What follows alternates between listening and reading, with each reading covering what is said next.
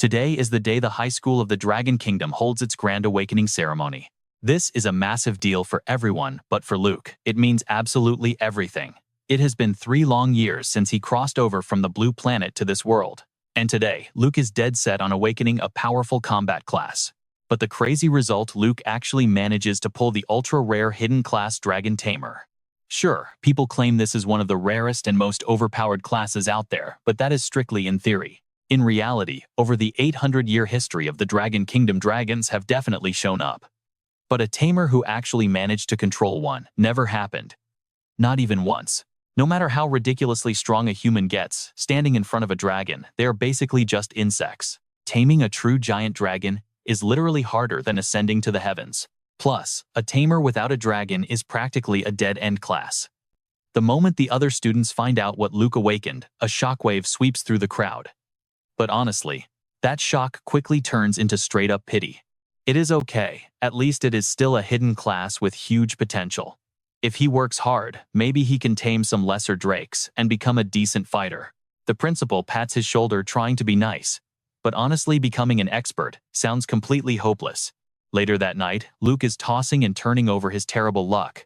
Suddenly, the system panel flashes right in front of him again. Congratulations, you have received the treasure map for day 1. Wait a minute. A treasure map for the very first day. Oh, that is right. When it first activated, he remembers it being called the Ultimate Treasure Map System.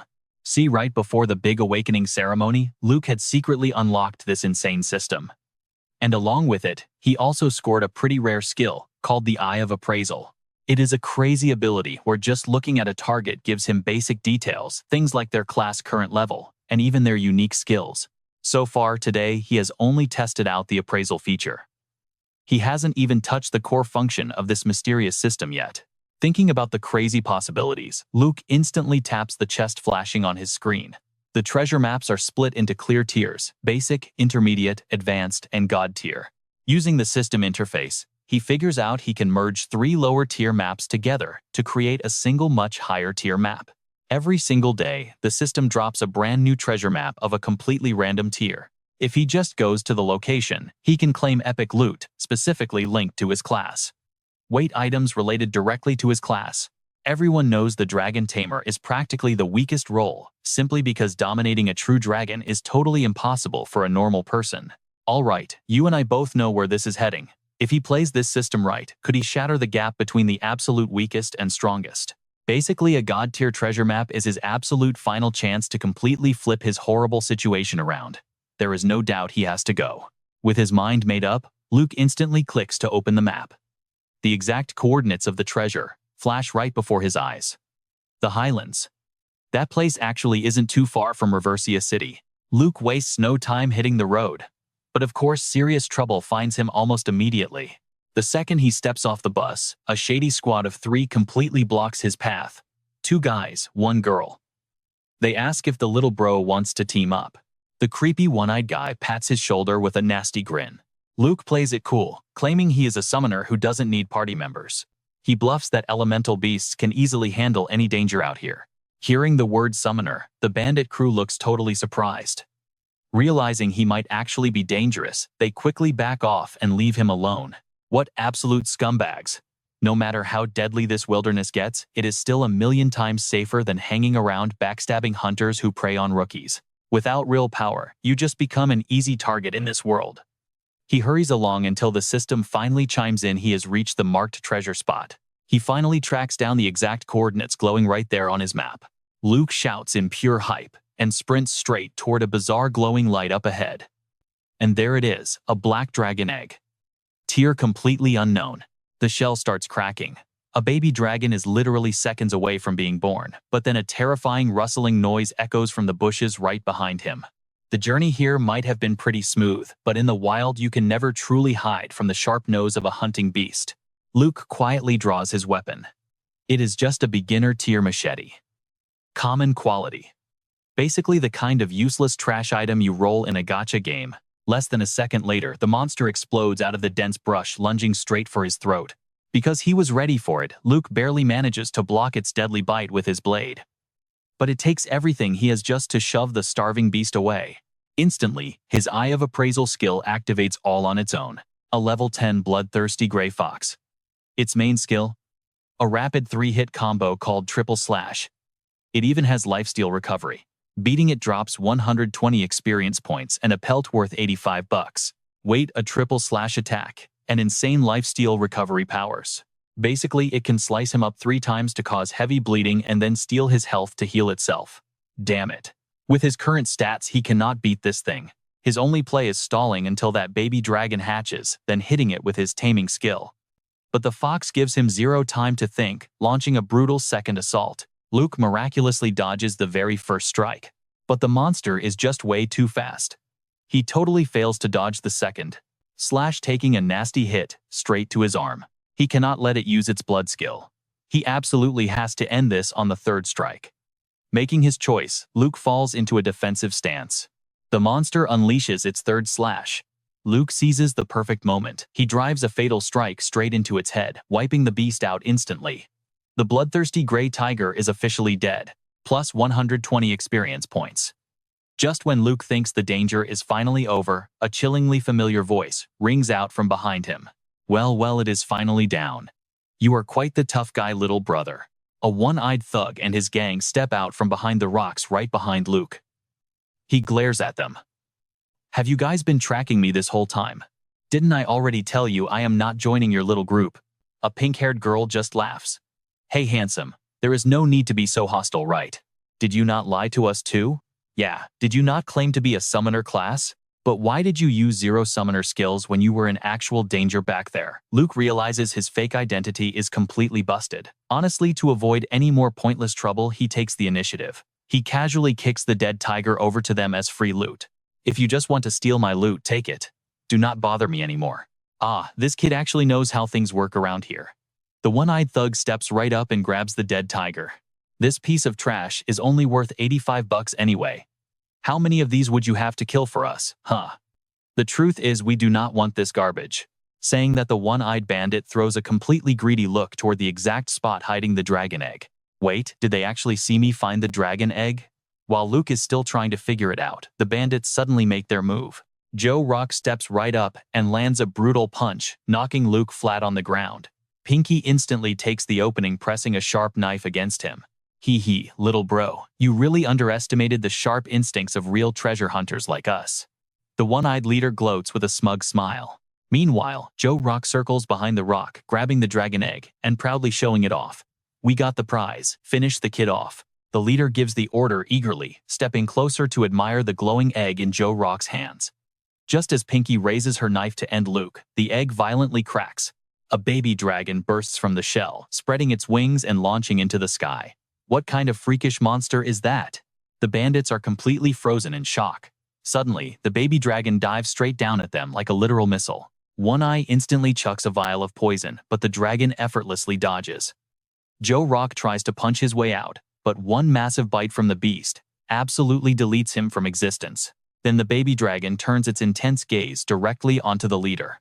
Completely terrified by the bloody scene, the one-eyed bandit turns and sprints for his life. Unbelievable. Even as a freshly hatched newborn, this baby dragon possesses completely insane, terrifying power. No wonder literally no one in history could ever tame the dragon race. Luke mutters in absolute awe. Hearing his words, Pinky starts sweating bullets in pure panic. It is a giant dragon. Are you actually telling the truth? That was a real dragon egg. Right then, the agonizing scream of the one-eyed leader echoes out. Pinky nervously turns her head.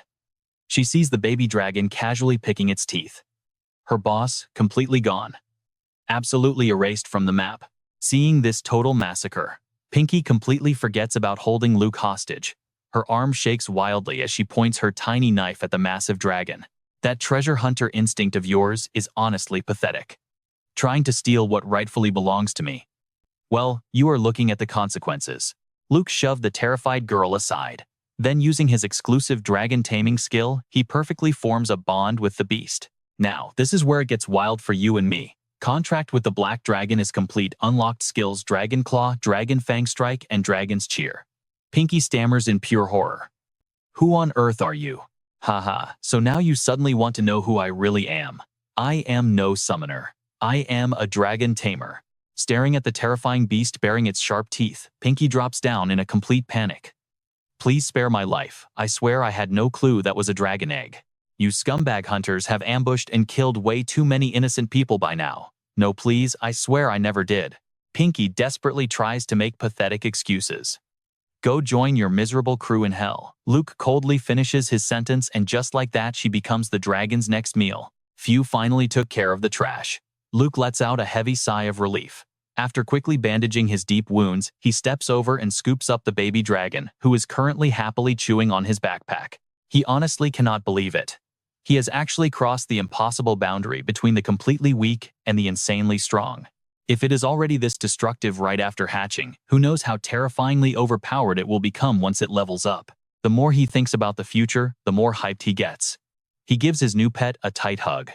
Haha, this is perfect. With you by my side, the Dragon Tamer class is finally escaping the bottom tier of society. But what should I even name you? Maybe Little Charcoal? Or how about Black Diamond? Nah, that is weak. Maybe I will call you. As Luke seriously ponders a name, he suddenly notices the little dragon eagerly licking the fresh blood dripping down his wounded arm. Suddenly, a massive, overwhelming aura erupts right out of the beast. And right before his eyes, the tiny dragon morphs directly into a beautiful young girl. Staring wide-eyed at this crazy transformation, Luke drops his jaw in pure shock. Wait, so you can actually take on a human form too? You and I always love a good system payoff. The dragon girl nods rapidly with an innocent face. Smiling, Luke lets her play around, while he excitedly pulls up his brand new status window. Class Dragon Tamer. Level 10. Strength at 55. Agility 53.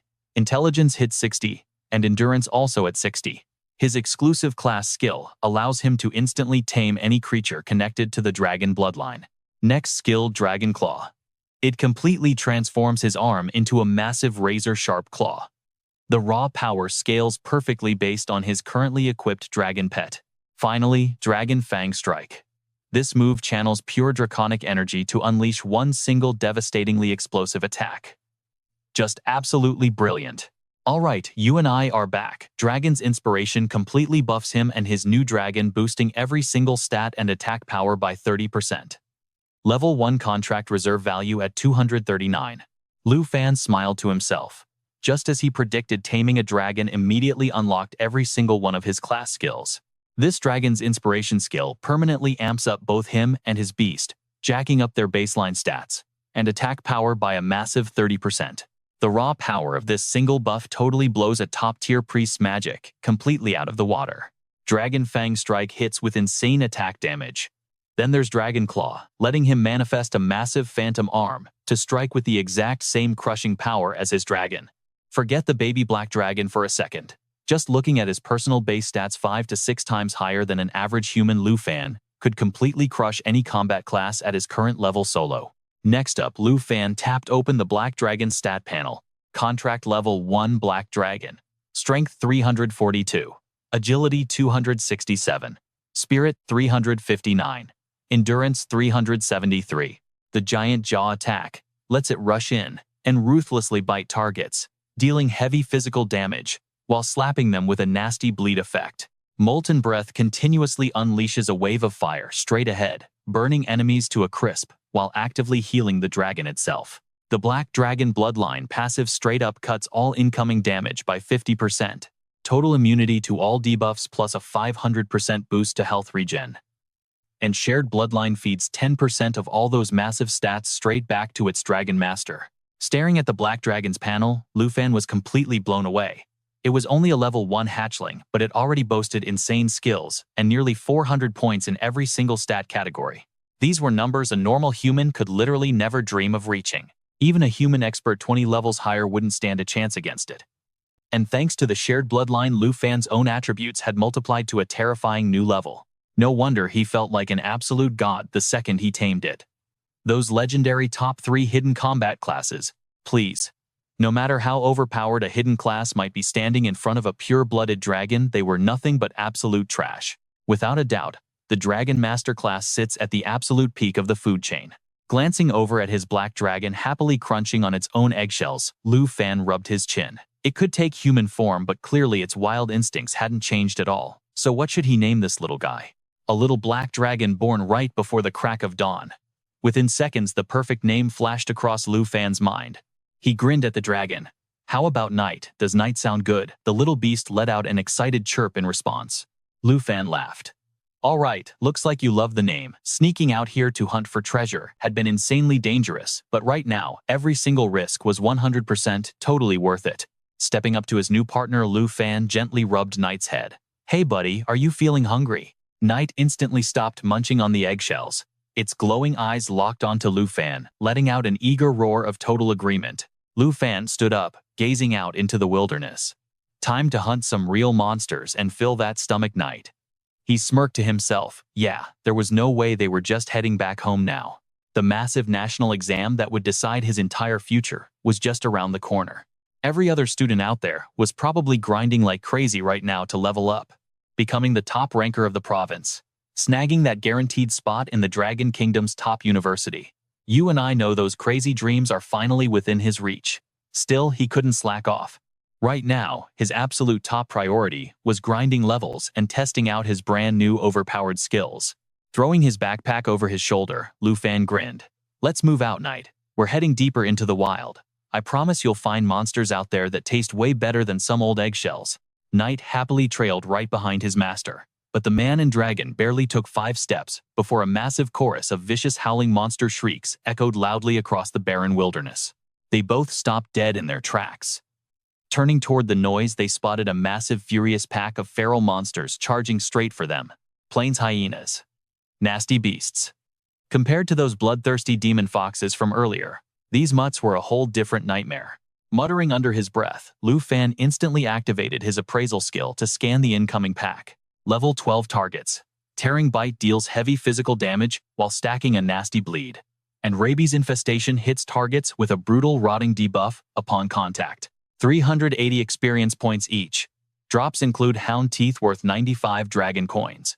Honestly, back when Lu Fan fought that single level 10 fox, he had barely scraped by and suffered some really serious injuries. While Lu Fan was busy doing the math, he suddenly realized Night was already soaring straight toward the massive pack of wild hyenas.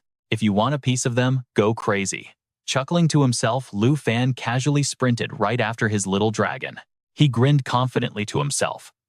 Right now, out here in this treacherous wasteland, the absolute strongest apex predators were the Dragon Master and his newborn beast. There was literally nothing left in this entire zone that could even remotely threaten them anymore. In the blink of an eye, Night hovered directly above the snarling pack. The dragon took a massive deep breath, opened its jaws wide, and unleashed an absolute torrent of roaring flames down on the monsters. Molten Breath activated. A continuous blistering inferno blasted the entire area, melting enemies, while simultaneously regenerating the little dragon's own health. By the time Lu Fan caught up, the pack was already reduced to ashes in a sea of fire. A massive wall of system notifications instantly flooded his vision. Lu Fan gains plus 380 experience points.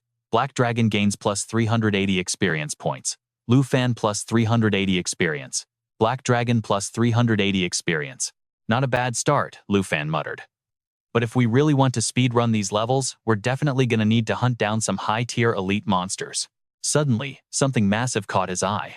You and I are about to see a real fight. Hey Night, stop wasting time playing around with these weak little grunts. Alright, you and I are about to see something absolutely wild. Looks like a massive beast has been waiting in the shadows for a while now. Just look at that giant 3-headed monster growling as it slowly stomps forward. Lucas instantly activates his appraisal eye. It is a level 25 3-skulled bloodlion packed with skills that boost both its attack and defense stats. Its bite deals some serious localized damage. Plus, it has triple blaze, unleashing 3 massive waves of fire to obliterate its targets. Defeating it drops 23,790 experience points. The teeth are worth 1,300 dragon coins, and its hide goes for 2,570 dragon coins. Normally, taking down a level 25 elite monster takes a full squad of veteran hunters. But Lucas, he is a Dragon Tamer, backed by a literal black dragon. Showing zero fear, he yells for Midnight to attack. The dragon lets out a fierce roar and instantly charges right at the enemy. On the other side, the bloodlion spots the incoming threat, and all 3 of its terrifying heads snap upward at the exact same time, ready to fight. It unleashes an earth-shattering roar, instantly buffing up its own defense and attack power. But it does not stop there. All three monstrous heads open their jaws wide. Pure scorching fire energy starts rushing out from deep within. The flames quickly condense into an absolutely massive glowing fireball. That is the triple blaze skill. It gathers burning breath into a deadly sphere to deal triple damage, though it has a cooldown. Seeing this danger, Lucas barks out a quick command. He tells Midnight to coordinate and completely interrupt the lion's attack. Midnight roars back in response. His entire body is instantly engulfed in blazing flames, and when the fire clears, his true giant dragon form appears. He dives straight down at the lion, striking hard with his giant jaw skill. Boom, the triple blaze attack gets perfectly interrupted. Lucas cheers, shouting out a satisfied yes, giving the beast zero time to recover. He instantly follows up with a brutal dragon fang finishing strike. The system dings. Lucas gains exactly 23,790 experience points, which pushes him straight to level 14. Meanwhile, his black dragon gets the exact same massive chunk of experience points instantly, leveling up to level 9. Seeing that sweet system notification pop up, Lucas just laughs out loud. Already over. Elite monsters really do hit different, dropping crazy amounts of experience from just one kill. But right at that moment, another system panel suddenly appears. The system triggers again, handing over the daily treasure map. Another map already. He cannot help but wonder what kind of insane loot is waiting for a Dragon Tamer today. Feeling absolutely hyped, Lucas flashes a huge grin. He tells Midnight it is time to hunt for some treasure. Midnight happily roars and follows right behind him. Meanwhile, deep inside the rocky crags of the plains, a different group of people is busy talking. Quinn looks frustrated and asks, "Uncle Gage, are we seriously just going to walk away from this incredibly rare opportunity?" Uncle Gage forces a bitter smile. He tells the young miss that their hands are completely tied here. This hidden destiny dungeon strictly requires a 5-person party to open. Without enough members, the entrance just stays locked shut. He even suggested having Tessa run all the way back to Riversea City, just to grab some backup. But Tessa cuts him off right there. Absolutely not. Even with her maxed out agility stats, a round trip would cost them an entire day. Quinn lets out a heavy sigh, pointing out that these destiny dungeons spawn completely randomly. Now here is where you and I should pay attention. The loot here is way better than normal dungeons. But it despawns in 24 hours, so waiting is impossible. Seeing Quinn looking so bummed out, Uncle Gage steps in to comfort her. He reminds her she is never the type to stress over missing out. With her raw strength, getting into the top 10 academies is basically guaranteed. They will throw plenty of high-tier dungeons at her anyway. Quinn just sighs again. She knows Uncle Gage is right, but it still stings to walk away. Suddenly, Gage goes on high alert. His eyes lock onto a shadow, and he barks out a harsh warning in that direction. Who is there? Beside him, Tessa immediately draws her weapon, ready to fight. They stare defensively straight ahead. Stepping out from behind a massive rock right in front of the trio, Lucas slowly raises his hands. "Relax," he says, just passing through. Gage sneers at his dusty clothes. He warns the kid that this dangerous zone is absolutely no place for a lowly amateur treasure hunter. Before Gage can keep insulting him, Quinn raises a hand to silence him and steps forward. She flashes Lucas a polite smile and introduces herself, saying they are part of the prestigious Quinn family from Riversea City. She introduces herself as Quinn, admitting this is super sudden, but she smoothly asks if he would be willing to temporarily join their party. He would not even have to fight. All they need is for him to walk into the Destiny dungeon. Once it is clear, she promises to pay him a smooth 100,000 dragon coins for his trouble. Sound fair? Lucas chuckles. 100,000 dragon coins. He is running the math in his head. If a massive powerhouse like the Quinn family wants this dungeon so badly, it must be huge. The loot hiding inside this Destiny dungeon has to be incredibly rare. Sensing his hesitation, Quinn confidently steps right up to confirm it. Exactly. They literally just need a warm body to meet the entrance requirements. He can just stand there, do absolutely nothing, and walk away 100,000 dragon coins richer. Uncle Gage chimes in too, telling him a sweet deal like this does not just fall from the sky. He better take it before they leave. Lucas just flashes a cool smile. He casually drops that he does not care about the money at all, but he is open to partnering up under his own rules.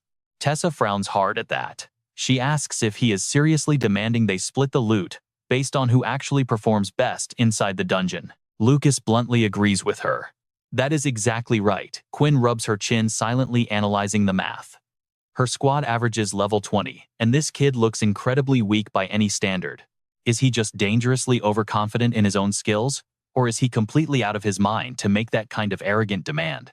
So, what do you and I think? Will he survive? Since the dungeon timer is ticking down, Quinn stops overthinking it and finally shakes his hand.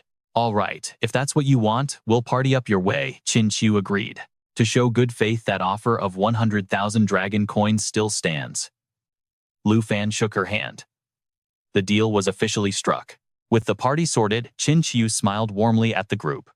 All right, everyone, get ready to move out. Taking up the rear, Lu Fan kept his thoughts hidden. Exposing Xiao Ye's identity to strangers out in the wild would only bring them serious trouble. Just bear with me, he thought. Once I secure the reward, I'll summon you.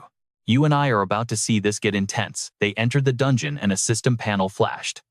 Zombie Village Zone. Level 20. 5-player minimum limit required. The squad kept their eyes peeled, moving forward with extreme caution.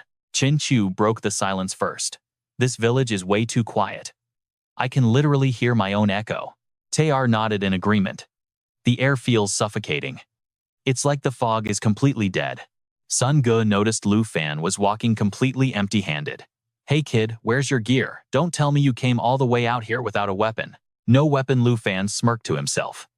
He raised one hand, and instantly a blazing ring of fire swirled right around his palm. The flames vanished, revealing a wicked blade in his grip. Ink Dragon Scale Blade. Epic Rarity. Level 10 required. Class restrictions: Dragon Tamer and Dragon Blood Warrior only. It granted partial dragon transformation for a massive power boost. Plus 65 attack damage, and plus 30 to overall durability. Right after Lu Fan crushed that 3-headed blood lion, his system triggered. He found this exact weapon waiting for him at a marked location on his brand new system map. A perfect upgrade from his rookie dagger. Sun Ge eyed the dark blade and whistled. Kid, that weapon of yours is definitely top tier. At first I took you for a veteran treasure hunter. But you're just a recently awakened student, aren't you? Kyer shot him a look. Why do you even care? We might be teaming up, but if he tries anything funny, I'll take him down in a heartbeat. Suddenly, the solid dirt right beneath Sun Ge's boots cracked open. A pale decaying hand shot up. Undead zombies level 15. 620 experience points, and their toxic drops were worth hundreds of dragon coins. Their attack pattern: grab, scratch, and violently tear into their targets. Corpse poison. Any hit instantly infected the victim, draining their health, and ultimately mutating them into another mindless zombie. More zombies erupted from the dirt. Sun Ge, watch your 6, Xiao Jia screamed out. The defender triggered his charge skill, sprinting past the team to smash his heavy shield right into the zombies, sending them flying away from Sun Ge. Nice save, Xiao Jia, Sun Ge shouted. He and Kyer instantly threw themselves into the fray, slicing down the rotting monsters left and right. Now, watch what Lu Fan does. He held back, quietly analyzing their setup. A warrior, an assassin, and a sturdy knight holding the line. Their formation was totally solid. Plus that guy Sun Ge was already level 28, just inches away from hitting his second awakening. Qin Qiu finally finished chanting. She raised her staff high and screamed, "Holy light, star rain." Pure starlight poured from the sky, blasting the undead within the glowing zone, while simultaneously healing her allies. The radiant rain showered over Sun Ge's squad, completely restoring their health bars while vaporizing a massive chunk of the zombie horde in one hit. Qin Qiu glanced over at Lu Fan. That's my class specialty right there. The hidden Holy Light Mage class perfectly mixed raw damage with insane area healing, though it lacked a true mage's firepower and a pure priest's healing stats. Ah, so that's the trade-off, Lu Fan muttered. He silently logged the info on this rare hidden class. Even with lower damage, her holy magic was absolutely wiping out these dark-type zombies. Boom! The ground shook violently, throwing everyone off balance as a second massive wave of rotting corpses clawed their way up.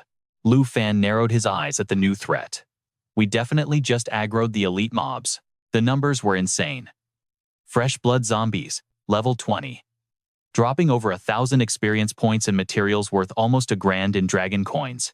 Basically the upgraded VIP version of normal zombies. Sun Ge immediately shouted out, "Elite monsters incoming. Kyer, guard the lady, and the new kid Xiao Jia with me. We cannot let these freaks break our front line." Xiao Jia nodded.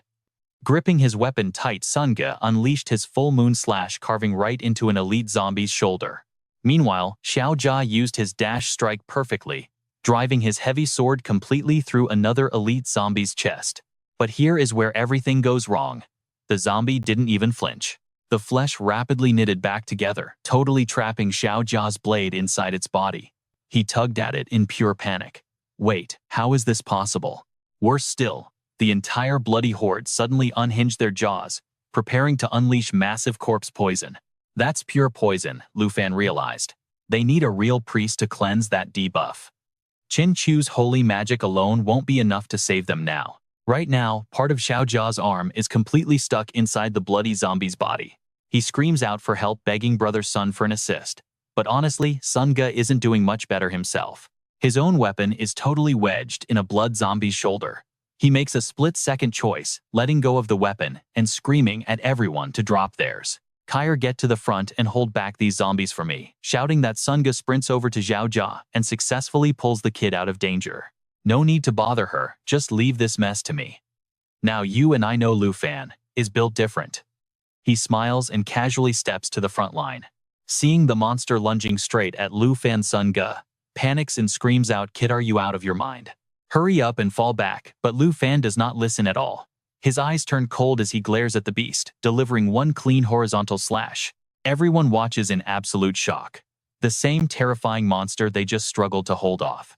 Completely sliced right in half and dealt with by Lu Fan's single effortless strike. Lu Fan calmly turns around with a bright smile. Do not be scared, and do not forget we still have to keep pushing forward through this place. The whole group just stares blankly at Lu Fan.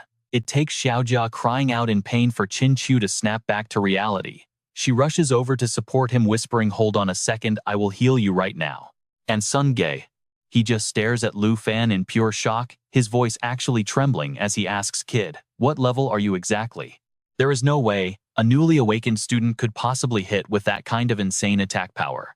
Lu Fan casually replies, "I am just a level 14 student, nothing more. Do not worry. I really have zero reason to lie to any of you here. I only came to this place to prep for the upcoming exam." Hearing this, Qin Chu pauses her healing on Xiao Jia, frowning as she falls deep into thought. The exam. Does that mean his actual goal here is the exact same as mine? But how can a level 14 hit way harder than Uncle Sun at level 28? Suddenly, a hideous monster bursts right out of the dirt. Roaring wildly, it lunges straight at the closest target, which is Qin Chu. "Miss, watch out," Kair screams at the top of her lungs, quickly jumping in front to shield Qin Chu. She raises her crossbow to fire, but realizes Lu Fan is already blowing past her like a gust of wind, driving his blade right into the monster.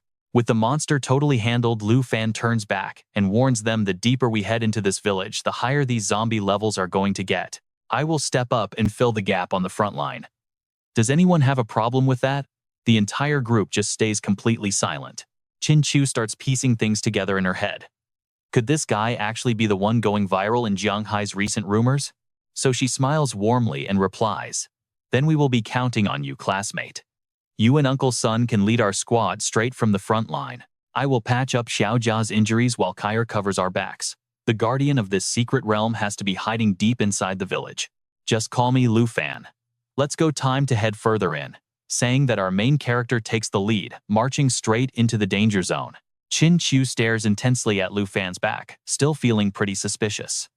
Lu Fan, the guy from those recent rumors with the ultra-rare hidden class. A Dragon Tamer? No way. If that is really him, is not the Dragon Tamer supposed to be the absolute weakest class ever? Time keeps ticking, and Lu Fan's party pushes even deeper into the village ruins.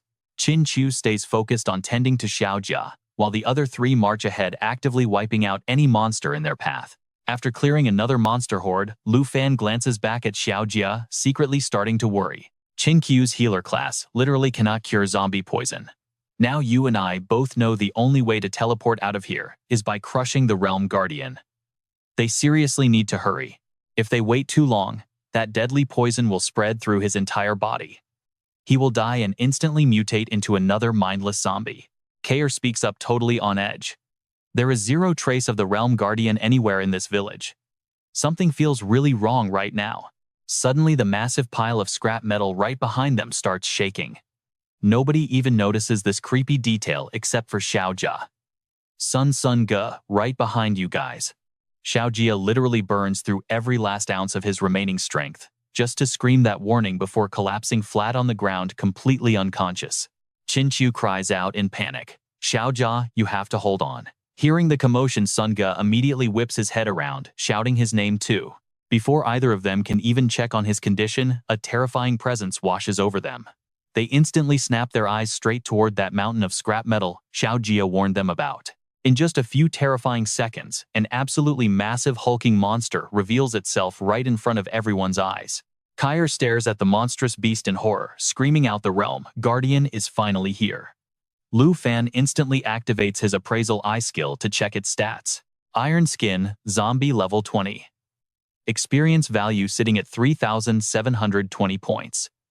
The scrap metal drop value is roughly $45. Zombie poison effect. Every single attack infects the target, causing massive continuous bleeding while simultaneously regenerating its own health pool.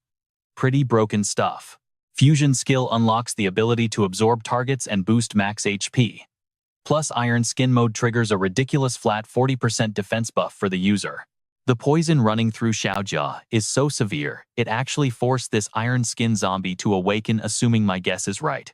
By analyzing that overpowered skill panel, Lu Fan clearly starts piecing together exactly what this boss is planning. He urgently shouts a warning to the team. We have to take it down immediately. There is a huge chance it wants to absorb Xiaojia. Hearing that, Sun Ge does not hesitate. He charges straight ahead, unleashing a massive full moon slash right at the Iron Skin zombie. Here we go. But right after that, he realized something absolutely insane. His attack did 0 damage to the monster. You and I both know that's terrible news. Seeing this, even Lu Fan started to sweat a little. Lu Fan figured it out. If that corpse poison could lure the zombies out, they definitely didn't have time for a slow, careful attack anymore. So Lu Fan rushed straight at that Iron Skin zombie, driving his blade hard right into its head. The result, not exactly great. Since this massive monster was currently in full Iron Skin mode, its overall defense had just spiked by a whopping 40%. It needs 2 more strikes and way faster, he muttered to himself. Lu Fan decided to trigger Dragon Blood Armor. It's his Black Dragon Scale Blade special skill, letting him literally transform a body part into a dragon to massively boost his attack power. At that exact same time, the Iron Skin zombie caught the scent of Xiao Jia's corpse poison. It immediately charged straight toward him and Qin Qiu, who was busy healing. Fusion Absorption. It basically eats targets to boost its own HP. Qin Qiu. Hit it with your holy magic and back me up.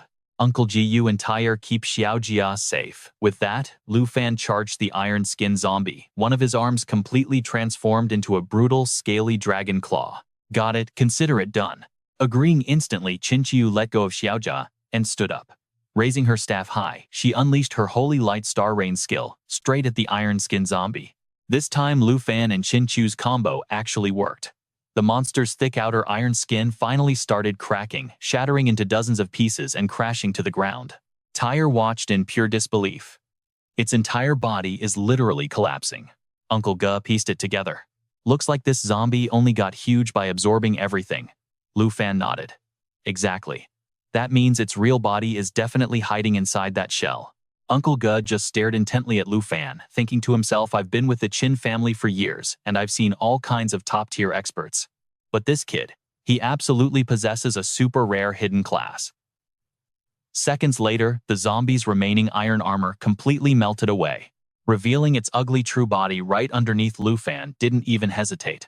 He leaped forward and threw a devastating punch, yelling, "Get on your knees." Stripped of its iron skin protection, the monster stood 0 chance.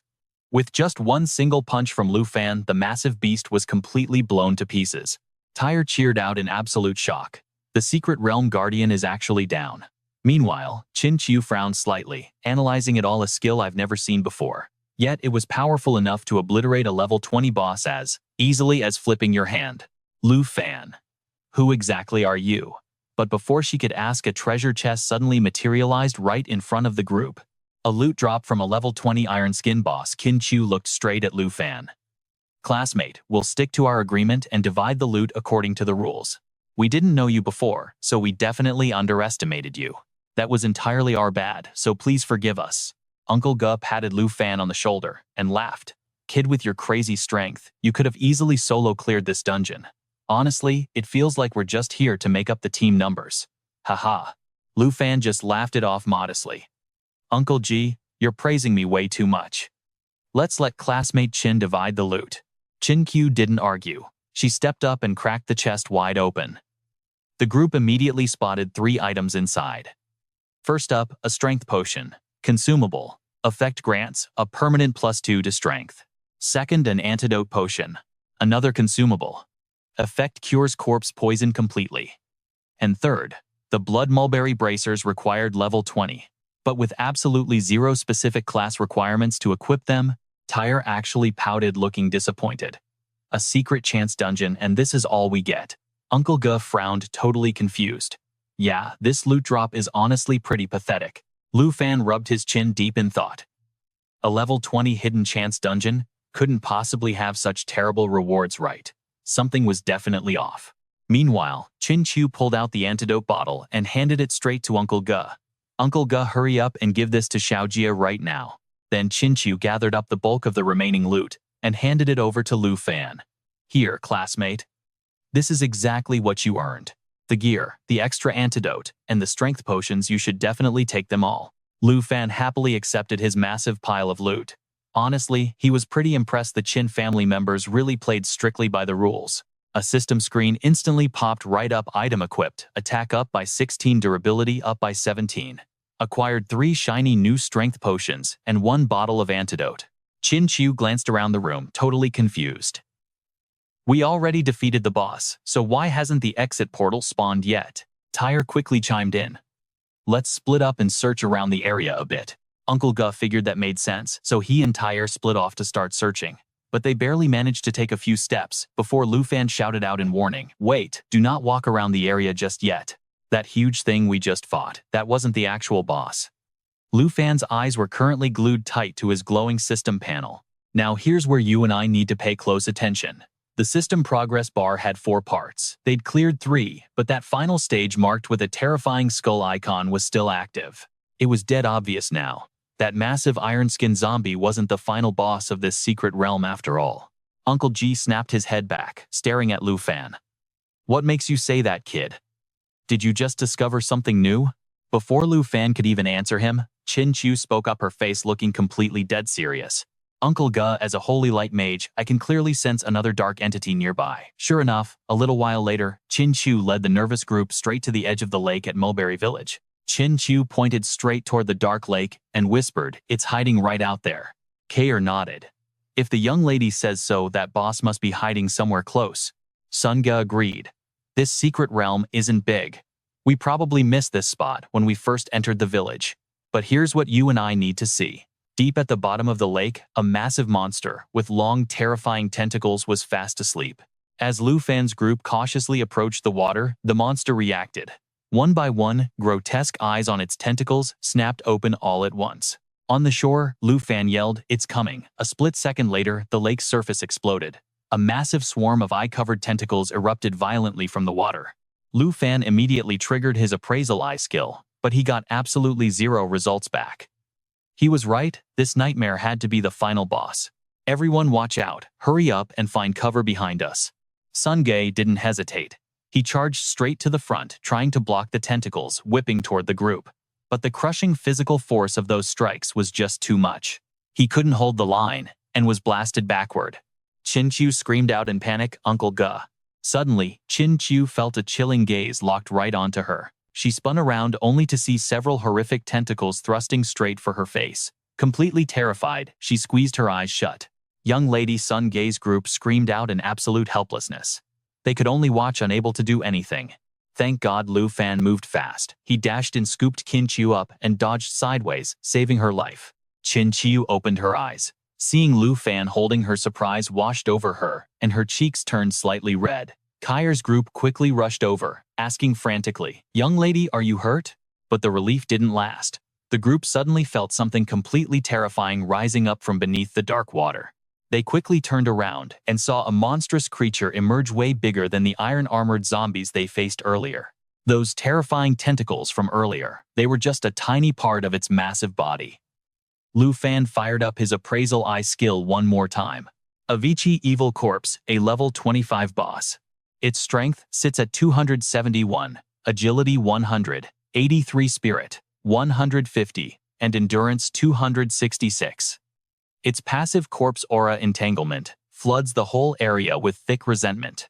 It drops all stats for every creature in the realm by 20%. Plus, Chain Toss lets it violently wrap targets in chains, dealing massive physical damage to opponents. Resentment Burst unleashes a powerful shockwave that knocks back anyone getting close, injecting them with lethal corpse poison, and Unyielding Grudge reduces all incoming fire and holy elemental damage plus their effects by a solid 30%. Kyr whispered in absolute awe, "This is the true final boss." Sun Ge stepped forward, with a dead serious expression. "Xiao Jia, hurry up and fall back behind me. I will hold this thing off." Xiao Jia stubbornly argued back, "I can still fight. I'm going to help you block its attacks right here." Sun Ge furiously yelled, "Your body barely just recovered. Don't be reckless." Then he raised his sword to block a massive incoming tentacle attack, and shouted, "I'm leaving the main assault to you, Lu Fan."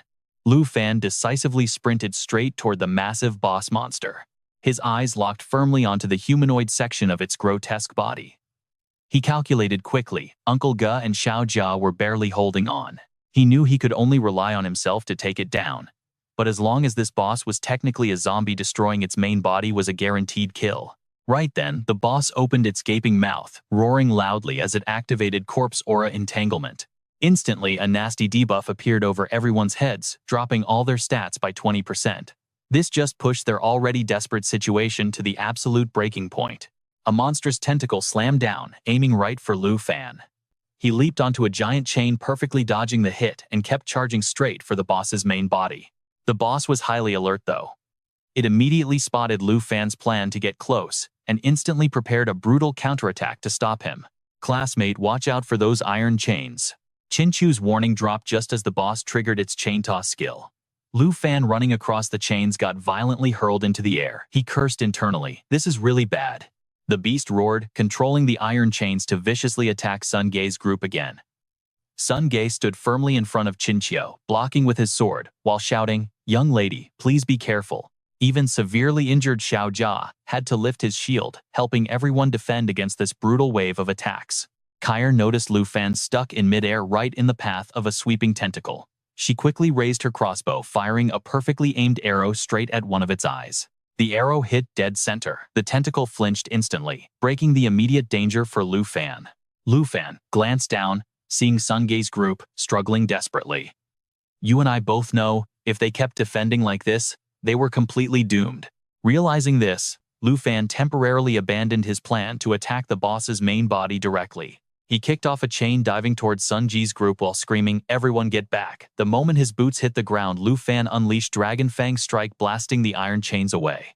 Dragon Fang Strike channels pure dragon energy into his current weapon, delivering one devastatingly powerful blow. Up above, the furious boss triggered Chain Toss yet again. Seeing this, Lu Fan rapidly combo cast two powerful skills back-to-back: Dragon Blood Armor and Dragon Claw. Dragon Blood Armor is the special effect of the Black Dragon Scale Blade, partially dragonizing his body to drastically boost power. Meanwhile, Dragon Claw transforms his arm into a literal dragon's talon, scaling in strength with the Black Dragon itself. This time, Lu Fan clashed head-on with the heavy chains. He jumped high, swinging his Dragon Claw and slicing the thick chains into absolute pieces. But that epic move only neutralized the boss's incoming attack. It didn't actually deal any real physical damage to the massive creature itself. Knowing this grim reality, Sun Ge frustratedly suggested, "Little brother, this boss isn't something we can fight right now. Let's retreat for now." "So what do you and I think they'll do next?" Chin Chiu speaks up. "Classmate, we're totally outmatched here. If we stay and drag you down, we're all going to end up dead. It's just a harsh reality check." Lu Fan stays completely calm. Everyone fall back deep into the village. Head to the safe zone, where the zombies are already cleared out. Chin Chiu asks anxiously, "Wait, what about you?" Lu Fan doesn't hesitate. "I'll cover the rear. Seriously, you guys need to retreat right now." Kyr quickly urges her. "Miss, we have to go. We're just relying on him anyway. Right now, we're literally completely useless in this fight." Lost in thought, Chin Chiu takes one last look at Lu Fan before retreating with Kyr's group. With zero distractions left, Lu Fan slowly steps forward into the danger. He extends one arm to the side, instantly summoning a massive swirling vortex. He thinks to himself, even without that negative 20% debuff, they wouldn't be able to help. So you and I are about to watch his real partner handle this absolute monster. Time to come out and wreak some havoc. Xiao Yi. Right on cue, Xiaoye blasts out of the vortex, viciously biting into the boss's tentacle. In the distance, Sun Ge and the others hear the massive commotion and turn around to look. Wait, what just happened? Seeing Xiaoye in the flesh, their jaws completely drop, and they scream in pure unadulterated shock. That's a dragon. He just summoned a literal dragon. Right then Xiaoye unleashes the devastating giant jaw strike skill, aggressively locking onto the monster's flailing tentacles for a brutal follow-up attack. Giant jaw strike hits at lightning speed, violently tearing into the target. It deals massive damage while stacking a nasty bleeding effect on the boss. Losing several tentacles, the boss shrieks in absolute agony, throwing its head back. Seeing an opening, Xiaoye raises his razor-sharp claws, launching a direct, ruthless strike right at the boss's main body. The boss lets out one final agonizing roar, before its massive body loses all strength, crashing directly into the lake. From afar, Sun Ji's group watches completely dumbfounded. Kair stammers in disbelief. We won, Sun Ge just shakes his head. That boss got totally shredded in just a few hits. The power is absolutely terrifying. Xiao Jia chimes in too. I can't believe we just saw a giant dragon with our own eyes. Meanwhile, Qinqiu remains completely silent. She watches Lu Fan happily petting Xiaoye's head and realizes something. So, that legendary guy everyone in Jianghai has been talking about is actually him. Dragon Tamer Lu Fan. But hey, every villain has a tragic backstory, right? And the sorrowful evil corpse is definitely no exception to that classic rule. 300 years ago, the sorrowful evil corpse was actually born and raised right here, living under the church's protection, entirely hidden from any danger. That is until a brutal plague wiped out everything. Corpses piled up by the lake, people were dying faster than they could even be buried. She desperately wanted to save everyone. But the twisted irony, her specific class was actually a dark witch. She couldn't heal the dying. All she could do was summon their souls, giving them one last chance to say goodbye to the living. But that same church that protected her, they turned around and condemned her, blaming her for bringing the plague. They sent guards to bind her in heavy chains, throwing her into the freezing lake and just letting the dark water swallow her whole. I just wanted to save everyone. Even if it was just letting them say a final goodbye. I didn't do anything wrong. Her pain is so raw. Back in reality, while the others are celebrating, thinking they can finally leave this dungeon, Lu Fan senses something is completely off. He stares sharply at the bubbling lake, his guard fully up. No teleportation gate spawned. That means this boss is definitely not dead yet. Thinking about leaving right now, yeah, way too early. The second he says that, the sorrowful evil corpse comes roaring back, bursting out of the water and hitting its terrifying second phase. Strength, agility, spirit, and endurance stats, every single one of them instantly doubles.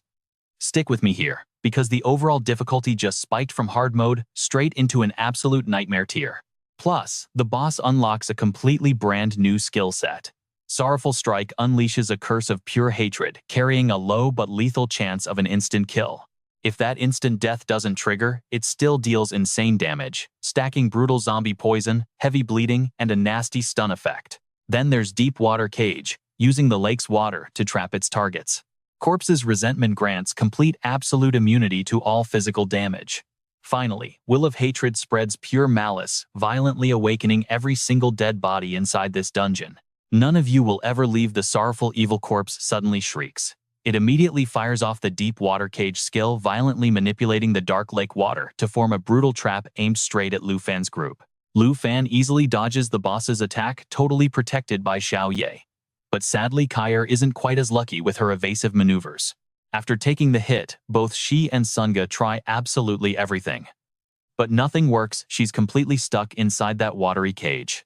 Trapped and helpless, Kair guiltily turns to Qinqiu. It's over, miss. I'm so sorry. Qinqiu quickly replies, no, I should be the one apologizing. I was stubborn about entering this dungeon. It's my fault, we're all trapped right here. Hearing Qinqiu blame herself, Lu Fan suddenly speaks up. Things get slightly tough and you guys are just gonna give up. Qinqiu looks completely hopeless. I'm the only one with attack magic, but my damage output is practically nothing against this. Catching the hidden meaning in Lu Fan's words, Sun Ge boldly chimes in. The boss is completely immune to physical attacks.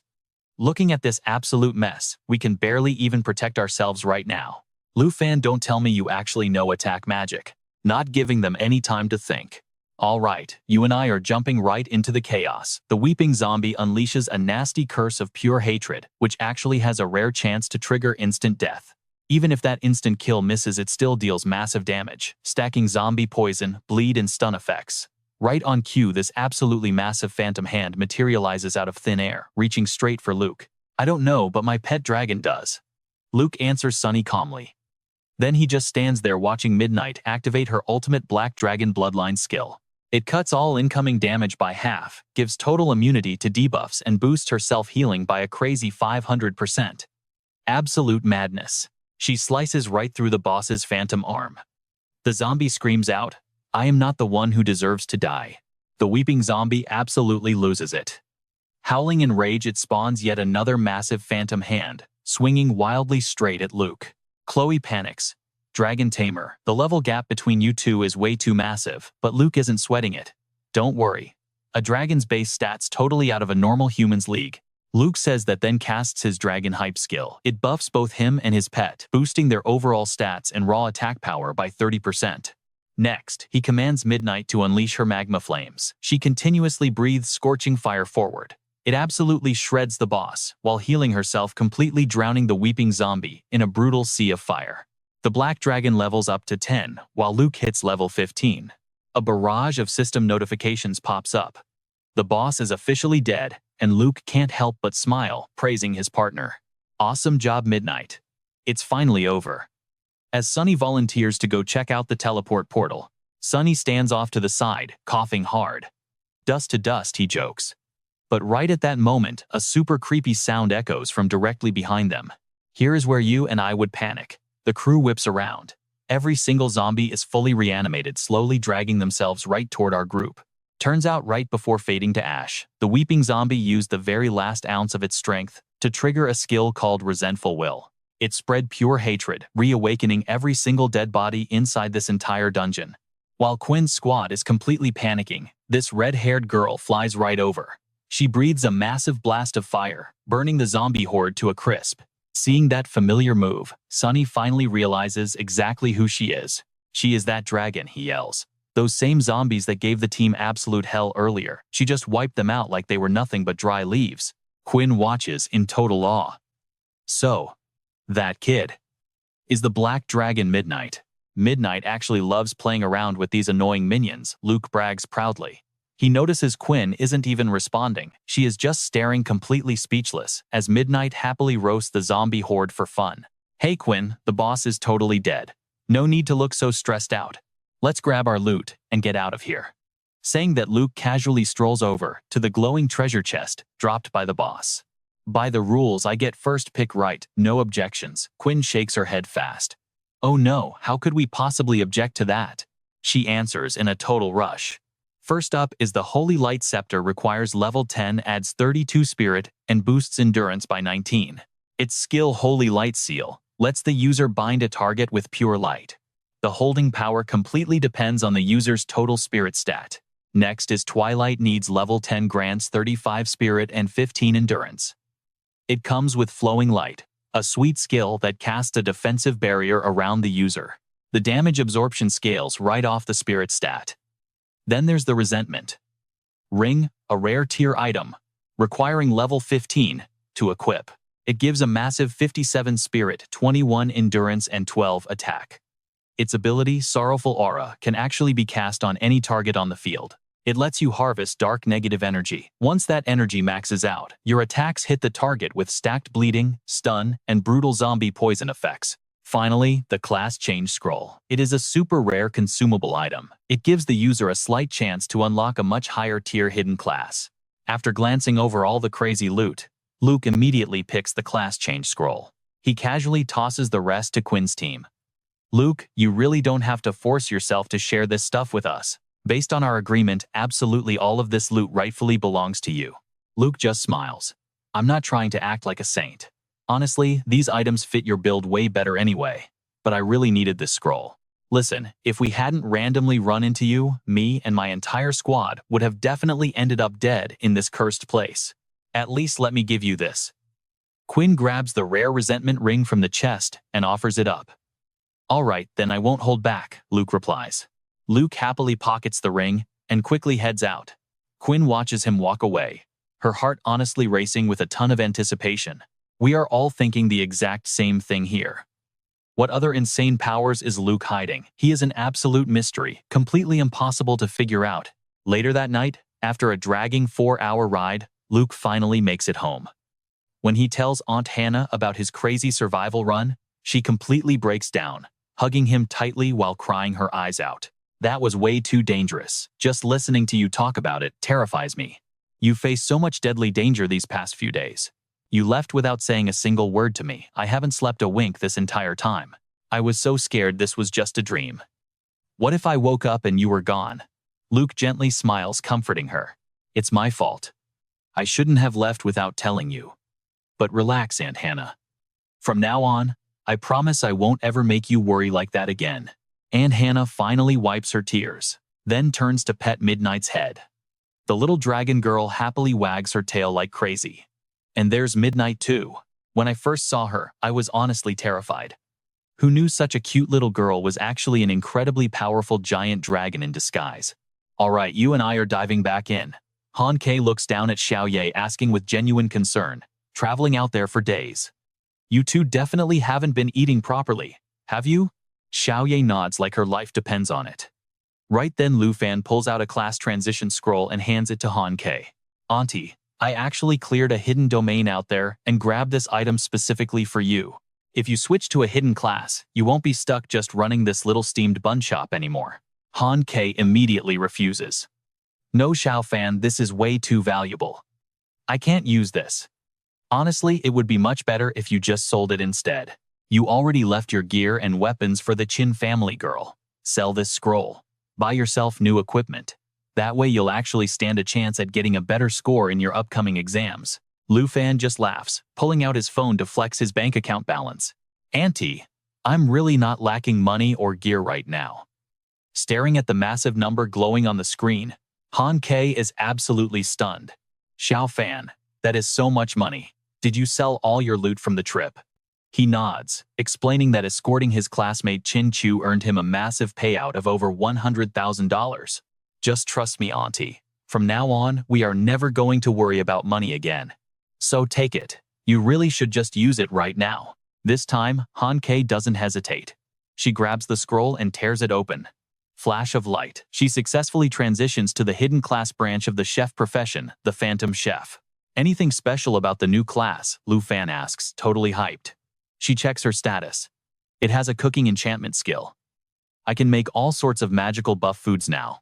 Your cooking skills were already amazing, and now you have actual magic buffs to go with it. But anyway, where did Xiao Ye go? Wasn't she just here? Turns out after devouring almost all the steamed buns Han Ke left in the kitchen, Xiao Ye is passed out cold on the floor, sleeping like a baby.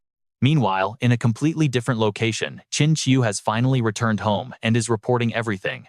She details the entire incident regarding Lu Fan directly to her father, Qin Shanhai. So this Dragon Tamer Lu Fan actually summoned a massive black dragon and saved everyone, Qin Shanhai asks calmly. Yes, she replies, looking down in shame.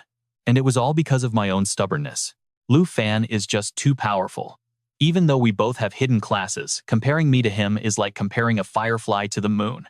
The gap is insane. Qin Shanhai slowly swirls the wine in his glass, asking a deeply loaded question. You haven't told a soul about this, right? No. Before we came back, we made a strict pact. The Qin family will not leak this secret. Qin Qiu answers nervously.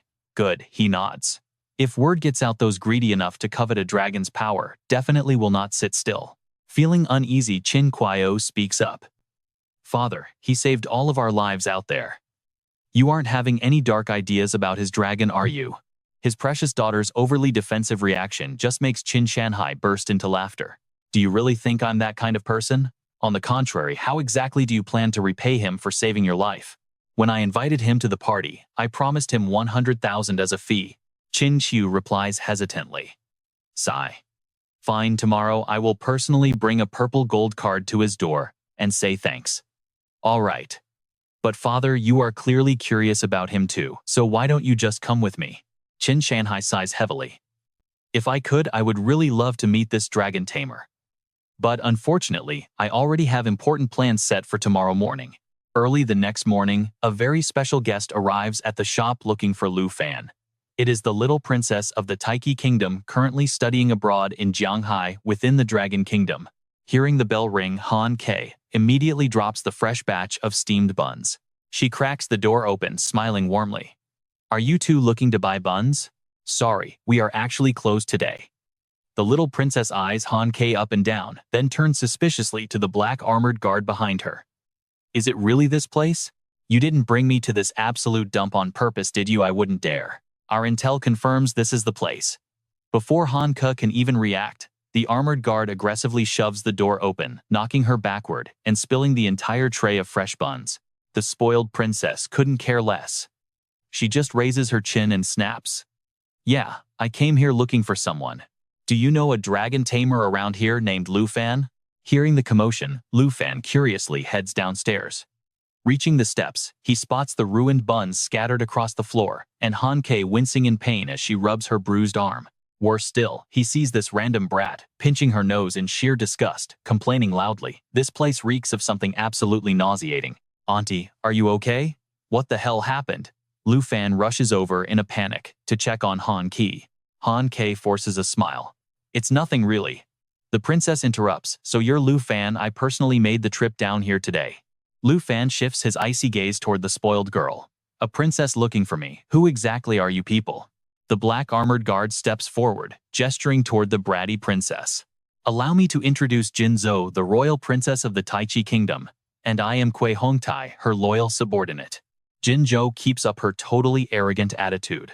I came here to give you a chance to actually stand out. Stand out? He asks. Exactly.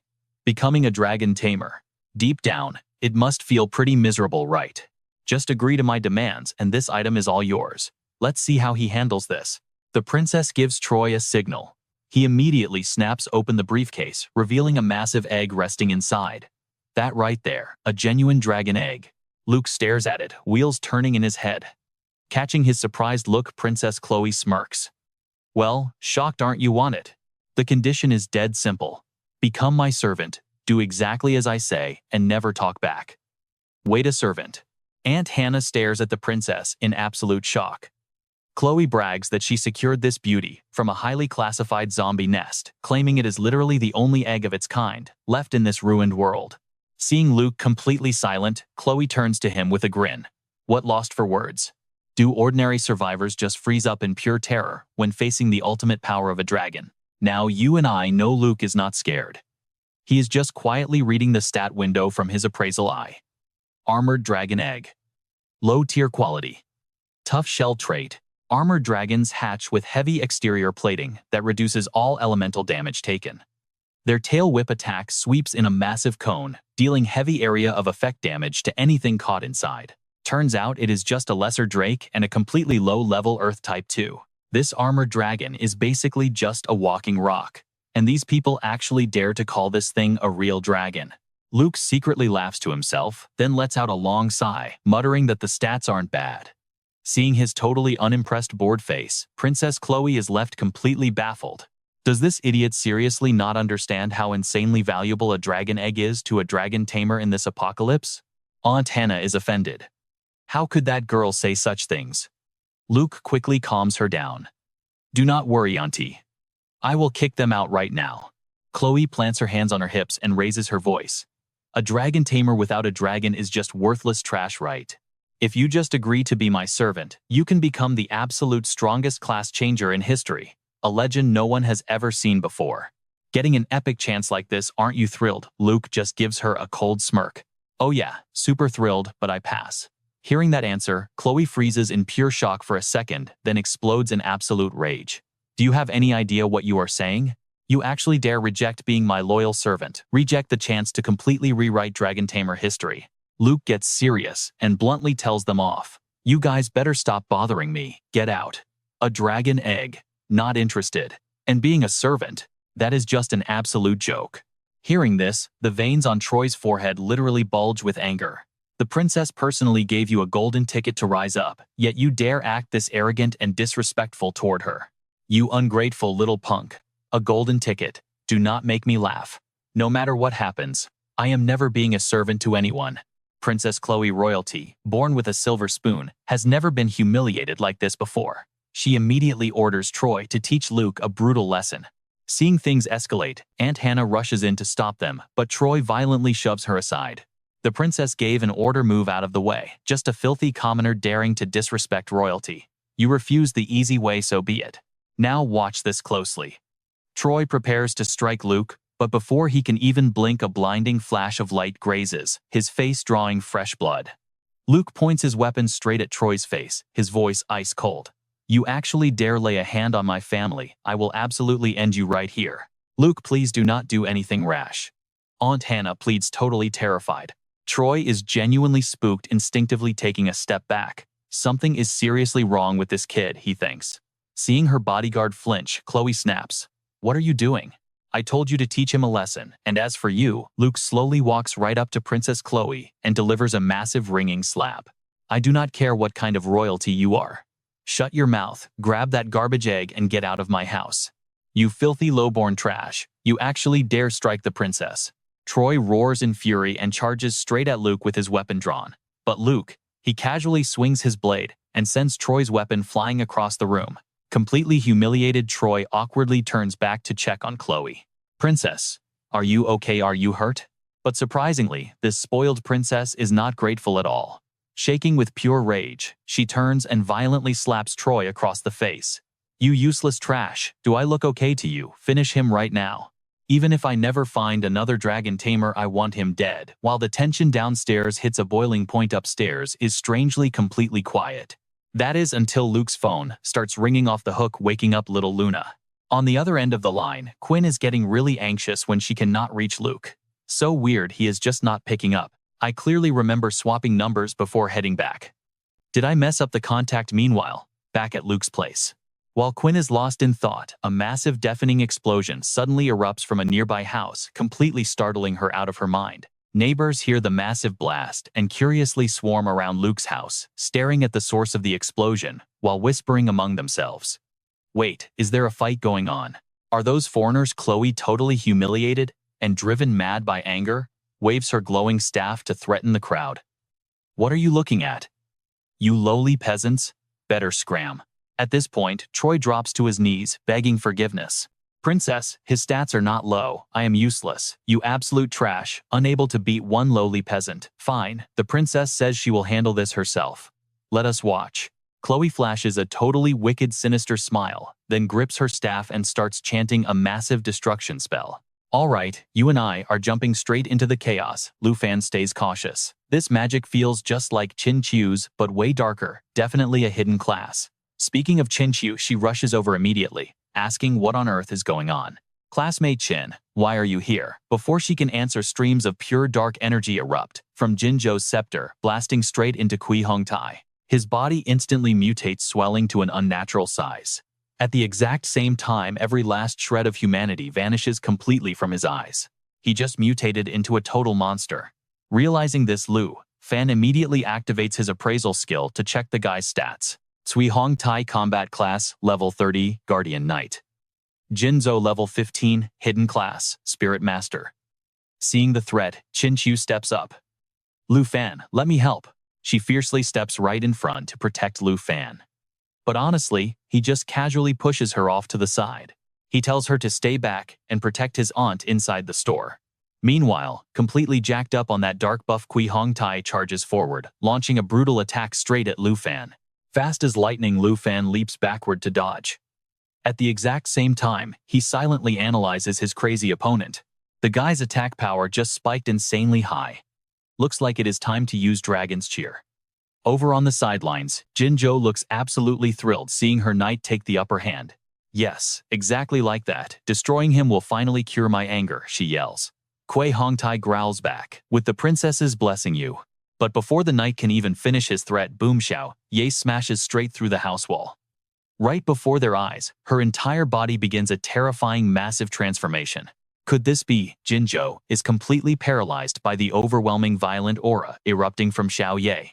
Then Lu Fan's voice cuts through the tension. Cold and casual. All right then, now it's my turn to vent. The exact second Lu Fan finishes speaking, Xiao Ye reveals her true glorious form. A giant dragon. Both Jinzhou and her knight are absolutely stunned. But before they can even blink, Xiaoye lets out an ear-shattering roar and lunges straight for Kui Hongtai.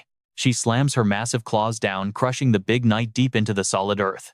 The massive shockwave completely blows Jinzhou backward. Her mind is entirely blown. How in the world is this kind of raw power even possible? It makes zero sense. Her elite knight defeated in just one single strike. Down below, a pathetic, agonizing groan escapes from Kui Hongtai's battered mouth. He coughs up a huge mouthful of fresh blood. Trembling, he reaches a broken hand toward Jinzhou, in the back, gasping out weak, desperate pleas for help. "Princess, save me," he coughs. She just clicks her tongue. "Endure it a bit, you useless piece of trash." After scolding her knight, Jinzhou aims her scepter right at Xiaoye and starts casting a new spell. But the dragon instantly roars back. Xiaoye unleashes a terrifying roar right in Jinzhou's face, completely shattering her spell, casting focus. Meanwhile, pinned helplessly beneath the dragon's massive claws, the knight groans, let me go." Hearing his whining, Xiaoye literally tosses the knight at Jinzhou like he's just a cheap trash bag. Trembling from head to toe, the beaten knight desperately reaches out toward Jinzhou, weakly whispering out, Princess." Now, this is where we learn something huge. Frozen in place by her knight's tragic state, Jinzhou panics. That power is a real giant dragon. Do other dragon eggs actually exist outside her royal Jin family? Lu Fan slowly walks up to the terrified girl. He glares and calmly asks Princess Jinzhou, "What exactly were you barking about earlier? Destroying me to cure your anger?" Seeing our MC step closer, the so-called princess is literally scared to tears. Her legs give out, and she collapses onto the ground, screaming, "Don't come over here. Stay far away from me.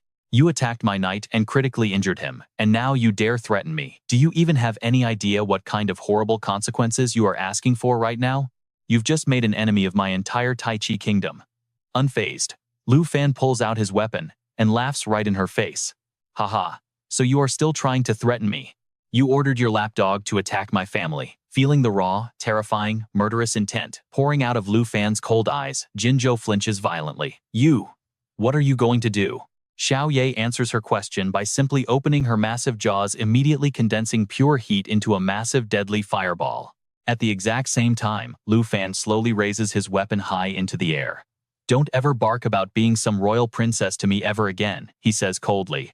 "Even if you were a literal god, I'd pay you back tenfold." Suddenly, Qin Shanhai comes rushing in from afar on his flying beast. He yells out in extreme panic, "Lu Fan, stop right there." Qin Qiu totally freaks out. "Dad, watch out," Xiaoye might. But before she can even finish her warning, the dragon turns her head, fully prepared to blast that fireball straight at her father. "Xiaoye, stop right there."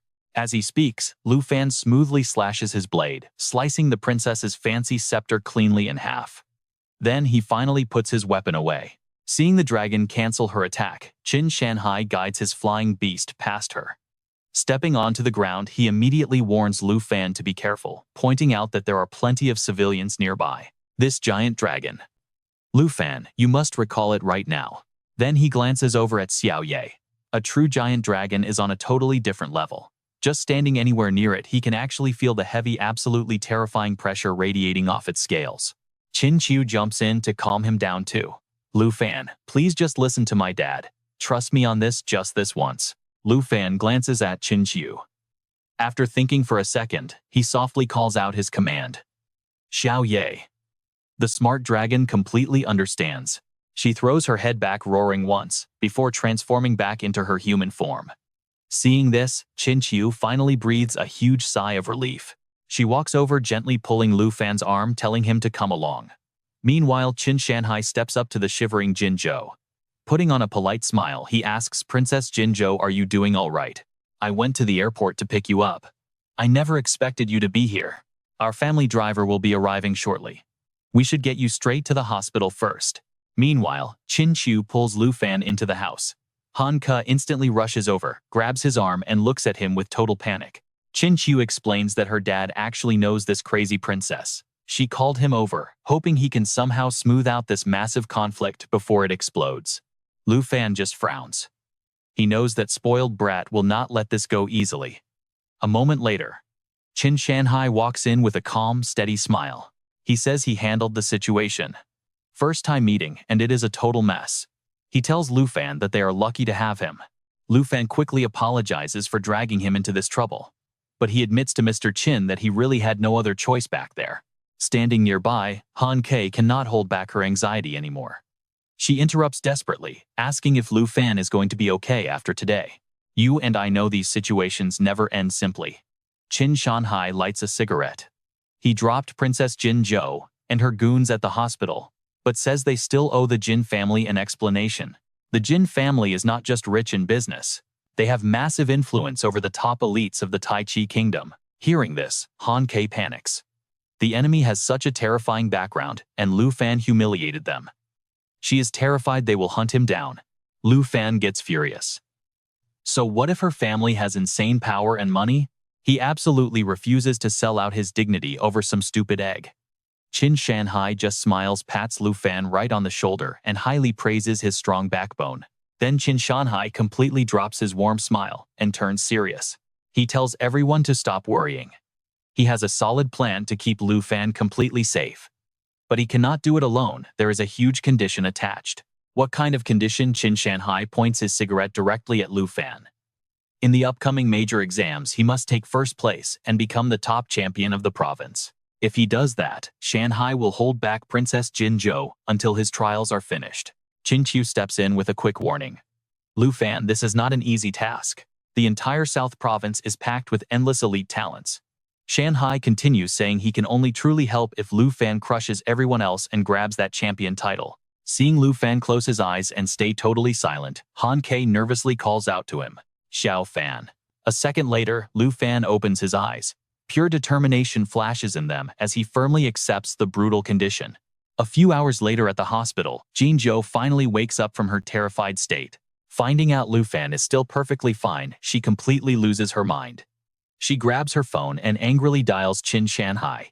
The second it connects, she starts screaming. Why is that trash Lu Fan not locked up yet? She furiously accuses Shanhai of obviously playing favorites and protecting him.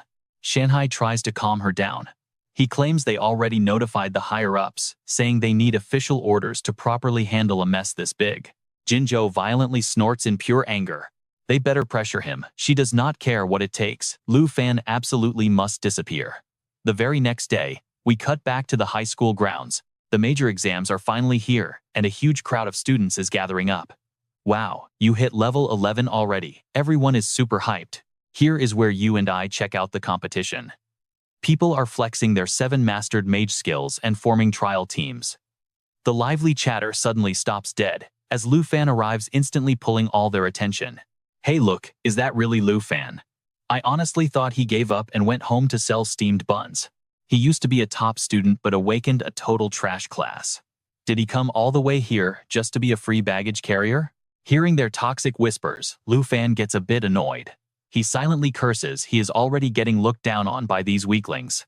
Right then the principal steps up to the high podium and shouts for silence. The South Province major exams are officially about to begin.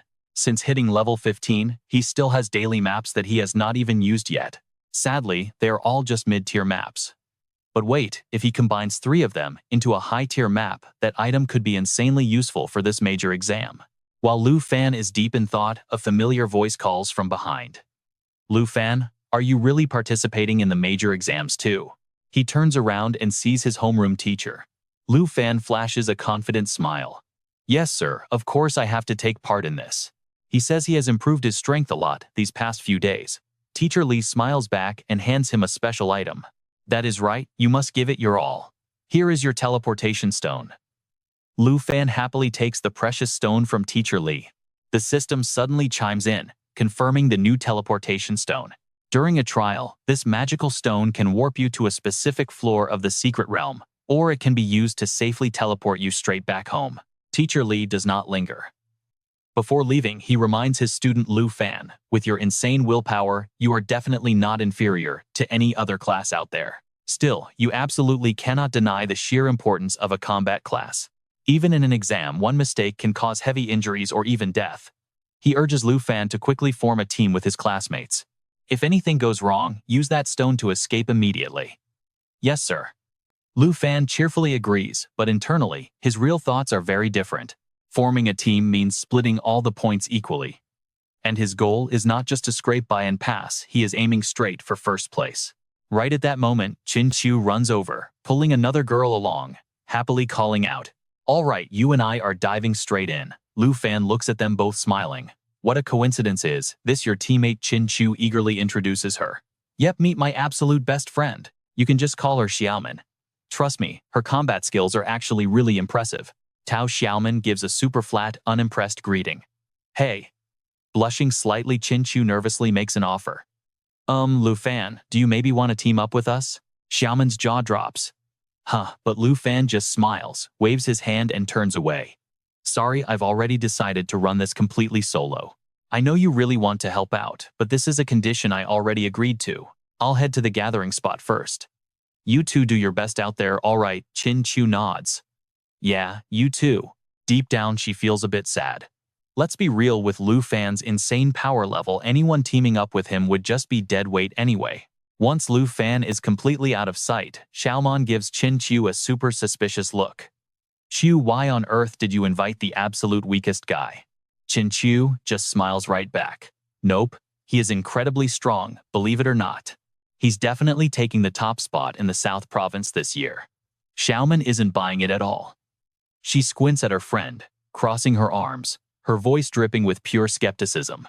Chu, what kind of crazy talk is that? Don't tell me you actually fell for that weak Dragon Tamer. Chin Chu's face instantly turns bright tomato red as she completely denies it. Stop overthinking things, Xiaoman just laughs, totally teasing her. Oh wow, your whole face is glowing. A little while later, Lu Fan steps through the portal into the Grand Trial dungeon. He immediately notices a massive crowd of candidates already gathered for the exam. Once every single candidate arrives, the principal's giant face suddenly pops up on a massive floating screen, ready to break down all the survival rules for this dungeon. Attention all students, that portal glowing up in the sky has 4 totally different difficulty levels. Normal, hard, extreme, and nightmare. Each time a candidate steps up, they get to pick their own tier. On normal, the monsters are mostly just holograms. You definitely will not take any kind of fatal damage. Normal mode gives a 0.9 point multiplier. But from hard mode onward, you face actual living monsters. If you use a teleport stone to escape hard mode, you still keep your points with a standard 1x multiplier. A few students start muttering among themselves. Looks like pretty much everyone is treating hard mode as the default.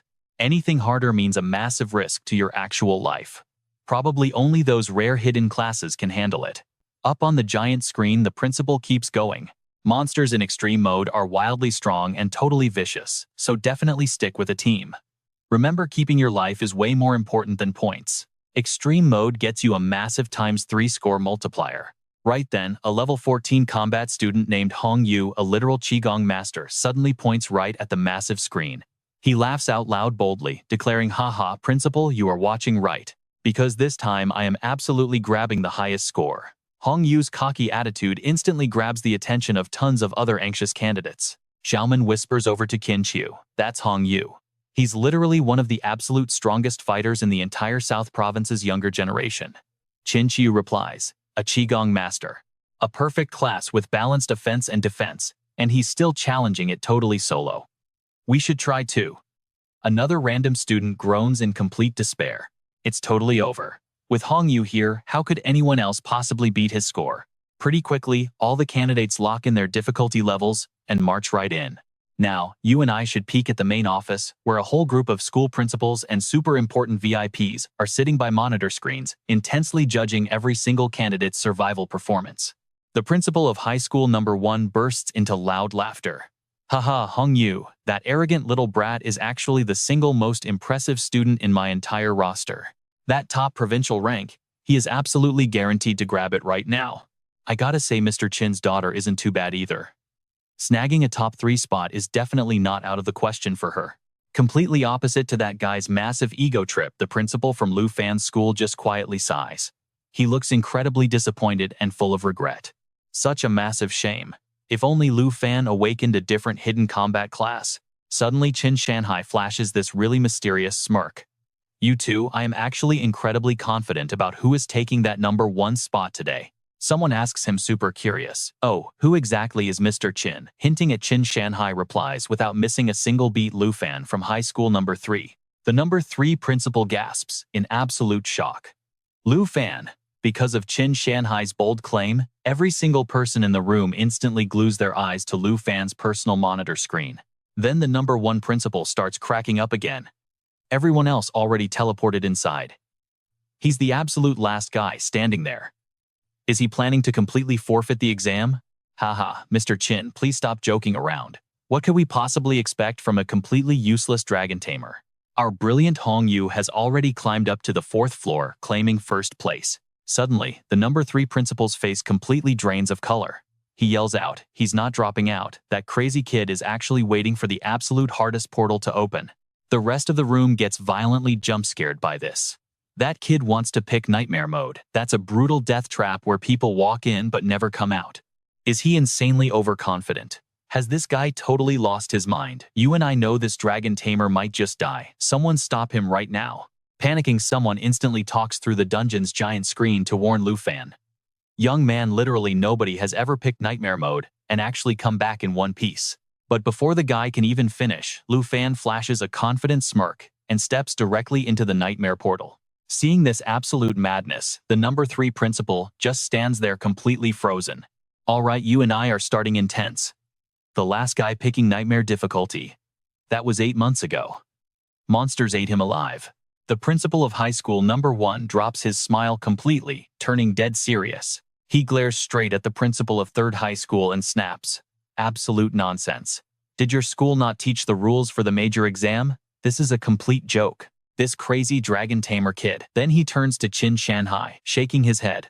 Mr. Qin, you need to watch your standards. This foolish choice doesn't even come close to our top student Hong Yu. Not by a long shot. Someone else chimes in, totally agreeing. Exactly. We are much better off waiting for that genius Qigong master to show us how it is done. Qin Shanhai just laughs casually. Aren't you two jumping to conclusions a bit too fast? Why don't we watch and see before judging him? The 3rd high school principal asks, totally confused. Mr. Qin, why do you have so much faith in this kid? But then his face changes. A wild possibility suddenly crosses his mind. What if? Could Lu Fan actually do it? Meanwhile, inside the nightmare dungeon, a red vortex suddenly appears, teleporting Lu Fan right into the danger zone. The moment his boots hit the ground, Lu Fan realizes he is totally surrounded. Creepy monsters lurk everywhere inside a thick pitch-black fog. He instantly draws his weapon, doing the math in his head. Floor 1 of the nightmare tower. There has to be at least 10 of them. As the beasts step out of the dark mist, Lu Fan instantly recognizes exactly what kind of monsters he is dealing with. Level 10 black mane wolves. Their vicious bites inflict heavy bleed damage on targets. Plus their Night Howl skill boosts all ally stats and resets cooldowns. A truly deadly pack. The black mane wolves lunge right at Lu Fan, bearing razor-sharp fangs. Time to get this party started, he thinks with a smirk. With a confident grin, Lu Fan dashes straight toward the wolf pack, unleashing his fierce Dragon Fang strike. Just seconds later, the system screen pops up. Nightmare Dungeon Floor 1 cleared. Score increased by 990 points. Absolutely insane. Back in the observation room, the 1st high school principal jumps out of his chair. He screams in total disbelief. With just 1 strike. How could this Lu Fan kid possibly be this insanely strong?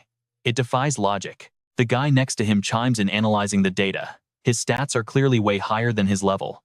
Principal Bai of 3rd high school gasps, his voice trembling as he finally blurts out his crazy theory from earlier. Did Lu Fan actually find a legendary dragon? We check the live leaderboard. Rank 1 Hong Yu on hard mode with 3,000 points. Rank 2 Lu Fan nightmare mode 990 points. Rank 3 Qin Q hard mode 900 points. Also tied for 3rd Tao Xiaoman hard mode 900 points. While everyone in the observation room is still blown away by Lu Fan, you and I are about to see some drama. The heavy door behind them is suddenly shoved open by a strange man. He speaks up coldly. Excuse the interruption. I am a special envoy, straight from Dragon City. Hate to bother you, but we really need to escort someone back for official investigation. Where exactly is the Dragon Tamer Lu Fan? Qin Shanhai glances at the door and instantly recognizes the guy. It is Chen Sheng, a level 57 combat class swordsman. Heavy hitter. Meanwhile, inside the nightmare dungeon, Lu Fan easily finishes off the monsters. But he doesn't rush straight to floor 2. Instead, he stays behind to hunt for a specific spot shown on the premium map he crafted right before entering. It doesn't take him too long. Lu Fan smiles softly and whispers, "Found it at last." The system alerts him that he has reached the treasure map's exact coordinates. He merged that premium map right before stepping in. Who knew the loot would spawn right here on the very first floor? Thinking to himself, Lu Fan reaches out and grabs a glowing book. The system chimes in he just scored an accelerated growth skill book. The accelerated growth skill book boosts the total experience points both he and his pets earn from killing any monsters. Lu Fan doesn't hesitate for a single second. He uses it immediately, and the system confirms he successfully learned the accelerated growth skill. Lu Fan smiles thinking it over. An experience boost that is absolutely perfect for Xiao Ye. Ever since they left Sang Village, his pet's leveling speed has seriously slowed down. This item is basically a lifesaver right when he needs it. Back in the observation room, Qian Shang stares at Lu Fan on the monitor and barks an order. "Principal Bai Lu Fan is your student. I need you to halt his exam right now and teleport him out here immediately. No delays at all." Principal Bai shakes his head, totally refusing. "Special Envoy, no matter what is going on, we should at least wait until he finishes his current exam. As his principal, I can step up and handle this for him." Qian Shang just pushes up his glasses. "You might speak for him, but you cannot take his punishment." "Punishment?" Principal Bai asks, completely baffled. The others in the room are just as clueless, wondering what on earth Lu Fan actually did. Right then Qin Shanhai steps up and grabs Qian Xiong by the arm. "Old Qian, for the sake of an old friend, can I say a few words?" Qian Shang shows zero respect, slapping Qin Shanhai's hand away with a stern warning. "Mr. Qin, back off. Do not interfere with my official duties. I have no clue why you are protecting this kid, but let me warn you once. Do not get involved in this mess. The Jin family and Dragon City's higher-ups will not let this slide. If you understand, please leave immediately." Then Qian Shang turns his focus back to the principal. "Principal Bai, hand the kid over right now." Before Principal Bai can even react, Qin Shanhai calmly lights a cigarette and speaks up once more. "Listen closely. You and I know old Qian, the Dragon Capital elites, the Jin family, and the whole Tai Chi kingdom make a massive mess. But once Lu Fan reveals his secret, absolutely nobody will ever dare to touch him. Today, absolutely no one is taking Lu Fan away from here." Qian Zheng frowns, pointing right at Qin Shanhai. "What kind of secret talking so crazy and openly defying a special envoy? Do you even realize what kind of crime you are committing right now?" Qin Shanhai suddenly grabs Qian Shang by the hand, his face completely serious. "If that is how it has to be, fine." Provoked Qian Shang angrily threatens him, swearing that all his actions will be reported straight to the highest authorities. Seeing the insane tension between them, Principal Bai quickly steps in to play peacemaker. "Special Envoy Mr. Qin, please both of you need to calm down." Qian Shang cools off slightly, finally yanking his hand back. He glares at Qin Shanhai, demanding to know what makes this kid so special you would go this far. Qin Shanhai turns his attention back to Lu Fan on the surveillance monitor and smirks.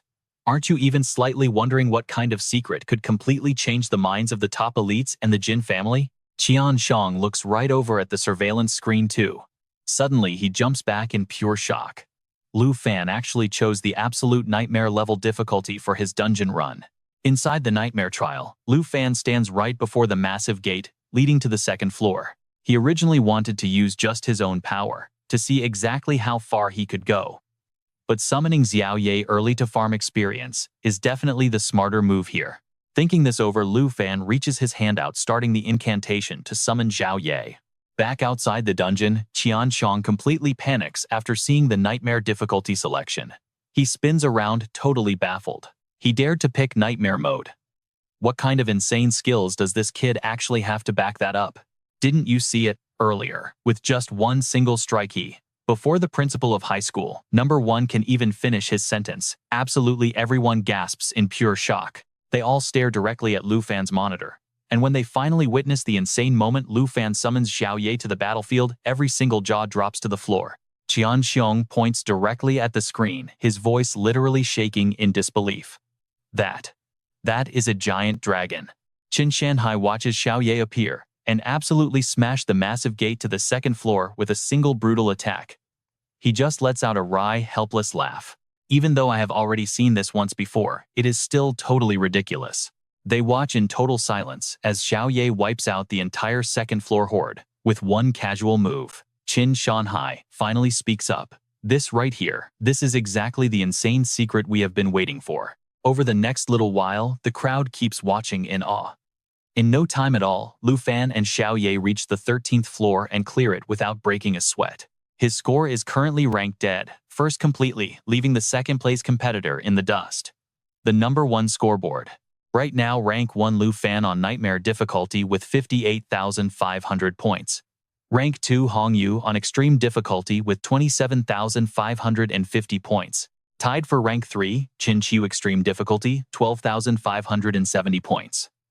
And Xiao Dao, Extreme difficulty also 12,570 points. After watching for a while, Principal Bai gives his serious assessment. It is not just Lu Fan's giant dragon.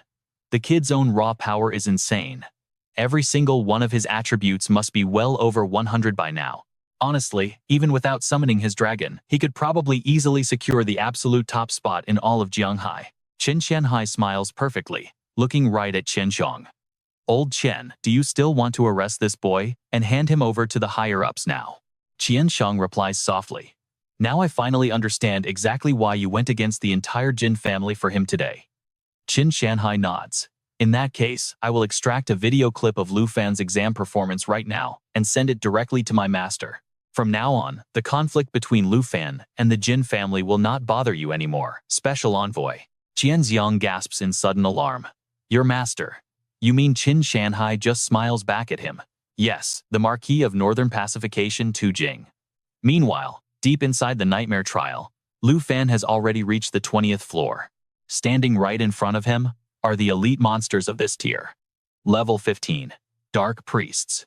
Their skill, Darkness Enclosure, it slashes the target's attributes by 50% while boosting their own stats by a solid 25%. Then there is Dark Fusion, dragging everyone into the shadows. During this state, they are completely immune to all attacks. Plus, they can fully control both Dark Cavaliers and Shadow Knights. Broken abilities. Thanks to the crazy effects of the new equipment he just grabbed, Xiao Ye is definitely going to level up very soon. With that in mind, Lu Fan instantly commands Xiao Ye to unleash the incredibly destructive Magma Flame skill. Hearing Lu Fan's order, Xiao Ye immediately opens its jaws, blasting out a massive wave of intense fire that completely blankets the area, instantly turning every single monster to total ash. The system immediately chimes in. Floor 20 cleared. Xiao Ye levels up, and Lu Fan finally hits level 16. Lu Fan cheers out loud. Xiao Ye, let us go ahead and completely flatten this tower together. Now, check out the scoreboard. Rank 1. Lu Fan Nightmare, mode 90,000 points. Rank 2 Hong Yu. Extreme mode 31,500 points. Rank 3 Qin Qiu, Extreme mode 16,900 points.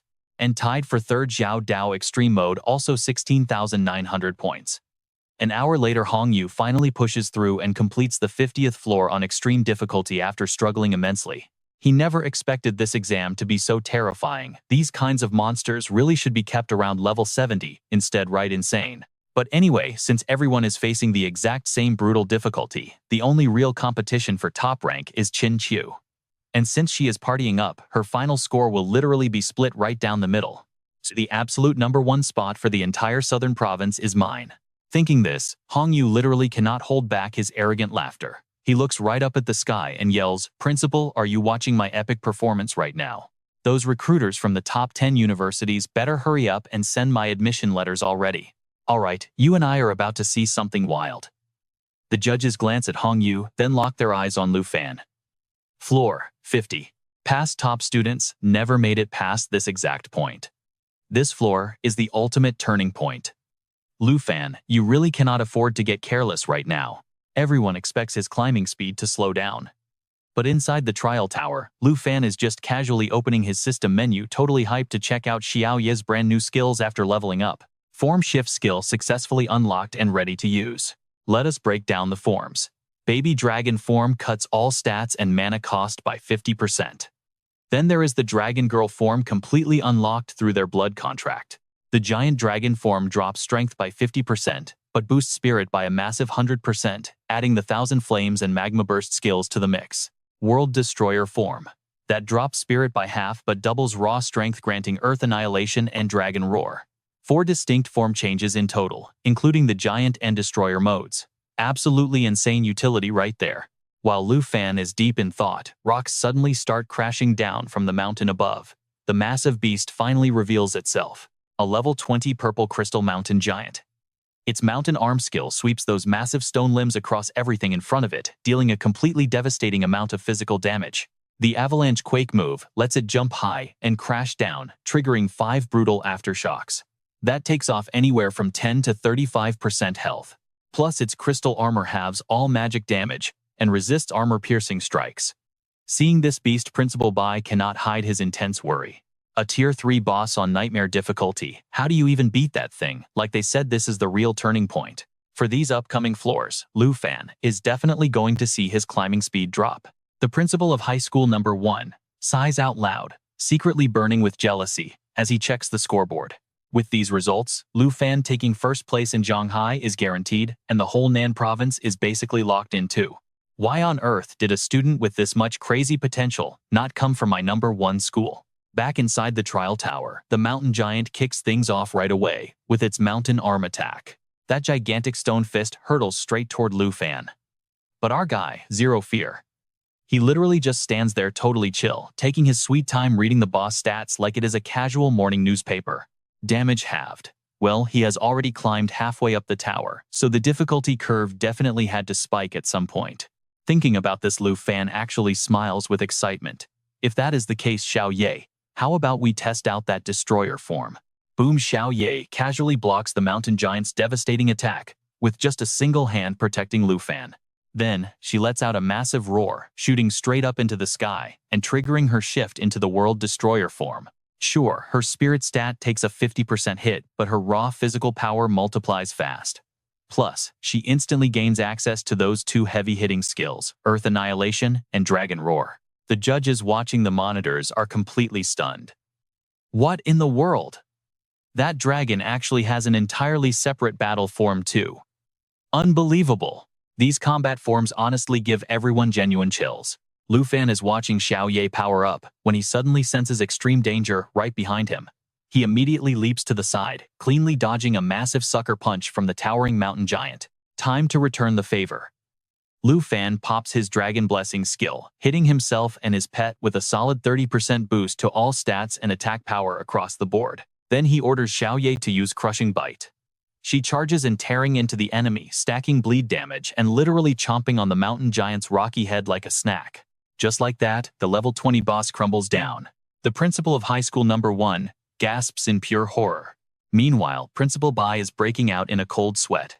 Now, this is where you and I really need to pay attention. Bai calculates that breaking that boss's defense in 1 hit requires over 2,000 attack power. Back in the tower, Lu Fan thinks the giant is dead, but suddenly its massive hand reaches for him again.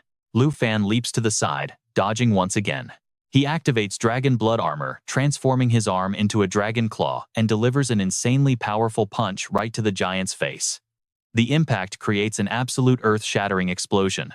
At this exact moment, Qin Shanhai turns to look at Qian Shang's completely bewildered face. Old Qian, given Lu Fan's current strength, shouldn't you feel pretty lucky that I actually stopped you earlier?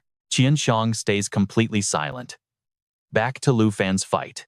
Once the thick dust finally clears, the mountain giant tries to keep fighting, but Xiao Ye hits it with a devastating combo. First, a Destroyer Dragon Roar that deals massive damage and inflicts weakness on everything in range. Then Earth Annihilation sends a brutal shockwave through the ground, dealing huge damage with a chance to drop enemies into an abyssal rift. Just like that, the boss is officially wiped off the map. Floor 50 successfully cleared. With that victory, Xiao Ye levels up to 12, while Lu Fan hits level 17. Choosing Nightmare difficulty was definitely the right move. The difficulty is not even a hurdle anymore. If he just keeps sweeping floor by floor, his experience points are going to skyrocket insanely fast. Lu Fan thinks to himself, before continuing his climbing journey. Up in the observation room, Qin Shanhai crushes his cigarette looking super smug as he tells the number 1 principal. Looks like 50 nightmare floors still cannot give Lu Fan even a tiny bit of trouble. Giant dragons truly go way beyond our basic understanding. Principal Bai, looking a little dazed, turns to ask Qian Shang, Envoy as an expert, from Longdu you know everything. Tell me, could you actually measure how much that dragon's power spiked during the shift? Because honestly, you and I are wondering the exact same thing. Qianxiang replies, looking deeply thoughtful. Alright, you and I are about to witness something absolutely wild. I have seen the big shots from Longdu fight before, but even then its stats after transforming must be well over 2,500, right? The principal of First High gasped out loud. Principal Bai just smirked, thinking to himself that it was exactly as he predicted. If anything, those numbers were probably even higher. After calming down a bit, the First High Principal spoke up. Since he already cleared floor 50, why not activate the X+1 formula? Then we will definitely see what happens. Wait, the X formula? Qin Shanhai asked, looking completely confused. Principal Bai explained it perfectly. That is exactly right. The X+1 mode was created by the original scholar who built this trial tower. Past floor 50, using that monster multiplier guarantees every single participant will eventually face the final tower boss. This setup makes the trial almost identical to a real-life hidden dungeon, a place where you could easily lose your life at any given second. The only catch: on Nightmare difficulty, even with the X+1 formula active, all regular enemies are completely replaced by terrifying Nightmare tier bosses. In Nightmare mode, the X+1 formula means there will not just be one single boss, and their stats will be massively boosted. Qin Shanhai took a slow drag from his cigarette, pointing at the screen with total confidence. You say all that, but just take a look at Lu Fan. As for Lu Fan, the kid literally does not care about the X+1 formula. Meanwhile, inside the training tower, Lu Fan could definitely feel that the difficulty had completely shifted after he crossed the 50th floor. But honestly, even with the massive spike in danger, Xiao Ye's apocalyptic form meant he really did not have to overthink his strategy at all. Stick with me here, because this is where it gets crazy. Lu Fan and Xiao Ye absolutely swept the floors. In barely 10 minutes, they hit floor 70. His level skyrocketed so fast that the veteran teachers were left completely speechless. 10 more minutes, and Lu Fan is already at floor 70. Honestly, the design of this specific trial tower is widely considered the absolute hardest one they have ever built. With a brutal setup like this, I honestly wondered if anyone could even make it to the 80th floor alive. But looking at how things are going right now, the First High Principal was completely speechless as he watched Lu Fan casually step onto the 83rd floor. Over the years, countless geniuses pushed themselves to their absolute limits to suppress their levels, only to end up totally drained and losing their lives inside this very tower. Qin Shanhai nodded in agreement. After all, he had already climbed 70 or 80 floors. Being that close to the final reward of the ultimate trial, nobody would ever just give up easily. The principal pointed right at the scoreboard, his voice full of eager anticipation. But that kid Lu Fan might actually be the first person to ever clear 100 floors. The principal of First High, who we will just call Principal Baldi. Out of pure petty jealousy, he quickly shot back. Hold on a second. Even if those bosses are weaker than their true forms, do not forget how insane floor 99 gets. He could not even finish his bitter sentence before someone suddenly cut him off. Look at the screen, Lu Fan just reached floor 99. Instantly, every single eye locked back onto Lu Fan. Lu Fan strolled into a ruined palace, where 4 massive headless suits of armor stood tall in 2 rows right around a central throne. Right at that moment, the candles on the wall flared up. An eerie blue light radiated from the armor as they started moving their invisible mouths, constantly chanting, "World-ending Headless Knight. Level 55. World-ending Piercing Strike ability activated." When the knight lands a hit, the piercing effect forces the enemy to take a massive 400% extra damage on impact. World-ending counterattack. If one knight takes damage, their massive sword automatically triggers a deadly counterstrike. World-ending thunder. The knight's twin blades get coated in crackling lightning, increasing their attack speed while adding heavy lightning damage. Then comes the world-ending slash. Whenever a target's health points drop below 15%, the knight will instantly lock on and completely obliterate them on the spot. World-ending oath. All 4 knights share their health points and defense, boosting the effect by 400%. These headless knights hail from the Fallen Kingdom, a very famous hidden dungeon. And remember, every single hidden dungeon is actually based on real historical events from the past. Just like Burial Village, the Fallen Kingdom was the tragic result of an entire nation being invaded by a massive undead army. Lu Fan calculated his odds while facing the 4 hulking knights. Intruder be slashed. One knight roared out, locking right onto Lu Fan with its world-ending slash, raising a massive axe to chop him in half. Lu Fan quickly dodged, but the sheer shockwave of the heavy attack still forced him to slide far back. Shared health points, huh? If that is the case, a surprise area attack is probably the most viable option right now. Since I lack crowd control skills, I just have to wipe all four out simultaneously. Having secretly formed a plan, Lu Fan immediately sprang right into action, and he leaped high into the air, fully preparing for his very first counterattack. One Knight instantly used the world-ending piercing strike to respond, but Lu Fan smoothly dodged it in midair and fired back with an incredibly powerful slash of his own. What totally shocked Lu Fan was that his heavy strike could not even scratch the surface of the Knight's thick armor. While he was deeply focused on figuring out a new strategy, another Knight suddenly appeared right behind his back, swinging a massive sword at him. Lu Fan quickly spun around and blocked the Knight's brutal attack. Just as the monster was activating its counter-strike skill, Lu Fan shouted at the top of his lungs, "Right now, Xiao Ye." Xiao Ye appeared like a literal god, instantly blowing away the entire palace and all four headless Knights. You and I both thought it was over, but nope, the Knights revived again, throwing themselves at Lu Fan like absolute maniacs drawn to a roaring flame. Lu Fan leaped into the air once again to dodge. I cannot waste any more time here. I have to reach the 100th floor as soon as humanly possible. Lu Fan makes a quick call. He orders Xiao Ye to unleash the magma flame skill, absolutely incinerating the entire Knight squad in a single heartbeat. Lu Fan hits level 20. The Black Dragon reaches level 15, unlocking a brand new absolutely insane skill, Great Cataclysm. Xiao Ye never disappoints, grabbing another epic skill upgrade. Now, there is only one single floor left to clear. Lu Fan cannot hold back his excitement as the heavy gates to the next floor slowly grind open. This is it. The final door to the very top of the trial tower is finally unlocked. Qin Shanhai watches the bald principal, standing there completely frozen, and just laughs out loud. Looks like you and I are about to witness some serious history being made today. The 100th floor principal Bai stares at the monitor, visibly shaking in fear. That specific floor was basically designed so that absolutely no student could ever survive it. Lu Fan pushes forward to conquer the tower. The exact second he and Xiao Ye step through that gate, a thick, suffocating aura of pure dark energy completely surrounds them. He watches the sword in his hand slowly fade away. Lu Fan glares forward fully on guard.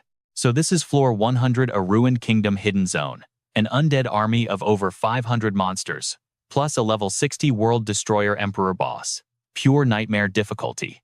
Lu Fan immediately gets ready for the massive fight ahead.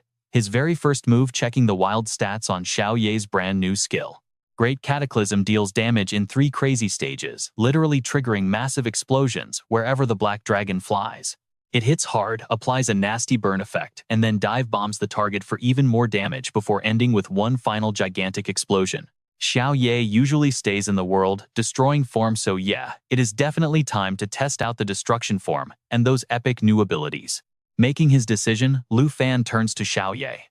This is the absolute final floor. Let us go secure those epic rewards together. Xiao Ye lets out a massive roar, totally agreeing with him. Lu Fan summons a fresh blade, pointing it straight at the towering boss. Xiao Ye switched to the giant destruction dragon form right now. At that exact moment, scorching flames erupt all over Xiao Ye. Just like that, the dragon's strength and spirit stats absolutely skyrocket to completely unbelievable numbers. Watching this absolute madness unfold, the panel of judges is left completely speechless. Wait, a third form. Lu Fan actually kept a hidden trump card. Protect the king. The entire undead army suddenly charges forward on command. Following the Headless Knight's order, the undead legion lets out a terrifying screech and rushes in. But Lu Fan and Xiao Ye do not back down, sprinting straight into the approaching horde. The second the two sides crash together, Lu Fan throws up a signal ordering Xiao Ye to drop that nasty Great Cataclysm skill. The dragon spits endless waves of fire into the skeleton army, melting their numbers instantly. This level of raw destruction leaves the observing judges completely terrified. Is this really something a high school student could actually master? The undead army is basically wiped out. While Xiao Ye casually hands out absolute beatdowns to the mob, Lu Fan dashes straight toward the big boss. You arrogant fool, kneel before the king. Right on cue, the remaining headless knights leap through the air to ambush Lu Fan all at once. Lu Fan smoothly sidesteps the attack and shouts for backup. Xiao Ye drops the third phase of Great Cataclysm, setting off a massive fiery explosion right where they land. That perfect strike instantly deletes 4 headless knights, leaving everyone watching through the monitors completely stunned. Now, you and I need to pay attention here. Even on the hardest floor of the entire trial, they still cannot figure out Lu Fan's true upper limits. 9.8 million points. Nobody in the last 30 years has even broken the 1 million mark. Just one tiny step left. Lu Fan is actually about to secure the ultimate exam rewards. Plus, this year's exam is officially the most brutal one ever. The loot payout is going to be massive, at least 3 super rare items guaranteed. Back inside the Dark Tower, Lu Fan and Xiao Ye have fully cleared out the undead trash. Sword ready in hand, Lu Fan slowly approaches the main boss. The lackeys are all dead. So are you going to fight or hide, you pathetic final boss? You ignorant, reckless fool. The World Destroyer Emperor screams in rage and recklessly charges straight at Lu Fan. Lu Fan combines Dragon Claw with Dragon Blood armor to tank a direct blade strike. Simultaneously, he commands Xiao Ye to unleash Burn, all things creating a raging fire tornado that shreds the boss. The angry Emperor is forced to jump backward to dodge. That is when the giant boss realizes his hand is violently bleeding, and worse, his powers are completely locked up. Turns out, alongside those heavy physical hits, Lu Fan quietly stacked a hidden skill from his Sorrow Ring. It can basically target anyone on the field to aggressively drain their resentment energy. Once that resentment gauge hits a specific sweet spot, his attacks start applying crazy debuffs. We are talking bleed, stun, and corpse poison to absolutely cripple the boss. Despicable. After shouting, the Emperor winds up for a second strike but gets blocked by Xiao Ye again. Except this time the dragon drops Phase 2 of Burn All Things, hitting with an explosive force that makes Phase 1 look like an absolute joke. Taking advantage of the distracted boss, Lu Fan dashes in with lightning speed. He stabs a critical blow right through the Emperor's chest, permanently deleting the final boss. Xiao Ye instantly levels up to 17. Lu Fan hits level 22. The entire Undead Legion is officially wiped off the map. Back in the observation room, the judges watch the monitors in absolute horrified silence. Over 1 million points. A floor nobody has survived in 30 years. So what do you and I take from this? Lu Fan just cleared it like it was nothing. Exams are totally done. Let's head home. You're missing home-cooked meals too, right? Lu Fan cheerfully tells his dragon Xiao Ye. The system instantly chimes in, announcing the 100th floor cleared. A massive congratulations to candidate Lu Fan for surviving the nightmare-level trial of the Southern Province. His reward: the rare Ice Dragon King's Fury skill book. Class requirement: you guessed it, Dragon Master. Dragon Mage level 20 requirement. Using this powerful item unlocks the Ice Dragon King's Fury magic skill. This absolutely insane move unleashes a massive blast of freezing air straight into the designated target zone. It deals heavy damage while stacking massive, slow, and time freeze effects. The damage and area of effect actually scale based on casting time. He also scores the rare Spirit Wind Ring, a level 20 requirement gear. Agility gets a solid 77 boost, endurance goes up by 35, and spirit climbs by 32. Plus, the wearer receives Spirit Wind's Blessing, boosting total agility by 35%. Then there's the legendary Flame Frost Cloak. Endurance plus 20, spirit up 79, strength jumps 56, and agility gains a massive 54 points. It features the Flame Frost Smoke effect, cutting incoming fire and ice damage by 30% while reducing debuffs by half. It also boosts his and his pet's fire and ice damage output by 30%. Lu Fan figured he'd have to wait until level 30's second class change to finally grab some solid control skills. So now he can totally coordinate these new moves with Xiao Ye's crazy skill set. It's a shame Xiao Ye doesn't get the agility ring's bonus effect, but it still heavily boosts Lu Fan's personal speed. A legendary cloak paired perfectly with Xiao Ye's destructive giant dragon form. He gets ice damage reduction and a sick fire damage boost. Absolutely brilliant setup. With his epic rewards secured, Lu Fan recalls Xiao Ye and proudly strides right out of the secret realm. Now you and I are about to see something wild. Outside, the examiners absolutely swarm him. Principal Bai practically sprints over, completely thrilled. "How are you this incredibly talented kid?" he shouts. "Top scorer. You are our school's ultimate pride.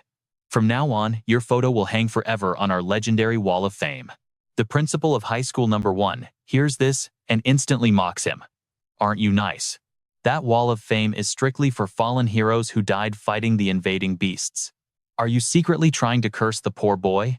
Get out of here. If I'm cursing anyone, it's you. Lu Fan utterly shattered the competition record. His future potential is completely off the charts. Qin Shanhai finally steps up calmly stating, regardless of everything, this competition allowed Lu Fan to truly show his maximum potential. Lu Fan, even though I fully mentally prepared myself for your performance today, you still managed to completely and utterly blow my mind.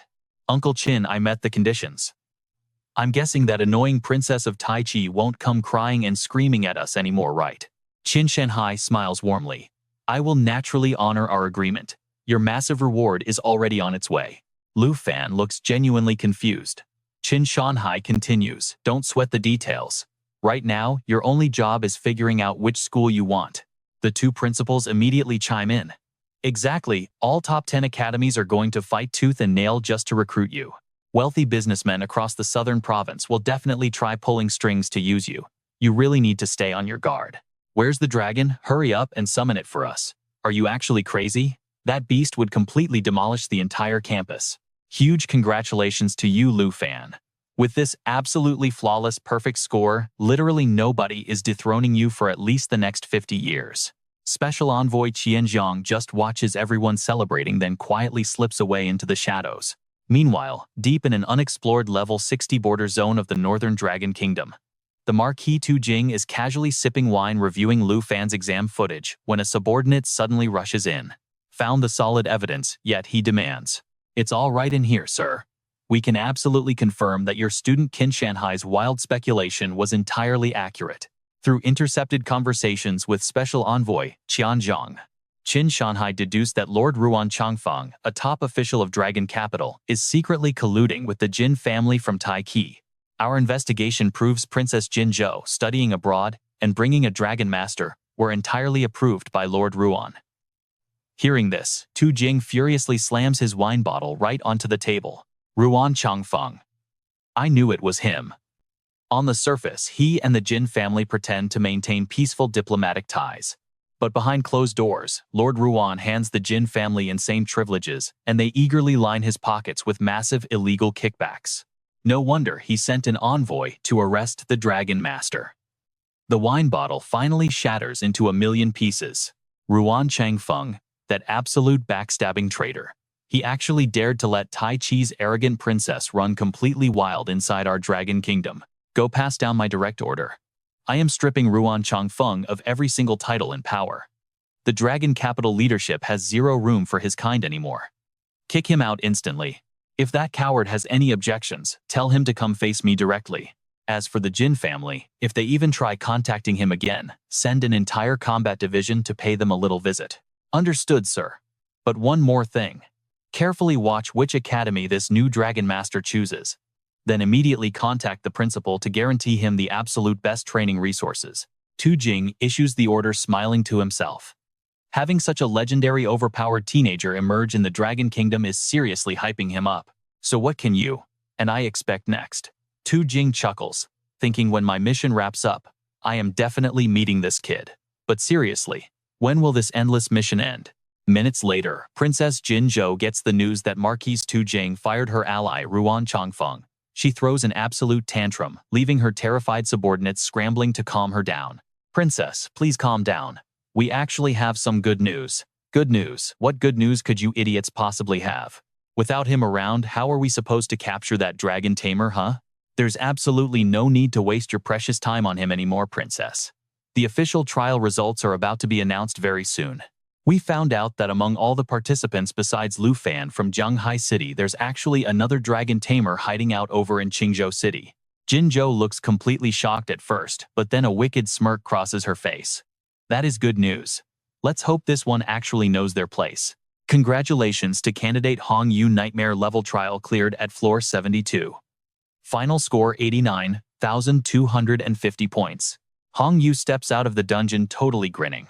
He is completely delusional, thinking he just secured the #1 spot and expecting a massive hero's welcome from the judges and his principal. The second he spots his principal, Hong Yu eagerly rushes right over to say hello. Oh, Hong Yu, are you already done with your exam? Hong Yu acts all humble, saying yes sir, but I only got 89,000 points. I really don't know if I'll be the top scorer. Haha, don't worry, that's a very solid score. You can get into whatever school you want. Sure, grades matter, but you should always know your own limits. You're pretty badly hurt, so go get treated immediately. The first high principal's completely flat reaction and cryptic words leave Hong Yu standing there totally confused and second-guessing everything. Did the principal mean he did okay, but that's about it? What the heck is that supposed to mean? A score this high and the principal barely even cares. He figures the old man is just warning him not to get too arrogant, trying to keep his ego in check. Thinking this over, Hong Yu cheers right back up. He quickly replies, "I understand now. Thank you so much for your guidance, sir." 3 days later, you and I finally get to see results day. The second Lu Fan steps outside his house, a massive mob of rich businessmen and university recruiters are literally shoving each other, desperately trying to shower him with gifts. Lu Fan is completely overwhelmed, but then Qin Shanhai walks up with a big grin. "Scores dropped today, so I guess everyone knows you're number one now, huh? It's way too loud out here. Let's head inside first," Han Ke awkwardly suggests, trying to avoid the crowd. Lu Fan checks his score online only to discover his results are completely hidden from the public. While he's trying to figure that out, Qin Shanhai officially hands over his rewards. Here is the 50 million in cash from Jianghai City, a reward for being the southern province's top scorer. Take it. Besides the cash, Principal Bai sent you some extra rewards too. Qin Shanhai pops open the item box, and the gear stats instantly flash right in front of Lu Fan's eyes. Rare skill book, Roar of the Blue Dragon King. Required class Dragon Tamer or Dragon Language Mage. Level 20 requirement. Once used, you will instantly learn the destructive magic skill, Roar of the Blue Dragon King. This overpowered spell fires a massive blast of lightning straight ahead, dealing absolutely insane damage to enemies while throwing in a nasty paralysis effect. After casting, you gain 20 stacking layers of lightning attributes. Each attack you make burns 1 layer, giving you a solid 20% chance to completely paralyze your target. Legendary Lightning Potion. A rare consumable item. Drinking this permanently boosts your lightning skill damage by 20%, while also jacking up your own natural resistance to lightning attacks. A Dragon Language Magic Book, plus a lightning potion that permanently buffs the skill even more. After mastering Ice Magic, now he's got Lightning Magic too. This means he won't have to rely entirely on Xiao Ye to dish out all the magic damage anymore. Rare Azure Breeze Armor. Level 20 required. Plus 70 to Strength, plus 46 to Endurance. The Azure Sweep passive effect cuts any incoming debuff damage by 30%. Then there are the legendary Flash Spirit Boots, which also require level 20. They give plus 68 Strength and plus 54 Endurance. The Flash Leap active ability lets the user instantly teleport to any exact location within a massive 50-meter radius. It has a 30-second cooldown, mobility and damage reduction all in one. Among the rookies who just finished testing, nobody has gear even close to this. If he equips all of this gear right now, his raw base stats will be almost equal to Xiao Ye when he first hatched.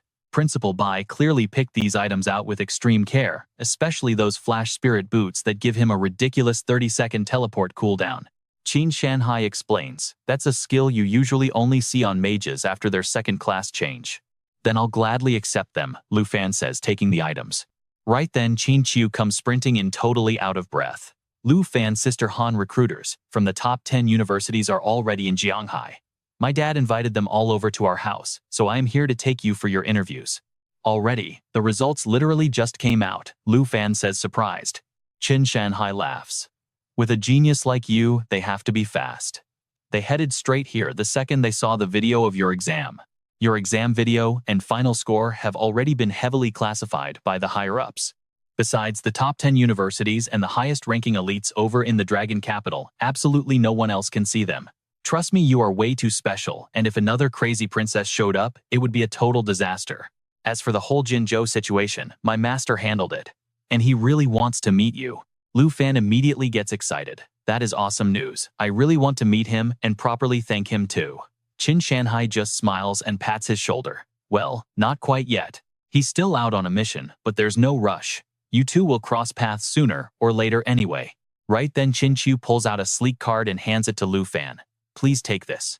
I meant to properly thank you last time, but unfortunately Jinzhou completely ruined it. It's an ultra-rare purple gold card. Wait, this is way too much. We only agreed on 100,000, but this card has 10 million on it." Qin Shanhai steps up with a warm smile. "Just take it. Consider it a token of our family's gratitude for saving Qin Chu's squad back at the village. Seeing Lu Fan still being overly polite, Qin Shanhai just laughs out loud. Hey, tonight someone is even taking you both to the Grand Jiangshan Garden anyway. If you can barely accept this little card, how are you gonna react when you see the massive luxury villa the province gives to the top scorer? Dad, seriously, please stop teasing him right now. Qin Chu quickly steps in to protect Lu Fan, grabbing his hand and pulling him away to meet the elite academy recruiters waiting at her house. Meanwhile, you and I need to check on the bad guys. Kui Hongtai takes Princess Jinzhou to the woods to meet the Dragon Tamer they are currently targeting. What level is he? Level 19, and his armored dragon is level 14. Jinzhou looks eagerly at Chen Tianji and his beast standing right in front of them. Dragon Tamers really are on another level entirely. He is already fighting a massive level 30 boss. The absolute unit of a monster aggressively charges straight toward Chen Tianji with earth-shattering speed and power. Chen Tianji immediately commands his armored dragon to swing its heavy tail for massive area damage, while he personally activates his signature skill, the deadly Dragon Spear Strike. Channeling immense dragon aura, he launches a terrifyingly powerful attack, delivering a single fatal blow that sends the giant boss straight to the afterlife. Thanks to that, Chen Tianji hits level 20 while his dragon reaches level 15.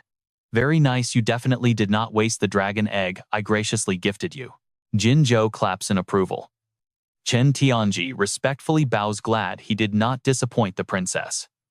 She smirks, saying she would only be disappointed if he were absolute trash, saying that Jinzhou shoots a seriously displeased and cold glare toward Kui Hongtai. From now on, your precious spear belongs to him instead. You do not have a problem with that, do you, Kui Hongtai? Even though Kui Hongtai is furious on the inside, he has no choice but to obey the princess. Chen Tianji graciously accepts the weapon, thanking her for the ultimate upgrade. With my armored dragon, this epic new spear plus your magic buffs, I am absolutely certain I will crush the top scorer of the southern province without breaking a sweat. Jinzhou smiles smugly to herself. Chen Tianji ranked second with 210,000 points, while Lu Fan's total score is still being kept completely hidden from the public. The public prediction is around 300,000 points, meaning Chen Tianji actually still has a real fighting chance. Lu Fan. You must burn that name into your memory until the day you destroy him and steal his glorious black dragon for yourself. I will help you become the strongest dragon tamer in history. In my kingdom, you will be my top servant, answering only to me but standing above tens of thousands. So when it comes to dealing with Lu Fan, do not disappoint me. With blazing determination in his eyes, Chen Tianji boldly promises the princess that he will proudly serve as her loyal knight until the very end of time. Jinzhou nods in total satisfaction. You are smart, much smarter than that arrogant Lu Fan. I offered him a golden ticket to the top, and he completely rejected it. Turning around, she aggressively orders Kui Hongtai to head straight to Zhanghai and investigate exactly which academy Lu Fan plans to enroll in next. If you cannot even handle a simple task like that, then get lost. Kui nods. Just thinking about Lu Fan fills Jinzhou with absolute venomous hatred. Very soon that arrogant fool will permanently regret everything he ever dared to do to me. Back at the Qin family living room, right before meeting the academy representatives, Qin Chu gently asks Lu Fan if he has finally decided which school he wants to join. Because I want to know, I mean my dad wanted me to ask. He thinks we should definitely enroll in the exact same academy so we can keep helping each other out. That actually sounds great. I heard academy teams are super important, and we already know we make a completely unstoppable duo in battle anyway. If we are running dungeons, you are absolutely my first choice for a partner. But honestly, I still have no clue which academy to pick. I will let you know later. Okay, yeah, sounds good. Qin Chu replies with a completely shy smile, wondering quietly to herself. She honestly has no idea how many points Lu Fan actually scored. If she cannot keep up with his insane pace, the massive power gap between them will only grow larger. Thinking about this, Qin Chu promises Lu Fan she will try her hardest to get into the same school. He simply smiles and agrees. Lu Fan smiles warmly, then pushes the door open to meet the recruiters. Hello, professors, I am Lu Fan. But before he can even finish introducing himself, some guy interrupts. You are Lu Fan, right? Trust me, every single person in this room has already watched your mind-blowing trial video. Absolutely spectacular. You are the very first dragon tamer in history to actually own a real dragon. Tell us, does our brilliant southern top scorer have a favorite academy yet? A sharply dressed female professor asks with a smile, but that older guy instantly scowls. Forget about favorites. Listen, our prestigious Jiangnan Academy is ready to offer you absolutely top-tier exclusive benefits right here and now. We are talking a massive scholarship of 10 million dragon coins a year, plus completely free potions, exclusive dungeons, and endless resources. The female professor immediately rolls her eyes and mocks him. Now you and I know this is about to get intense. She snaps back, saying everyone here represents the ultimate elite academies of the Dragon Kingdom. You really think those basic perks can win him? Aside from the incredibly basic stuff that Jiangnan Academy is trying to offer you, the Northern Frontier Academy will gladly give you 20 million coins a year plus access to 20 ultra-secret dungeons completely closed off to the public. The older guy absolutely refuses to lose this bidding war. He shouts back, claiming his academy can easily match those offers and even throw in super rare hidden fortune dungeons on top of it all. Alright, you and I are jumping right into this wild bidding war. That female teacher wasn't backing down, immediately bumping up the offer. If he wasn't completely satisfied, they'd add more. Lu Fan just watched this shouting match unfold, completely bewildered. He definitely didn't expect his college interview to turn into a wild bidding war. Man, now, he was even more confused about which academy to pick. Right then, Gu Han, the recruiter for Longdu Academy, finally spoke up. She announced that Longdu would be picking the participant for this year's national trial. She offered Lu Fan the exclusive spot. The older recruiter was absolutely floored when he heard that. Are you actually serious right now? Look, the kid is incredibly strong, but he literally just awakened his class. How could he possibly be qualified to enter the brutal national trial already? Past competitors had to survive brutal selection rounds. The other countries have been prepping their champions for ages, and this guy is just finding out today. Handing something this insanely important straight to a rookie, through a back channel, do you honestly treat the national trial like it's some kind of joke? Gu Han completely ignored his complaints and kept negotiating directly with Lu Fan. She explained that the national trial is a massive super dungeon built cooperatively by 23 different countries. Every 3 years, each of those nations sends exactly one elite competitor under 25 years old to represent them and fight in this ultimate national tournament. To keep the dungeon from completely collapsing, the competitors have to be newcomers. Top-tier national-level powerhouses are strictly banned from entering the trial. The entire world watches this massive competition closely, and the rewards are absolutely insane. We are talking about the rarest mythical treasures on Earth. The female teacher and the older guy, who were literally just at each other's throats, suddenly teamed up to furiously blast Gu Han's crazy decision. Even if you want to give him the spot, save it for the next cycle. This year's massive competition kicks off in barely 6 months. Aren't you being incredibly reckless here? But Gu Han stood her ground. Whoever conquers this trial earns the right to become a national-level powerhouse, the ultimate chance to go from the top of the southern province to number 1 in the Dragon Nation. Longdu Academy can give you this exact golden opportunity. The national trial wouldn't just guarantee him some ridiculously massive rewards, but it would actually launch him straight into the true ranks of the world's absolute strongest powerhouses. While Lu Fan was weighing his options, a system alert popped up. And you and I know what that means. Congratulations, Lu Fan. Today's treasure map has arrived. He realized this was actually his second god-tier treasure map, arriving after a seriously long dry spell. That very first god-tier map led him to the Black Dragon Egg, which absolutely meant this brand new map. Lu Fan checked the map and saw it pointing straight toward Longdu Academy. Without a single second of hesitation, he accepted Gu Han's invitation to enroll, but with one major condition attached. He demanded an admission spot for his aunt Han Ke. Her class was an enchanter chef, an incredibly rare hidden support class that you almost never see. Gu Han thought it over for a second before nodding. She agreed, but warned him the academy board would need a formal meeting to officially approve her special admission. Exactly 4 days later, Lu Fan and Han Ke finally finished packing their bags, fully ready to hit the road and head straight for Longdu Academy. She honestly never expected they would actually leave this place. After living there for so long, she felt a real pang of sadness about finally moving away. Lu Fan gently comforted her. They had a huge villa and tons of savings now, so they could live anywhere. She really didn't need to feel sad anymore. Han Ke smiled with total nostalgia. She still remembered when they first moved in and he was barely knee-high. Time really did fly by in a flash. Right then, Qin Qiu and Dao Xiaomon pulled up in a flashy supercar. They were taking the duo straight to Qin Qiu's private jet for their flight to Longdu Academy. Wait, Daozi signed up for Longdu too? Lu Fan asked with a knowing little smile. Dao Xiaoman bluntly replied that her scores matched Qin Qiu's. Since Qin Qiu picked Longdu just to follow Lu Fan, she followed too. Before she finished, Qin Qiu clamped her mouth shut. She felt bad for troubling the kids. Honestly, she never expected Lu Fan to remember this detail. Back when she awakened her class, she always dreamed of attending college like everyone else. She desperately wanted just one more chance to start her entire life over. Lu Fan had been so young back then, she truly didn't expect him to hold on to that memory. Tears welled up in Han Kei's eyes, and Lu Fan quickly pulled her into a warm hug. His aunt had worked herself to the bone for him. He never forgot the pure disappointment and frustration in her eyes when she was stuck with a basic lifestyle class. Because of that, he was absolutely determined to keep his promise. He was going to give both of them a much better life. And this was only the beginning. With everything finally settled, the four of them immediately set off toward the legendary Longdu Academy. A few hours later, they were checking out the bustling campus outside Longdu Academy. Suddenly, they bumped straight into the totally arrogant Princess Jinzhou, who was also there to enroll. The second she stepped out of her ride, she started her usual stuck-up complaining. She scoffed, saying the Dragon Nation's capital was honestly nothing special at all. "Wait, it's Lu Fan." One of her lackeys spotted him and practically yelled out, realizing he was actually the infamous Dragon Tamer from Shanghai. "Well, that definitely saves us the trouble of hunting him down."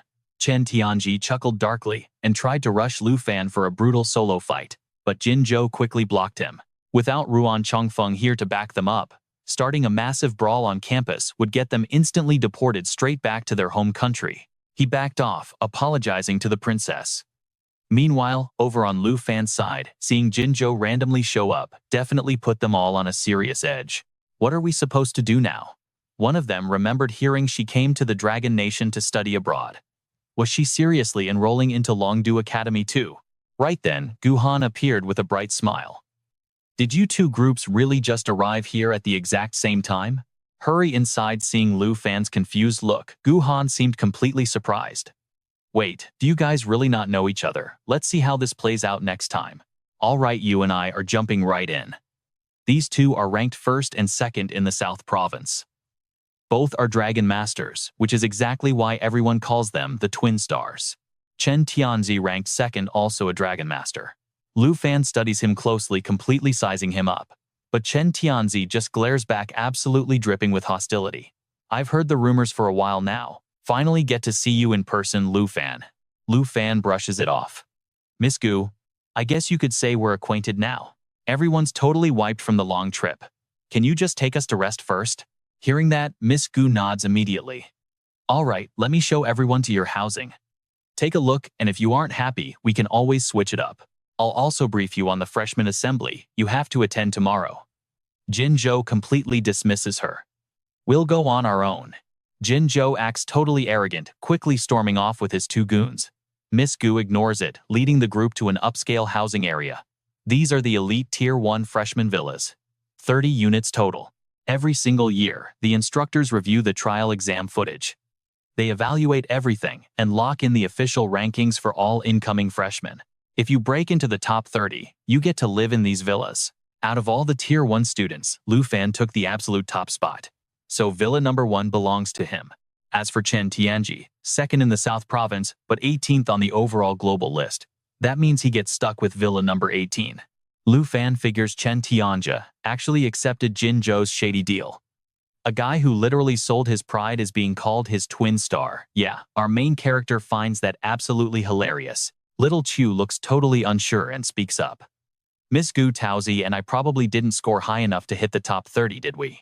Does that mean we have to go register at the regular student dorms?" Miss Gu nods. "Little Chu, Little Tao, and Han Kei, I'll walk you three over to the regular dorms later. But honestly, the villas are way better in every single aspect. Then, can we just move in with Lu Fan?" Han Kei drops that completely out of nowhere. The two girls are caught so off guard, their jaws literally drop. Miss Gu actually thinks about it for a second. Well, there's no official rule against it. As long as the primary resident doesn't mind, it's allowed. Han Kei smirks. Little Fan definitely won't mind at all, right? Unless you don't want to eat your little aunt's cooking anymore. Of course, Lu Fan has zero objections to that. He agrees instantly, without a second thought. Han Kei grins happily, linking arms with both Little Chu and Little Tao. See, the kid is totally fine with it. We'll all live together, build some team chemistry, and it'll be way easier to group up for Secret Realm dungeons later on. Little Tao looks super awkward about the whole thing, but Lu Fan jumps in. Just stay with my aunt. The normal dorms are pretty far anyway. If I ever need to find you guys, this saves me walking across half the campus. Little Tao just shrugs it off. Alright, fine. If Little Chu stays, I stay too. The living conditions here are obviously a massive upgrade anyway. Yeah, okay. Little Q agrees super shyly. Han K cheers awesome. Now you can finally taste my cooking. While Han K is clinging to Little Chu, Little Tao marches over and whispers right to Lu Fan. Living together is fine. But don't you dare try pulling any funny moves on Little Chu. I'll be watching you very closely. Now, this is where we need to pay attention. Suddenly, Lu Fan's system flashes a major notification. Target location reached. The hidden treasure is literally inside the villa right behind him. Reading the prompt, Lu Fan immediately turns to Miss Gu. Hey, whose place is Villa number 2? I only manage the South Province, so I don't know the other students. But I think Villa number 2 is just occupied by one girl. Lu Fan quickly tells Hanka, Little Chu, and Little Tao to head inside first. Meanwhile, he uses the classic greeting the neighbor excuse to go completely scout out Villa number 2. Han K hears this and shoves a cake into his hands. She's secretly thrilled, assuming he just wants to go flirt the second he heard a girl live there. Little Fan is finally growing up. Little Tao, on the other hand, is just quietly judging him. She thinks to herself, you're living with 3 girls and still trying to hit on the neighbor. Wow, I completely overestimated you. He rings the doorbell to Villa number 2, feeling slightly nervous. He brought his aunt's cake, not even knowing if the neighbor likes sweets. He's just praying she actually invites him inside. Since everyone just moved in, he has to secure that hidden treasure before his new neighbor discovers it. A few seconds later, a girl actually answers the door. Lu Fan immediately turns on the charm and smiles. Hey there, I'm Lu Fan, your neighbor over at Villa 1. I'm from Jianghai City down in the South Province. Brought you a little welcome gift. Since we're neighbors now, I'm really looking forward to getting along. System check. Exquisite pumpkin cake. Consumable. Eating this for the first time permanently boosts your agility stats by 3 whole points. The girl thoroughly inspects the box for traps. Once it's cleared, she finally accepts it and answers in a completely ice-cold tone. Yunbei Province. I'm Jian Ying. Cute voice, but man, she's ridiculously tough to talk to. Realizing this, Lu Fan scrambles to come up with a random excuse. So Jian Ying, mind if I step inside for a minute? I'm actually dying of thirst. Could really use some tea. Now you and I know it's a terrible excuse, but shockingly, Jian Ying doesn't suspect a thing. She just nods and lets him in. The second that door opens, Lu Fan blasts inside at light speed. Following the system's exact navigation, he rushes past the bedroom and finally locates the hidden treasure. It's stashed inside a secret compartment in the bathroom, a spot Jian Ying hasn't even checked yet. Just as expected, the second egg. Lu Fan quickly stashes his massive loot and sprints straight back out the door. Actually, I'm not thirsty anymore. Gotta go by. Alright, you and I are diving back in. Nice meeting. You, see you at enrollment tomorrow. And with that, Lu Fan just vanishes. Jian Ying stares at Lu Fan, completely baffled. But then she notices her bedroom door is wide open right where her dress and underwear are lying on the bed. A wild suspicion hits her. Is this guy some kind of pervert? Later that night at Villa number 1, the mysterious dragon egg finally hatches. Emerald Dragon contract established, legendary tier 1. Let us check the stats. Strength is 122, agility is 153, spirit sits at 659, and endurance is 216. First up, Fountain of Life. Using this Spring of Life on all friendly targets provides them with a continuous and massive health regeneration boost over time. Emerald Light creates 3 layers of Emerald Blessing on a target. It completely wipes away any negative status effects, while instantly boosting all base attributes by a massive 30%. Every single blessing layer can block 1 incoming attack. Plus, Natural Assimilation allows it to devour equipment straight up, stealing that gear's special skills and making them entirely its own. The Emerald Dragon Bloodline doubles all skill effects for Dragonkin and anyone sharing a bloodline connection. It grants total immunity to any negative effects, while boosting self-recovery by an absolutely insane 5,000%. Through the blood contract, this deep connection adds 10% of the dragon's total stats straight to the Dragon Tamer. So it turns out the Emerald Dragon is not a combat type. With a spirit stat over 600, it is clearly a pure support class. That doubling effect means all the buffs on Lu Fan and Xiao Ye will literally be multiplied by 2. Back during the trials, just thanks to the 30% boost from the dragon's encouragement, Xiao Ye's spirit attribute completely skyrocketed past 7,000 right when unleashing the Great Disaster attack. If we stack the doubled effect of Emerald Light on top of that right now, that becomes a massive 60% total stat boost. That means the stats are almost hitting 12,000. Plus, the Emerald Dragon can devour equipment effects and make them its own personal skills. So if it levels up later or absorbs a ton of high-tier gear, it is honestly terrifying to imagine just how overpowered this little guy will become. But right now, you and I need to think about something important. What should he name this little dragon? Lu Fan finally looks up from the screen, only to find the Emerald Dragon and Xiao Ye throwing straight hands at each other.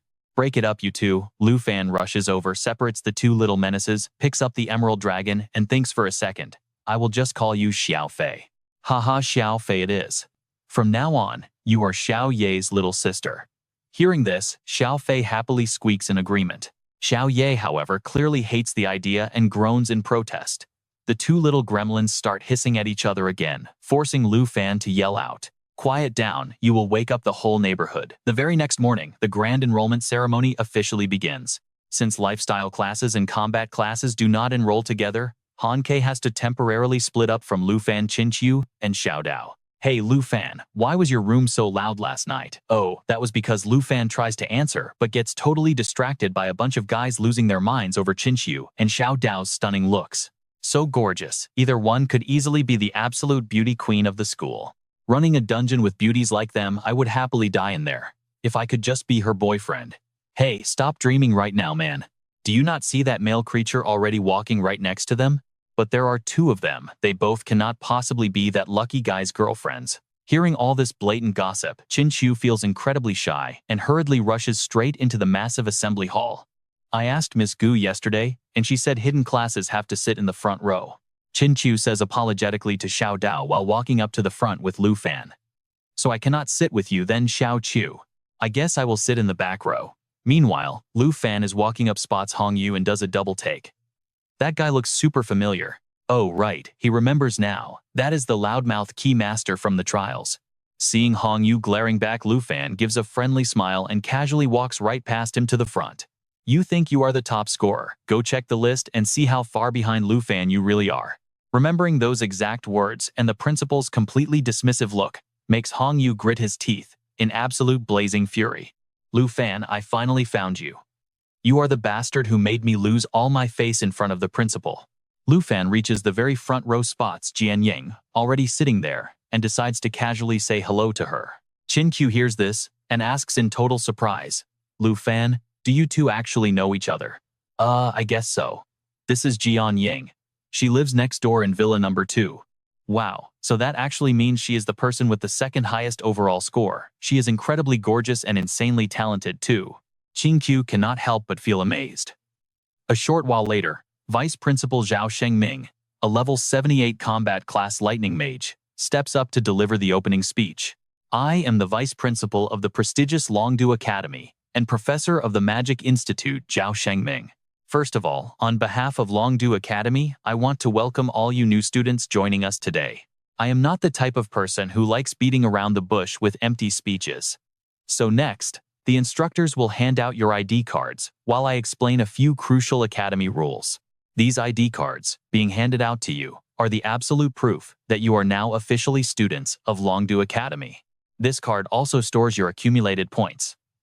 These points act exactly like real currency to be used inside the school. Whether you want to open the special dungeons provided by the academy or buy supplies like weapons and ammo, you will need points. And your starting balance is precisely the score you earned during the recent trial exams. Right, then a guy raises his hand. Excuse me, Vice Principal, the exams had different difficulty levels in every province. Let us see how this plays out. Wait, if easier provinces get higher points, isn't that totally unfair? A student calls out the obvious flaw, but the academy is way ahead of them. They calculate your final score by dividing the raw test result by a strict difficulty modifier. This scales everything perfectly based on the sheer difference between regional exams. Basically, the harder your exam was, the smaller that modifier gets. Take the southern province, for example. They had the most brutal test this year, so those students divide by the absolute lowest coefficient possible, 96. Lu Fan stares at his own massive score, 13,539 points. He realizes this massive string of numbers is his entire starting capital here at Longtu Academy. Now you and I need to pay attention here. These points are only temporary. Everything gets locked in during the freshman assessment 1 month from now. Only the absolute top 30 highest scorers will earn the right to enter the elite Qingyun class. Making it into Qingyun class grants insane privileges. We are talking exclusive access to heavily restricted secret realms that nobody else can even touch. Plus, they can trade for rare skills and gear, or secure the right to live in the luxury villas. The crowd buzzes. Qingyun class. Never heard of it. Same here. Does this mean we actually have a shot at those insane villa spots? Overhearing the excited students behind him, Lu Fan quickly does the math. Right now, sitting pretty at rank number 1, his spot in Qingyun is guaranteed. But if he somehow loses that elite status, he will get kicked right out of Villa number 1. I know every single one of you desperately wants into Qingyun class, but consider this a very serious warning. Just because you get into Qingyun class doesn't mean you are completely safe. Any student in this entire academy can officially challenge a current member to steal their spot. The member only keeps their seat if they actually win the fight. If the defender loses, the challenger takes their place in Qingyun class immediately. And remember, Qingyun members cannot refuse a challenge under any circumstances. With that heavy warning, Vice Principal Zhao projects the official Qingyun class roster on the screen. Right now, it holds the top 30 highest scoring students. And sitting at rank number 1 is the absolute genius of the Southern Province Dragon Tamer Lu Fan. Hearing his name, our MC stands up and casually waves. The crowd loses it. What? That guy is number 1. Isn't he that complete simp from earlier? His class is Dragon Tamer, and he actually took first place. That definitely means he owns a real dragon. Shut your mouth, he can hear you. If he really has a dragon, we are absolutely dead. Even facing a basic earth dragon would be a total nightmare. No wonder he dominated the Southern Province. I just searched the network and his combat footage and raw scores are completely wiped out. Could he be some rich legacy kid, with zero actual power, just forcefully placed here, by his elite family? Yeah, I can only find Chen Tianji the runner-up. Look at this clip, his dragon is absolutely insane. Across the room, Chen Tianji whispers to Jin Zhou. Princess, when do you plan on dealing with him? We still have no clue what his real power level is. Patience. Let's test his limits first. Meanwhile, Qin Chu listens to the vice principal's speech and starts getting seriously worried. Lu Fan, the vice principal, hyping you up like that, isn't he basically begging everyone in the school to challenge you? Lu Fan just chuckles. Yeah, I really didn't see this coming. And with that, the assembly finally ends. Just as our guy heads toward the secret realm hall, Hong Wu steps up and calls him out. You want to fight me? That's right. The vice principal made it extremely clear. The top 30 members of Qingyun class cannot run away from a formal challenge. So Lu Fan, if you actually have the strength of a number 1 ranker, why be a coward and back down? Hong Wu sneers, completely overconfident. He figures since Lu Fan's exam footage is hidden, the guy must have barely survived by summoning a massive swarm of weak sub-dragons to cheese the test. Typical summoner trick. So the strategy is simple, attack the summoner directly and win. Hearing this trash talk, Lu Fan actually bursts out laughing. A coward. Fine then. I will gladly accept your little challenge. Perfect. Then I am betting 200 points on this. Only 200 points? Lu Fan figures that is probably a massive fortune for this guy. Thinking this, a sly, almost wicked smile spreads across his face. Alright, 200 it is. Just like that, this impromptu spar between Lu Fan and Hong Wu instantly becomes the main event for the entire crowd. Back in the crowd, Jin Zhou whispers a quick reminder to Chen Tianji. This is the perfect chance to expose his true power. Watch Lu Fan's every single movement closely. Meanwhile, standing just a few feet away, Zhao Dao asks nervously, can Lu Fan actually win this? Hearing her doubt, Qin Chu just smiles calmly. You've never actually seen Lu Fan in a real fight, have you? Trust me, you're about to find out exactly why he is number 1. Out on the makeshift arena, basically just the schoolyard, Hong Wu drops into an attack stance. Flashing a cocky smirk, he yells out, I will count down from 3 and we go. 3, 2, 1, let's go. Instantly, Hong Wu channels his energy, launching his aura strike skill. It gathers massive chi to double the damage on any weak spot, building momentum with every hit as he charges straight at Lu Fan. But his massive attack hits nothing but empty air. It was just an afterimage. Hongwu freezes, completely stunned. Wait, that is a high-tier flash skill meant for second-job mages. How does a Dragon Tamer have that? Turns out our boy casually used his flash boots to teleport, instantly leaving Hongwu swinging at ghosts. So you and I know Chi Masters can attack. You know defense and you can fight both close-up and at range. But is this seriously all you have got? Luke's brutal taunt drives Hunter absolutely insane. So he instantly unleashes his ultimate move, a massive Chi Wave attack, designed to boost his critical weak point damage by a solid 5%. With every single hit, the Chi Waves multiply, stacking up to completely overwhelm Luke. Hunter laughs like a maniac. You are completely helpless, now aren't you? Hunter chuckles to himself. As long as he keeps stopping him from summoning that dragon the second he leaves an opening, it is game over. But here is where you and I watch the magic happen. Luke casually dodges every single Chi Wave, already gearing up for a massive counterattack. Panicking Hunter instantly activates his rock-solid skill. He burns all his remaining Chi just to summon an incredibly thick defensive barrier around himself. Every Chi point burn boosts that shield's defense by 5%. Hunter is convinced that unless your attack power hits 280 points, there is zero chance you are breaking through his ultimate defense. Hunter was so confident, right? Well, he gets a bitter reality check when Luke effortlessly shatters that shield, delivering a brutal kick to the gut that instantly knocks him out cold. The entire crowd watching this is just left in pure shock. A flying kick that completely wrecked him, and he didn't even use a skill. Is the top class really this insane? Luke is a Dragon Tamer, yet he just demolished a Chi Master without even bothering to summon his dragon? Wait, it is over already. I really thought we would see a dragon today. One student stares down at Hunter with a seriously concerned look. The guy is bleeding everywhere. Is he actually going to survive that hit? Meanwhile, Luke looks totally disappointed. He tells him, you are way too weak. I didn't even use my full strength, and you are already on the floor. Over in the corner, an anxious Kevin asks a question. Did you watch that closely? What are your actual odds of beating a monster like him? Hearing Kevin ask that, Trent thinks for a tense second before answering. Luke has not even summoned his dragon yet. Judging by his raw physical skills alone, I would say I have a 30% chance. But if we add the princess's power buff, my odds jump to 70%. Kevin finally breathes a sigh of relief, realizing those odds are actually pretty high. With the duel over, Luke pulls out his Academy ID card to collect his winnings. You lost, now pay up. Since you were the one who challenged me, I will gladly take those 200 points. Dragon City Academy ID card scanning now. Luke's account balance goes up by 200. His current total sits at 13,739 points. Hunter stares at that massive number in absolute pure terror. 13,739. Multiply that base score by the crazy South Province difficulty multiplier of 96. That means his actual exam score was a staggering 1.3 million points. Alright, you and I know that is completely insane. Nearly 1.3 million points. Even Trent in second place only had 21,000 points. Only now does Hunter realize how completely foolish he was to challenge Luke. The fight is over. Tessa and Tara head back to the villa to pick up Aunt Hannah, while Luke stays at the Dragon City Academy dungeon hall to research their next target. A little while later, Aunt Hannah arrives and immediately rushes over in a total panic. Someone actually dared to challenge you already.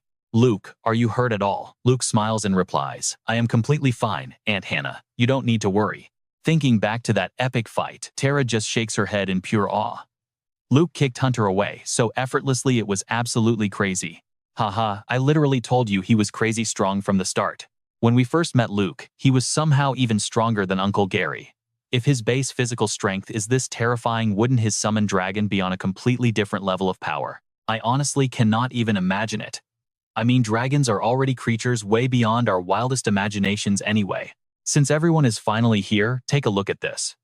I checked the Academy's dungeon list, and this specific one offers the highest experience points. It is absolutely perfect for leveling us up. Luke holds up the tablet to show them, feeling just a little bit frustrated inside. If Hunter had not wasted his time with that duel, Faye would have leveled up already. Poison Spider Forest, an officially nightmare tier dungeon. The entry requirement is 5 members or more, and it costs 45 points to unlock. Aunt Hannah reads the dungeon details and instantly looks worried. I know you invited me just to make up the numbers, but this is a level 45 dungeon. This is definitely not a joke. If anything goes wrong in there, we could literally die. Luke just smiles confidently. Auntie, relax. I am 100% sure I can carry everyone through this safely. But then Tara suddenly spots a major problem. Even with Hannah joining us, we still only have 4 people. And this specific dungeon strictly requires a minimum of 5 people to even enter. Luke hadn't even thought about that. Just as he is wondering who to invite, Tessa subtly nods toward Kate, who is sitting entirely alone nearby. Look over there, Luke. The girl from Villa number 2 is actually hanging out here right now. Her overall score ranked 2nd place, so a level 45 dungeon shouldn't be a problem for her at all. You should totally go and invite her. Luke feels pretty awkward about the whole thing, but he takes Tessa's advice and walks over to invite Kate. But the second he merely says hello before he can even pitch the idea, Kate shoots him an incredibly disgusted glare. Oh great. That look clearly means she completely misunderstands him. Then again, the way he acted back when he was searching for that dragon egg was admittedly super weird. Trying to talk to Kate is like talking to a brick wall. She will probably just say yes or tell him to get lost. Shaking off the awkwardness, Luke flashes the absolute friendliest smile he can muster and speaks. I noticed you are checking out dungeons and so are we. Do you want to join our team? After a very long, uncomfortable silence, Kate glares with pure disgust and instantly calls him a pervert. Everyone instantly stares at Luke with highly judgmental eyes. Luke, what on earth did you do to her? Trust me, it is just a massive, hilarious misunderstanding. It's all a misunderstanding from last time. Lu Fan quickly explains, trying to clear the air. He immediately holds up his tablet showing Jian Ying the dungeon details. I know our first meeting was totally weird, but I swear to you, I'm just a perfectly normal guy. I swear on my life. I saw you looking for a dungeon and honestly I don't know anyone else here. And since my squad needs exactly one more person to enter the poison spider forest, teaming up together just makes perfect sense, right? The moment Jian Yang hears the name Poison Spider Forest, she instantly accepts Lu Fan's invite. Lu Fan's squad lights up with joy. Lu Fan finally breathes a sigh of relief and even offers to pay the dungeon entry fee, but Jian Yang flat out turns him down. Instead, she pulls out her ID card, covers the fee herself, and steps right into the dungeon. System reads Jian Yang Poison Spider Forest. 45 points deducted. Her remaining balance 874. Lu Fan checks her stats and pauses. Now you and I need to pay attention here. She has over 8,000 points left over. Whatever the Yunbei difficulty multiplier is even maxed out at 96 like Nan Province, her total score easily crosses 800,000. She is ridiculously strong. One by one, the squad members step into the dungeon. Almost immediately, Han Kei grabs her nose, completely unable to stand the awful smell. Oh my god, the air in here smells absolutely disgusting. Lu Fan stares down the dark path ahead and mutters, looks like we're definitely in the right place. The group follows the trail, venturing deeper into the dark woods. As they walk, Xiao Tao gets a little curious. Lu Fan, why did you pick this specific dungeon? It requires level 45 and has a terrifying difficulty rating. I checked everything in the hall. Nothing else gives higher levels or more EXP than this one right here. Xiao Tao looks totally confused by his casual answer. Well, that is not what I meant. Anyway, since we are here to grind levels, I absolutely have to share this with everyone. Han Kei smiles brightly and pulls out a massive bag of snacks. Travel biscuits, an absolute perfect quality food item. Effect, a 20% EXP boost for 3 hours after eating. Perfect. With these biscuits buffing our stats, hitting the next level is going to be a total breeze. I actually found this biscuit recipe in a blueprint given by my lifestyle class teacher. Most people cannot make this. Luckily, my class gets a huge success rate buff, so I actually nailed it on the very first try. Hanka brags proudly, then walks over and offers Jian Ying a taste. Did you make that cake from last time too? Jian Ying asks. Oh, you mean that pumpkin cake? Yeah, I did. If you like it, I will definitely bake you more. Chinchu smiles and adds, Sister Han is an amazing cook, and we live super close by. You are absolutely welcome to drop by any time. Hearing this, Jian Ying looks surprised at first. But then a rare genuine smile breaks across her usually ice-cold face. Right at that moment, Lu Fan catches a rustling sound in the nearby bushes. He instantly warns the squad, everyone stay sharp, a monster just spotted us. Realizing its cover is completely blown, the beast stops hiding and steps right into the open. Level 40 Black-Scaled Python. 9,120 EXP. Its Poison Fang material is worth 1,745 currency. Poison Fang. Any bitten target gets infected with a poison stack. Every single stack drops the target's max HP by a brutal 10%. Death Coil. It tightly wraps around the target, completely restricting their movement while draining another 10% of their health every 5 seconds. Just deadly stuff. Seeing the monster, Xiao Tao instantly charges forward. Qin Qiu panics and tries to stop her. Xiao Tao, wait a second. But Xiao Tao ignores her and attacks anyway. The result. Her sword strike hits like a literal mosquito bite. It does absolutely no damage and only makes the massive python furious. The monsters here are all level 40 and up. They are not something we can just easily defeat like that. I can cook up some resistance buff food, but I need time to gather materials. No need to overcomplicate things, Lu Fan interrupts smoothly. You guys just focus on fighting. Let me handle the support stuff. With that said, Lu Fan gathers energy right in his hand directly, summoning Xiao Fei. The little dragon's tiny, adorable appearance immediately leaves his entire team completely bewildered and confused. Especially Xiao Tao, who has never actually seen Lu Fan's dragon before. Wait, this is a giant dragon. Stop climbing on my head, you are way too playful. Xiao Fei Lu Fan affectionately scolds his pet dragon. Wait, that's not Xiao Ye. Lu Fan has 2 dragons. Lu Fan, where did this dragon even come from? Why haven't I ever seen it before? But the python isn't giving them time to chat. Watch this. While Xiao Tao is completely distracted, it violently lunges. Lu Fan reacts, instantly commanding Xiao Fei to unleash Jade Light. It grants the target 3 stacks of Jade Blessing. This completely wipes out debuffs while boosting all stats by a massive 30%. Each blessing stack blocks 1 instance of damage. Thanks to that, Xiao Tao narrowly escapes death, though the sheer force of the bite still sends her rolling backward. Xiao Tao, let me heal you. Qin Qiu quickly rushes to her side. Only now does Xiao Tao realize the insane damage was fully blocked. That's right, Lu Fan confirms. Lu Fan explains. With Xiao Fei here, just focus entirely on attacking. You don't need to worry about taking damage or getting hit with debuffs. You see, Xiao Fei clears debuffs, grants damage immunity, and boosts stats all packed into one single broken skill. This thing is even better than a second-tier priest class buff. Xiao Dao totally agreed. She realized dragon races are absolutely overpowered. Just look at this tiny dragon, it grants pure damage immunity, and still boosts every single one of her base stats entirely. Suddenly, the spider lunged right at Qin Qiu and Xiao Dao. Lu Fan was about to rush in, but a flash of light shot from behind him, piercing the monster's head and instantly obliterating it. All right, you and I know things are getting serious. Jian Ying casually pulled back her blade and warned the group, stop wasting time, we are already in their crosshairs. Jian Ying. Level 21 Hidden Combat Class. Absolute Powerhouse. Tier 1 Swordmaster. Wielding the epic Bloodbreaker Sword. It is a level 21 weapon completely bound to the Swordmaster class. Strength up by 3,947. Agility up by 126. Its armor-breaking effect ignores 30% of the target's defense when dealing damage, while agility boosts sword control speed by 40%. So it was Jian Ying. Turns out this is how a Swordmaster attacks.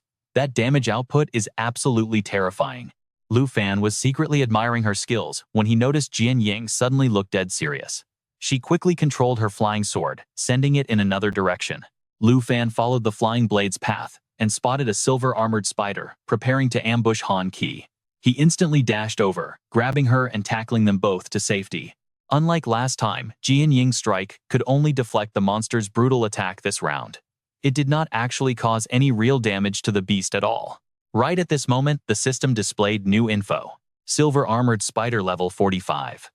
Yields 15,750 experience points, plus silver armor materials worth 415 credits. Venomous fangs infect bitten targets with 1 poison stack. Each poison stack reduces the target's maximum health by 10%. Its piercing pincer legs swing forward, wildly forcefully skewering up to 2 different targets at the exact same time. If it misses, the attack triggers a second time. Silver armor grants complete immunity to armor-breaking effects. The silver-armored spider screeched loudly, then violently pivoted to attack Jian Ying using its piercing pincer skill. But it failed again and again, because her movement speed was simply way too fast. Jian Ying, watch out! Lu Fan yelled, then charged in and stabbed the monster, taking it down. Stay focused, that is not the only one here. We are not just dealing with spiders. The black web hunters are also lurking around in this area.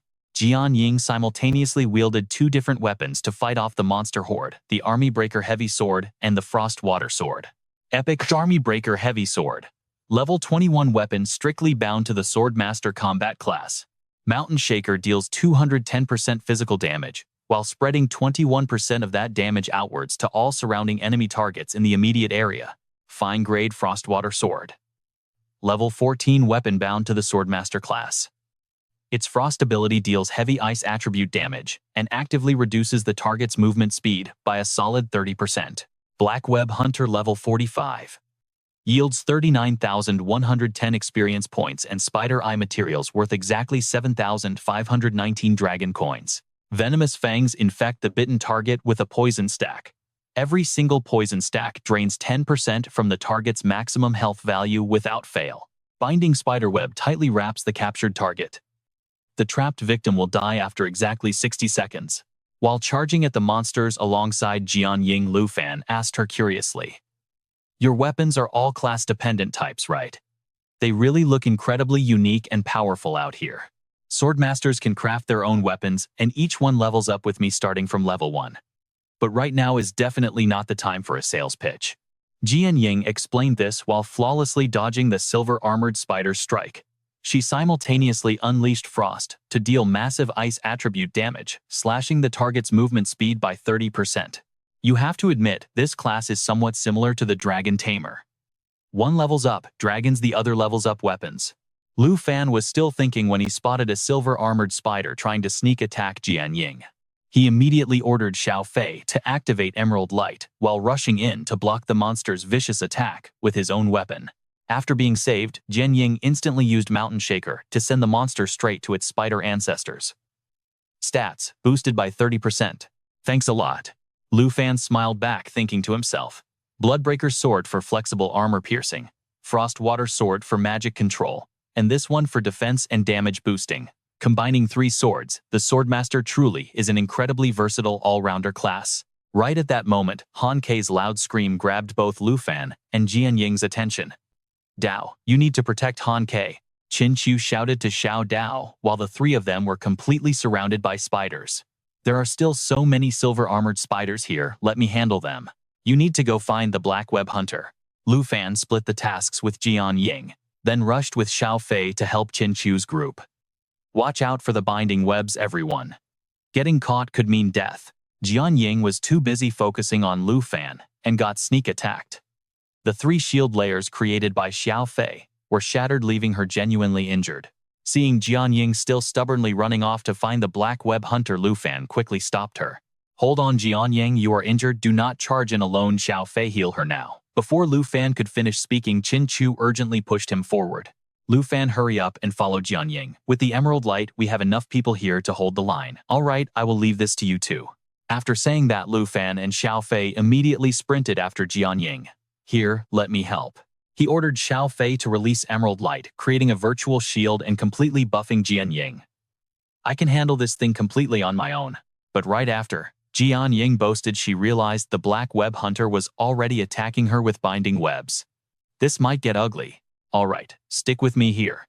Just when Shadow thought she was completely trapped, Luke dashed forward. He activated Dragon Claw, transforming his arm into a massive draconic talon. With one vicious swipe, he shredded the net and slashed the monster open. Shadow watched this entire scene unfold and just completely froze in shock. They were supposedly just one rank apart, but his base attack power, it easily matched the absolute maximum output of her own Earthshaker skill. Just insane. Let's take it down together. Following Luke's lead, the two fighters perfectly synced up, while Luke unleashed Dragon Fang Strike to channel his dragon aura, blasting a wildly powerful wave of energy straight from his front weapon, combined with his Wind Spirit Ring, granting a blessing that boosted his agility by a massive 35%. Meanwhile, Shadow flawlessly chained her Earthshaker and Bloodbreaker Sword. She stacked raw physical damage with heavy armor piercing, accelerating her blade control until they finally executed the giant monster for good. The Emerald Dragon leveled up to 3. Nice little Jade was already level 3. By the time they cleared this stage, she'd definitely hit level 5. Watching Luke happily pet his dragon, Shadow suddenly felt a very strange warm sensation in her chest. Their power gap was massive, yet she felt completely safe. She never expected the day would come where she'd be the weak one, needing to be rescued like this. Luke was about to say something when Quinn's group quickly walked over. Luke, Shadow, we finished off the silver-armored spiders. Quinn smiled brightly. Little Luke, I actually just leveled up too. Luke didn't rush over to them. Instead, he looked right at Shadow. No, you're strong. But no matter how strong you are, we will never let a teammate fight alone. Little Luke, why aren't you using Emerald Light on yourself? Oh, I don't need it. Another teammate chimed in. Luke, hurry up. Your giant dragon can heal people, right? Jade immediately cast Fountain of Life, fully healing the entire squad. Wow, my body is literally overflowing with energy. I could fight another whole battle right now. Haha, Luke, your head is actually glowing bright green. Jade, remind me not to heal her again next time. Watching Luke's team joke around together, Shadow found herself genuinely smiling. Turns out having teammates wasn't annoying at all. A few hours later, Tara stared at the map on her tablet, looking completely confused. The map just completely ends right here. Have we seriously reached the end already? But there's clearly a massive uncharted area up ahead, right, Luke? Luke silently stared down into the massive chasm. Quinn followed his gaze, her eyes widening in pure shock. This definitely looks like the boss's lair. Right then the system screen popped up, and you and I know this means trouble. Screaming Spider Matriarch level 45. Skill 1 Eradication Web. It spits a hyper-sticky net trapping every target in range. If you're trapped for 60 straight seconds, instant unavoidable death. Skill 2 Venom Spit. It launches a massive pool of poison, continuously stacking toxic damage on anyone caught inside. Each poison stack drains 5% of your health. Next is Absorption Regeneration. It literally eats its own spider minions, restoring 5% health per kill. Then there's Swarm Frenzy. It commands every single follower spider to focus attack one target, boosting all their stats by 15% for 60 straight seconds. Finally, Weaver. This passive ability massively increases its own speed whenever traversing webs. Luke quickly analyzed the terrifying stats. Regeneration and Swarm Frenzy both rely completely on having those minion spiders around. Looks like we definitely have to wipe out the surrounding mob swarm first. Meanwhile, seeing Hannah about to peek into the terrifying monster's nest, Quinn kindly warned her, Hannah, I really don't think you should look down there. Tara agreed immediately. If you're not a dedicated combat class, you definitely won't handle it. Even if I can't handle it, I still have to learn. You guys are always the ones protecting me. If I can't even look at them, I'll just be a complete burden when the real fighting starts, Hannah replied with pure determination. But the second she looked down at the violently squirming undead spider army, she couldn't take it. She immediately ran to a tree and threw up. Luke couldn't help but laugh at the scene. Now that's what we call a harsh reality check. Whether we're engaging or killing the boss, we have to clear out every single mob first. Shadow suggested a plan. Tara tapped away on her tablet for a second before announcing a previous clearing team actually left a strategy guide for this.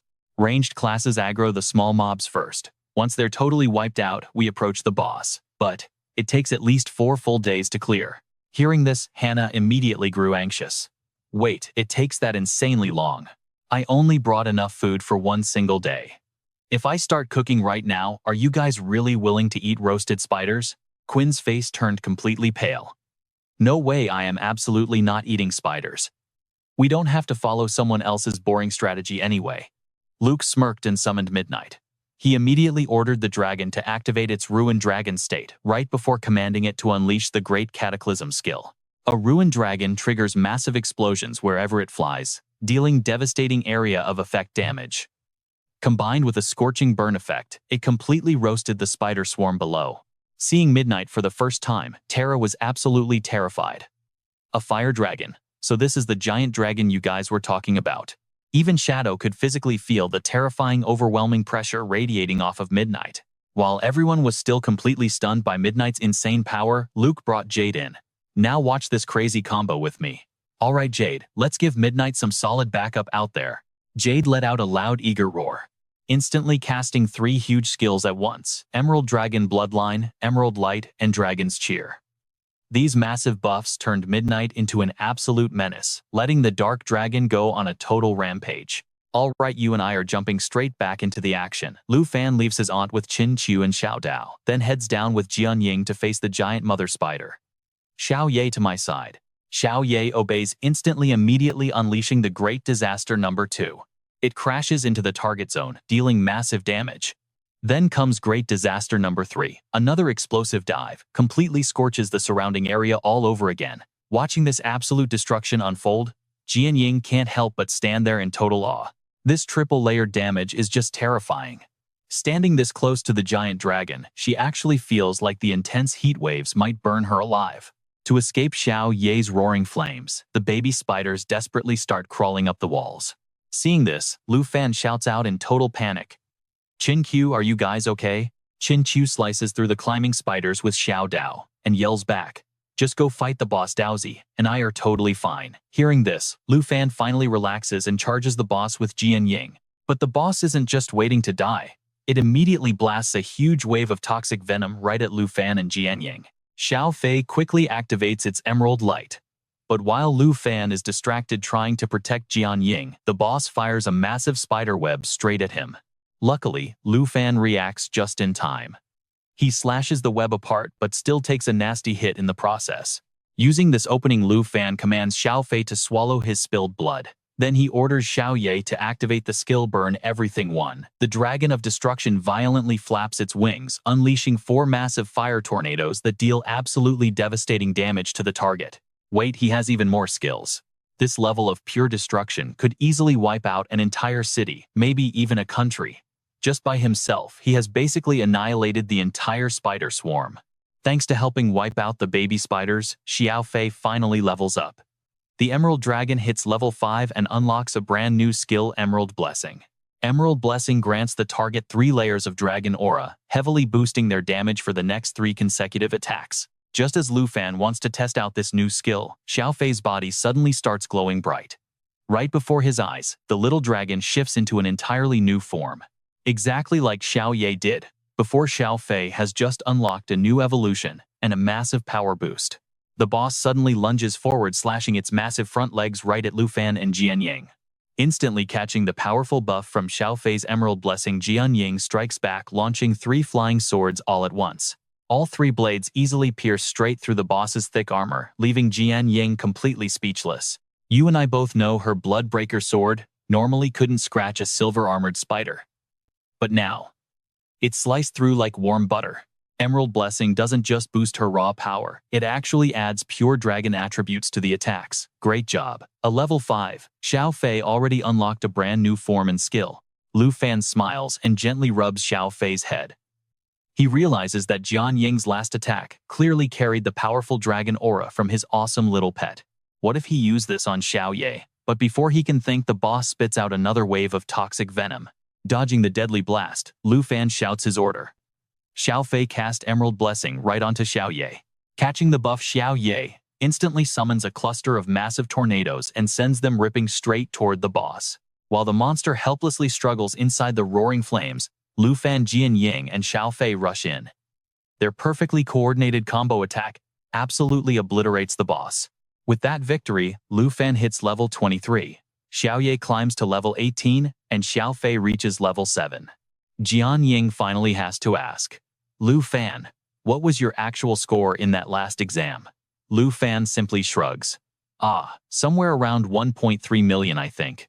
Hearing this, Jian Ying is completely shocked. With his insane power, he should have scored way higher. But then she remembers the truth. 1.3 million is literally the maximum limit for the nightmare difficulty. Lu Fan just smiles it off, then loudly calls out to the others. "Qin Chu Daozi, bring my aunt down here." Jian Ying falls deep into thought. Her score might be exactly half of his. But when it comes to pure combat strength, the massive gap between them feels absolutely impossible to ever cross. Finally backed up by Han Kei's awesome food buffs, the entire squad easily clears out the secret dungeon in one single run. Everyone in the party doesn't just level up, they also bag a ton of rare materials and amazing loot rewards. As for Jian Ying, maybe she finally realized she needed a real team. Or maybe this chaotic group just gave her a sense of belonging she's never felt before. So for the first time ever, the rank 2 fighter Jian Ying officially joins their party. To celebrate this huge win, they throw a little party back at Lu Fan's villa. Han Ke cooks up a massive feast for the crew, filling the entire room with amazing food, pure joy, and loud laughter. Over the next few days, Lu Fan slowly settles into his new life at Dragon Capital Academy. He grinds through combat theory classes by day, then dives right back into the dungeons to power level during his free time. After half a month of grinding just 2 days before the massive freshman exam, Lu Fan's squad has grown incredibly strong. Let's check the stats together. Xiao Ye hit level 19, and Xiao Fei reached 14. Lu Fan stands at level 25. Meanwhile, Xiao Dao and Qin Chu both hit 22. Han Ke hit 18 and Jian Ying reached 24. Dungeon cleared. Dowsy time for the unboxing. I'm on it. Xiao Dao eagerly sprints over to pop open the boss chest. A second later, she screams in pure hype. Wow, it finally dropped. After grinding for nearly a month, they finally collected the complete Poison Spider gear set. This super rare armor requires level 20, strictly made for the warrior and swordsman classes. The 2-piece set effect is wild. Basic attacks have a chance to shoot dark spider webs. Any enemy caught in it gets instantly tied up for 60 whole seconds. And the 4-piece bonus trap targets get heavily poisoned, burning 5% of their total health every 5 seconds. Seeing this, Qin Chu lights up. This is perfect. With the upcoming assessment, he can definitely boost his ranking. Let's call it a day here, alright. It's still early. I'll get dinner ready, Han Ke offers. Qin Q happily agrees, clearly ready for a good meal. Right, no point in sticking around here anyway. The big assessment kicks off tomorrow, so heading back to rest and prep is the best move. Lu Fan steps out of the secret realm only to find Gu Han already waiting. Student Lu, you need to come with me right now. Vice Principal Zhao has something urgent to tell you. Wait, what kind of urgent news? And right before the massive freshman assessment? That can't be good. Gu Han just chuckles. You'll see when we get there. On the way up to the vice principal's office, Lu Fan catches 2 students whispering to each other. Hear about today, a top-tier guy from Qingyun class scored a new rating of 73 Hong. Yeah, tell me about it. Catching Lu Fan's completely confused expression, Gu Han smiles and asks, curious about what those 2 were just talking about. Lu Fan rubs his neck awkwardly. Between classes and non-stop secret realm grinding lately, he honestly has absolutely zero clue what any of that meant. It actually started because of him and that guy Hong Yu. Their high-stakes point bet made everyone realize they could earn points just by challenging and betting against each other. They call it the new rating system. Freshmen randomly throw down in duels now. Winners walk away loaded with points, while the losers go totally broke and can't even afford cafeteria food anymore. So what exactly is this 73 Hong thing they mentioned? They use his match against Hong Yu as the exact baseline. Hong Yu's power level equals 1 unit. So Lu Fan is 100 Hong, and Hong Yu is 1. Gu Han points straight at Hong Yu, who is literally mopping the floor nearby. Now the guy has to do janitor duty just to scrape by and earn enough survival points. A few minutes later, Gu Han drops Lu Fan off right outside the vice principal's office and quickly heads back down the hall. The second Zhao Shengming sees him, he gets straight to the point. All right, you and I need to pay attention here. That national trial is officially confirmed to kick off soon. Originally, the national trial was scheduled to happen in Jingyu City, over in the Taichi Kingdom, 5 months from now. But the host suddenly cut that timeline down to just 2 months. On top of that, the Taichi Kingdom just announced their champion, the eldest son of the Jin family, Jin Chenghan. That guy is totally projected to hit level 60 in a month and secure his 3rd-tier class advancement. Lu Fan instantly connects the dots. So the Taichi Kingdom specifically wants to start the national trial right after he hits that 3rd tier. Exactly. Most competitors from other nations will barely be at their 2nd-tier advancement when the national trial starts. This massive early advantage practically hands the win straight to Jin Chenghan. Frustrated Zhao Shengming slams his hand hard onto the wooden desk. Lu Fan totally agrees in his head. The gap between a 3rd and 2nd-tier advancement isn't just basic levels, it's the insane special stats. The Jin family plays dirty. Zhao Shengming frowns and continues. After all the Academy's previous promises to you running into this kind of blatant unfairness, I am honestly truly sorry about this. Even with 2 months, you will max out around level 30 at your 2nd tier, and you'd have to face monsters pushing past level 50. Going in with that kind of level gap could literally cost you your life. In past national trials, the Dragon Kingdom always took the crown, making them the ultimate target for everyone else. And now the crucial prep time is brutally slashed down. Lu Fan, do you still want to participate in the national trial? But entirely contrary to Zhao Shengming's expectations, Lu Fan doesn't show a single ounce of fear. Instead, he flashes a totally confident look. Vice Principal Zhao, this is my ultimate chance to step right into the elite master ranks of the Dragon Kingdom. So of course I want in. And I don't just want to participate, I am going to win. Zhao Shengming stares intensely at Lu Fan, trying to gauge just how much weight those bold words actually carry. After a long pause, a wide grin breaks out. If you are truly that determined, I will personally guarantee your resources. Just make sure you go all out in the freshman assessment. And just like that, the highly anticipated day of the massive freshman assessment finally arrives. Zhao Shengming stands tall on the podium to lay down the law. I am going to keep this brief. Every single one of you must strictly follow these rules. The official rules for the huge assessment hit the screen. It is a straight-up two-person team combat setup right in the main arena. The crowd of freshmen completely loses it. Wait, duo battles, I'm doomed. Ha, I told you, party up with me, I will totally carry you through this. We are literally both support classes, you absolute moron. Chin Q actually lets out a massive sigh of relief. Thank goodness the limit isn't over 5 people. Since he is a non-combat class anyway, forming 2 simple teams works out perfectly. Up on the main podium, Zhao Shengming keeps speaking. I know many of you still haven't figured out proper team dynamics, but it is not too late to start learning. The qualifier rounds kick off this afternoon, and the top 100 teams drop tomorrow night. Anyone looking to register right now can go sign up with Instructor Gu. As soon as the speech ends, it's total chaos as students rush to form teams. I am a top 7 dual swordsman class. I've honestly had my eye on you since the freshman assembly. For this assessment, do you want to team up with me? We would seriously dominate. This random guy tries his absolute hardest to look cool, proposing the team up, but Jian Ying brutally cuts him off. Hard pass. She then immediately walks over to join Lu Fan's squad. Lu Fan quickly makes the call. Alright, I'll team up with Qin Chu. Jian Ying, you pair up with Dao Zi. Cut to the next day at the massive qualifier arena.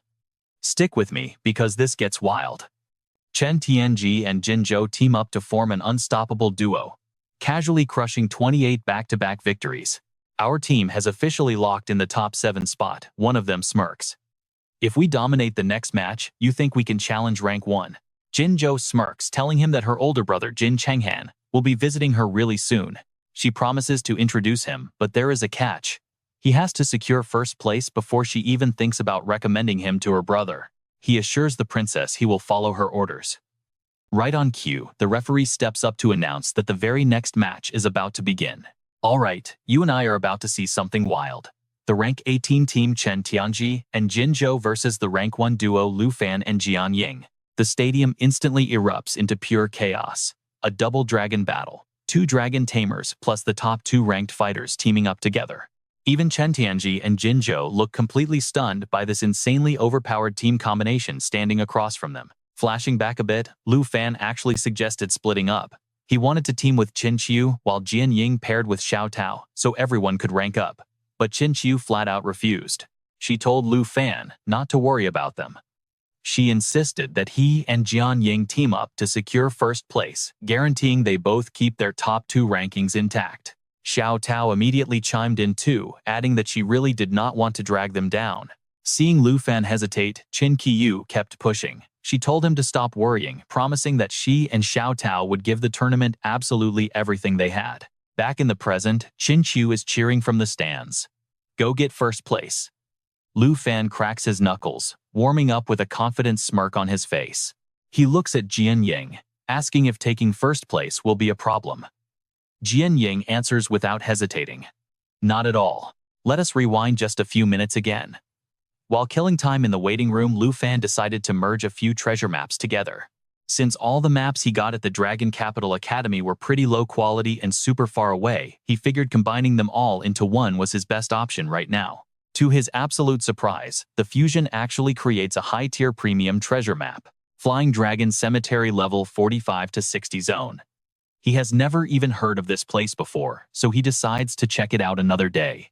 Right at that exact moment, the loudspeaker finally announces the upcoming match. Team 18 Chen Tianji and Jin Zhou are facing off against Team 1 Lu Fan and Jian Ying. Lu Fan smiles at Jian Ying, telling him it is their turn to hit the arena. Since it is an evaluation, they cannot afford to slack off. Back in the present, the stadium crowd is still loudly buzzing about this crazy matchup. Look over there, the rank 1. Lu Fan is teaming up with the rank 2 Beauty. They might as well just hand them the trophy now. But hey, nothing is guaranteed yet. Chen Tianji has won 28 matches in a row, and honestly past champions were never exactly the people sitting at the very top of the leaderboards anyway. Meeting Chen Tianji for the very first time, Jian Ying looks a bit worried. He asks Lu Fan if he is confident since their opponent is also a Dragon Tamer. Now, watch closely. Lu Fan just smiles and proposes a little bet. He wants to see if he can take them both down, using only his own physical strength. Jian Ying is caught completely off guard. Wait, without me stepping in, and without you even summoning your dragon. Makes perfect sense, right? Back in the Poison Spider Forest, Lu Fan realized their classes were actually incredibly similar. If Lu Fan wins, Jian Ying has to reveal all the secrets of a swordmaster. And with that, the match officially begins. The second the referee drops the signal, Chen Tianji and his massive dragon immediately charge forward on the offensive. He screams that he has been waiting for this exact moment. Lu Fan will never look down on him again. From now on, there is only room for one Dragon Tamer, and it is him. Moving like lightning, Chen Tianji thrusts his spear, but his weapon only pierces straight through Lu Fan's lingering afterimage. While Chen Tianji stands there completely confused, he suddenly hears Lu Fan casually speaking to his teammate. It is way too late to back out of that little bet now. Jian Ying. Before the word even finishes echoing, Lu Fan throws a kick, activates Dragon Claw, and layers it with Dragon Blood armor to transform his arm. He lands a brutal uppercut right on the dragon's jaw, sending the massive beast staggering backward in a daze. Chen Tianji glares at Jian Ying, who is just standing there with crossed arms watching Lu Fan fight. He furrows his brow and angrily shouts, "Your teammate is not fighting and you are not summoning a dragon. What is this?" Lu Fan just smirks back. It is just a friendly little wager, nothing personal. Why would he need to use full power against a couple of complete losers? Right at this moment, Jin Zhou suddenly bursts into manic laughter. "Lu Fan, I finally have my perfect chance today. You arrogant low-class trash, how dare you insult me?" With eyes full of pure killing intent, she violently swears she will make him pay double for absolutely everything he has done so far. Iron Armor Earth Dragon, attack him now. Following Chen Tianji's direct order, the massive Earth Dragon lets out a deafening roar and charges aggressively straight toward Lu Fan. "Your Earth Dragon is missing a tooth over there. It looks totally unsymmetrical. Let me fix that for you right now." Lu Fan draws his weapon, channeling his intense aura with the Dragon Fang Strike skill. He unleashes a devastatingly powerful attack straight ahead, ripping through the air. The strike slashes right into the Earth Dragon. It not only injures the massive beast, but completely shatters the solid ground beneath its heavy feet. The students watching this go down are absolutely terrified. Oh my god, did you guys just see that? He actually forced a dragon to stop using nothing but his own raw physical strength. But that is an Earth Dragon. Even an Earth Dragon is still a real dragon. So what do you and I take from this? The power gap between humans and dragons is huge. Just how incredibly strong is Lu Fan? This whole situation is completely insane. Even Chen Tianji, the guy right in the middle of it, was completely stunned. Jin Zhou snapped. "What are you just standing there for? Hurry up and finish him." Her sharp voice finally snapped Chen Tianji right out of his daze. He quickly pulled himself together, bowed his head and answered, "Your servant obeys." Then he ordered his Earth Dragon to use Sweep. That massive tail whipped around, dealing heavy cone-shaped damage to anything in its way. At the exact same time, he activated Dragon Spear Strike, channeling his draconic aura. He unleashed an incredibly heavy blow, teaming up with the Earth Dragon against Lu Fan. They were both Dragon Masters, meaning Lu Fan shouldn't have any sneaky teleportation skills. Caught between two massive attacks at once, even if he wanted to run, he simply couldn't. At least that's what Chen Tianji thought. But you and I know Lu Fan has those blink boots, right? Total joke. After teleporting, Lu Fan casually sat on a rock, flashing a mocking smile right at his attacker. "When are you and your little dragon actually gonna make me take this fight seriously?" Jian Ying watched Lu Fan and secretly marveled. The stats on that Earth Dragon were miles higher than any normal beast at the exact same level. Yet Lu Fan wasn't just suppressing the monster. He was somehow taking on the beast and the Dragon Master at the exact same time. "Fall back, you trash." Lu Fan didn't even bother summoning his own dragon, and he totally refused to let his teammates jump in. And yet you still look this pathetic in front of a massive crowd. Seriously, how am I supposed to introduce a loser like you to my older brother? Looking this miserable and you still want to visit the Tai Chi Kingdom? You want to be the strongest Dragon Master? Keep dreaming. Jinzhou screamed in absolute pure rage and started casting her dark magic. Thanks to your total failure, this princess has to step up and save our dignity all by herself. Lu Fan watched the whole scene unfold. He frowned. Was this the exact same twisted skill that turned her servant into a complete monster last time? Watching the Earth Dragon's body rapidly mutate and swell up, Lu Fan got his answer. Sure enough, Jinzhou was using that bizarre twisted growth skill once again. Now you and I are about to see something insane. After absorbing her buff, the armored dragon's freaky transformation sent the entire stadium crowd into absolute panic. What the heck is wrong with that armored dragon? It looks like a demon straight out of hell. That's a buff from Chen Tianji's teammate right there. The beast's power level just completely skyrocketed. I think she's an exchange student, but man, that skill looks seriously evil and unnatural. Why in the world hasn't Lu Fan summoned his own dragon pet yet? I really want to see a double dragon battle. Down in the arena, Jian Ying instantly summoned two massive weapons floating right by his sides. The Army Breaker Sword. Epic Rarity Level 24. Required class is Sword Master. The Mountain Shaker ability deals 240% physical damage, while spreading 24% of that splash damage to all the surrounding targets nearby. The Bloodbreaker Sword. Epic Rarity Level 24. Required class is also Sword Master. Armor Break ignores 32% of enemy defense. Swiftness boosts sword control, speed, by 42%. Jian Ying was just about to charge in, but Lu Fan threw a hand up, stopping him right in his tracks. Jian Ying, I can handle these two all by myself. Don't forget the deal we made earlier. Jian Ying hesitated. But I've gone up against this exact skill before. The price of that power is pure agony, twisting their bodies into something horrible. Without another word, Lu Fan stepped forward, facing the freaky armored dragon head-on. Across the arena, Jinzhou barked her order. Chen Tianji, smash him to pieces right now. Chen Tianji replied, yes, my lady. Then he commanded the armored dragon to charge straight at Lu Fan and launch an all-out attack. But Lu Fan, he just stood there, completely motionless. From behind the armored dragon, Jinzhou gritted her teeth, glaring at Lu Fan with absolute burning hatred. I am going to steal back your black dragon and turn you into useless trash once again. If you don't want to be crushed, summon your black dragon right now. Weren't your stats supposed to be high enough to handle my armored dragon with ease? Just look at you right now. Jinzhou's vicious taunting suddenly cut off into dead silence.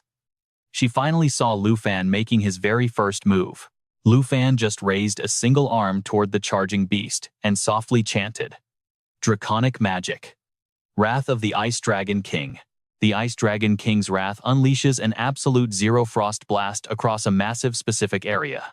It deals heavy damage while instantly slowing down and completely freezing any caught targets.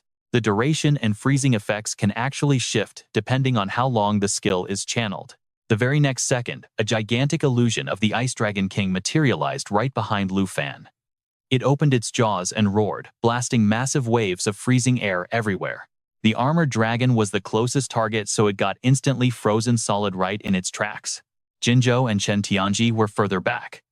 They dodged the solid freeze, but with every panicked breath, thick white mist spilled from their lips. The sheer cold was deeply infecting them. Even the audience up in the stands got hit by the freezing shockwave, making them scream out loud. I am suddenly freezing my butt off. The temperature just absolutely plummeted. Is that Lu Fan's dragon pet? Man, that looks way more badass than anything Chen Tianji has. No wait, that's just an illusion. It's not real flesh and blood. Looks like some kind of insane magic skill. Holy crap, he knows both physical combat and pure magic. The absolute chaos up in the stands didn't distract Lu Fan for even a second. Right after the magic blast, Lu Fan raised his sword. His eyes locked onto Jinzhou, sharp and utterly ruthless. That freaky dark magic really did push the armored dragon's stats way higher than mine. But who told you higher stats guarantees an easy win? You actually want to steal my black dragon. You are completely unworthy. With that, Lu Fan dashed forward in a literal flash. He swung his blade down hard, giving her absolutely zero time to react.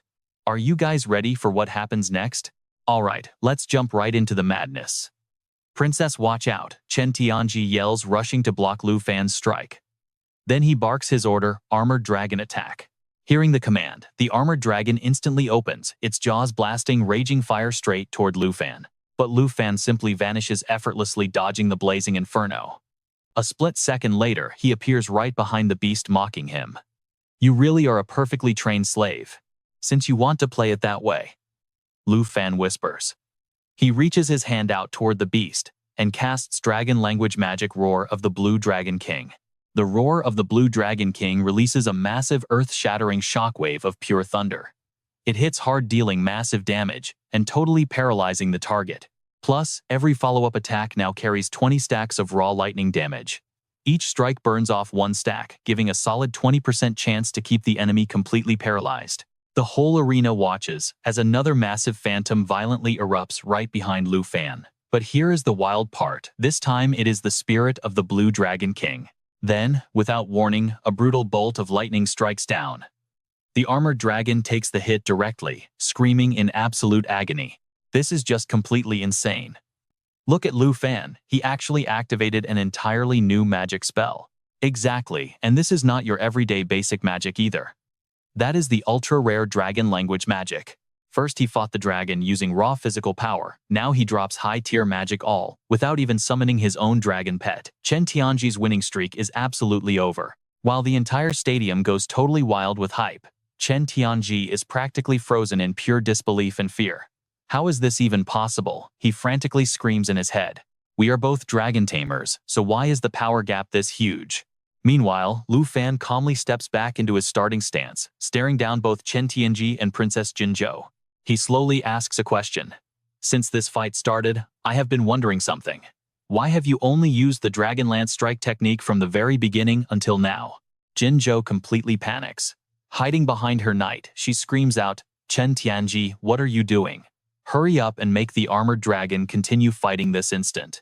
But Lu Fan completely ignores Jinzhou's furious screaming. He runs his hand along his blade, charging it with a heavy layer of raw lightning. Staring directly at Chen Tianji, he continues. Dragon Lance Strike and Dragon Fang Strike look slightly different because we use different weapons, but the core essence is the exact same skill. So why have you never once used Dragon Claw or Dragon Bone Rain? Chen Tianji is completely rattled. Dragon Claw, Dragon Bone Rain. Could it be that those are actually his initial starting skills? He nervously thinks to himself. Seeing Chen Tianji just standing there frozen, Jinzhou absolutely loses her mind. She furiously yells, you piece of trash, you are exactly as useless as Kui Hongtai. You swore you would get revenge for me, hurry up. Noticing the terrified look on Chen Tianji's face, Lu Fan smirks. It seems your armored dragon contract could not actually unlock all the skills for you. It is not that you are holding back, you simply do not have them. Just give it up. You have zero chance of winning this. We are on completely different levels as Dragon Tamers. Chen Tianji lowers his head and mutters. Enough. Lu Fan frowns, actually trying to talk some sense into him. You and I have no real grudge. You do not need to throw away your dignity as her slave, let alone fight me. Hearing this pushes him over the edge. Chen Tianji suddenly snaps his head up, his eyes totally bloodshot. He glares directly at Lu Fan and screams, enough. You not only block me from reaching the rank of the absolute strongest Dragon Tamer, but you arrogantly lecture me about losing my own self-respect. Then he turns back to Jinzhou looking completely desperate. Your Royal Highness, your loyal knight, will always keep his promise. I beg you, please give me one last chance. I will risk my own life to show this peasant the exact price of offending the royal princess. Hearing that pathetic plea, Jinzhou looks slightly surprised before flashing a purely sinister, twisted smile. Hemph, you brought this on yourself. This right here is your final chance. Without hesitating, Jinzhou raises her glowing magic wand, casting a dark spell directly onto Chen Tianji's body. He screams in absolute agony and yells out, I obey. Lu Fan watches in pure confusion. Why are you so loyal to someone exactly like her? You clearly know how twisted her true nature really is. What do you know? Without the princess, I would be nothing but trash my entire life. To become a master and repay her grace, I will do absolutely anything. As he speaks, Chen Tianji's entire body starts violently mutating. He grows massive, surging with unnatural strength as 2 extra arms brutally tear out from his back. Once the wild transformation finishes, Jinzhou laughs and eagerly commands him. Now go, completely obliterate Lu Fan. Taking the order, the monstrous Chen Tianji recklessly charges directly at Lu Fan. His 2 new arms tightly grip weapons, raising them high as he roars, die. Dragon Lance Strike. Seeing this absolute madness, Lu Fan finally drops the peaceful talk. His eyes turn deadly sharp. He raises his lightning-covered blade to eye level, pointing it straight at the mutated knight. More than hating you, I just feel totally sorry for you. Take this thunder. And with that, Lu Fan triggers the Whisper of the Spirit Wind buff, launching himself directly at the giant Chen Tianji with blinding godlike speed. Now watch this buff. Whisper of the Spirit Wind grants the user a divine blessing, boosting their total agility stats by a massive 35%. Dragon Fang Strike. Lu Fan roars out, unleashing an insane barrage of rapid-fire stabs straight into Chen Tianji's chest.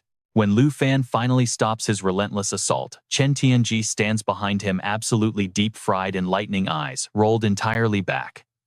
"I am so sorry, Your Royal Highness." He mutters his final apology, before totally blacking out, collapsing to the floor right in front of Jinzhou's horrified, trembling eyes. Jinzhou watches Lu Fan slowly walk toward her and raise his hand. Collapsing to the dirt in pure terror, she frantically screams out, "What are you going to do to me?" "Don't get too arrogant," Jinzhou snaps. "My older brother is the brand new leader of the Taiki Nation. If you even dare lay a single finger on me, he will hunt you down and pay you back 100 times over."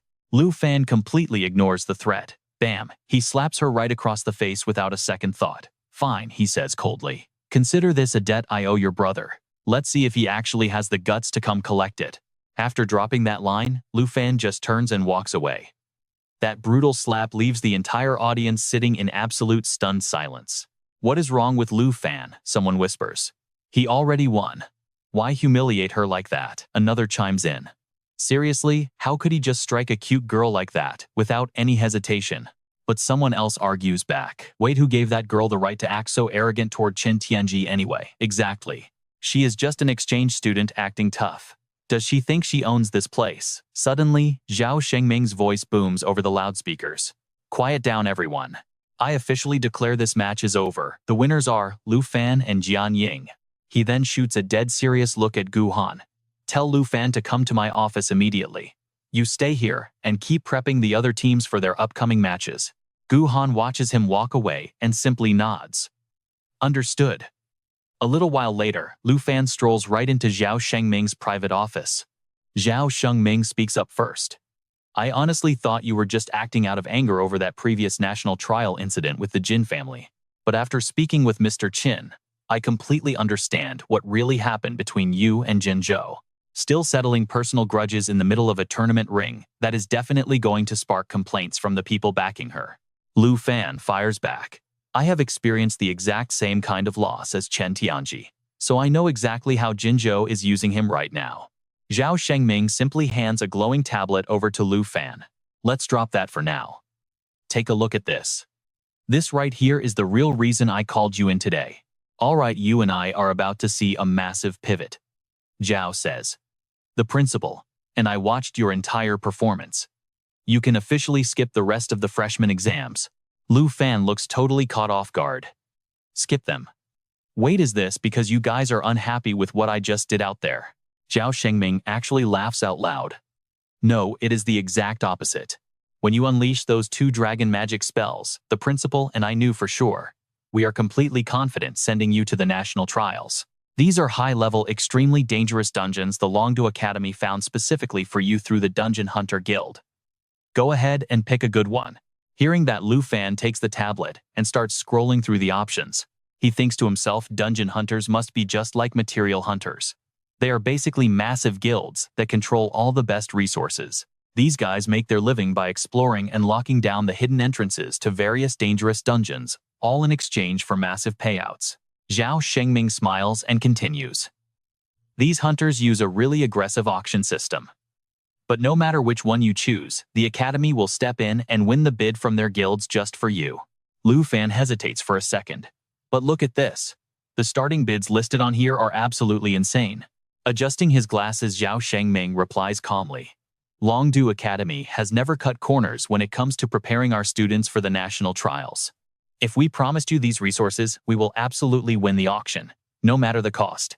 Hearing that, Lu Fan stops worrying and starts analyzing the dungeon list dead seriously. A moment later, his eyes widen. "Whoa, this is it." Seeing his reaction, Zhao Shengming asks with total curiosity.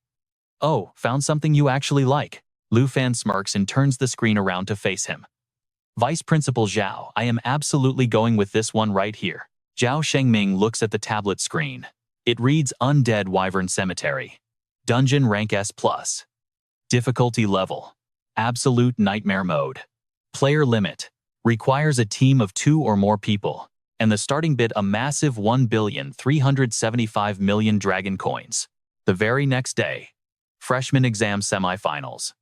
The first match of the day is supposed to be Team 1 Lu Fan and Jian Ying against Team 3 Jiang Feng and Yun Shuxing.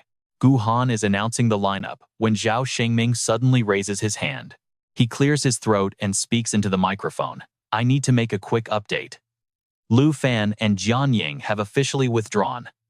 The brackets will be reorganized. The second he says that the entire stadium erupts into chaos. Wait, what? Are you kidding me? Lu Fan is dropping out. I literally only came here today just to watch him fight another fan, complains. Did something crazy happen yesterday behind the scenes? Who even knows anymore? This is completely impossible.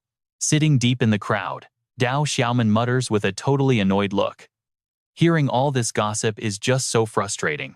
Qin Qiu sits right next to her and sighs. Just ignore them. Lu Fan and Jian Ying have probably already entered a dungeon by now. Meanwhile, you and I are moving to the real action.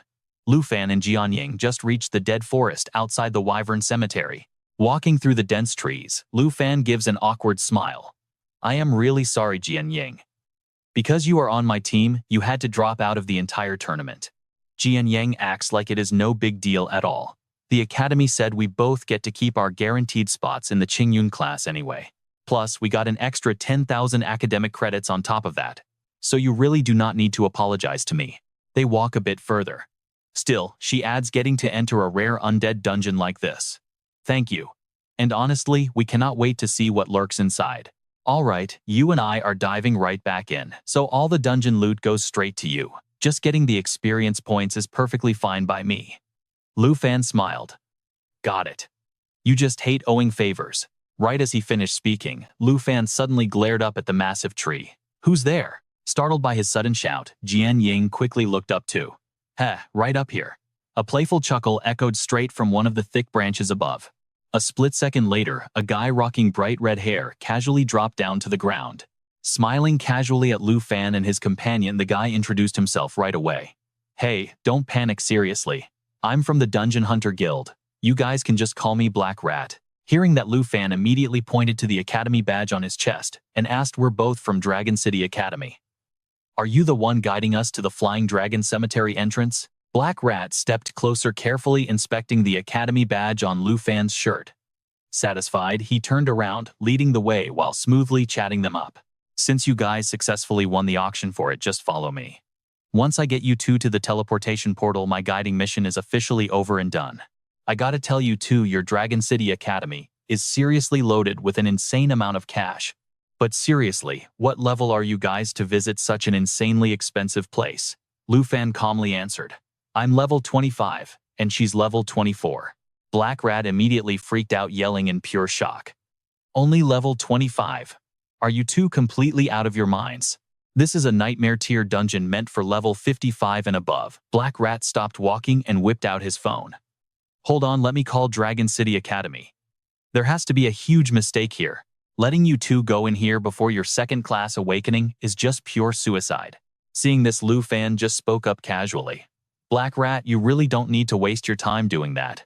Before Lu Fan could even explain, a sudden brutal attack blasted the massive tree right beside them, sending the heavy trunk crashing straight down toward their heads. Lu Fan reacted instantly, grabbing Jian Ying's hand and sprinting away. Panicking, Black Rat frantically chased right after the two of them. Once they bolted clear of the crushing branches, Lu Fan whipped right back around. Crazy magic instantly gathered in his hands as he aimed skyward and roared Blue Dragon King's roar. An agonizing screech instantly ripped through the air, and a massive monster plummeted straight from the sky, slamming brutally into the dirt. That violent crash made the fleeing Black Rat stop and look back in absolute shock. His jaw practically hit the dirt as he stared in total disbelief, screaming, "What kind of insane skill is that? Are you seriously only a level 25 right now? Isn't that a level 50 green-winged dragon eagle over there?" Meanwhile, Lu Fan, with fierce lightning still crackling around his hands, just smiled coolly. Listen, Black Rat, our levels really don't mean a single thing when it comes to raw power. Just do me a favor and hurry up with guiding us to that entrance. Alright, let's keep moving. scratching his head in pure confusion. Black Rat turned back around and continued leading the way for the duo. Now stick with me here because this is where things get wild. After following their guide through hidden overgrown paths, our duo suddenly spotted a massive glowing red vortex right in front of them. Black Rat pointed ahead. We're here. This is the official entrance to the Flying Dragon Cemetery. Lu Fan curiously inspected the giant vortex. So the teleportation portal leading up to the divine flying dragon tree was hidden right here all along. Waving his hand, Black Rat turned to leave. All right, my mission here is done. See you around if fate allows. Seeing this, Lu Fan quickly called out, "Hold on a second, Black Rat." Reaching his hand forward with a friendly smile, he made an offer. Since fate brought us together today, why don't we add each other as friends? Dungeon hunters travel around a lot, so there's a huge chance I'll need you to scout out some specific map locations for me later. Black Rat looked surprised. Huh, map locations. Meanwhile, Jian Ying had zero interest in their little business chat, so she proactively walked right into the dungeon portal first. Lu Fan kept smiling and smoothly added, "Don't worry, you'll definitely be paid." Black Rat quickly asked, "Hold up a second, you mean you just want to buy location intel from me? Not actual private dungeon secrets, but just basic geographic coordinates. I know the Dungeon Hunter Guild absolutely forbids selling personal dungeon data, but if we're purely just talking about map locations, that shouldn't break any of your rules, right?" Black Rat rubbed his chin, thinking it over before reaching his hand out. 10,000. One piece of location intel costs exactly 10,000 dragon coins. That's a friendly discount right there. Take it or leave it. Before Black Rat could even finish his sentence, Lu Fan firmly shook his hand. Perfect, let's lock it in. Black Rat stood there completely stunned by Lu Fan's absolute lack of hesitation. Only when Lu Fan vanished into the dungeon did Black Rat finally snap out of it, muttering, "Is literally everyone from Dragon City Academy this insanely filthy rich?" Inside the dungeon, the second Lu Fan stepped out of the portal, Jian Ying immediately rushed him. "You guys sure talk a lot. Come on, let's get moving already." Lu Fan walked forward, scanning the wild surroundings. So, is this the divine flying dragon tree that Black Rat was talking about? Meanwhile, his mind was racing, plotting the next step. The god-tier map location was waiting right at the top of this divine tree. Suddenly, Jian Ying felt something completely off. She frowned, asking Lu Fan, "Do you feel that? Is that an earthquake happening right now?" Hearing that, Lu Fan sharply focused his senses. And let me tell you, when he spotted the massive monster swarm flying straight at them, his face dropped. No, it's a wyvern swarm. Level 50. Undead Flying Dragons. Experience points yield 37,120. Loot drops: wyvern fangs worth 2,772 dragon coins apiece. Their swarm bite ability deals heavy physical damage, and once they sink their teeth into a target, they instantly call in nearby allies to join the brutal feeding frenzy. Worse, their rotting breath attack sprays out, covering a massive deadly fan-shaped area in front of them. Any targets caught inside that foul breath range suffer a decaying debuff, instantly slashing their total attack power down by a massive 50%. Blade gets ready to launch her attack. Alright, you and I know Luke does not even need to warn her. Blade summons her Army Breaker Greatsword using Mountain Shaker to instantly destroy an incoming zombie wyvern. The blast hits the other undead dragons nearby with splash damage. As for Luke, he decides it is the perfect time to summon Night into the fight. The second Night appears, he opens his jaws wide and blasts roaring fire right at the swarm of zombie wyverns. Magma Blaze unleashes continuous fire forward. It deals massive damage to the zombies while healing himself at the exact same time. Back to Blade. Right as she focuses entirely on controlling her greatsword, she senses movement. A sneaky zombie wyvern successfully circles behind her back. It opens its rotting jaws, charging up a deadly breath attack of pure decay. She is completely exposed from behind. Blade quickly jumps up to dodge. Mid-air, she calls out her Bloodbreaker sword. Using the Armor Pierce skill, she blasts it straight through the skull of the sneaking zombie wyvern. But as she tries to land, Blade realizes her body is totally outside the tree branches. She starts free falling. Army Breaker Greatsword, get over here now. Blade shouts her command loudly, desperately hoping the flying sword can catch her falling body. But before the greatsword can even reach her, another terrifying zombie wyvern dashes right up close. Blade grits her teeth and panics. It is over, she cannot make it. A swordmaster without her sword. Blade can only watch helplessly. She has absolutely zero counters left for this deadly situation right now. In that critical moment, Luke spots the danger just in time and dives down. Weapon in hand, he uses Dragon Fang Strike, boosted by Blood Pact. One single slash completely destroys the zombie wyvern. Then he reaches his hand right toward Blade and yells, "Blade, grab my hand right now." Blade quickly reaches up and grabs Luke's hand. Next, Luke twists his entire body, driving his weapon hard into the massive tree trunk, slamming the brakes on their free fall. Once they finally stop dropping, both of them let out a huge sigh of relief. Luke looks down at Blade and jokes, "Careful, our destination is definitely not down there." Blade smiles back and says, "You saved my life once again." They start climbing back up but barely make it anywhere before a weird noise echoes out. Blade goes on high alert and asks, "Are those zombie dragons coming back?" "No, it is from below." As Luke says this, he looks down and sees a massive bone dragon skull, jaws wide open, rushing straight up at them insanely fast. "Watch out," Luke screams, decisively pulling Blade tightly into his arms. He presses his entire body flat against the giant tree trunk to dodge. In just a blink, Luke clearly feels that giant skeletal dragon head scrape right past his back. It keeps flying upwards toward the canopy above. Seeing this, Luke looks up and frantically screams out, "Knight!" Up on the higher level, Knight just finished wiping out the zombie wyverns when he suddenly hears Luke yelling his name. Knight barely turns his head before seeing a massive skull with jaws wide open. The terrifying bone mouth quickly expands and covers his entire vision. 1 second later, everything around Knight goes pitch black. He gets completely swallowed alive by the undead monster. Luke just places Blade safely back on their original level. Seeing Knight get eaten whole, she completely panics and screams out, "That is the Berserker Bone Dragon. Now, you and I know this is bad." Level 55 Berserker Bone Dragon Nightmare Boss Difficulty. It uses bone armor, attach growing extra bones to heavily shield its body. Those bones massively boost defense. Bone Blade Strike fires sharp bone projectiles, dealing brutal area damage. White Bone Storm sweeps cursed bones across the zone, and the lower its health gets, the higher its insane damage spikes. This boss is absolutely terrifying. Luke finally lets go of Blade and tells her Knight will be totally fine.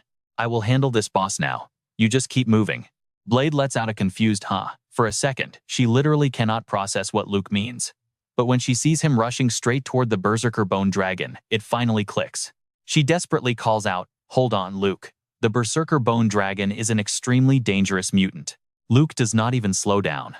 He keeps sprinting straight toward the giant undead dragon and loudly commands Knight, "Transform into your destroyer. Form right now." Just 1 second later, intense waves of pure fire start leaking out from the bone dragon's closed jaws. Then, with a massive explosion, Knight violently bursts out of the giant skull in his full dragon form, roaring wildly as he takes to the sky. The Berserker Bone Dragon just lost an entire horn. Its lower jaw is totally shattered. Blade mutters to herself, Knight actually had another form. No wonder Luke was so confident he would not get hurt at all. Right then, Luke summons Faye into battle and orders Faye release the Emerald Blessing. Hearing his command, Faye chirps happily and instantly casts her powerful magic directly onto Luke. 3 glowing green emerald symbols immediately appear right above his head. Emerald Blessing adds 3 layers of dragon aura, heavily buffing the damage of his next 3 attacks. Next, Luke jumps high into the air and screams, "Combo with me, Knight." Knight gets the hint immediately. He catches Luke, mid-air flies directly above the Berserker Bone Dragon, and opens his jaws to roar. Terrifying roar. It unleashes a shockwave, dealing massive damage to everything in the area, plus slapping them with a heavy weaken effect. Finally backed up by the insane buffs from Blood Pact and the Emerald Aura, Luke executes Dragon Fang Strike, completely slicing off the Berserker Bone Dragon's head. But you and I know it is never that easy. The severed skull's eye sockets and its chest core suddenly flash with an intensely bright light. In a quick flash, every bone in its body shattered except the skull. Those shattered bones whipped around the skull and energy core at insane speeds, completely trapping Lu Fan inside a deadly tornado. It's the Bone Storm attack. It sweeps the area. And get this, the lower its health, the higher the damage output. Still alive. Fine. Then Lu Fan muttered, readying his next move. He was just about to make his move when a sudden flash of crimson light blasted right through the Berserk Bone Dragon's remaining horn. That perfectly timed strike completely shattered the monster's attack sequence before it could even finish casting.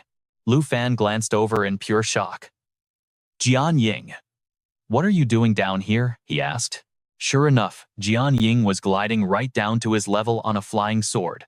Just keeping my end of our previous deal, she replied smoothly.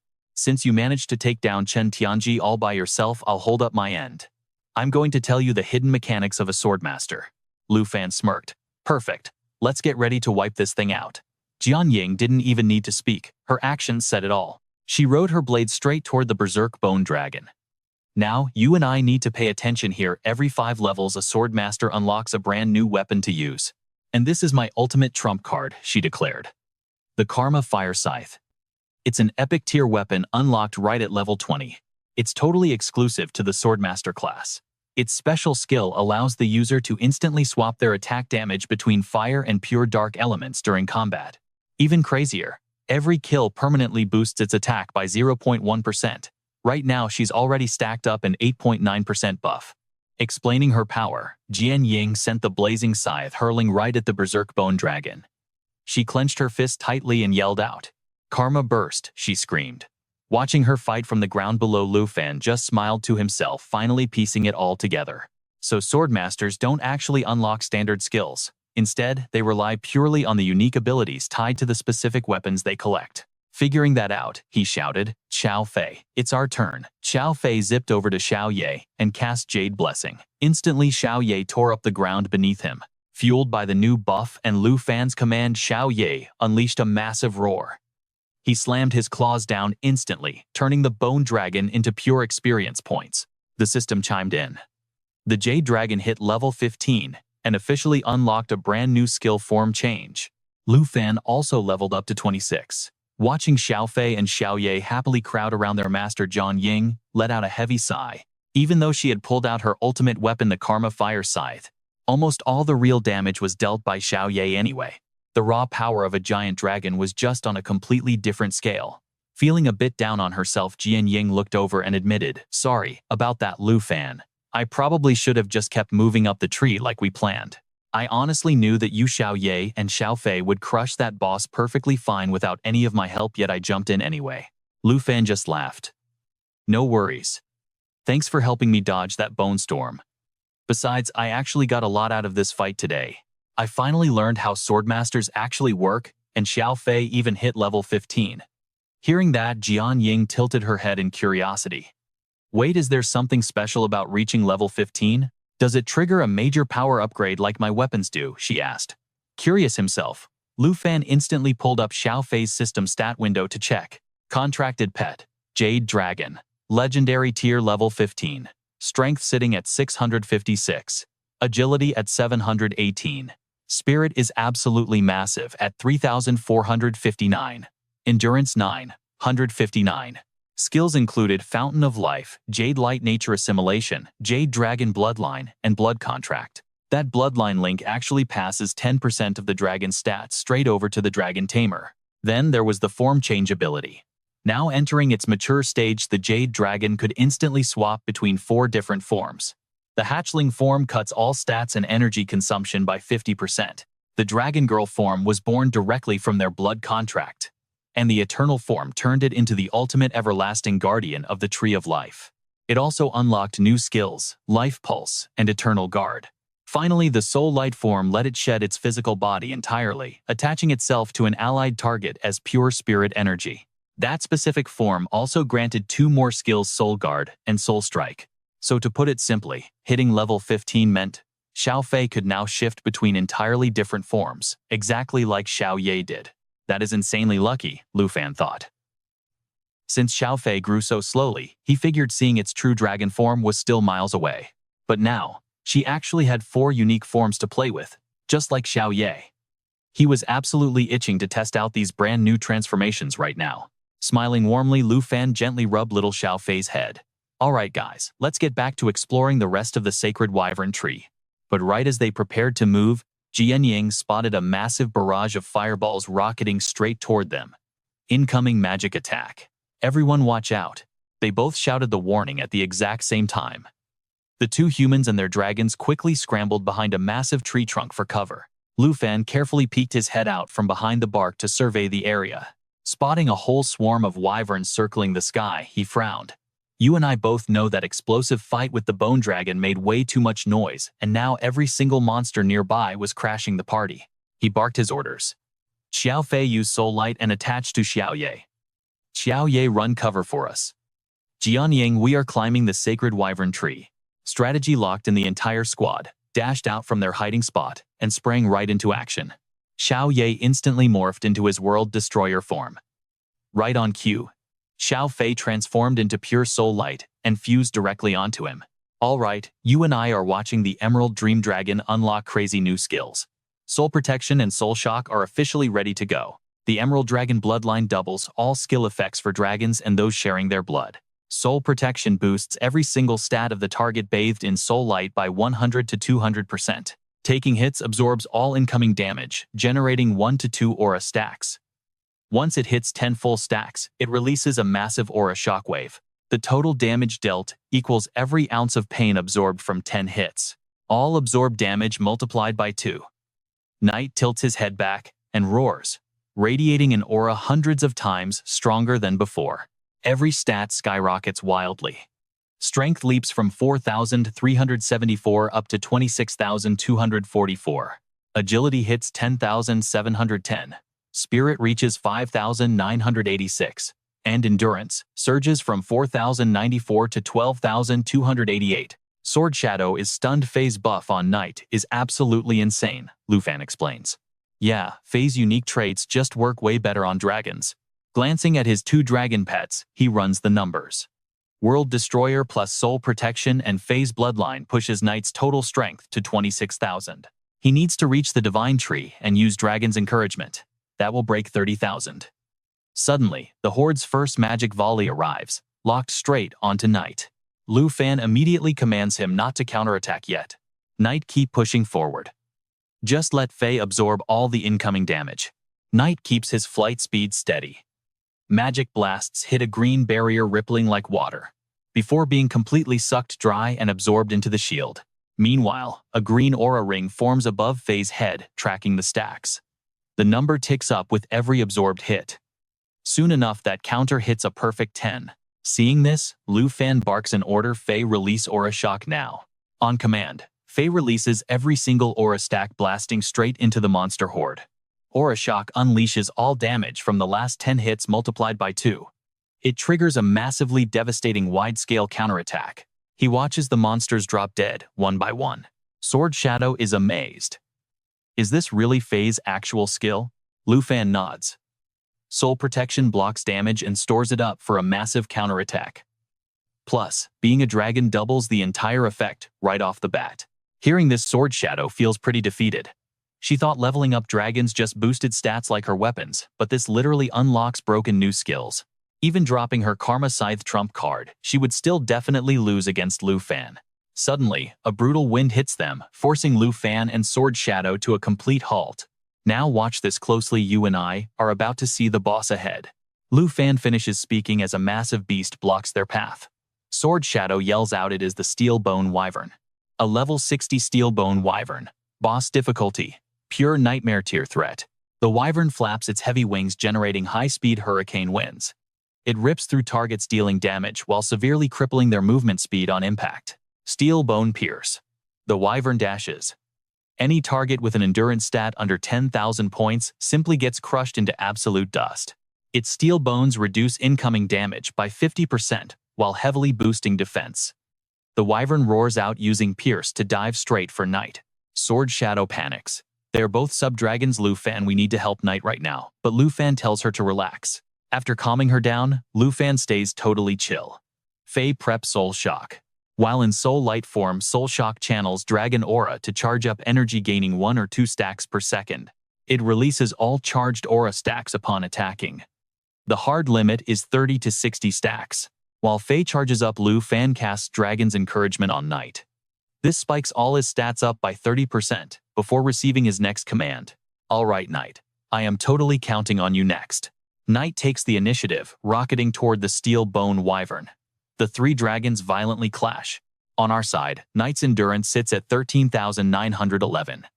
Because that easily beats 10,000, the wyvern's pierce attack does 0 damage.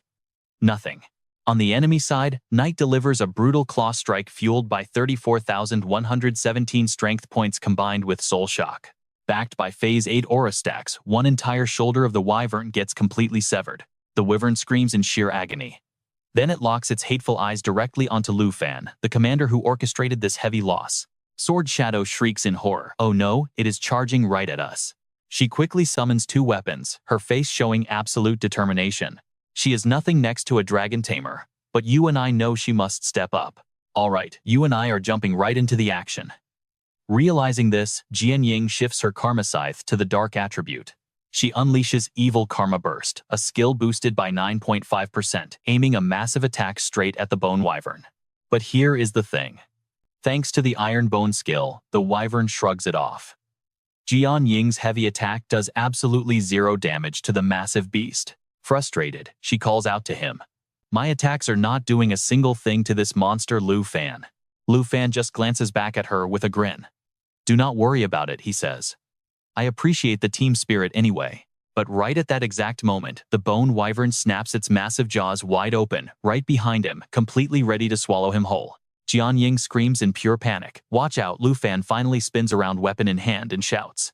Xiao Fei, give me a hand over here. Hearing the command, the little dragon instantly leaps off Xiao Ye. It flies over and merges with Lu Fan in less than a single second.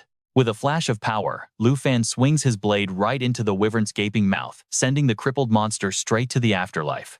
A system alert pops up immediately.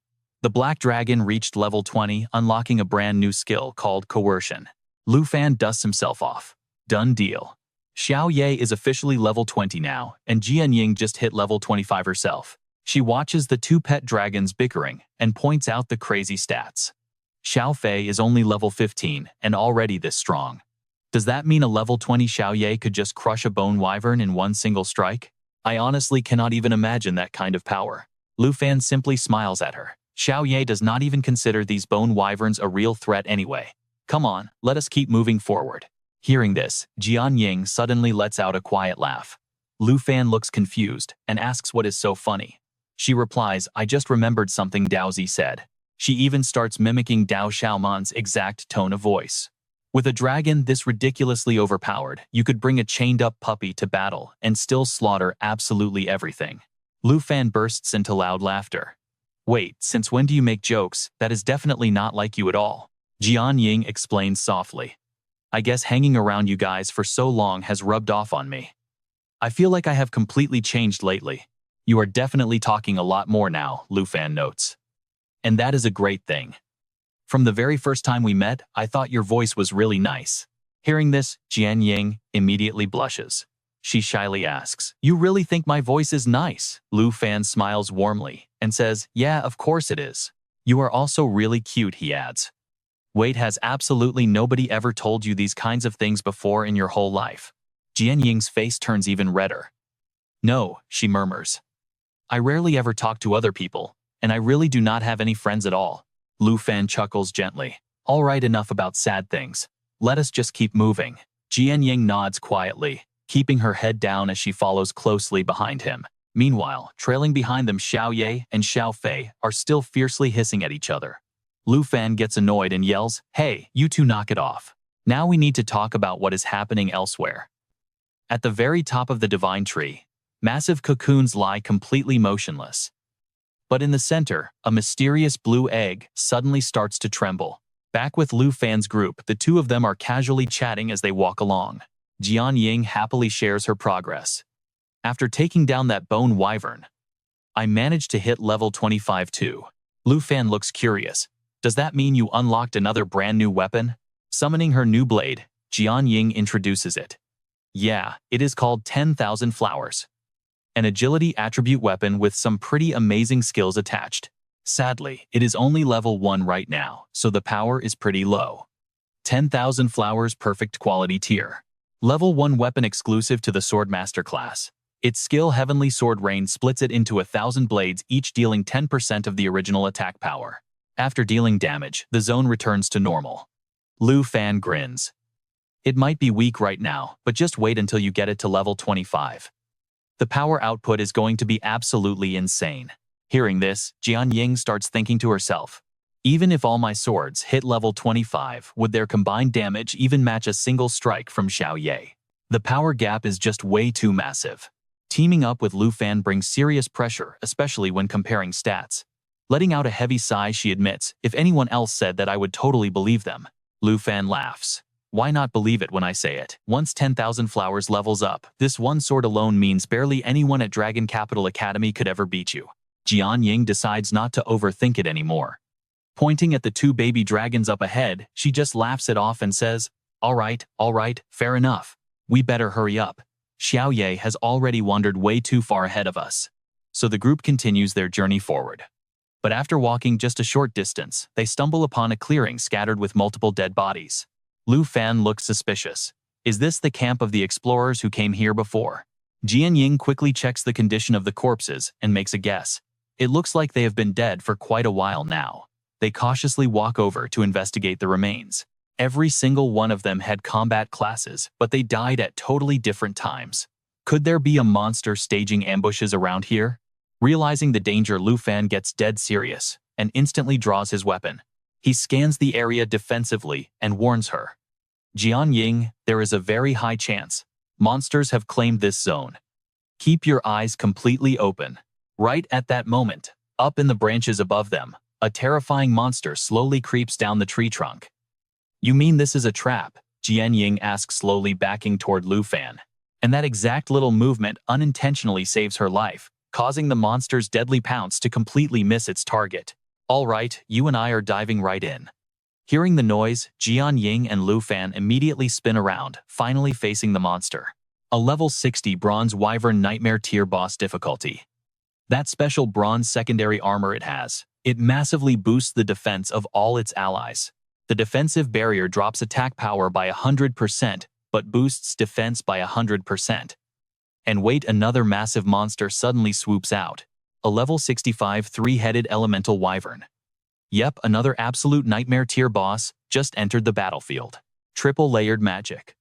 All three of its heads simultaneously unleash raging fire, freezing ice and lightning, dealing a massive 300% area of effect damage. It has elemental resonance. As long as just one single head stays alive, the other dead heads will completely regenerate themselves. The respawn time just increases with each death. Lu Fan frowns, muttering to himself.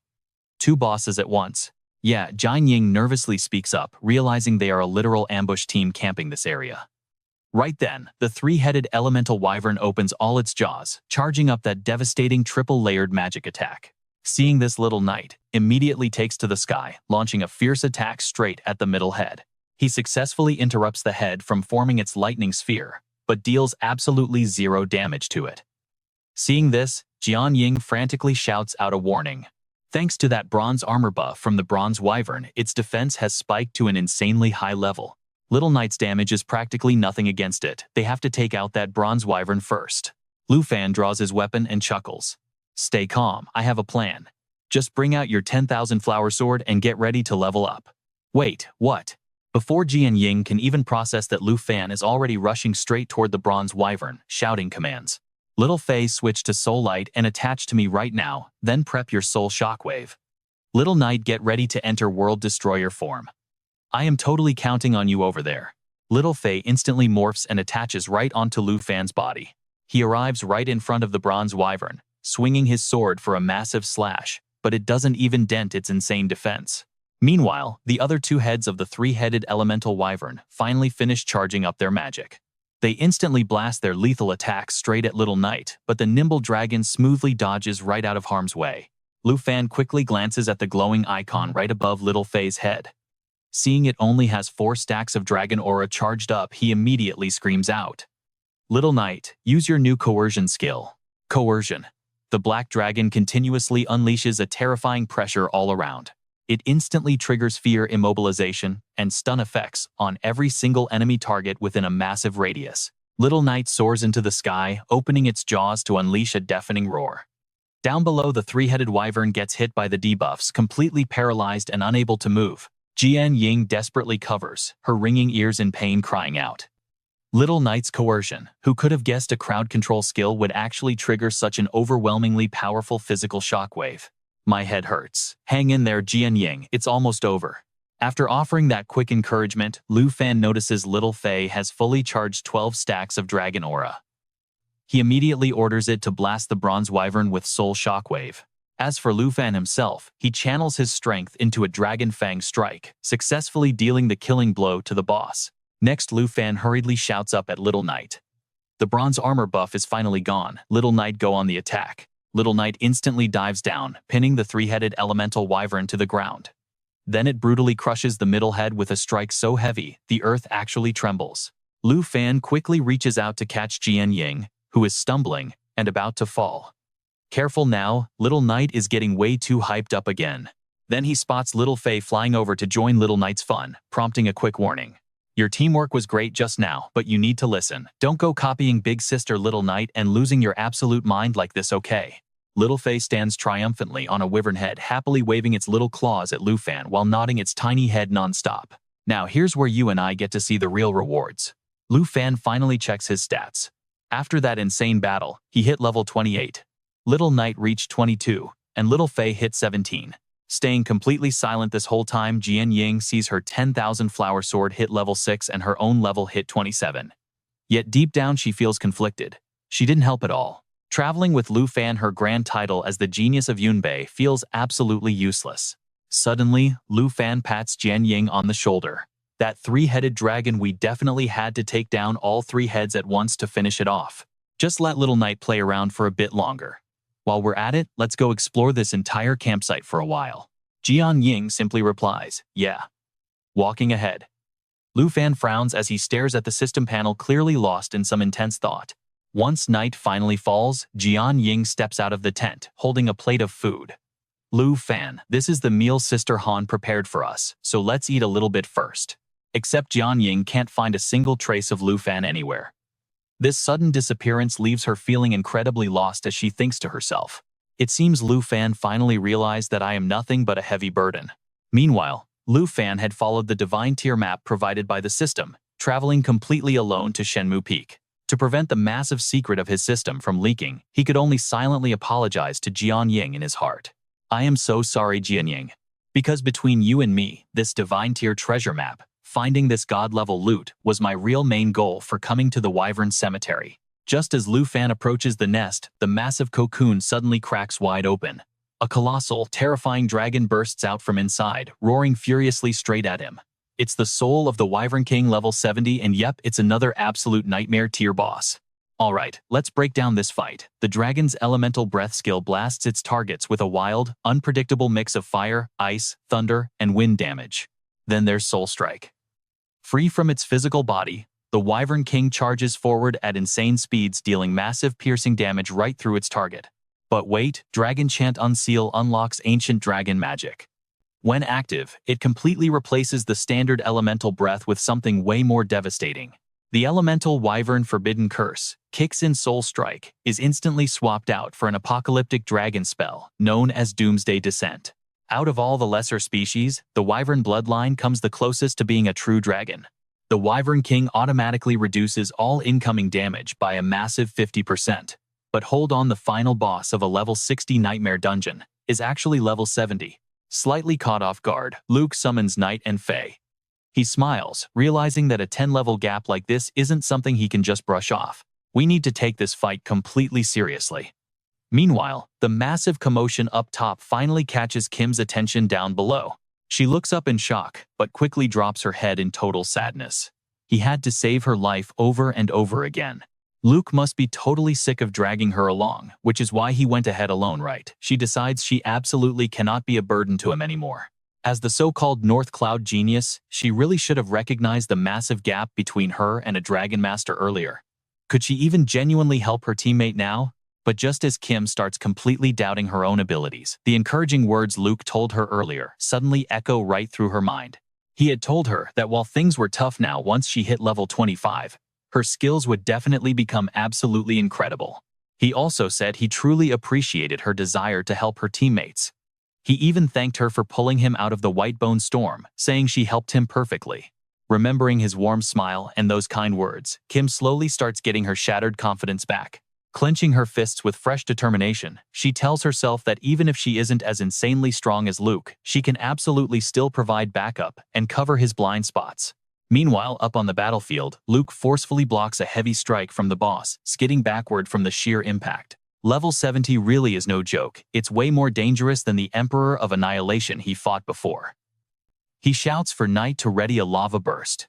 Right after calling out, Luke immediately casts the Dragon's Encouragement buff skill directly onto Knight to boost his power. Knight opens his jaws rapidly, gathering fire elemental energy. He flies right up to the boss and unleashes a massive torrent of flames, making the monster throw its head back and roar in sheer burning agony. But the second the lava burst fades, the boss completely ignores Knight.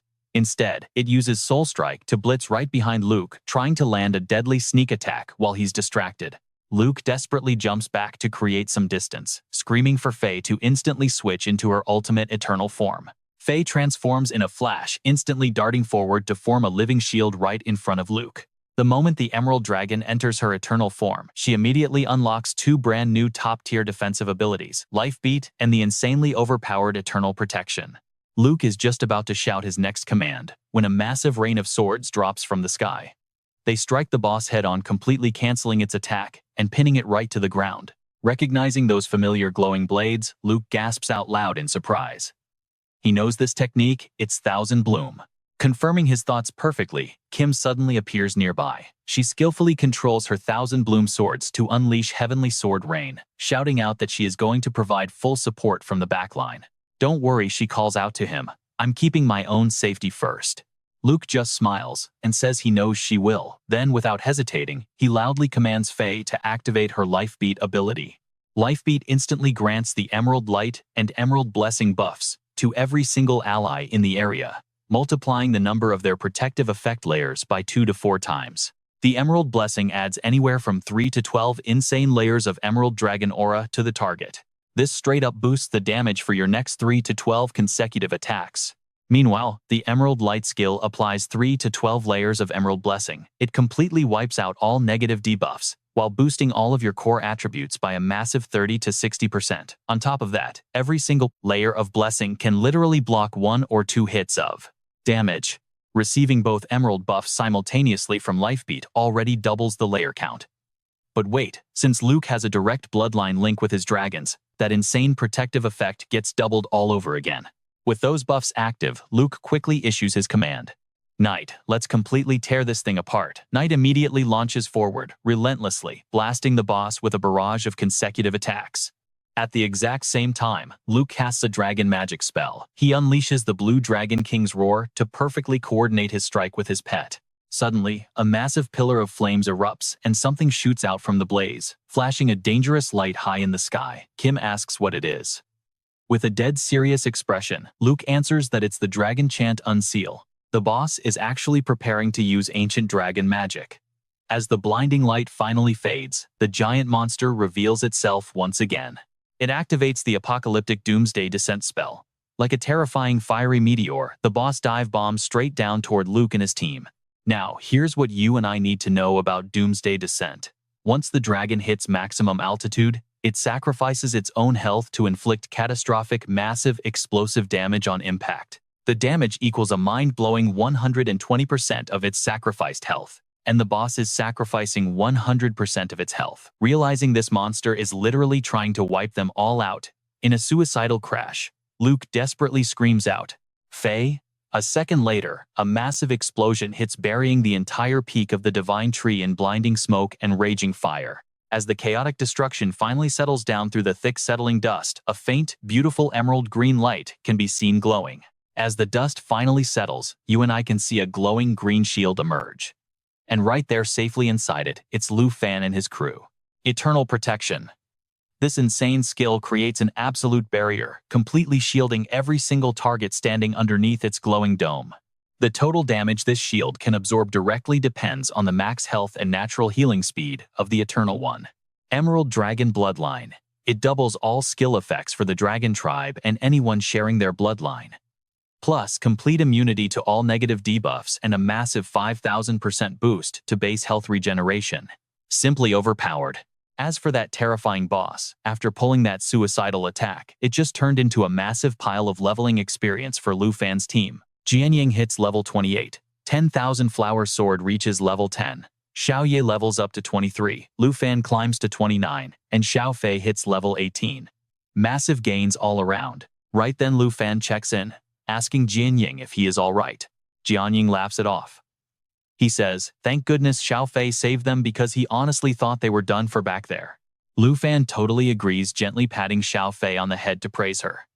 He admits her eternal protection literally saved everyone, all thanks to her ridiculously high healing ability. Xiao Ye watches Lu Fan praise only Xiao Fei and clearly gets jealous. She lets out an annoyed little huff. Lu Fan quickly catches on and adds that they obviously only won because of Xiao Ye dealing such insane damage. Good save, man. A moment later, Jianying sighs heavily. He admits he always thought level 20 or 30 battles were basically a joke, but just now, he genuinely felt the cold grip of death staring him right in the face. Lu Fan nods in agreement. This was his first time ever fighting a level 70 boss, and he never expected they would almost wipe each other out completely. It really opened his eyes to a whole new level. Then Lu Fan scratches his head awkwardly, explaining himself. He tells Jianying he never meant to leave him behind. He was actually searching for something and stumbled into the boss. Jianying just smiles back at him. He knows Lu Fan is not the kind of guy to abandon his teammates. He remembers exactly what Lu Fan told him back then. Now he is tossing those exact same words right back at him. Lu Fan is strong, but Jianying refuses to let him fight alone. After clearing that S+ rank dungeon, the team finally gets their reward, a massive treasure chest. Lu Fan pops the chest open and finds 3 glowing items resting inside. First up is the Wyvern Spirit Wings. A legendary item, it requires level 60 to equip. Agility goes up by 356 strength plus 291 spirit plus 246, and endurance gets a 234-point boost. It grants the user the ability to fly high massively, increasing their overall flight speed. If the user knows Draconic magic, they unlock Draconic Unseal. Using this grants them 1 free activation of an advanced level Draconic spell. That is absolutely broken. Lu Fan thinks to himself, a legendary gear piece granting flight and unlocking advanced Draconic magic. This means he could literally cast the terrifying Doomsday Descent spell all by himself. But thinking it over again, Lu Fan feels a sudden pang of regret. True flight, not just gliding. Outside of special classes, nobody can do that easily. But his level is still too low to even equip the damn thing. Next item is the Epic Dragon Rider Saddle. This pet equipment requires level 30, specifically restricted to the pure dragon tribe or any flying sub-dragon species. Once equipped, the pet becomes a fully rideable mount for travel. While in this mounted state, every single stat between the rider and the pet becomes completely synchronized and shared together. All basic attacks will be infused with pure dragon aura, dealing heavy long-range damage. Lu Fan realizes something huge. A dragon pet turning into a mount. Once Xiao Ye hits level 30, he can enter the national trials as a literal dragon knight. The third item, an epic dragon collarbone flute. It is a consumable item that summons the phantom souls of the twin Wyvern Kings when used. The Wyvern Kings will match the exact level of the user.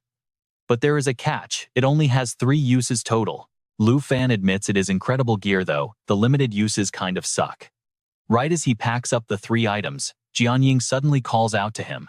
He asks Lu Fan if he is done looting, urging him to look at what Xiao Fei is doing. Hearing Jianying panic, Lu Fan rushes over immediately. He sees Xiao Fei casting her Fountain of Life skill completely on her own. Fountain of Life. This ability applies a continuous healing effect to all friendly targets in range, restoring their health over time. Watching streams of green light soak straight into the divine tree, Jianying looks shocked. He asks if she is actually trying to heal this gigantic tree. Lu Fan starts piecing things together. He notes that Fountain of Life only works on friendly targets. Could this massive divine wyvern tree actually be a living creature? Right at that moment, several thick vines suddenly sprout from the trunk, extending rapidly straight toward Lu Fan. They twist and coil together, stopping right around his knee height, before blooming into a single tender bud. As the bud gently opens, Lu Fan sees a glowing seed inside. It feels like the tree is practically begging him to take it. Lu Fan reaches out and grabs the wyvern seed. It is a quest item. Since being corrupted by the claws of the abyssal maw demon dragon, the divine wyvern tree has been slowly losing its sacred power. Now a hero has finally arrived to save the withered divine tree. If someone can slay the abyssal maw demon dragon and dip this seed into its blood as proof, they will be fully recognized by the life spirit dragon. Recognized by the origin of all things, the true master of the divine wyvern tree, Jianying watches curiously, asking if a hidden quest just triggered. Lu Fan nods. Xiao Fei can actually talk to the divine tree. You and I both know what that means, a new quest item. All right, let's get back into it, Lu Fan thinks to himself. The quest item description is crystal clear. He has to hunt down a specific Dragon King, known as the Abyss Maw Demon Dragon. A Dragon King class is way more terrifying than a Nightmare class. We are probably talking about a 3-digit power level here. Luckily, this quest has no time limit. He figures he can wait until he hits level 60 for his 3rd job advancement, or even level 90 for his 4th advancement before taking it on. Pushing that aside for now, Lu Fan turns around and gives Xiao Fei some well-deserved praise. Great job, buddy. Without you, we would have never found this hidden quest to heal the divine tree. Xiao Fei chirps back happily, but then Lu Fan suddenly pauses. Wait a second. Lu Fan pulls out the dragon-calling bone flute and asks a crazy question. Hey Xiao Fei, can you actually eat this thing? The tiny dragon just stares back at him with pure confusion. Seeing the blank stares, Lu Fan quickly tries to explain himself. Hey, I'm not just feeding you random garbage. Xiao Fei actually has a skill called natural assimilation. By devouring an item, it can literally absorb its special skill traits. He assumes it only works on gear, so a consumable item like this probably will not work. But before Lu Fan can even finish his thought, Xiao Fei flies over, sniffs it, and swallows it. After that, Xiao Fei happily chews on it, with a satisfied expression. The natural assimilation skill works by devouring equipment and making its unique effects its own. Lu Fan gasps in absolute shock. Wow, it actually ate the flute. Jianying is just as stunned and quickly asks, wait, a skill like that really exists? You are not just tossing an epic tier item away as a joke, right? Lu Fan does not answer right away. He waits patiently for Xiao Fei to digest. It opens its status screen and instantly spots the insane upgrade. Emerald Dragon Contract 1. Natural assimilation now includes the dragon calling bone flute. Once activated, it can summon the twin Wyvern King spirits. And get this, the Wyvern Kings will have the exact same level as the user. Lu Fan shouts in pure excitement. Absolutely amazing. Now, Xiao Fei can summon 2 Wyvern Kings whenever it wants. The item effect is officially a permanent skill, meaning no more usage limits. Xiao Fei tests out the brand new skill. Just a few seconds later, 2 massive Wyvern Kings appear right behind it. They match Xiao Fei's level perfectly, and even kept all of the original boss monster skills. It is totally overpowered. Right at that moment, Jianying yells out, that boss we just fought turned into a summon. Lu Fan chuckles and nods. Yeah, but it shrunk down a lot. It looks like Xiao Fei finally has its very own pet now. Jianying thinks to himself with deep admiration. A pet dragon getting its own pet dragons. Lu Fan gets more unbelievable by the day. After that, Jianying speaks up and suggests something. Clearing a high-tier dungeon is exhausting. We should probably head back now. Sister Han must be worried sick. You go on ahead, I will catch up soon. Lu Fan says this while opening his system map. I still have a very important errand to run first. Later that night, back at the Dragon Capital Academy Villa No. 1. While Xiao Ye and Xiao Fei are staring curiously at a glowing blue egg, Lu Fan speaks up with a completely serious tone. We have lived together for a while now, so it is time to be clear. Xiao Ye, you bully Xiao Fei every single day. Do you not want a younger sibling, so you can finally take a break from that? And Xiao Fei, you let Xiao Ye push you around constantly. Haven't you ever wanted to flip the script and pick on somebody else to vent your frustration? Well, look here. Now is your perfect chance. Are you two even listening to me right now? I know you are impatient, but just hold on. This egg right here is the newest member of our family. Basically, everyone needs to get along nicely. It is a starry sky dragon egg level unknown. Then Lu Fan eagerly sits down, places both hands on the starry sky dragon egg, and activates his dragon taming art. The dragon taming art can tame any dragon species, but as time slowly ticks by, the starry sky egg does not show a single reaction. That is so weird. The taming art always works. Lu Fan scratches his head in utter confusion and quickly opens up his system panel. He reads the stats. Black Dragon Contract 1 is Legendary Tier at level 23. Emerald Dragon Contract 1 is Legendary Tier at level 18. Contract locked. Unlock condition is Dragon Master Rank 2. Right now, he only has 2 dragon pet slots available. He mutters to himself that he has to hit level 30 for his second advancement to unlock a 3rd slot. Lu Fan looks down at his level 29 status and sighs in disappointment. It looks like he has to visit the Poison Lightning Forest to grind one more level. Whatever, time for bed. We will not be meeting our new member today. Xiao Ye and Xiao Fei completely ignore him, continuing to study the egg and chirping at each other. Xiao Fei squeaks, asking what it is. Xiao Ye basically replies, no clue. Lu Fan gets annoyed and yells at them to sleep early. The next morning, Qin Chu and Dao Xiaoman head over to Villa number 1 together. Right at the door, Qin Chu starts knocking wildly. Lu Fan, are you back? Get up. A few moments later, the front door slowly opens. Lu Fan squints with a super sleepy expression. What is going on? Qin Chu shoves a tablet into his hands, telling him to read a specific post that is currently going viral all over the entire school. Taking the tablet, Lu Fan stares blankly at Qin Chu and mutters, "Ha! You guys woke me up this early just to share some gossip. This post is entirely about your sudden withdrawal from the new student evaluation match. Somebody uploaded this onto the school forum yesterday, and it instantly became the hottest trending topic overnight. People are completely losing their minds over it." Hearing Qin Chu, Lu Fan finally looks at the screen. We are about to get some answers. The top-ranking Wind Cloud Pavilion responds to the number 1 issue. All right, you and I are diving into the finals. Withdrawing, just fear of losing. Fengyun Pavilion advances 0 freshman controversy. Xuxing actually posted this during Lu Fan and Chen Tianji's match. He claimed Lu Fan bailed on the whole assessment just because he was terrified of facing Jiang Fengyun and him.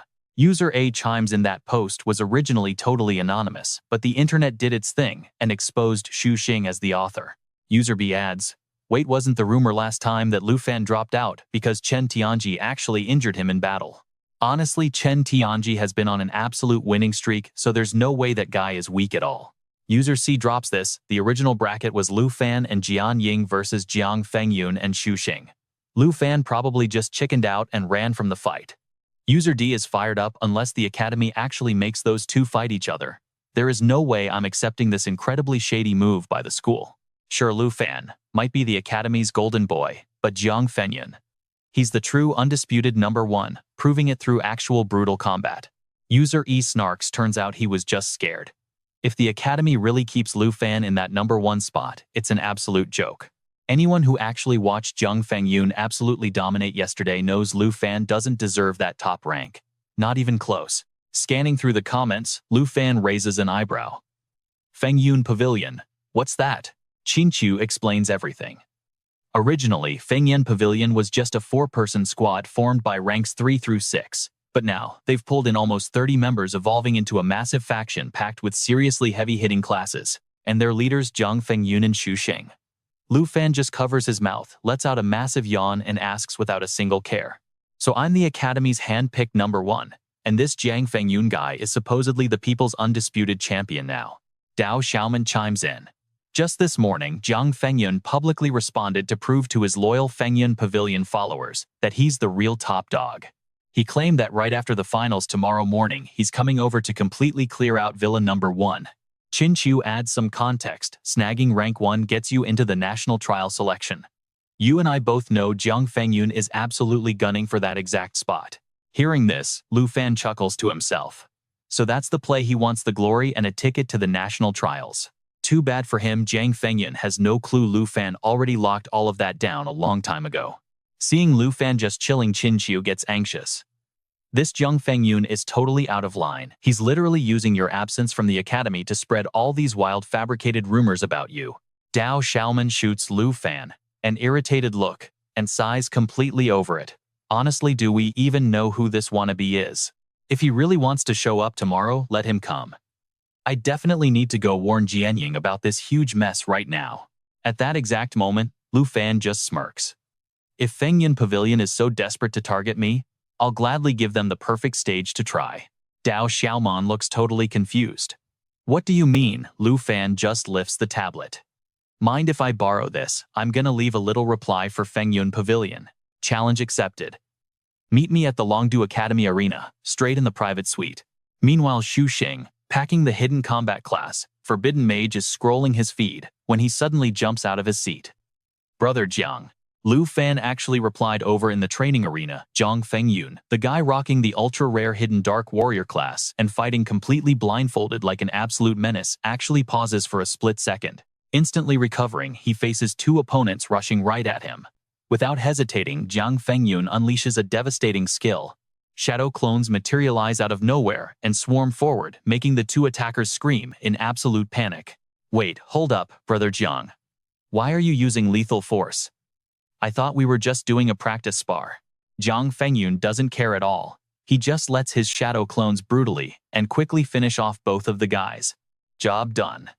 Jiang Fengyun rips off his blindfold, turns his icy gaze to Xu Xing and commands heal them. Now what exactly did Lu Fan say? Xu Xing shoves the tablet forward. He just posted a brand new thread on the main forum. Read it for yourself. Jiang Fengyun snatches it, reads the screen, and laughs out loud. This Lu Fan is seriously arrogant. Challenging all of Fengyun Pavilion solo. That's some crazy talk. Tossing the tablet back, Jiang Fengyun immediately gives his orders. Reply to him right now. Tell him that right after tomorrow's finals we're throwing down in the main arena for a real match. Xu Xing looks totally shocked. Brother Jiang, are we seriously about to go head-to-head with Lu Fan? Obviously, and call every single member of Fengyun Pavilion to the arena. He wanted to challenge our entire faction, right? Well, if he wants a war, we'll gladly give him one. I'm gonna show him the brutal difference between an academy-appointed favorite and someone who bleeds for the top rank. We'll see who the real number one is. The very next day, Qin Qiu checks Lu Fan's epic forum post again.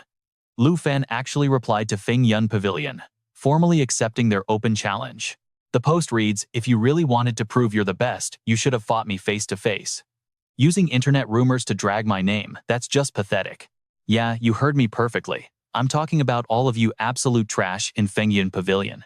Bring every single member you've got. Let's make this an all-out bloodbath, right after the freshman assessment wraps up. Down in the comment section, the keyboard warriors are absolutely losing their minds. Oh snap, Lu Fan fired back. Fight and look, Fengyun Pavilion just responded too. So much for the fake news. Does Lu Fan sound injured to you? They set the terms tomorrow right after the finals. The ultimate battle for the number one spot. You and I are in for a treat. All of Fengyun Pavilion is showing up. Pure, epic chaos. You and I are jumping right in. Seeing the comments, Tara actually gasps. Vance accepted the challenge. Mandy immediately asks if they should go watch Vance's big semifinal match today. But Luke, he shoots it down right away. He says he honestly couldn't care less about Vance's actual power level. Total indifference. He thinks hitting the dungeon hall to level up is a way better use of time.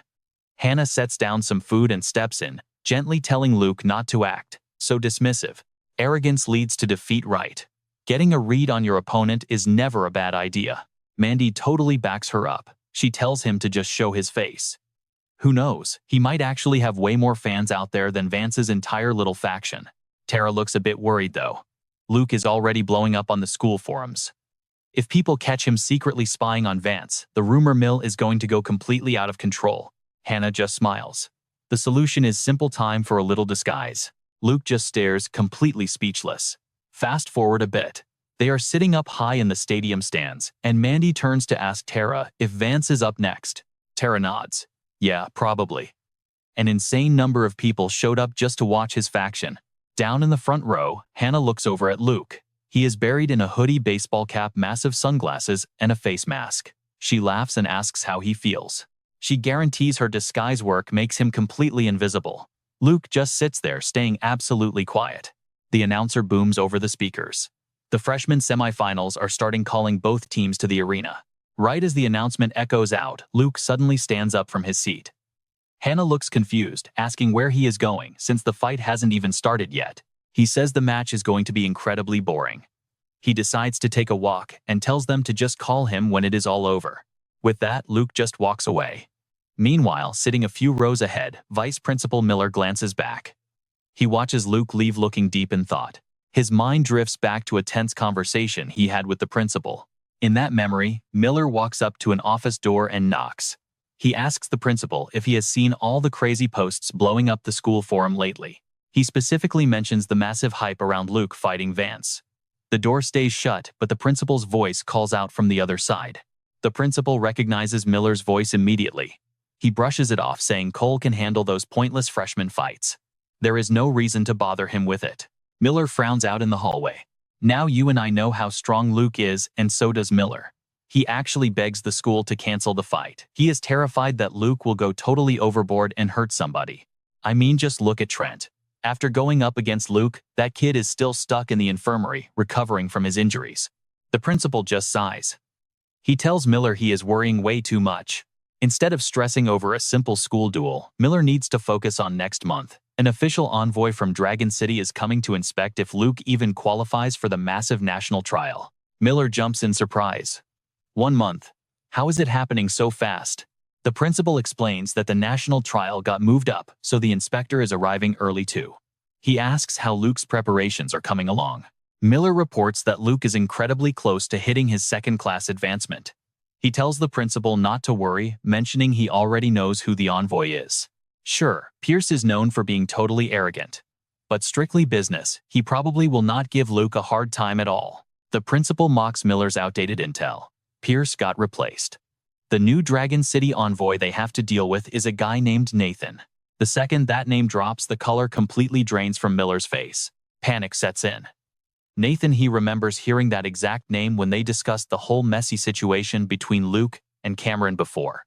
That crazy incident with Cameron actually got Nathan stripped of his high-ranking position, which means Nathan absolutely holds a massive personal grudge against Luke right now. The principal continues speaking. Nathan used to hold major power, but lately, he has been demoted over and over down to just a regular envoy. He finds the whole drama highly entertaining, wondering why Miller went so quiet. Snapping back to reality, Miller nervously bows toward the closed door. He apologizes, warning the principal that if Nathan is the one evaluating the national trial, Luke is going to face some incredibly brutal roadblocks. The guy is out for blood. The principal agrees, but reminds him that Luke is his personally chosen candidate. He expects Miller knows exactly what needs to be done here. Miller nods, saying he totally understands. He promises to gather high-tier resources to speed up Luke's second-class advancement and close the level gap. Then he asks if the principal will watch Luke's fight against Vance tomorrow. A booming laugh echoes from inside the office. Watch it. Oh, he absolutely wouldn't miss it for the world. How could he skip something so entertaining? Back in the present, over at the Dragon City Academy arena, people are crowding near the points room. Suddenly, a fighter comes flying straight out the door, hitting the ground hard. The surrounding crowd starts whispering instantly. How many challengers have gotten crushed so far? A basic 100-point arena shouldn't be this brutal. They suspect some Tier 2 powerhouse is dropping ranks just to scam points off beginners. There is absolutely no way this is a normal level 29 arena room. The guy who just got tossed scrambles up. He screams at everyone to stay back, warning that nobody can win in there. Someone from the crowd yells, asking who the room owner is. We are about to find out. The defeated guy groans, saying the fighter looked super familiar, but he just couldn't recognize him. Meanwhile, you and I are heading to the point arena. After kicking his opponent entirely out of the ring, Lu Fan sighs inwardly. Why watch some boring tournament? He would rather level up instead. He thinks nobody else is going to challenge him today. But right then, Lu Fan suddenly spots a lone figure standing right at the door. Seriously, someone else wants a piece of him. Curious, Lu Fan squints and takes a closer look. The person stepping inside is a girl with striking white hair. The white-haired girl casually walks right over and smiles. Hello, do you still have time for a quick match with me? Lu Fan politely nods back at her. Hello there, senior. She laughs softly. I am a much higher level than you, but you are being so sweet and polite. Should I go easy on you? Lu Fan immediately shakes his head. No need for that. Please just fight me with everything you have got. You sure about that? Then here I come. As she speaks, she casually raises her hand. In a split second, a massive surge of fire elemental energy violently gathers right into her palm. Lu Fan flinches, staring in total shock. This girl, yeah, she is definitely not simple. But the very second that thought crosses his mind, Lu Fan is caught completely off guard again. The white-haired girl vanishes into thin air right before his eyes. A blink later, boom, she appears right behind Lu Fan, tightly gripping a blazing trident, formed entirely out of pure fire magic. I am really not like those weaklings outside. You better go all out against me too. Without warning, she viciously thrusts the flaming trident right at his back, but Lu Fan reacts insanely fast. He whips out his weapon, spins around to block the heavy strike, and instantly launches his very own fierce counterattack. Just a few heavy clashes later, Lu Fan gets knocked staggering backward. His face turns dead serious as he glares at her. She is way too strong. What insane level is this girl actually at? The white-haired girl does not even chase him. She just stands there, covering her mouth with a giggle. You blocked it, very good. But your attack completely missed me, just now. What are you scared of hurting me? If you keep holding back like that, I am going to have to teach you a really painful lesson. Lu Fan narrows his eyes. Understood, and just like that, the two of them furiously clash once again. While those two are absolutely tearing the room apart, inside a massive crowd of students is gathering outside the door curiously waiting to see the final result. That gorgeous senior is seriously crazy walking right into a dangerous room like that. Shh, keep it down, it sounds like those two monsters are still going at it. I only lasted 2 minutes in there, she must be struggling to hold on. Suddenly the loud intercom chimes, announcing the end of the official academy assessment matches. Someone in the crowd quickly points out, hey look, Zhang Fengyun just finished his match. Over at the main arena for the freshman assessment, Zhang Fengyun and Xu Xing officially take the huge victory. Following the loud announcement, the packed stands erupt into wild, non-stop applause. Jiang Fengyun. Jiang Fengyun. The whole crowd is chanting his name. Standing in the arena, Jiang Fengyun flashes a proud, arrogant smile. Xu Xing walks up right beside him and whispers, Boss Jiang, our guys said Lu Fan actually sneaked into the stands today to watch you fight. Jiang Fengyun lets out a cocky scoff. Trying to study my moves, is he? Looks like the kid is finally getting scared. But whatever, I did not even use half of my real power in this match anyway. With that, Jiang Fengyun points a single finger high into the air and laughs like a maniac. Lu Fan, your arrogant streak is over. You better not chicken out of our official match tomorrow. Hearing this dramatic call out, the massive audience loses their minds and starts chanting his name again. Meanwhile, up in the stands, Tao Xiaoman rolls her eyes. Ugh, let us just get out of here. But as she turns around, she realizes Lu Fan is completely gone. She frantically looks around the seats. Where did Lu Fan go? Qin Chu looks a bit worried. Do you think Zhang Fengyun figured out he was watching? Han Ke pulls out her phone, quickly dialing his number. He said he was bored and bounced a while ago. Let me just give him a call. Now this is where it gets crazy for us. Back in the arena, Lu Fan gets blasted backward again, completely losing his hat and glasses from the heavy impact. Barely steadying himself, Lu Fan is totally out of breath. She is unbelievably strong. Where on earth did this insane girl even come from? Plus, she honestly could have crushed him in just a handful of strikes. But instead, it feels like she is deliberately guiding him, forcing him to notice every tiny flaw in his own movements. Why would she even do something like that? Who is she really? Across the room, the white-haired girl easily scoops up Lu Fan from his hat with her trident. She smiles warmly. Your defense is actually quite good. In just 15 minutes, you went from stumbling around to actually predicting my next strikes. You learn ridiculously fast. Though your physical stamina really needs some major work. She slowly takes a few steps toward him. Also, why hide such a handsome face behind that goofy disguise anyway? She leans her face in super close, completely flustering Lu Fan, until he literally stumbles backward onto the floor. Suddenly, a loud phone ringtone breaks the tension. Oh, sorry, let me just grab this real quick. Acting like he just received a royal pardon, Lu Fan bolts over to his ringing phone. Hello, yeah, I am heading back right now. He hangs up the call and turns back to the mysterious girl. He scratches his head with an awkward smile. Hey, thank you for earlier. You seriously taught me so many amazing close combat skills today. Before I take off, is there any way I could get your contact info? The white-haired girl flashes him a teasing, playful smirk. You just started at this academy, and you are already asking for a girl to give you her number. I guess you aren't quite as innocent as you look. So what do we take from this? Lu Fan frantically waves his hands in panic. No, I just wanted to schedule our next epic training session. All right, you and I are jumping right back in. Lu Fan begs for more training, but she brushes him off. If he wants to see her again, he just needs to open a point room. If it is meant to be, she will return. With that, the white-haired girl waves and leaves the room. Lu Fan is just left standing there, totally stunned and lost in his thoughts. Who exactly is this upperclassman?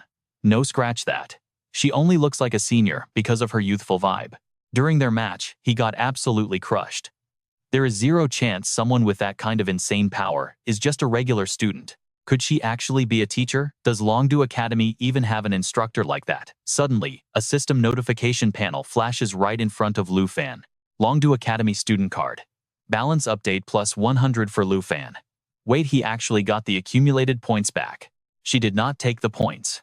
Realizing this, Lu Fan snaps back to reality. sprinting out of the room and yelling down the hallway. He calls out to her, but while sprinting, he crashes into a few passing students. They instantly snap at him. Hey, watch where you are going. What is the rush? Lu Fan ignores them completely. He just keeps running, desperately searching and shouting for the senior. Who in the world was that insanely overpowered girl? She did not even want his points, and she refused to drop her real name. It had only been a few seconds, and she was already completely gone. Just vanished. Is she actually a student at Longdu Academy? Or did he literally just run into a ghost? Right at that moment, Lu Fan hears his name. He turns his head and spots Han Ke standing there with the other two. Han Ke waves with a big smile. Lu Fan, what are you doing out here? Let us head back. Meanwhile, Chin Chu looks super confused and asks him, wait, what senior sister? Dao Xiaoman immediately starts complaining. Lu Fan, what exactly are you up to now? Did you seriously just wander off to go flirt with some older girl? Lu Fan finally gives up the search. Looking totally defeated, he walks back to his friends. He sighs heavily. He could not find her. What an incredibly mysterious girl. Fast forward to the next day, the Longdu Academy freshman finals are technically over, but guess what? The massive crowd of spectators is still sticking around waiting. One student looks around in awe. So many people are here. Obviously, the showdown between Lu Fan and Zhang Fengyun is the actual main event today. A guy next to him smirks with excitement. Going solo against the entire Fengyun pavilion, we are about to see if he is actually strong or just totally insane. Down in the arena, Zhang Fengyun and the entire crew from the Fengyun pavilion are locked and loaded. They wait and wait. Jiang Fengyun crosses his arms, clearly getting annoyed. Why the heck is Lu Fan not here yet? If he is too scared to show up, we will just march down to Villa number 1 and drag him out. Xu Xing tries to calm him down. Boss Jiang, let us just wait a bit longer. The moment Xu Xing finishes his sentence, someone points straight at the arena entrance. Look, Lu Fan is finally here. Hearing that, Zhang Fengyun hypes up his crew. Everyone get ready. But while the Fengyun pavilion guys look dead serious, Lu Fan casually strolls out with a piece of bread in his mouth. Let us wrap this up quickly, all right. I actually have some other stuff to do today. Jiang Fengyun glares right at him. Well, that is certainly an interesting way to make an entrance. Lu Fan just shrugs. Hey, I am not late, right on time. I honestly have no idea how many members your little pavilion actually has. But since you are all here, just come at me together. A huge bald guy from the pavilion loses his mind. He points angrily at Lu Fan. Damn it. Stop acting so cocky. You really have a death wish talking to Boss Jiang like that. Jiang Fengyun simply raises his arm to silence the bald guy. He stares coldly at Lu Fan. Now, here's where things get completely crazy for us. Zhang Fengyun scoffs. Since you look down on us, let us skip the talking. I am betting 7,000 points. Oh right, I almost forgot we were betting. Lu Fan pulls out his academy card and drops an absolute bombshell. 17,000 points. I am going all in. The academy card flashes. Balance for Lu Fan is 17,642 points. The entire Fengyun pavilion is instantly paralyzed by shock. That number is just absolutely absurd. Xu Xing panics completely. Boss Jiang, that is way too much. We literally do not have enough points to match that bet. Jiang Fengyun furiously barks back. Shut your mouth. But deep down, his greed is spiking. This kid really dares to bet that much. If he can snatch those 17,000 points, he could live like an absolute king at Longdu Academy for the next 3 or 4 years. Thinking about the payoff, Zhang Fengyun pumps his fist. Fengyun Pavilion will wager every single point we have. Since you want to play high stakes, we will crush you. Xu Xing and the others immediately fall in line. All right, listen to Boss Jiang. If we pool all our points together, we can definitely hit 17,000 right. Stop worrying so much. We just need to follow our boss and win. While the opponents are busy scrambling, Lu Fan just cracks his shoulders with a grin. Okay, the bets are locked in. Let us begin. Jiang Fengyun glares at his teammate. The only reason he is this cocky is because he plans to summon that dragon. Xu Xing nods immediately. Understood. Without wasting a second, Xu Xing raises his weapon and starts channeling his magical energy. Jiang Fengyun screams at the top of his lungs. Brothers prepare for battle. On command, every single member of the pavilion draws their weapons, locking eyes on their target and waiting for the signal to charge. The second Jiang Fengyun yells the order, Shuxing unleashes his crowd control spell, instantly casting a lockdown curse straight toward Lu Fan. This binding curse is absolutely brutal. It completely paralyzes the target, locking their movement and disabling all their skills for 5 whole seconds. Seeing their opening, the rest of the members unleash their own special abilities, launching a massive combined assault right at him. You and I are about to witness a massacre. Jiang Fengyun leads the charge, laughing wildly. Perfect. There is no way he summons that dragon now. Behind him, the rest of the members hyped each other up, shouting attack, finish him off. Now you and I gotta see this. Across the arena, Lu Fan just smacks his lips as the entire Fengyun guild charges at him with pure killing intent. He barely twitches, shattering his binding chains instantly. Then he draws his weapon, effortlessly blocking Jiang Fengyun's massive strike like absolute nothing. Jiang Fengyun freezes in pure shock. He actually broke free. While Jiang is standing there completely stunned, Lu Fan just reaches out, grabs him by the collar, and violently slams him into the dirt, like tossing a bag of trash. Up in the stands, the crowd absolutely loses it. He took down Fengyun barehanded. Down on the battlefield, the rest of the Fengyun guild completely freeze in their tracks, staring wide-eyed at Lu Fan and their fallen leader in the dirt. Shuxing panics, screaming for his boss. He quickly slaps a stiffening curse onto Lu Fan, then desperately yells at his teammates to unleash their long-range attacks immediately. That stiffening curse, it basically petrifies the target, cutting their movement and attack speed by a massive 75% for 7 whole seconds. A total lockdown move. Snapping out of it, the Fengyun guild members finally react, unleashing an absolute barrage of magic skills. Instantly, a massive storm of magic rains down directly on Lu Fan, triggering huge explosions that completely bury him in thick smoke and debris. But when the dust finally clears, Lu Fan stands there completely unharmed. With one foot casually resting on Jiang Fengyun's head, he laughs. Is this really the top rookie of the exams? The quality has seriously gone downhill lately. Pinned to the ground, Jiang Fengyun desperately grabs Lu Fan's leg. He strains his neck to look back at Shuxing, screaming, "What the hell is wrong with your curse?" Shuxing is literally shaking right now. He looks utterly terrified, muttering that it's impossible. "I swear I hit him with everything I had." Lu Fan just grins at them both. "Don't blame the poor guy. My Dragon Master buffs make my stats just a tiny bit too high. Your low-tier trash skills literally bounce right off me." Absolutely humiliated, Jiang Fengyun finally snaps, screaming out, "You absolute bastard." He instantly rips off his headband, blindfolding himself, and triggers a massive skill that summons an army of shadow clones to completely surround Lu Fan. Seeing this, the Fengyun guild members go wild. The boss is using his ultimate sure kill move. Lu Fan is so dead right now, but Shuxing just stares blankly at his own shaking hands. He mutters, "Just how insanely high are Lu Fan's stats compared to mine?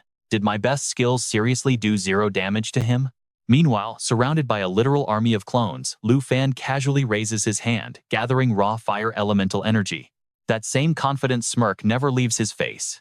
"Gotta admit, this move is pretty damn cool, Jiang. Since you are the top rookie here, I am gonna give you a very special reward. Something even Chen Tianji hasn't ever witnessed yet." Panic finally sets in for Jiang Fengyun. What does that mean? Wait, is he actually about to use a summon?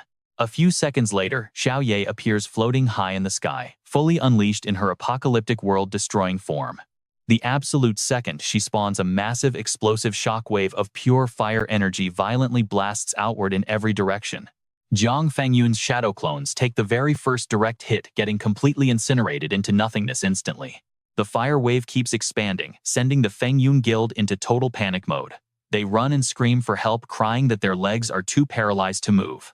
"That is a real freaking dragon. I can't breathe. Run for your lives. We are all dead." Meanwhile, the entire audience up in the stands is screaming in absolute terror. Is that really Lu Fan's dragon pet? That thing is totally monstrous. Even the Fengyun guys are bailing. "We seriously need to run right now." Down below, Shuxing is sprinting for his life when he sees Jiang Fengyun just standing there completely frozen. "Boss, retreat now. Drop the fight." But Jiang Fengyun doesn't hear a word. He just stares up at Xiao Ye in absolute awe, muttering that this is completely different. This isn't like Chen Tianji's weak dragon. This is a real legendary myth. Lu Fan smiles. "Brace yourself, buddy, because now it is officially my turn to hit back." Right on cue, Xiao Ye opens her jaws and unleashes a terrifying ear-shattering pressure roar. Instantly, any Fengyun members still trapped in the arena get hit with massive debuffs, leaving them dizzy, paralyzed by pure fear, and completely unable to move. On top of that, their heads feel like they are splitting open. They just collapse, crying and begging Lu Fan to show some mercy and stop the pain. Boss, save us. But Zhang is doing just as terribly, completely dizzy and staggering around like he is about to collapse at any second. What even is this? He laughs weakly. How am I supposed to win? My body won't even listen to me. I really need to get out of here. But before he can take a single step, Jiang's vision goes completely black. He crashes hard into the dirt, totally knocked out cold. Holding his point card, Lu Fan just smirks down at the unconscious leader. So you finally figure out who the real number one is. I will just be taking all of your guild's points now. His Longdu Academy card flashes, instantly gaining a massive 12,941 points. So what do we learn here? Lu Fan just turns back to Xiao Ye and sighs. Job is done, let's go. I still have real business to do today. Hearing that, Xiao Ye shifts right back into her cute dragon girl form, flying safely over to his side. Let's kick things off, you and I. Over at Longdu Academy's Point Arena, Lu Fan is taking a call from Qin Chu. Qin Chu sighs, telling him that if they didn't have classes, the whole crew would have totally come to cheer him on. How did it go? Are you hurt at all? Lu Fan just smiles. Of course not. I racked up a massive mountain of points today. I will split some with you guys tonight. But right at that exact moment, the room's door suddenly creaks open. Let's just talk when I get home. Hanging up now, disconnecting the call, Lu Fan stares straight at the door, eagerly waiting for his next opponent. Seeing the white-haired girl step inside, Lu Fan's face immediately lights up. Senior, you actually showed up. The mysterious girl smiles. Well, I had some free time today. But from the sound of it, were you specifically waiting for me? Lu Fan grins back. Yeah, obviously. Brawling with anyone else is just boring. I can only actually learn things when I fight you. Besides, your level is over 70, right? Honestly, you aren't really an upperclassman here, are you? The white-haired girl totally freezes up. She takes a quick step backward, glancing out at the small digital sign by the door. 100 points, level 70 requirement active. Meanwhile, over at the main arena, Zhao Shengming is sprinting toward the Fengyun Pavilion crew to check on them. After a tense moment, he finally lets out a huge sigh of relief. Looks like that kid knows how to hold back. Nobody here has any fatal injuries.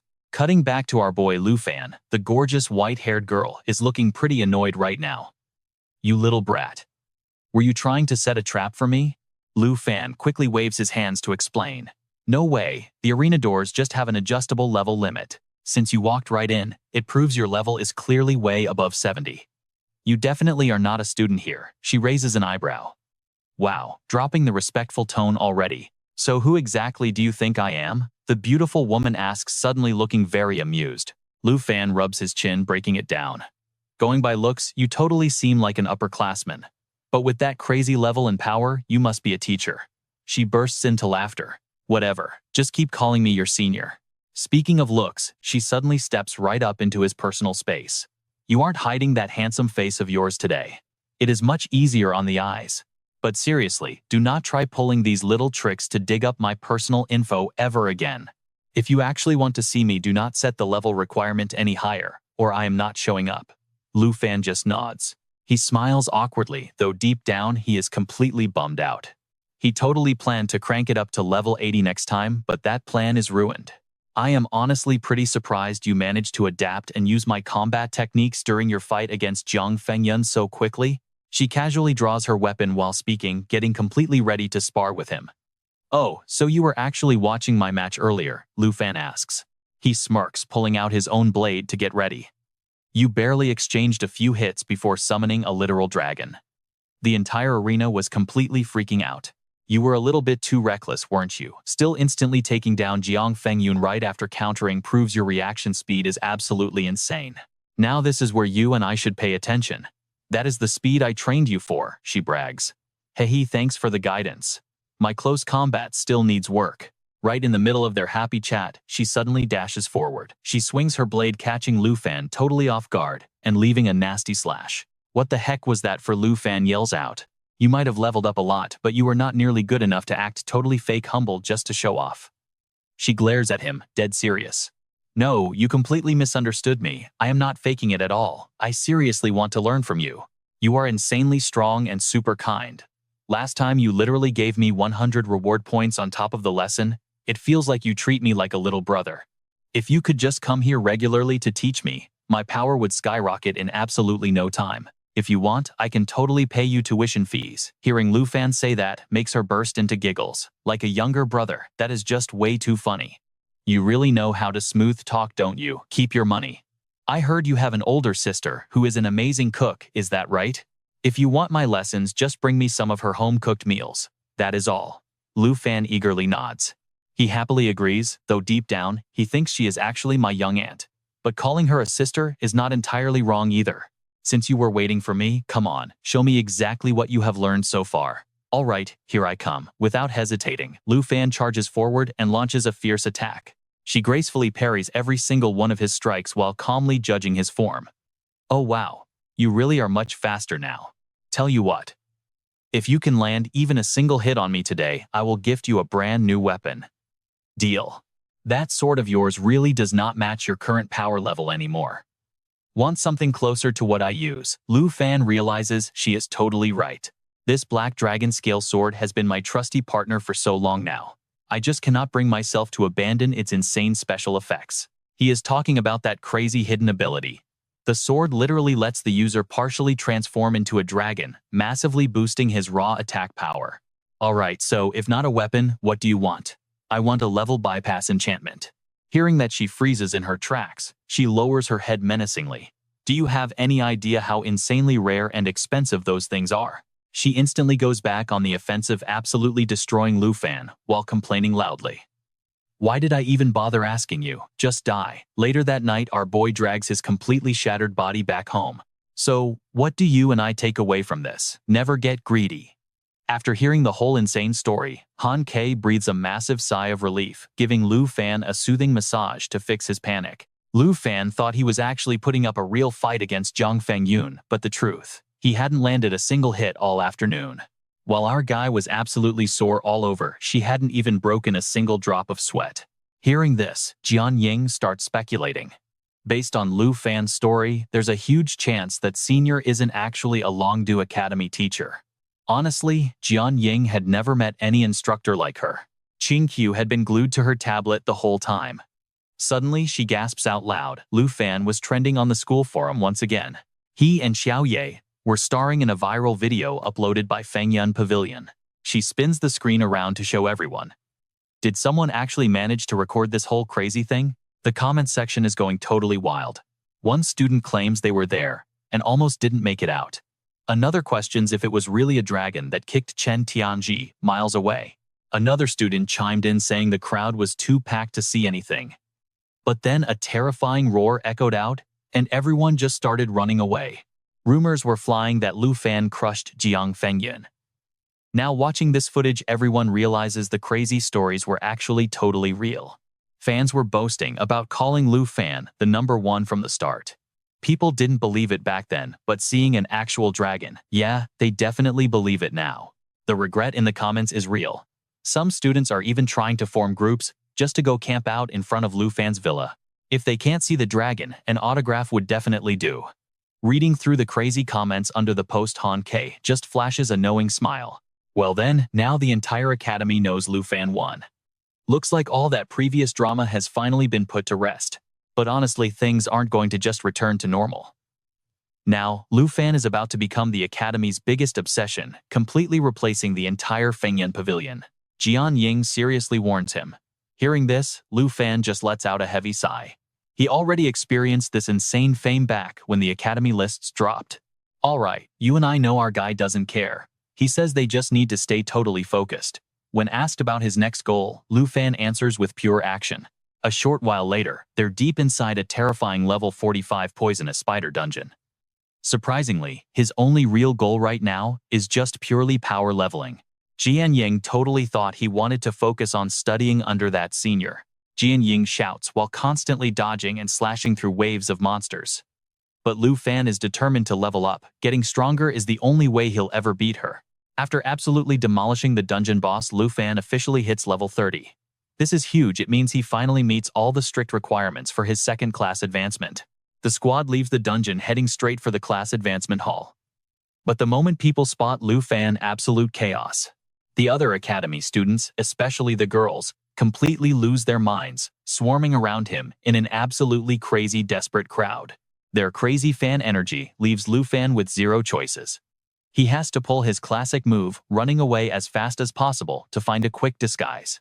10 minutes later, completely bundled up and wearing a mask, Lu Fan finally dares to sneak back into the hall. Meanwhile, the fans are desperately looking for him. The fans can't believe the #1 student vanished so fast. As the crazy mob finally rushes right past them, Chin-Chu lets out a massive sigh of relief. They made it. Looking totally guilty, Lu Fan apologizes to his team, seriously wondering if he's going to have to walk around looking like a ninja forever. Xiao Dao rolls her eyes, totally jealous. She complains about how unfair it is since she'd absolutely love having a horde of handsome guys chasing her everywhere. But here's the thing you and I should keep in mind. There are absolutely zero historical records of a Dragon Master's second advancement. He's going in completely blind. While Jian Ying is incredibly stressed about this dangerous lack of info, Chin-Chu is actually looking totally hyped. To her, this just means Lu Fan is literally about to create brand new history. Exactly. No mentor can give him any advice for this trial. No matter what the final outcome is, he's just going to have to rely entirely on his own power. As our main character falls deep into thought, Xiao Dao suddenly slaps his shoulder loudly, announcing that they've finally made it to the main advancement hall. Taking off his ridiculous disguise, Lu Fan turns to his worried friends. He tells everyone to chill out confidently, revealing he actually has a plan to figure out his mysterious Stage 2 Dragon Master path. Since the advancement ritual has to be completely private, the squad promises to wait right there for his good news. He steps alone into the Sacred Class Advancement Chamber, located deep inside Longdu Academy. The glowing system immediately scans his Academy ID card, instantly verifying his elite status and level requirements. A robotic voice confirms that student Lu Fan's Stage 2 class advancement is fully prepped, instructing him to step right onto the main platform. Stepping up, Lu Fan follows the system's instructions while thinking hard. Unlike his very first awakening, this second advancement actually gives you tons of different class branches to actively choose from. For well-known classes, as long as someone has chosen it before, it gets fully recorded in the system, giving future students a solid reference guide. The glowing platform suddenly powers up. The cold system warns that absolutely zero records exist for a Dragon Master, strictly telling him to stay firmly on the stage.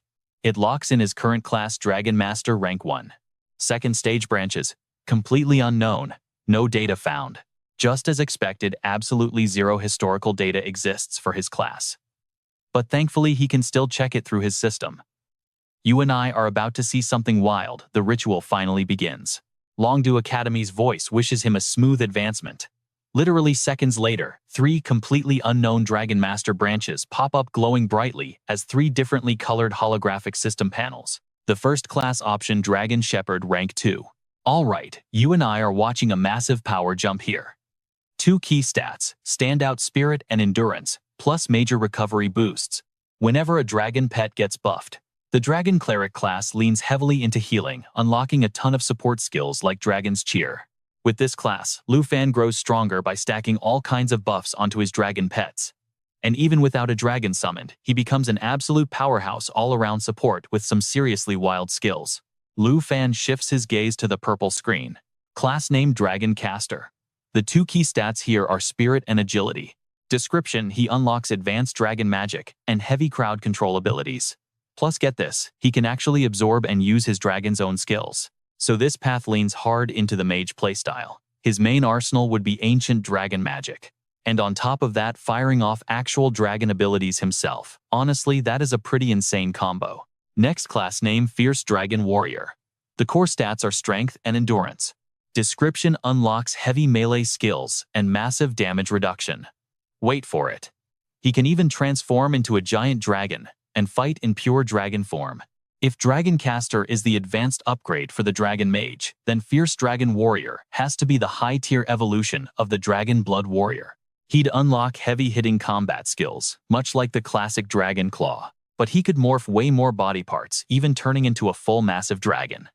He'd deal absolutely devastating damage and tank insane hits. So 1 pure support path using Dragon's Cheer. 1 pure magic path, throwing devastating dragon spells.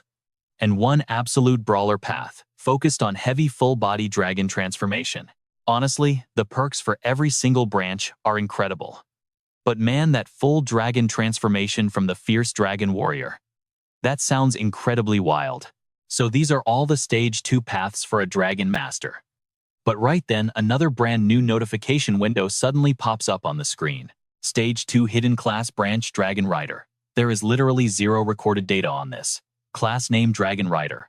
The two most important core stats, high agility and raw strength. Description: unlocks multiple abilities specifically designed to combo directly with his dragon pets. Skills used in solo combat get massively amplified when paired with a dragon. And the best part, there are absolutely zero restrictions on the skill types. Total all-around personal growth, plus massive power spikes when fighting alongside his dragons. You and I both know exactly which wild path Lu Fan is going to pick here. After officially changing his class to Dragon Rider, his maximum pet contract limit jumps from 2 to 3. His base stats skyrocket across the board. Plus, a bunch of his core skills get a massive tier upgrade. The Dragon Master can now tame any dragon-type creature. Dragon's Cheer buffs himself and his dragons, instantly boosting all basic stats and raw attack power by a massive 30%. Dragon Claw upgrades into Dragon Ruin.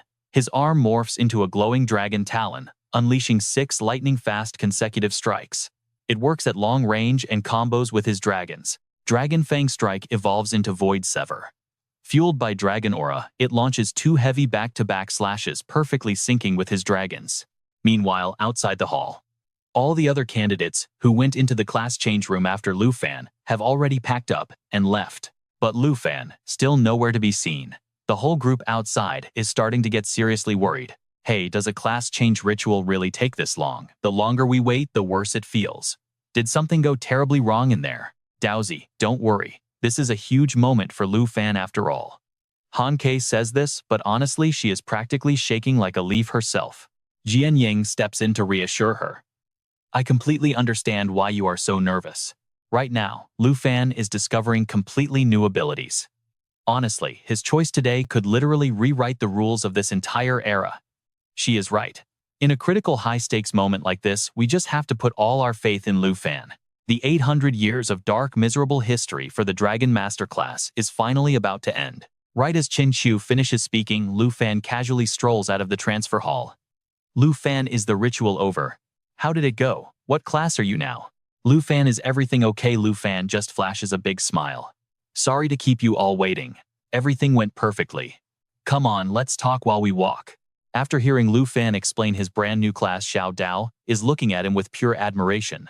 Dragon Rider sounds absolutely badass. Han Kei leans in, super curious. Wait, Lu Fan, does this new class mean you actually have to learn how to ride dragons? Of course it does. Honestly, I picked this specific class partly because I already managed to score a rare dragon riding saddle back at the Flying Dragon Cemetery. Once Xiao Ye and Xiao Fei hit tier 3, I can finally use it. Lu Fan answers them calmly, but inside, he is absolutely cheering. Not just Xiao Ye and Xiao Fei either. I just unlocked my 3rd contract slot. Starry Sky Dragon, I am coming back to claim you right now. Pulling up to Villa number 1, Lu Fan instantly spots a very familiar figure waiting right by the front door. He stops, completely caught off guard. Senior, what are you doing here? She sighs. I really should have given you my contact info. Standing around waiting for you like this is a massive waste of my time. Xiao Dao takes one look at the gorgeous senior and immediately nudges Lu Fan's shoulder, teasing him. So is this the famous upperclassman who beat you to a total pulp? Why didn't you tell us that she was literally this stunningly beautiful? Dowsy, please chill out for a second. Lu Fan mutters, completely embarrassed. Seems like everyone here already knows who I am. The beautiful senior laughs out loud, then turns her gaze toward Han Kei. If I am not mistaken, you must be the enchanting chef Han Kei, right? Han Kei blinks. Ah, yes I am. Lu Fan Senior actually knows who I am. Of course I do. Actually, the main reason I came over today was to discuss something specific with you. Let me borrow your Lu Fan for just a little bit, okay? Yep, you and I can see exactly why Lu Fan and his entire group completely freeze for 5 whole seconds. Haha, just a minor issue in the city. Don't overthink it. Hearing this, Hannah happily chimes in with a smile. Oh, please, if you two have plans, just go. No need to ask permission. You've been teaching little Luke so much these past few days anyway, so have fun. Thanks, Hannah. Let's go, Luke. Senior Belle doesn't waste another second, instantly grabbing Luke's arm and dragging him away. Kiera stays completely silent, but her eyes narrow sharply analyzing Senior Belle until the two of them fade entirely from view. On the road, while Belle drives, Luke gets a text from Tanya. Kiera was right. After meeting this mysterious senior, she's completely certain this woman is definitely not a teacher from the Dragon Capital Academy. Luke, you really need to be careful. Reading that warning text, Luke instinctively glances over at Senior Belle. Catching that subtle, suspicious shift in his gaze, she just flashes a soft smile and asks, "What's wrong? Why so quiet all of a sudden?" he asks. "Senior, what exactly are we doing today? Why did we have to leave campus? What else could we possibly be doing? I'm buying you a present, obviously. It's that ultra-rare consumable item you kept talking about the other day." Wait, the level restriction removal scroll. Are you serious? Belle doesn't answer. Instead, she just keeps driving straight toward the massive skyward auction house. "Senior, we're actually here. Don't tell me." Belle finally explains. "There happens to be the exact enchantment scroll you want at this auction. When a chance like this appears, we grab it. Last time, the vice principal paid an absolute fortune to secure the Flying Dragon Graveyard. A rare scroll like this, it's definitely going to trigger another insane bidding war." Realizing the cost, Luke hesitates for a second. "Senior, maybe we should just skip it." Seeing his worried face, Belle just laughs. "Where did all that confidence go when you asked for a gift? Relax. I have way more money than you could ever imagine." Until he figures out exactly who this senior really is, Luke knows he needs to be careful. He can't just keep owing her massive favors forever. Making up his mind, Luke promises, "Senior, I swear I'll find a way to pay you back." Just a few minutes later, the auction officially kicks off. Now you and I know Luke's luck is insane. The very first item on the block is exactly what he needs, an incredibly rare enchantment scroll. Its power. It can completely wipe out the level restrictions on any item or piece of gear. The base materials to make it are insanely expensive, and to make things worse, the crafting success rate is a microscopic 0.35%.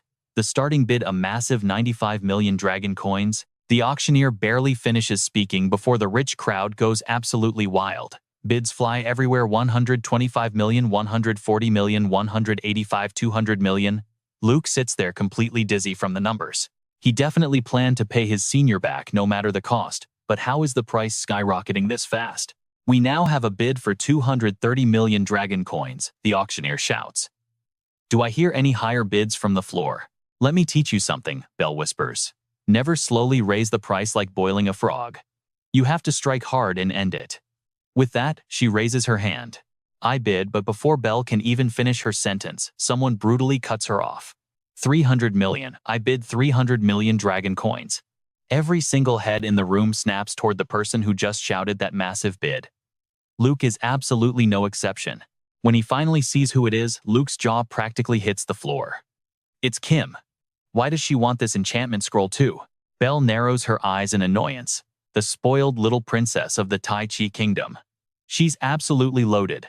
Going head-to-head with her is definitely going to cost us some serious blood. Hearing this makes Luke even more shocked. "Senior, how in the world do you know who she is too? My intel network is massive. I already know all about the bad blood between you and Kim. Today I'm going to help you get some payback. Even at sky-high prices, she's not getting it. That scroll is going to be your gift." Belle smirks, raising her paddle to drop an absolute bombshell. 400 million. The auctioneer gasps. "Oh my god, 400 million. The bid has now reached 400 million dragon coins. Who dares outbid me? Damn it!" Kim slams her hands on the table, leaping to her feet and glaring around the room to find the culprit. Her guard tries to soothe her. "Princess, please calm down. We brought 500 million dragon coins today. We can easily keep bidding." Troy barely finishes his sentence before Belle completely shatters their hopes. "Actually, I changed my mind. I bid 500 million. The entire room freezes and the auctioneer practically screams in pure hype. "Unbelievable. 500 million. This is the very first time I've ever seen someone bid against their own offer. Is there anyone brave enough to bid higher than 500 million? 500 million going once, 500 million going twice, and sold." Kim is fuming. "What? Which hateful bastard is actively trying to make an enemy out of me?" Seeing Kim scream in pure rage, looking like she just bit into a ghost pepper, makes Belle laugh out loud. "And that is the decisive final blow I told you about." Luke forces a polite smile, but inside, his heart is bleeding and he's practically crying. He desperately wants to just let Kim have it. How on earth is he going to pay back 500 million? Congratulations, the auctioneer announces. Please proceed to the VIP lounge to claim your item. Following the staff's instructions, Belle and Luke finally leave their seats casually, strolling all the way up to the VIP lounge. As they walk, Troy finally catches a glimpse of the winner's face. Luke, he gasps. Hearing that name, Kim immediately whips her head to look in that exact direction. Once she confirms it really is Luke, her blood boils. She grinds her teeth in absolute fury. It's him again. That hateful low-class trash. How dare he ruin my plans? Troy quickly bows. Princess, please remain calm. I swear I'll find you another similar scroll. Jinzhou completely ignores Kui Hongtai. She spins around, walking away, while barking an order. Let us go. It turns out I really cannot expect absolutely anything from a total disappointment like you. Just wait until my brother gets here, you useless trash. Meanwhile, you and I are shifting gears. Lu Fan and his pretty senior are kicking back in the VIP lounge at the massive Tianhua auction house. After a short wait, a gorgeous woman struts into the room. And she is carrying the exact item they just successfully won. Spotting the senior, the woman clicks her tongue and sighs. I knew it was you. Nobody else would dare drop a bid like that in my auction house. Absolutely crazy. The senior runs over and pulls the woman into a huge hug, acting totally cute. Sorry for showing up without saying hello first. You really should have warned me. You always drop so much cash on my items. The least I can do is give you a proper high-class VIP welcome. Only then does the woman finally notice there is actually somebody else sitting quietly in the room. She gives Lu Fan a curious, judging look. And who might this be? The senior quickly answers, he is my junior. I bought this crazy expensive scroll just to give to him. Oh, your little brother. Madame Du smiles with a very knowing, playful look before introducing herself. You can just go ahead and call me Big Sister Du or Auntie Du. I am the owner of this whole place. Anytime you need something super rare, just come directly to me. Lu Fan shakes Madame Du's hand politely. Hello, I am Lu Fan. It turns out you and my senior actually already know each other. Haha, your senior and I are way more than just casual friends. I'm actually her sister-in-law. This entire massive auction house is jointly run by me and her big brother. So that is how it is, Lu Fan replies. In his head, he thinks no wonder she was able to bid so aggressively. This entire auction house belongs to her brother. Honestly, his whole stubborn obsession with paying off his massive debt to her suddenly feels pretty ridiculous. He realizes he still needs 480 million just to clear that massive 500 million debt. But when the senior calls him to open his gift, those worries completely vanish. With this special enchanting scroll, you can finally bypass the massive level 60 requirement for the Wyvern King Soul Wings. Right, have you managed to find anything interesting lately to add into the treasure record book? Madame Du asks with a bright smile. The senior pulls out a super exclusive black card to pay for the scroll. She sighs heavily. I have absolutely nothing left. You already logged all my random junk anyway. Oh, the swipe is done. Seeing the money safely hit her account, Madame Du beams happily. Make sure you come back and support my business next time. Seeing Lu Fan looking so serious and lost in thought, the senior immediately starts teasing him. Little Fan, oh little Fan. You better figure out a way to pay back that full 500 million soon. Sister Han is waiting for me to return you safely. You look like you are planning to scam me. Lu Fan completely ignores her teasing and goes straight to business. Excuse me, but what exactly is this treasure record book you two were just talking about? Oh, right, I almost completely forgot to tell you about that. Honestly, it is the other main reason I brought you here today. The senior taps away on an iPad, then spins the screen around for Lu Fan to see.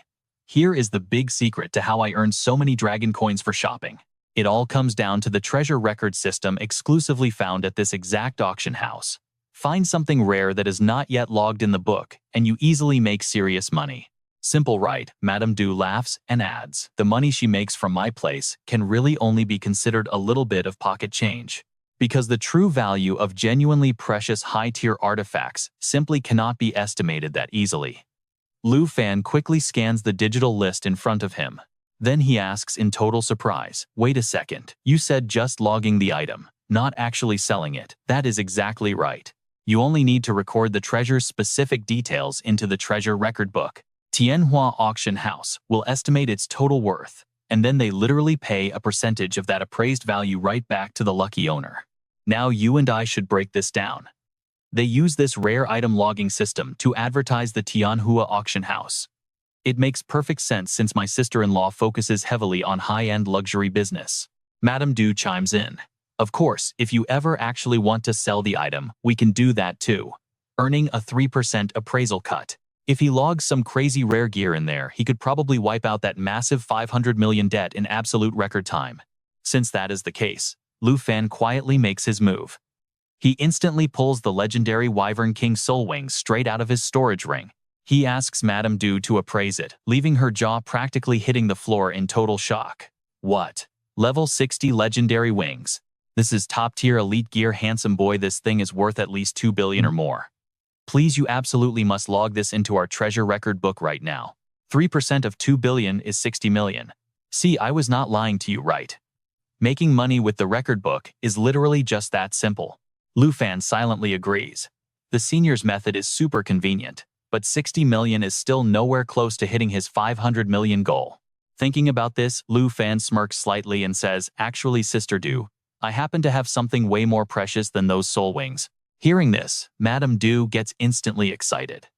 You actually have even better stuff on you. I wonder what you would appraise this dragon egg at. Saying that, Lu Fan casually pulls out the starry dragon egg, completely stunning Madame Du. A dragon egg? Wait a minute. Are you that famous dragon master from the South Province? Even his pretty senior cannot hide her massive shock right now. Lu Fan, you have a second dragon besides the black dragon. Lu Fan does not answer, feeling a tiny bit of secret regret. He realizes that if he counted the 2 Wyvern Kings the Bone Flute summoned, he technically possessed 5 dragons right now. But here is the wild part for us. Xiao Fei already ate the Bone Flute. Otherwise, he could have logged it in the book for extra cash. Alright, you and I are witnessing history. If that classless soul wing is absolute top tier, then this dragon egg, totally unprecedented. I completely take back what I said earlier. Not every treasure can actually be priced. Hearing Du Yakyu say this, Lu Fan is honestly left totally confused. So this dragon egg cannot be put into the catalog. Du Yakyu rushes over, grabbing Lu Fan by the shoulders, clearly thrilled. No, please, you absolutely have to register it. With this dragon egg in our official catalog, the Tianhua auction house will have its reputation skyrocket across the entire country instantly. Actually, scratch that. It will spread worldwide. This is going down in history. How about this deal? You just need to come to our auction house exactly once a month. Whatever you want, you can just take it. No matter the bidding price, I will personally handle the costs. How does that sound? Lu Fan does not even hesitate. Yeah, that totally works for me. Go ahead and register both items into the catalog. So, when exactly does this sweet VIP perk start taking effect for me? Really awesome. It starts this very month. As of right now, your deal is officially active. Lu Fan laughs. That is perfect. There's exactly one item I want to take for free right now. Shortly after, our guy happily leaves the lounge with an enchantment scroll, paying $0. Owning just a single dragon already gives someone the sheer potential to become #1 worldwide. Yet now Lu Fan actually has a second dragon egg on top of that. I definitely bet on the right horse here. Big Sis looks right at Lu Fan. Hey, I never actually rushed you to pay back that 500 million right away, you know. Lu Fan just laughs it off. It is no big deal. Since Du Yakyu said the perk starts today, I just used my free item this month to grab that tier removal enchantment. Simple as that. Totally unexpected that her sister-in-law agreed and immediately transferred the money back to him like that. Big Sis feels a little regretful inside. He paid me back so fast, now I cannot even ask for interest. Tianhua really does collect some insane rare items. I definitely need to remember to come back here once every single month, Lu Fan says. Just as he and Big Sis are walking right across the main hall, the Tianhua auction house catalog officially updates with the brand new information. Now watch this. The exact second that Dragon Egg hits the public catalog, it causes an absolute massive earthquake. A dragon egg. Did Tianhua actually score a dragon egg? You mean a dragon, the legendary creature that can literally destroy an entire nation. Oh my god. One crazy dude grabs a security guard right by the collar. How much is that dragon egg priced at? Tell me. Even if I go completely bankrupt, I have to buy it. The guard, totally panicked, stammers back. I am so sorry, I honestly do not know anything about it. Meanwhile, someone else is frantically calling his friend. But it seems the guy on the other end does not believe it, forcing him to double down. I am serious, I literally saw it with my own 2 eyes. Tianhua added a real dragon egg to their catalog. Lu Fan watches the absolute chaos unfolding and just shakes his head. Du Yakyu works fast. From this moment on, the Tianhua auction house is genuinely world famous. Hey you. Now is really not the time to be happy for her. Big Sis gestures forward with her chin. That mob is going totally crazy, trying to squeeze inside to see the egg. If we do not leave now, we are trapped here tonight. After a serious struggle, Lu Fan and Big Sis finally managed to break free and breathe the fresh air outside the Tianhua auction house. We escaped. Big Sis lets out a massive sigh of relief. My sister-in-law is making a fortune. You definitely should have demanded 3 or 4 treasures every month. Lu Fan is secretly regretting it so badly, but he still acts totally fine. Doing that would probably be pushing my luck way too much. Wait a minute, where's your car anyway? My ride is right over here. Big Sis winks playfully, then walks straight toward a massive heavy-duty motorcycle parked right nearby. Wait, but this is definitely not the vehicle we used to get here. That car was just brought to return to my sister-in-law. My actual ride has been parked right here the whole time. Lu Fan stares in total silence, genuinely caught off guard. I honestly thought she would summon some epic mount like Uncle Chin, or have a driver like Jinju. Never expected her to be a rebel who loves riding motorcycles. What are you just standing there for? Make sure you hold on tight. Your senior drives ridiculously fast. If you fall off, I am absolutely not turning back to scoop you up. Lu Fan scrambles onto the bike. Before he can even settle into position, the motorcycle rockets forward, nearly tossing his entire soul right out of his body. Hey, I am not even holding on yet, Lu Fan screams in sheer terror. Big Sis just bursts into laughter, totally teasing him. Come on, after reaching your second-class advancement, your agility and endurance stats are definitely not low. Yet you are still scared of a little speed. You really know a lot about me. I just hit my second advancement, and you already know. Big Sis keeps chatting casually while speeding down the road. After hitting your second-class advancement, you actually unlock 3 separate pet slots. Wait a second. If you originally had 2 slots, one goes to the black dragon. So why is the unhatched dragon egg not in the other one? Right then Big Sis suddenly turns her head back to look at Lu Fan. Hey, do not tell me that dragon egg is actually your 3rd dragon. My 3rd one. Watch the road. Please watch the road. Lu Fan stammers out, completely terrified out of his mind. You honestly have absolutely no idea just how ridiculously lucky you are, kid. Dragons are basically literal gods. Some people suffer their whole lives without ever getting one, and here you are practically a kid holding on to 3 of them. Taking advantage of the good mood, Lu Fan boldly asks, Senior, why help me so much? And when do I finally know your true identity? Honestly, we want to know too. All right, you and I are jumping right in. The gorgeous senior replies, seriously, it is not time yet. Lu Fan still has to pass his first test. A test. Exactly. Soon a special envoy will arrive at Longdu Academy. Their entire goal: to check if he is actually qualified to join the massive national trials coming up. He has to make that envoy acknowledge him. That is the only way to pass. But the envoy is above level 70, so she fears he will specifically target Lu Fan. Hearing this, Lu Fan just laughs out loud. So the senior is actually the person the academy arranged to help him overcome this exact issue. He could understand it that way, but why is he laughing? Half joking, Lu Fan says he does not care about the guy's level. As long as his senior teaches him that special envoy had better start praying for himself. He is absolutely joining the national trials, so the envoy better not play any dirty tricks. Otherwise that guy is going to swallow a very bitter pill. Haha, he is pretty arrogant. She tells him to make sure the envoy is fully convinced. The beautiful senior laughs cheerfully and looks up at the sky. Is it already this late? She has to get him home fast. She promised the girls at Villa number 1 that she would return him by evening. She tells him to hold on tight because she is about to speed up. While she is speaking, Lu Fan quietly activates his Flying Dragon Soul Wings equipment. Then he simply reaches out and grabs the senior's hand. Hold my hand tight, senior. I will fly you back for the rest of the trip. With that, Lu Fan holds her hand as they soar into the sky. A moment later, Lu Fan slowly drops her off on a large street, asking with a bit of regret if she really does not need an escort. She says no. The senior replies with a smile, hearing that Lu Fan does not stick around and obediently leaves. This kid is honestly so clueless sometimes. Any other guy would have aggressively insisted on walking her right to her front door. But it is fine. She actually likes this kind of passive attitude. Her good mood does not last long, though. She realizes her motorcycle is still parked all the way back where they were angrily cursing Lu Fan for forgetting. What an absolute idiot. Anyway, back to our hero. Flying all the way home is definitely tiring. But on the bright side, he is finally getting used to using those awesome soul wings. Here is where things get wild.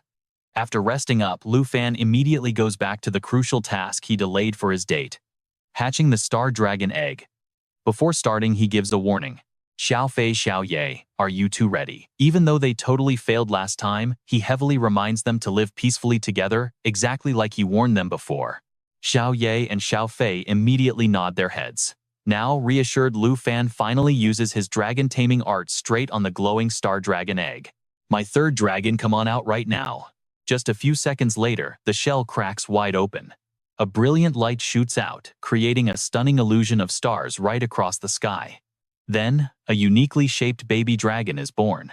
Level 1 Star Dragon Contract. Its strength is 795, agility 276, spirit 109, and endurance sits at 370. Star Shatter creates a massive star and crushes it, dealing heavy area damage. The actual destructive power entirely depends on its base physical strength stat. Starlight Armor covers it in starry scales, continuously absorbing all incoming damage for a total of 60 whole seconds. When the skill finally ends, all enemy targets caught within melee range will instantly receive the exact damage that was absorbed earlier. Plus, Star Valor unleashes endless energy, steadily increasing endurance during combat. Turns out, the Star Dragon specializes purely in physical attacks. It just hatched, and its strength is already at a massive 795. Lu Fan picks up the baby dragon, silently marveling inside.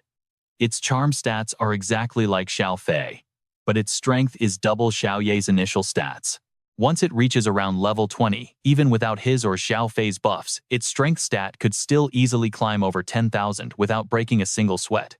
Absolute madness. Before this, he always confidently thought Xiao Ye was the perfect fit for physical attacks. But looking at it now, Xiao Ye actually has balanced attributes matching perfectly with the Dragon Knight class that he originally decided to choose. The Star Dragon's Starlight Armor might just look like a simple damage absorption skill at first, but in reality, it perfectly handles both offense and defense violently, reflecting all that absorbed damage right back at the poor enemies after 60 seconds. Meanwhile, Star Valor can continuously increase the Star Dragon's endurance over time, so it has zero fear of prolonged battles. Plus, the Star Dragon does not follow a completely physical attack path either. According to the description, Star Shatter is a tremendously high-damage magic skill. But to know exactly how destructive it is, he will just have to test it out. While Lu Fan is deep in his internal monologue, Xiao Ye casually grabs a piece of eggshell. But before eating it, the Star Dragon rushes over and slaps Xiao Ye's hand, knocking the shell away. This instantly annoys Xiao Ye, who turns to glare at the new Star Dragon with pure death in its eyes. Alright, following standard procedure, it is now time to name their brand new little sister. Xiao Ye, Xiao Fei. Since we always start with Xiao, let's just call you Xingchen. The dragon hasn't even reacted yet, but Xiao Fei looks totally heartbroken sitting in the corner. Meanwhile, Xiao Ye constantly uses dragon language to express extreme dissatisfaction, leaving Lu Fan completely confused. What in the world is wrong?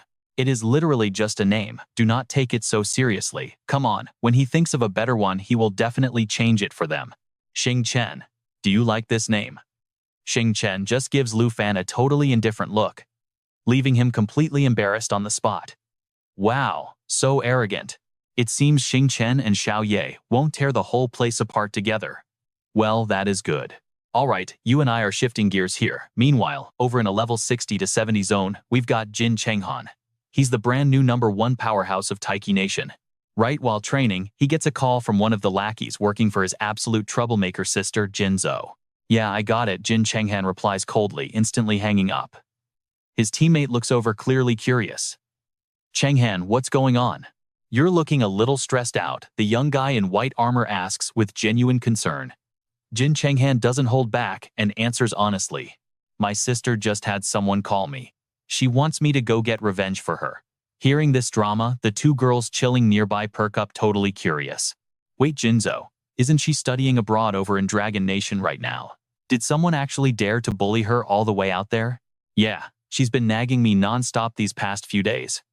Apparently some little punk beat her up. And get this, it wasn't even just a one-time thing. She's all grown up, but she still acts like a total child. Honestly, it's my fault for spoiling her. Jin Chenghan lets out a heavy sigh, completely ignoring the massive, terrifying monster, slowly rising from the muddy swamp right behind him. The guy with the glasses watches this massive beast rise up completely unfazed. He just casually keeps the conversation going. So are you heading to Dragon Nation? Of course I am, Jin Chenghan replies without missing a beat, casually activating a skill to summon a terrifying dark phantom illusion. He instantly sends that giant monster packing before it can even strike. Boom. Dead. As the brother who spoils her the most, it's obvious I have to step in and crush whatever's bothering her. But right now, prepping for the national trials is our #1 priority. Let's just go ahead and clear out this secret realm one more time.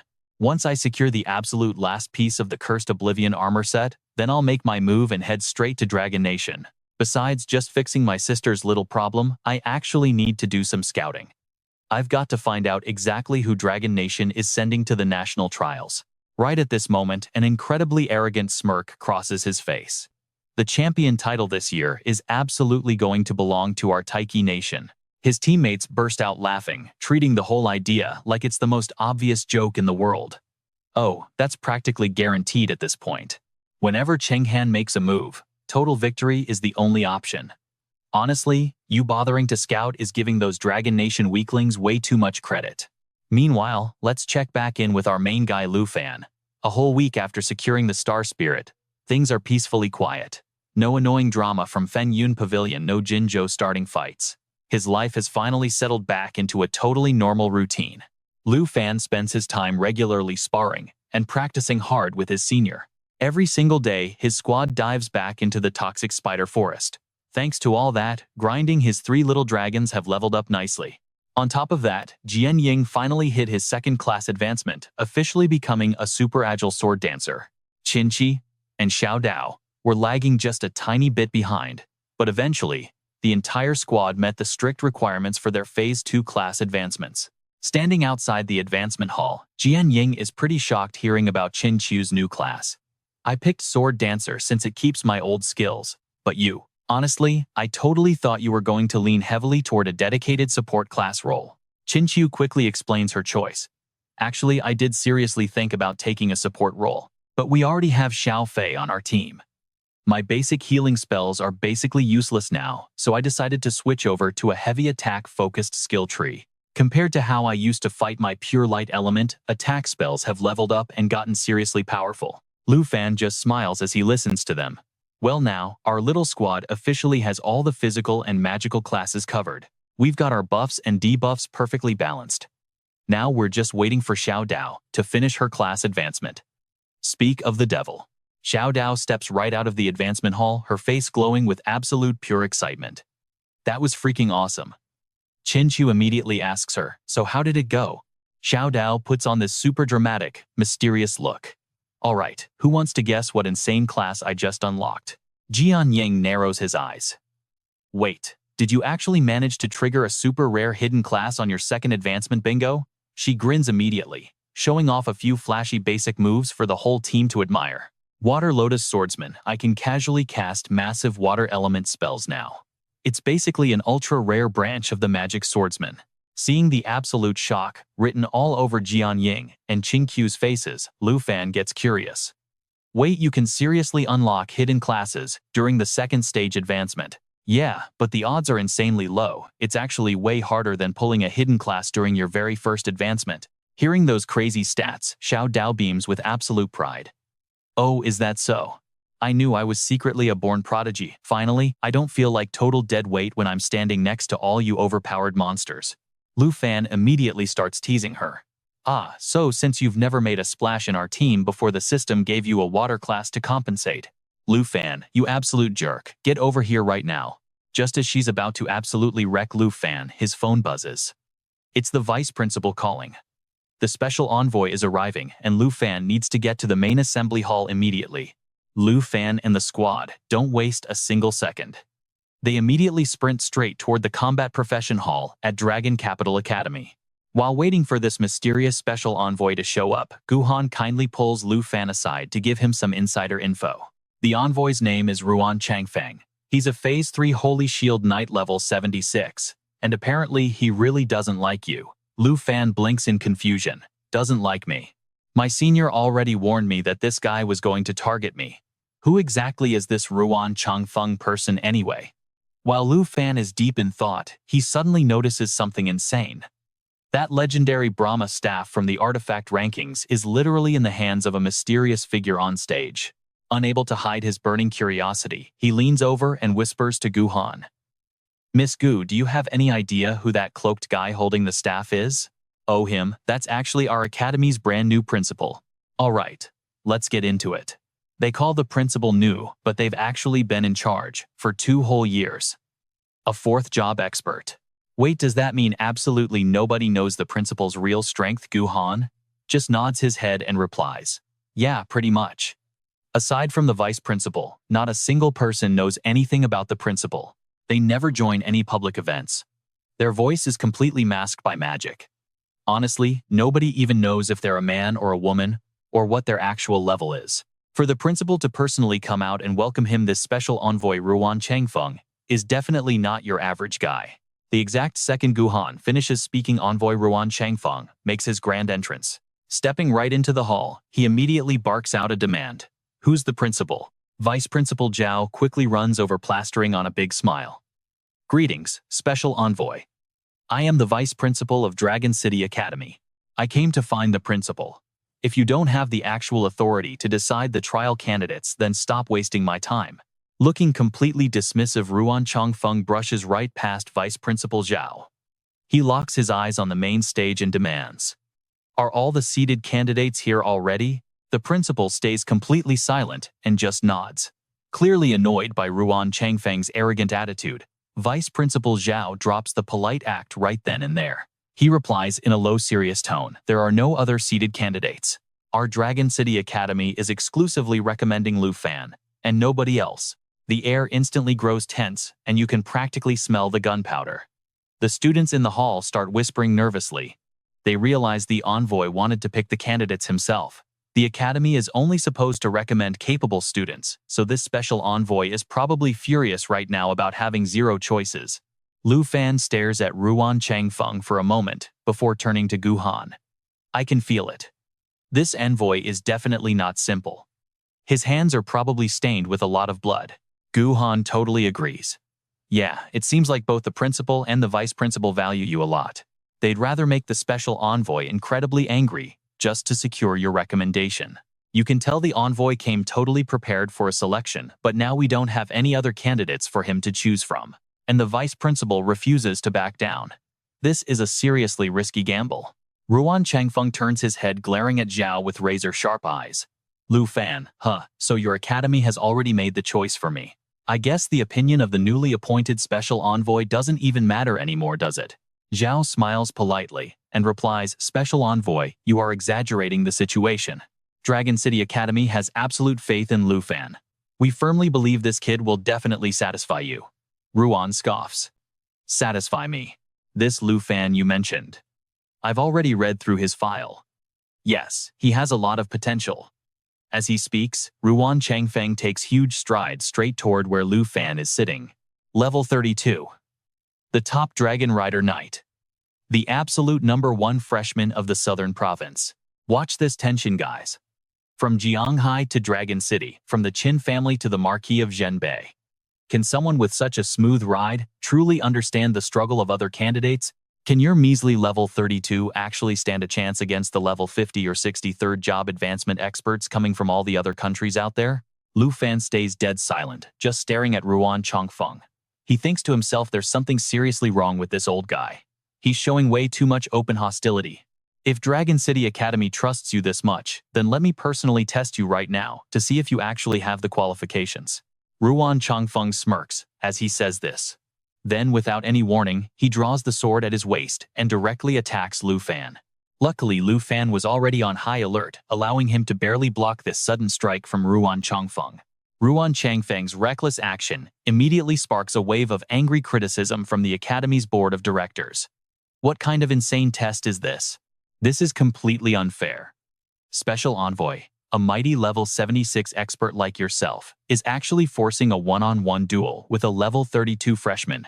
You're making things way too difficult, but Ruan Changfeng just keeps frantically attacking Lu Fan, shouting back without a single ounce of reason. I never said he had to participate in the national trials.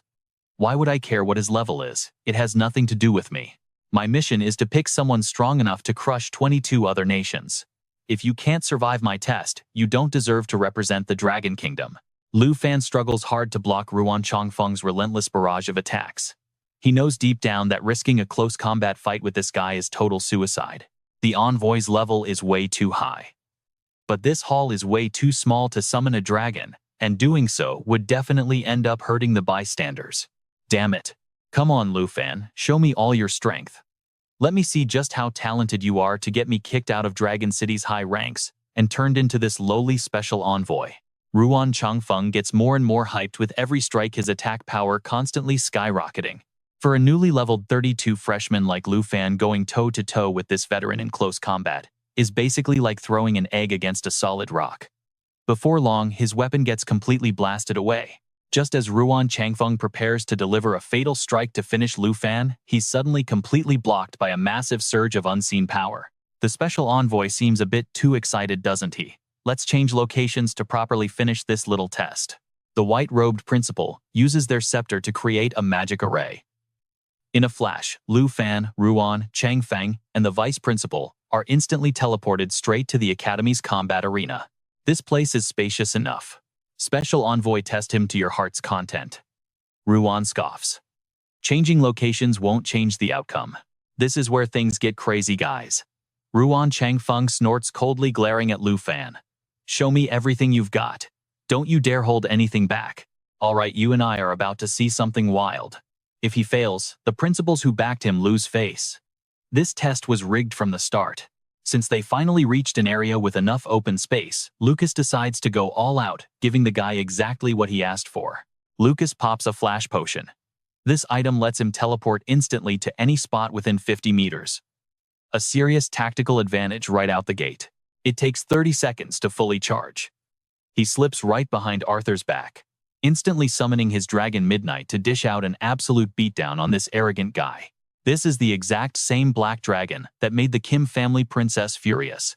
It looks exactly like the one from the viral video. But Arthur scoffs. No matter how strong that beast is, it means nothing. Against a level 76 Holy Shield Knight like him, Lucas is just some arrogant kid who still has zero clue how the real world actually works. Thinking he has the upper hand, Arthur lets his power explode.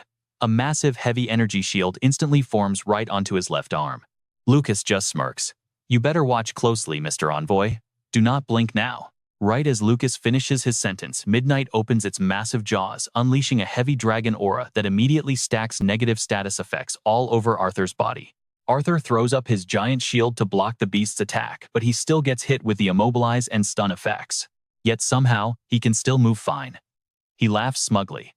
Sure, it is a giant dragon with terrifying pressure, but its level is just way too low to actually stop him.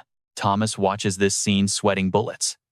Last time, Lucas's black dragon used this exact same move to completely wipe out the entire Wind Cloud Guild in one go. The headmaster standing next to him just laughs. You really think that is it? Just keep watching. Arthur mocks him loudly.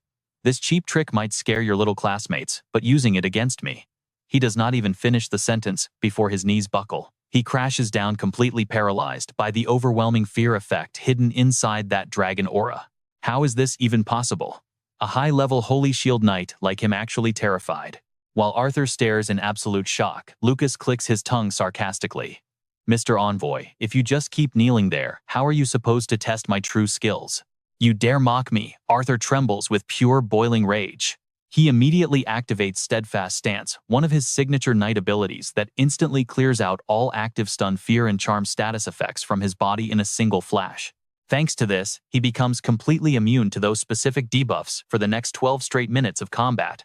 The exact second his body can move normally again, he charges straight forward, launching a brutal attack right at Lucas.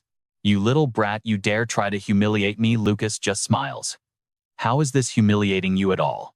Lucas smirks, raising both hands to tear open two separate teleportation portals. Arthur immediately goes on high alert. Two portals at once. What on earth is this kid about to summon now? Could it be? The terrifying reality proves Arthur's worst fears absolutely right. Faye and Star, 2 more dragons officially enter the battlefield. If you wanted me to go all out, Mr. Envoy, then you need to let me get serious. The moment Lucas says that, Star moves like absolute lightning. The dragon dashes forward, launching a heavy strike right at Arthur. Arthur barely manages to block the hit with his sword, but he cannot hide his absolute shock. 3 dragons. He actually has 3. Lucas just shakes his head. Too bad. Your math is completely wrong. Lucas snaps his fingers with a confident smirk and gives the order. Faye, bring out the twin wyvern kings right now. Faye instantly activates her nature assimilation skill. Using the dragon-calling bone flute, she completely summons the souls of the twin wyvern kings following Lucas's command to the letter. Headmaster, did you already know Lucas had 5 whole dragons? Thomas stutters, completely blown away. Honestly, you and I are probably just as shocked as he is right now. The headmaster does not answer. He just stares at Lucas in pure awe. You really managed to surprise me this time, Lucas. All right, then, Mr. Envoy. Do you finally feel like I am actually qualified to join the national trial or not? Lucas says this with one hand casually stuffed in his pocket, pointing the other straight ahead. The 5 dragons unleash an earth-shattering roar before charging at Arthur all at once. Arthur panics. This is impossible. What do I do? What do I do now? How is this little brat actually beating me? In total panic, Arthur frantically activates his ultimate survival skill, Holy Light Protection, hoping to block the incoming damage. Midnight leads the charge, launching a devastating attack directly at the exact spot where Arthur stands. A massive explosion rocks the arena. Violent winds kick up massive clouds of dust, completely blinding everyone's line of sight. Thomas shields his eyes from the flying debris, shouting out to the headmaster in pure panic. The envoy is completely done for. Taking a direct hit from giant dragons like that, he is absolutely dead. But right at that moment, an arrogant laugh echoes through the smoke, instantly grabbing the attention of everyone watching. Turns out that Holy Light Protection skill instantly created a powerful barrier. It makes him completely immune to all physical and magical damage for 10 full seconds. While the barrier is active, it boosts his movement and casting speed by a massive 100%. Despite its crazy 16-hour cooldown, Arthur used it to narrowly escape Midnight's fatal strike, just in the nick of time. Now he is flying away on the back of his bloodthirsty bat.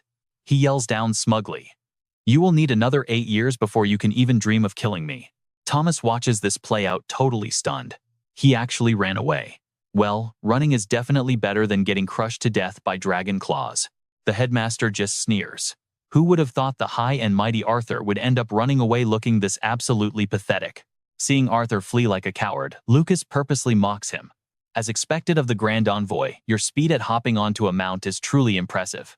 That taunt works perfectly. Hearing the insult, Arthur's pride takes a hit, and he immediately turns his bat around.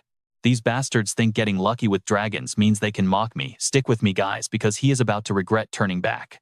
Alright, you and I are about to witness something insane. Without your giant dragon, you're just absolute trash. 1 clean hit is all I need, and my shield has 4 seconds left. With that thought, Ruan Changfeng steers his mount, charging straight at Lu Fan at top speed. A rookie is still just a rookie. Even with all those dragons, you're wide open.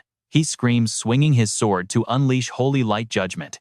He channels pure holy magic right into his weapon, instantly dealing 420% holy damage. Once this skill successfully activates, it completely doubles his next wave of holy damage. With 2 seconds still left on his Holy Light Protection, he goes straight for Lu Fan's life. But right as that blade is about to slice Lu Fan, boom, it gets completely blocked by a bright green shield from the Emerald Light skill. Emerald Light actually creates 12 entire layers of Emerald Blessing on the target.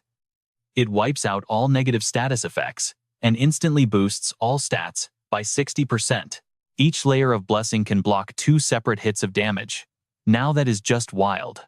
Just 1 more hit, and you'll actually break a single layer of my Emerald Light. Lu Fan laughs. That massive Holy Light Judgment only broke half a shield. Even at point-blank range, he literally cannot touch the kid with these dragons around.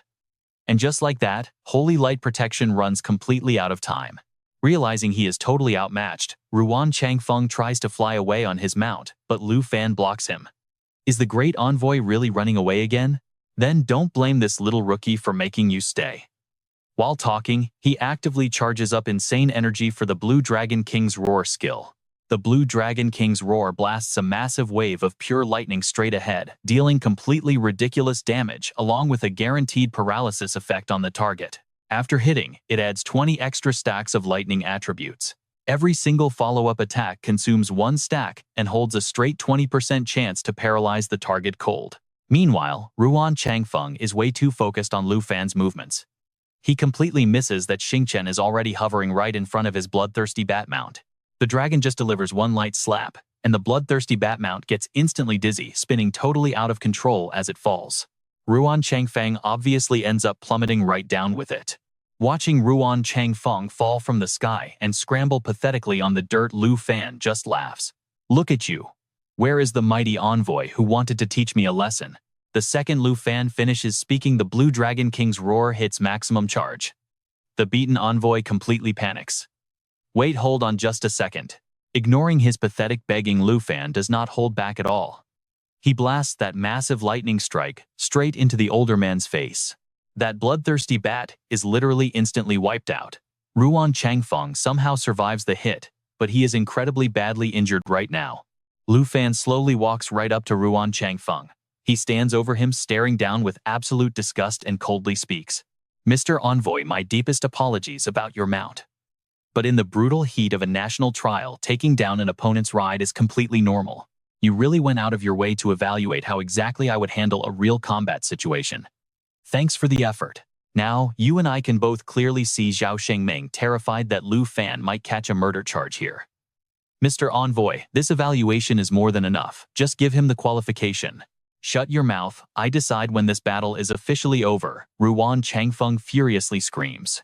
Zhao Shengming tries to argue back, but the principal physically stops him. Just let him be.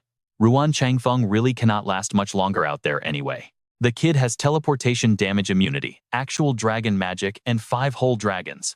Literally anyone else would easily be the absolute biggest star player of the national trial right now. But it's only you. Completely blinded by his own hatred, Ruan Changfeng refuses to back down. He suddenly grabs his weapon and frantically charges straight at Lu Fan again. Anyone but you, Lu Fan. How could a totally pathetic poor brat from a rundown bun shop push me to this absolute breaking point? Seeing this unhinged attack, little Fei lets out a low growl. He preps a skill, but Lu Fan quickly steps in to stop him. He chooses to face Ruan Changfeng totally head-on. You are the reason the Jin family and the Dragon Capital elites completely abandoned me. You completely ruined my career. Now you dare mock me and kill my precious mount. Today I will absolutely destroy you. Ruan Changfeng screams wildly, swinging his heavy blade straight down. But Lu Fan effortlessly dodges every single frantic strike. Finally, he just delivers a massive kick, sending the guy flying backward for dozens of meters. Fighting someone who completely lost their mind is absolutely pointless. I am not going to just kick you while you are already down. If you still think I haven't passed your little evaluation, then get up right now. We can keep on fighting. But if you think my bad blood with the Jin family ruined your entire career, then fine. I will be waiting for your revenge at literally any time. Just remember one very important thing. Next time I absolutely will not hold back.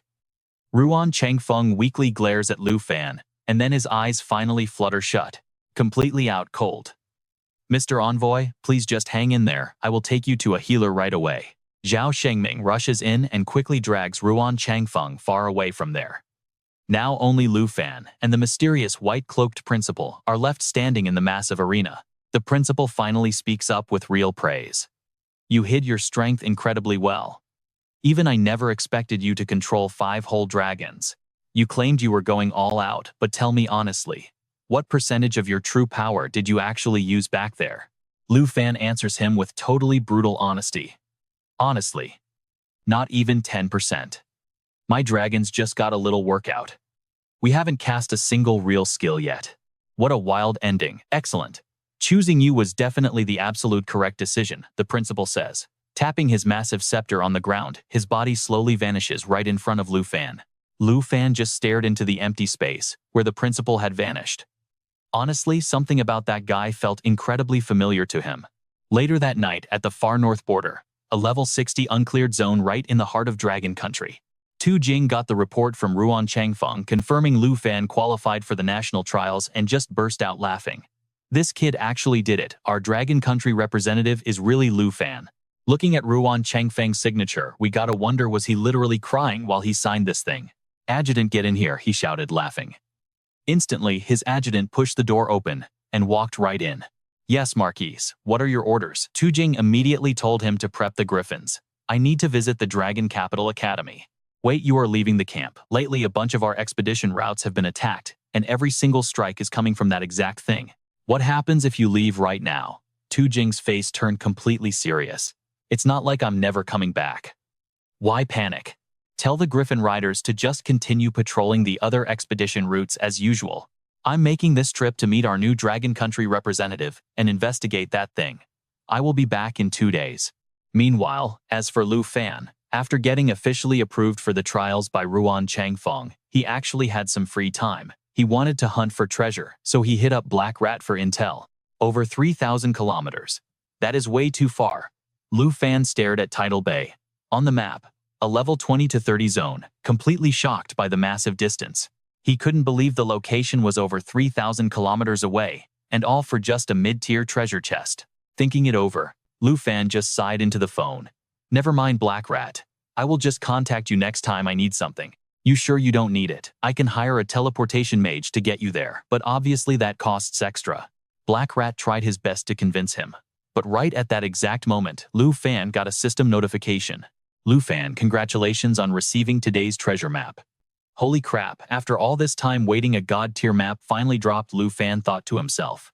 Hello, Lu Fan, are you still listening? Yeah, hold on, actually I have another spot to ask about. The location is at the far north border. But before Lu Fan could even finish his sentence, watch this closely. A massive fireball moved at the speed of light, flying straight toward Villa Number 1. High up above, a guy in a black cloak just stood there watching Villa Number 1 completely engulfed in raging flames. Just as he thought the mission was done and prepared to run, Lu Fan busted right out of the fire riding the Soul Wing Flying Dragon King. Little Fei and Little Yi managed to save everyone else, so they luckily escaped the blast. Where do you think you're teleporting? Stop right there. Lu Fan was furious. He screamed and dashed forward, slashing his sword to rip off the hood, completely exposing the assassin's hidden face. You were the teacher standing right next to the principal. Hearing the massive explosion, all the students from the surrounding areas rushed over to see what happened. Call the fire department. What the heck just happened? Did something just explode over there? Is everyone all right? What is going on? Han Q angrily pointed her finger straight at the cloaked man. That guy just attacked our house. He is trying to kill us to silence us. Well, since you've already seen my face, this is my only choice. Instantly, the cloaked teacher activated the red flame lock skill. It heavily binds the target, blocking them from receiving any buffs at all, and lasts for 8 whole seconds. Even if the target somehow escapes, it slashes their movement and casting speed by a massive 90% for the next 4 seconds. Lu Fan was instantly completely locked down by the chains, but it didn't stop there. The crazy teacher burned his own life force with his final flames to create a core of blazing flames, literally sacrificing his own life just to trigger a massive explosion. It deals burning damage equal to 1,250% of his own spirit attribute. The skill's range expands the longer it charges up. He fully intended to drag Lu Fan down to hell with him. Han Q and Sword Shadow quickly realized the teacher's insane plan. They immediately spammed their skills to help Lu Fan break out of the chains, but absolutely nothing worked. The core of blazing flames was charging. 23% loaded. The core of blazing flames hit 59% charged. Then the core of blazing flames spiked to 72%. It was going too fast. As the core of blazing flames charged up with more and more energy, the teacher's body rapidly expanded, swelling up, until he literally looked like a giant balloon. Lu Fan knew right then that he couldn't escape, but he still prioritized everyone else's safety over his own. Little Fei, activate eternal protection. Little Yi, guard everyone. The teacher just laughed wildly. Lu Fan, you can't escape. You are going to die. Just die. Ha ha. Right at the exact moment the fiery core was about to detonate. Bam! The white-cloaked principal's scepter suddenly pierced straight through the crazy teacher's chest, instantly dropping him dead. The chains shattered, letting Lu Fan finally escape right before the dead teacher's body exploded. The Academy's board of directors arrived just in time to clean up the huge mess. They started putting out the fires, calming down the panicked students, and immediately launching an investigation. Little Fan, that was terrifying. Are you hurt anywhere at all? Aunt Han ran over with tears completely streaming down her face, pulling Lu Fan into a tight hug the second he landed. I am fine. Sorry for making you worry. Han Q sprinted over too, looking incredibly anxious. That was so horrific. Lu Fan, do you have any idea who that crazy mage was? Lu Fan's eyes narrowed. I saw him during the envoy's assessment. He was standing right next to the principal. And folks, the plot thickens. All right, let's jump in. Zhao Shengming stares at the charred corpse looking completely guilty. Lu Fan, we honestly never expected a real assassination attempt from right inside the academy, and by an honorary professor, no less, a level 81 fire mage. It is just absolutely unthinkable that this could happen here on campus. Why would he even do this? Is he one of Ruan Chongfeng's people? Lu Fan asks, his eyebrows knitting together in deep suspicion. Han Ke stands nearby, absolutely furious right now. Vice Principal, you really have to investigate this properly. We all nearly died just now because of this guy. Qin Chu nods along, totally agreeing with her. When that ruthless guy realized Lu Fan survived, he instantly triggered a deadly skill, totally intending to drag Lu Fan down to hell with him. Zhao Shengming gets completely overwhelmed by the girl's incredibly intense reactions. Everyone, please just calm down for a second. I promise I will investigate this whole mess thoroughly and get you all a proper satisfying answer very soon. Early the next morning, inside the Dragon Academy principal's office. Assassination attempts exactly like this one are definitely going to keep happening. They failed this time, meaning the next strike will be even more dangerous. That honorary professor worked here for a really long time. Having an enemy like that lurking right beside me, without ever noticing, honestly, it sends a total chill straight down my spine. Even though this entire campus falls inside my skill range, if I had arrived even a second later, the consequences would have been completely unimaginable. At this point, the principal glares at the guy sitting across from him. Hey, are you even listening to me? Tu Jing downs the entire teapot in one gulp. I am telling you, keep some booze in this room. This tea is just totally bland and completely tasteless. Seeing the principal fall silent, Tu Jing just laughs out loud. Relax, relax, I am still listening to you. It has been way too long since we last met up like this, and I traveled a seriously long way to get here. Can you not even ask why I came here today?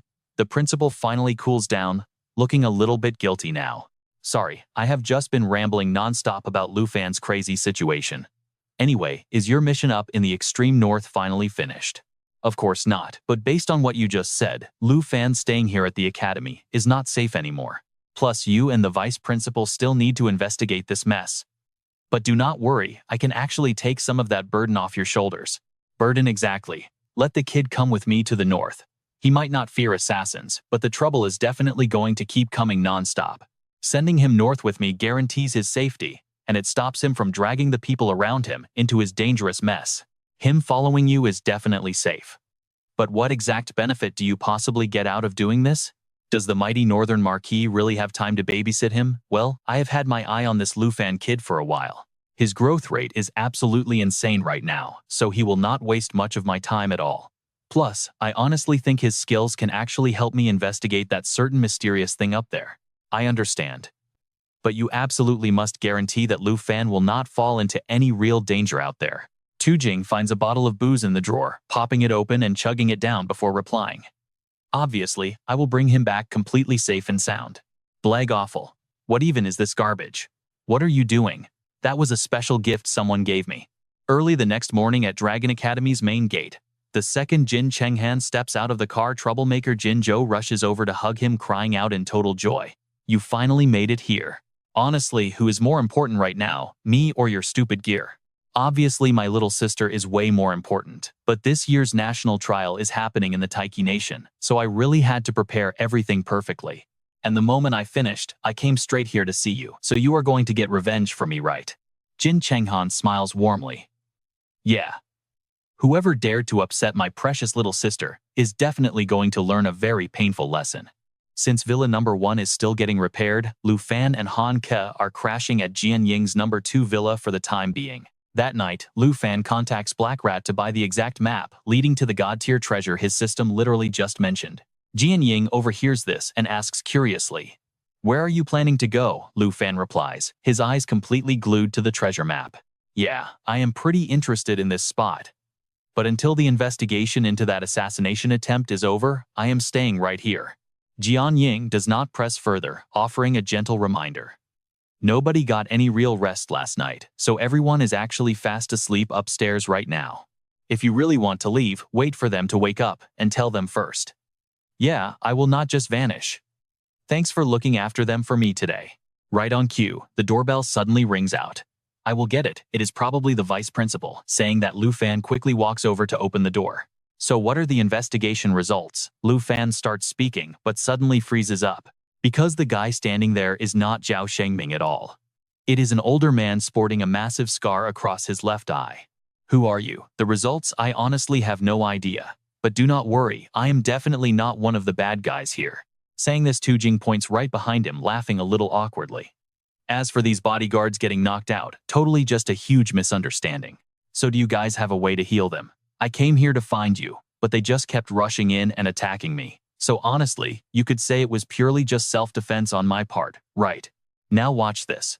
The vice principal's guards are totally wiped out. Could this guy actually be another dangerous assassin? All right, let's dive back in. Luke immediately drew his weapon, eyes locked. Who exactly are you? Right, then Quinn walked downstairs. Seeing Uncle Tobias standing there, she blinked in absolute surprise. Uncle Tobias, what are you doing here? But then her eyes drifted over. Seeing all the bodyguards completely knocked out cold in the bushes, massive panic instantly set in. What in the world just happened? A little while later, after clearing the air, Luke felt genuinely terrible. So you are the legendary teacher that Quinn's uncle was always talking about. Quinn nodded right away. Exactly. I've called him Uncle Tobias since I was just a kid. But Uncle Tobias, you really went way too hard on them this time. Tobias let out a huge hearty laugh. Good thing little Quinn showed up, otherwise this kid and I would have definitely thrown down. Luke immediately apologized, asking for the senior's forgiveness. I totally thought you were attacking us. Honestly, I've wanted to meet you for a while now just to sincerely thank you for handling the mastermind behind that Gold City incident. Even though Ryan was stripped of his rank back then, he used his envoy status to come after you. So the person who actually took him down was you, not me. There is absolutely zero need to thank me.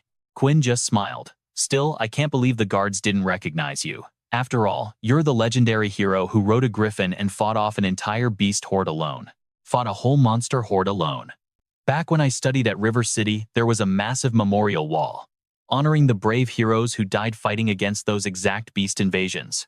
So you are actually the legendary hero who drove back that massive monster wave.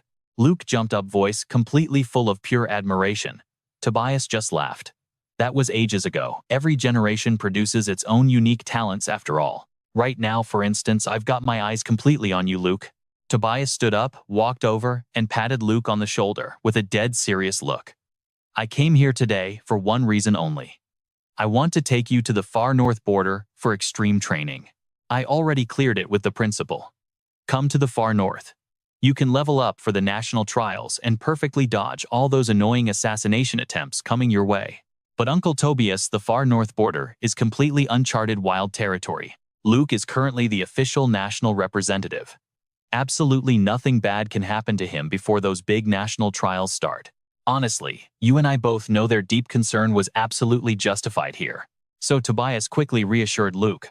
I know the far north is brutally harsh, but it is the absolute best place to massively boost your raw power. Plus, once you leave here, the enemies targeting you will completely stop, dragging the innocent people around you into their dangerous crosshairs. Luke stayed completely silent. His godly map pointed straight to the far north border, so naturally, he really wanted to go there. But he couldn't help wondering deep down, if he actually left, would his friends truly be safe from getting targeted and attacked? Almost like he could read his mind, Blade spoke up. Luke, if you really want to take this path, just go ahead and do it. We've all completed our second-class changes already. If we get attacked, don't worry. I'll step up and take good care of everyone while you're gone. Quinn fully agreed too. Yeah, we'll keep your little aunt totally safe. You seriously don't need to stress about it at all. Hearing that, all of Luke's heavy doubts finally vanished. He firmly accepted the insane training offer from Tobias without any more hesitation. Great, I knew I judged your character perfectly. Quinn, go buy a few bottles of the absolute finest liquor for your old uncle. We absolutely must throw a massive farewell feast for this incredible kid tonight. Quinn happily laughed. Uncle Tobias, there's no way we can handle the intense liquor you always drink. Plus, I usually eat over at Villa Number 1, so we barely have any real cooking ingredients here. Luke chimed in. I will go buy everything.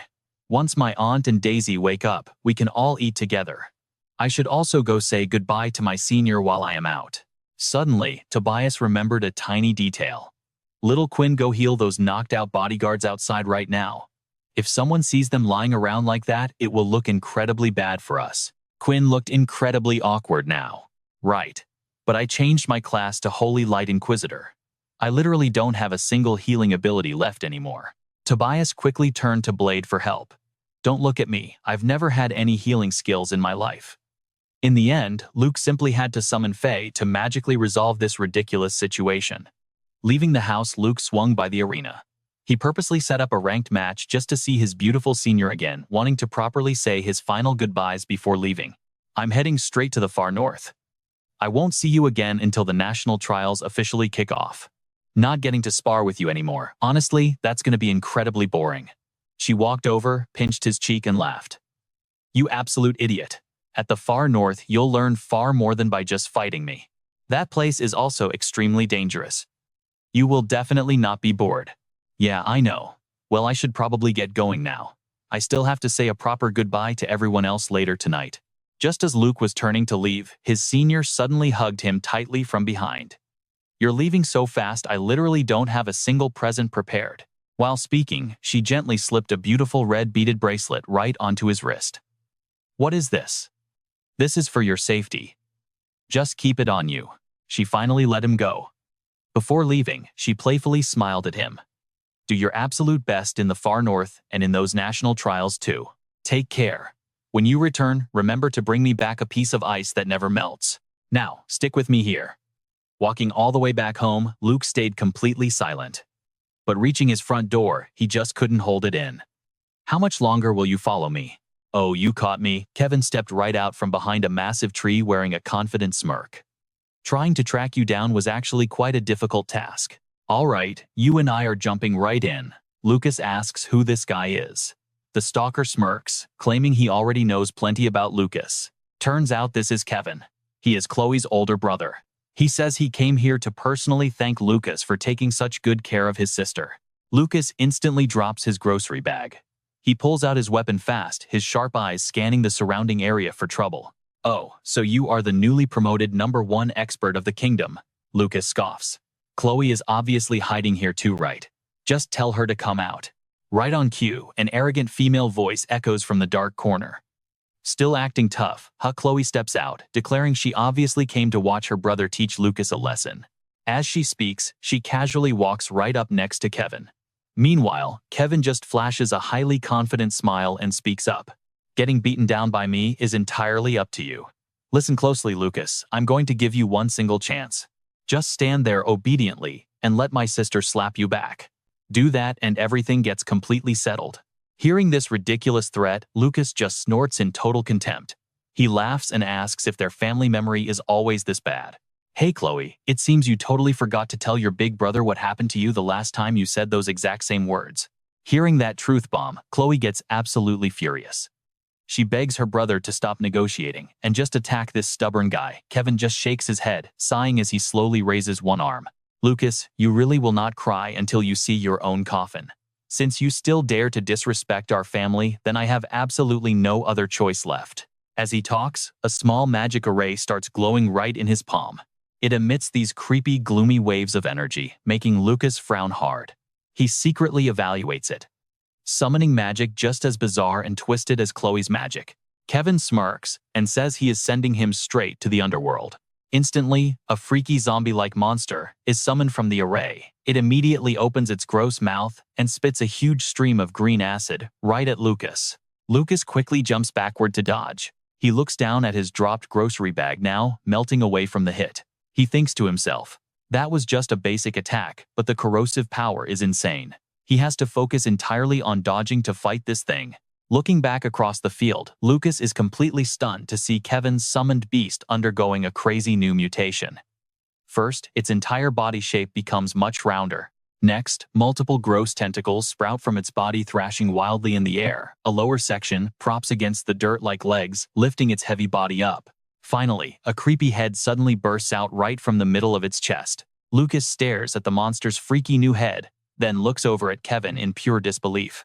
He nervously wonders to himself it literally just grew Kevin's exact face. The disgusting transformation finishes up super fast. Kevin points and issues his deadly command. Abyssal Walker, go catch that arrogant little brat. Hearing the order, the Abyssal Walker lets out a terrifying roar, rushing straight toward Lucas.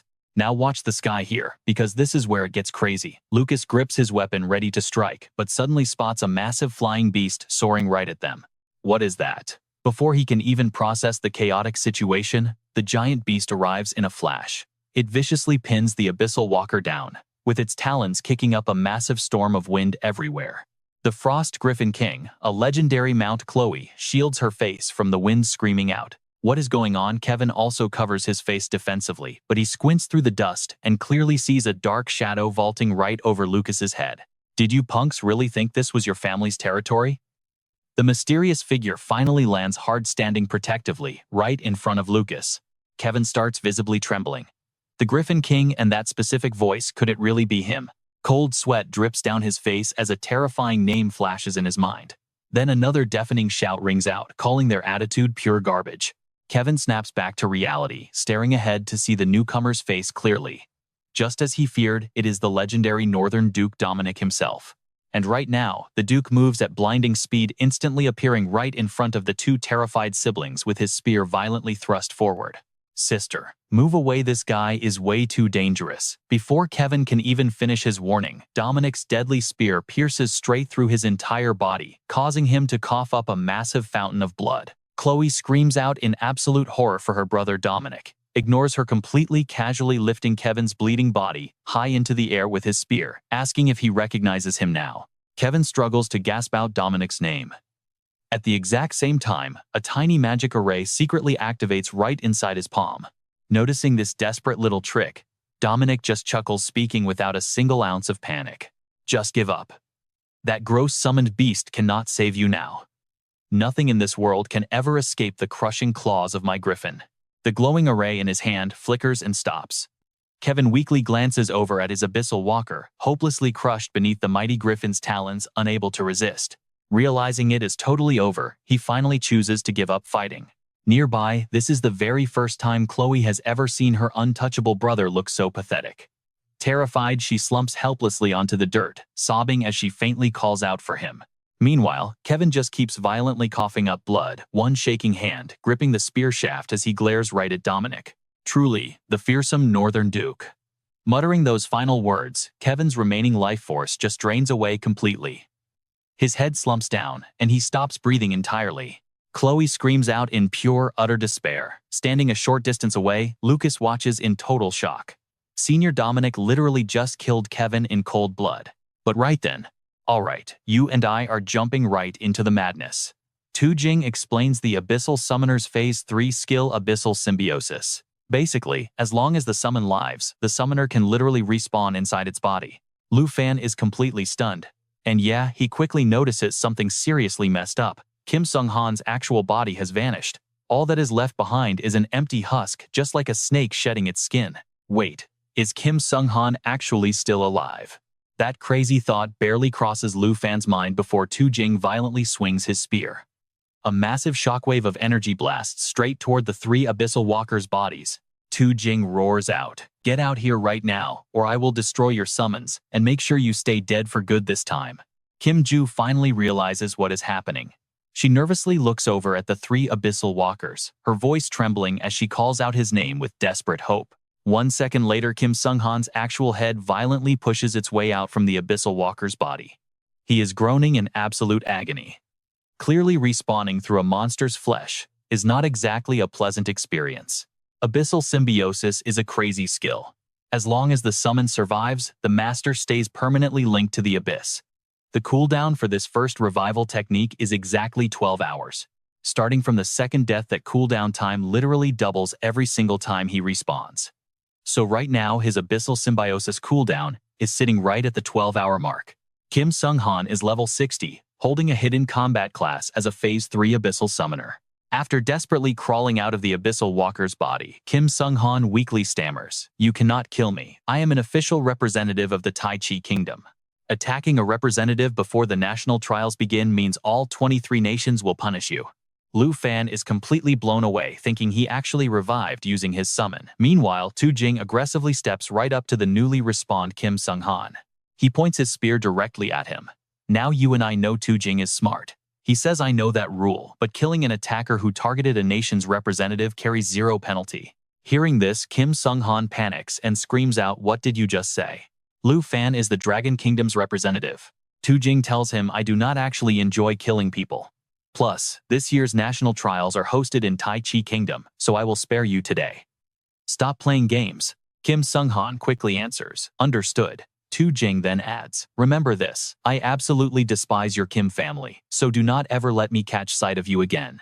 Without hesitating, Tu Jing violently hurls his spear into the 3 Abyssal Walkers, destroying them on the spot as a brutal final warning for Kim Sung-han. Kim Sung-han does not dare to make a single sound. He grabs Kim Ju and whispers, "Let us go." Kim Ju simply nods. The two defeated siblings support each other as they retreat. Before fully leaving, Kim Sung-han cannot help but glare back at Lu Fan. Gritting his teeth, he snarls, "You better start praying because nobody in Tai Chi Kingdom has your back." As for Kim Sung-han's pathetic threat, Lu Fan does not care about it at all. He walks over to Tu Jing and says, "That guy Kim Sung-han is honestly just as annoying as he is completely ridiculous. He literally just died a minute ago, yet he still has the nerve to talk big." Tu Jing glances at the retreating figures and replies, "Tai Chi Kingdom people are all exactly like that. Dead bodies but incredibly stubborn mouths. Let us head inside now. I told the others to stay put earlier, so they are probably worrying themselves sick by now." Then Tu Jing suddenly asks, "Oh yeah, where are the groceries you bought? Your aunt is still waiting." Lu Fan flinches, thinking to himself, "Oh no, those were completely dissolved by that nasty summon earlier." That night at the farewell party, everyone finally forgets the heavy tension of the attack. Dao Xiaoman gets totally drunk, wrapping her arm around Tu Jing laughing. "Old man, can you even keep up? Let us drink more." Some people talk endlessly, while others are quietly sobbing away. Han Ke, totally drunk, hugs Lu Fan tightly while crying. "Lu Fan, you have to stay safe out there. Do not push yourself too hard." Lu Fan awkwardly smiles and replies, "Come on, stop crying. I will be back in just 1 month." Qin Qiu is blushing hard, maybe from the alcohol or maybe just shy. She leans against Lu Fan and softly whispers, "Take good care of yourself, and please do not worry about us."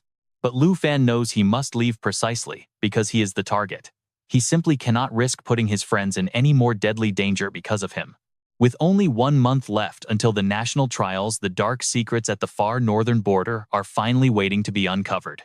The very next afternoon, Lu Fan and Tu Jing are riding a massive griffin toward the extreme northern border. Sitting in the front, Tu Jing steers the griffin while shouting back, "Try to endure it a bit. Do not freeze to death." Soon they reach the completely uncharted zones of the far north. This unexplored territory is meant for those above level 60, and a literal god-tier map is hidden right here. Lost in thought, Lu Fan suddenly spots a massive circle on the horizon. The insane visual instantly shocks him, and he frantically asks Senior Tu Jing, "What in the world is that? It looks exactly like a blood moon." Tu Jing calmly replies, "That massive thing right there is exactly why I brought you."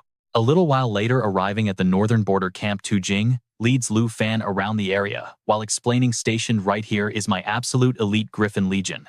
Every single soldier in this place must perfectly master advanced mount-based combat skills. As for our extreme northern exploration mission, we have currently managed to map out exactly 114 safe routes."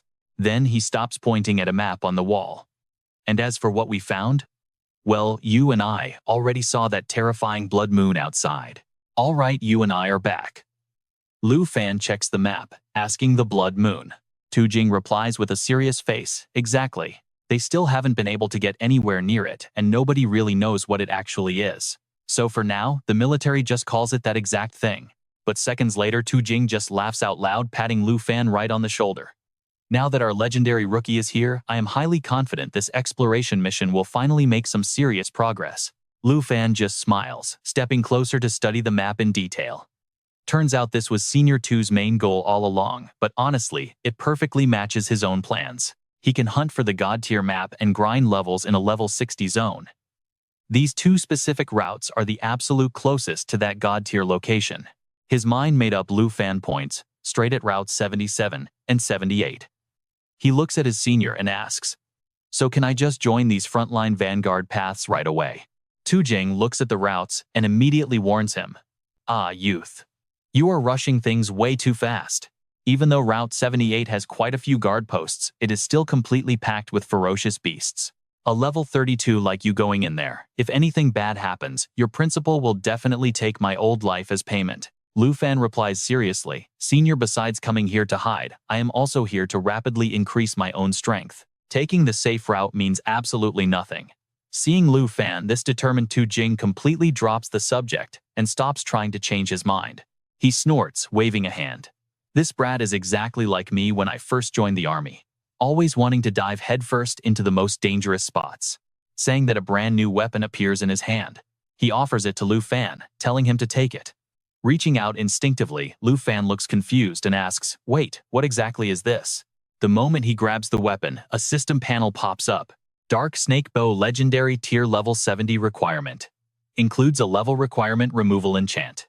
Strength plus 591 enchant adds 315. Agility plus 756 enchant adds 213. As an auxiliary weapon, equipping it boosts all basic stats by a massive 10%. Dark Snake Arrows.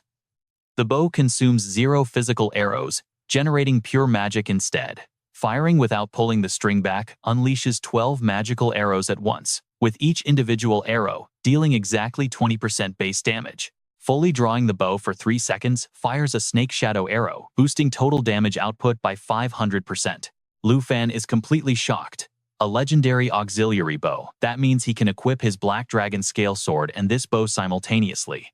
Maxed out stats plus that insane level removal. Senior 2 must have spent at least 800 million on these enchantments.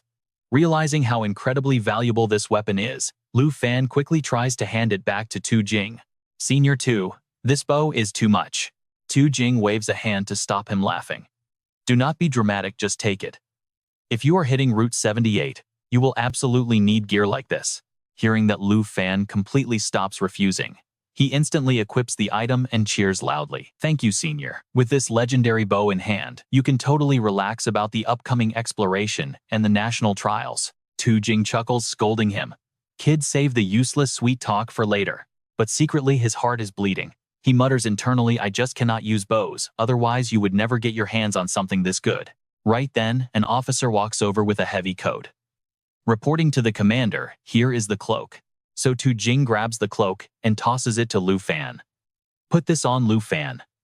I am taking you out to see that thing. Now you and I are about to see something wild.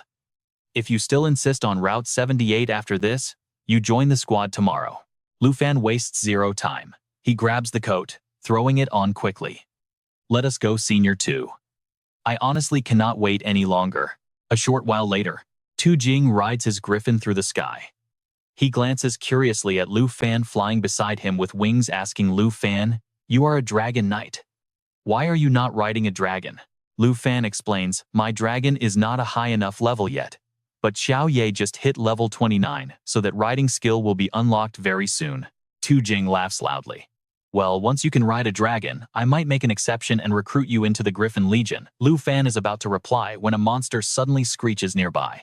Turning his head, Lu Fan spots 3 massive monsters flying straight toward them. Level 60 Phantom Owls. Poison Feather skill fires 3 highly toxic feathers at a target. Each feather carries a 30% chance to poison the target for 30 seconds. While poisoned, the target loses 2% health every single second. Getting hit multiple times actually stacks that poison duration. Illusion Song skill.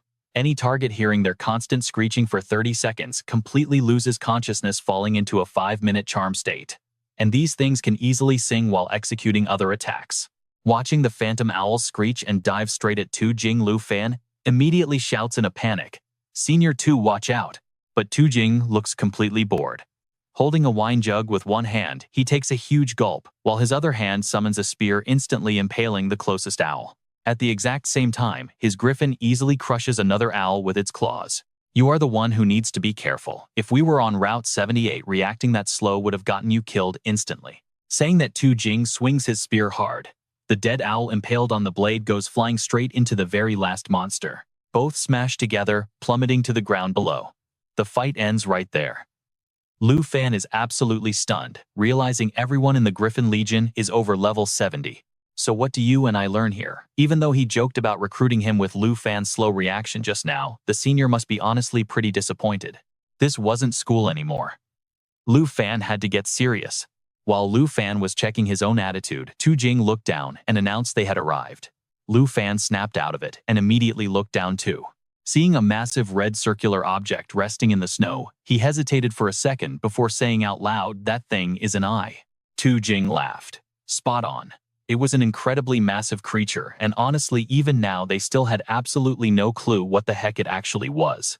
Hearing that, Lu Fan frowned in deep thought. The eye and the surrounding mountains looked exactly like half of a dragon's head. But was it really a dragon? Its body was so insanely huge that even the entire Griffin Legion could not determine its true size. Noticing Lu Fan's completely stunned expression, Tu Jing asked if he was shocked. The first time they approached it, even the Griffin King was too terrified to get close. Finding it was a total accident. Lu Fan didn't answer, instead opening his system to inspect the eye. Eye of inspection activated. The scan result completely unknown.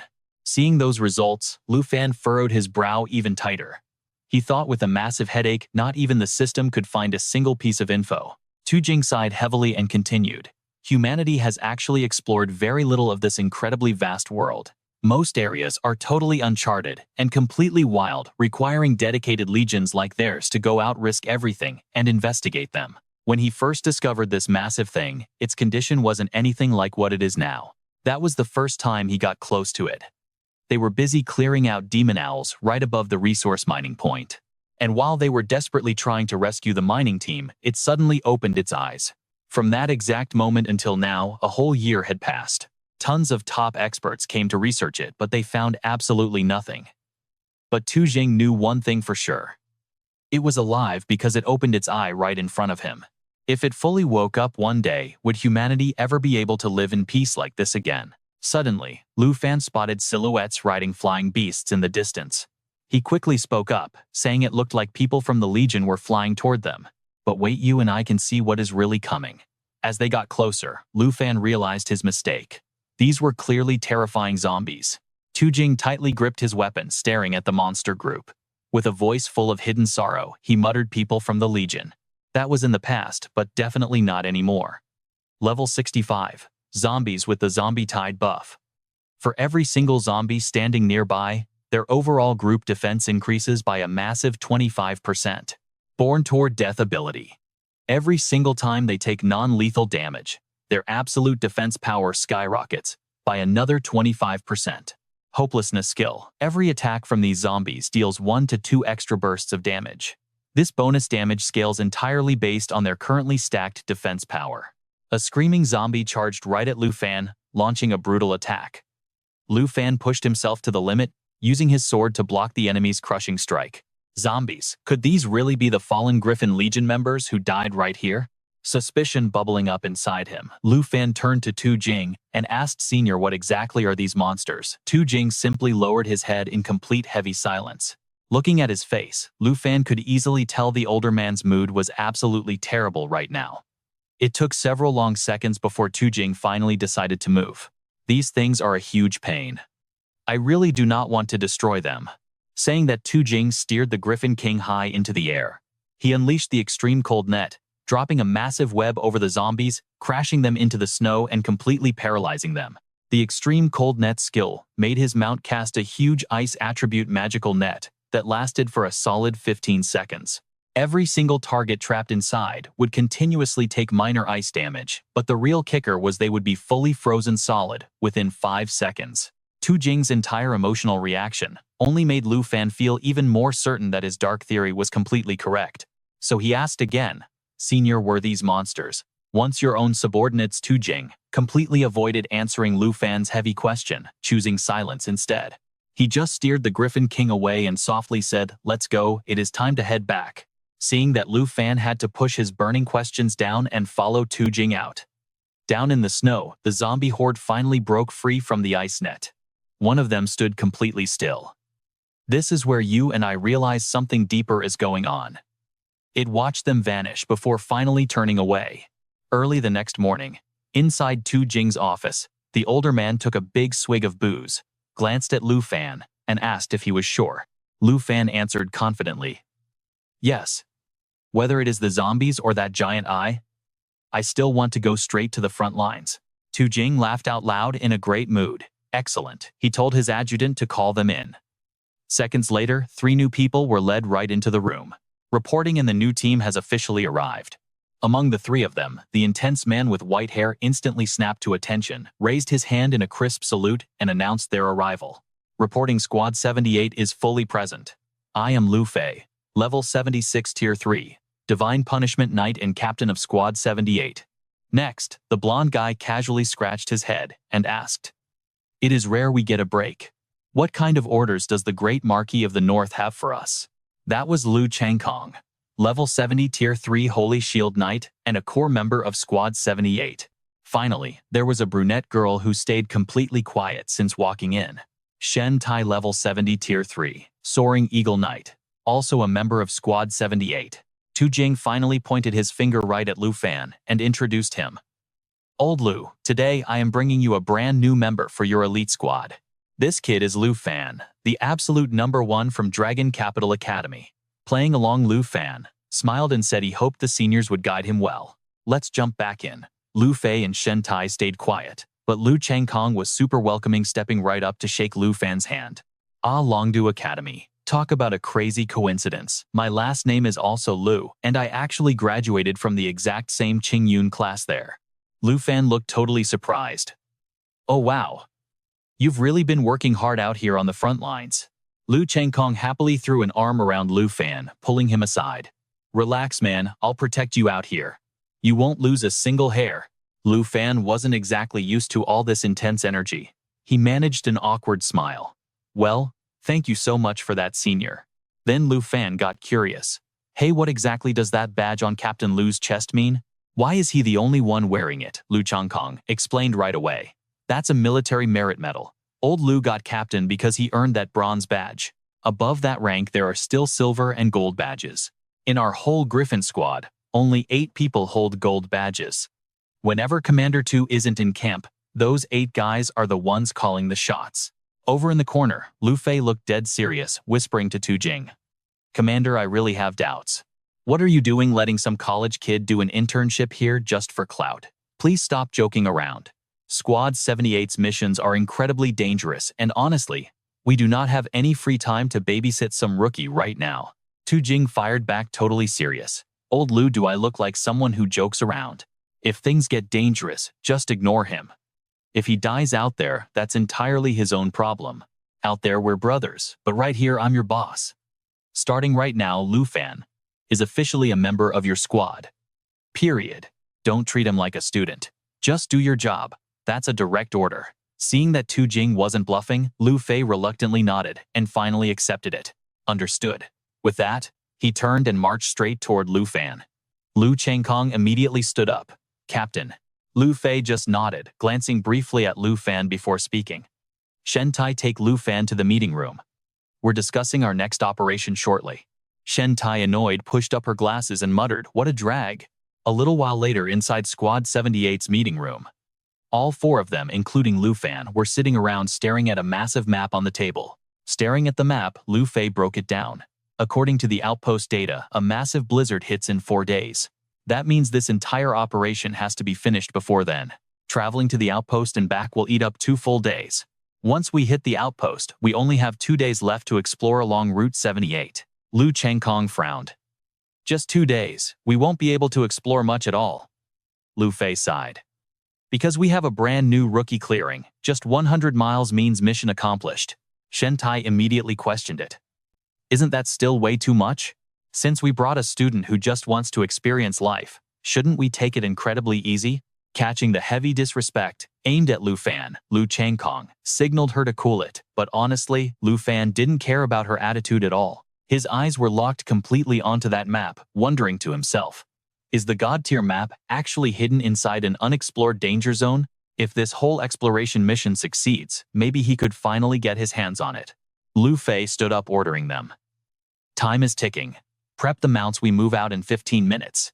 Annoyed, Shen Tai complained. You're like a machine. Why not wait the blizzard out? Lu Changkong just laughed to keep the peace. Come on now, we're the vanguard squad, right? Lu Fei then glanced at Lu Fan. Hey Lu Fan, leave your mount in the squad's stable. They stock all the very best food in there. Lu Fan hesitated. Well, my mount isn't a high enough level yet, so I can't ride it. Shen Tai scoffed in shock. What? I'm absolutely not waiting for you. Let the captain handle your mess. Lu Changkong looked confused. So how are you planning to fly with us now? Lu Fan smiled. You guys don't have to wait for me. Now here's where it gets wild. 15 minutes later, soaring on a griffin, Lu Changkong stared at Lu Fan flying with literal wings. Holy crap, our rookie is badass, rocking rare gear. Commander 2 personally gave him. Don't tell me Lu Fan is secretly some high-ranking Longdu official's son. Lu Fei stayed quiet, but his eyes were fixed on Lu Fan, lost in deep thought. Flying a bit further, Lu Fan glided right up to Shen Tai. Hey Shen, are those two little eagles escorting your giant hawk actively scouting the area for us? Shen Tai shot him a nasty glare. Now is definitely not the time to chat. We're about to fly straight into those clouds. Shortly after, as the group entered the thick clouds, Lu Fei shouted a warning. Visibility is extremely low in here. Everyone get ready. Lu Changkong laughed, glancing at Lu Fan. Rookie, stick tight to me. Don't get separated from the group. Got it. But right as Lu Fan opened his mouth to reply, a violently strong gust of wind suddenly swept in, blowing him completely off course. By the time he finally stabilized, his body panic set in. The others were completely gone. Lu Fan yelled frantically. Seniors, Captain, things just got incredibly real. All right, you and I are about to see something wild. Before he could even yell, Lu Fan snapped his mouth shut. A pair of bloodthirsty eyes was currently locked dead onto him from the shadows. He spun around just as a roaring monster lunged right at him, jaws wide open. The Sky Hunter Lion. A level 75 corrupted zombie beast. Cloud illusion technique. It merges completely with the fog, moving fast and staying hidden within the mist. Its phantom strike hits unbelievably fast from the clouds. If that connects, it leaves an illusion right where the target stands. That copy lasts 8 seconds, mimics the original body, and actually throws basic attacks. Total zombie corruption.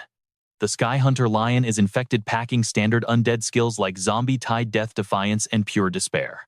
Another corrupted zombie. Looks like that Blood Moon up there is not just messing with humans anymore. Thinking fast, Lu Fan reacted in a flash. He swung his sword hard, slashing the lion right across its head. The beast roared in pain and snapped its jaws shut. But it was not backing down. Furious, the lion raised a claw, launching its phantom strike straight at Lu Fan. These zombies are totally different from normal monsters. He knew he could not just blindly summon his dragons right now. Lu Fan hesitated, trying to figure out how to dodge the attack. Suddenly, he heard Lu Changkong screaming at him. Junior, get out of the way. Right after that, Lu Fan saw two flying creatures blur past, slamming violently into the Sky Hunter Lion. Looking closer at the two beasts, Lu Fan was shocked. Those are Sister Shen's escort eagles. He was spot on. Those were definitely Shen Tai's escort eagles. She just used her Twin Eagle Assault skill to save his life. Twin Eagle Assault. It commands two eagles to crash down fast, drawing all the target's attention. Right now, Shen Tai was riding her griffin, flying over fast and yelling, "Do not let it create illusions." But when she saw only one eagle fly back to her side, she cursed in pure rage. Damn it, I just lost a whole escort bird. Meanwhile, Lu Changkong flew right up next to Lu Fan, dropping a buff on him. Stay close to us. These clouds are packed with elite monsters, so let me protect you. Dealing with freaks like this is just another Tuesday for us. Lu Fan spoke up fast. Thanks, Senior, but I cannot just stand by and watch you guys fight. Seeing backup arrive, the Sky Hunter Lion used its cloud illusion to hide back in the mist. Shen Tai turned to Lu Fan, scolding him. You are a rookie, so stop acting reckless and listen. Lu Changkong puffed out his chest, pointing proudly at himself. Exactly, just leave this stupid lion to us. We have always relied on the captain, which is why we have 0 medals so far. It is time for us to get serious.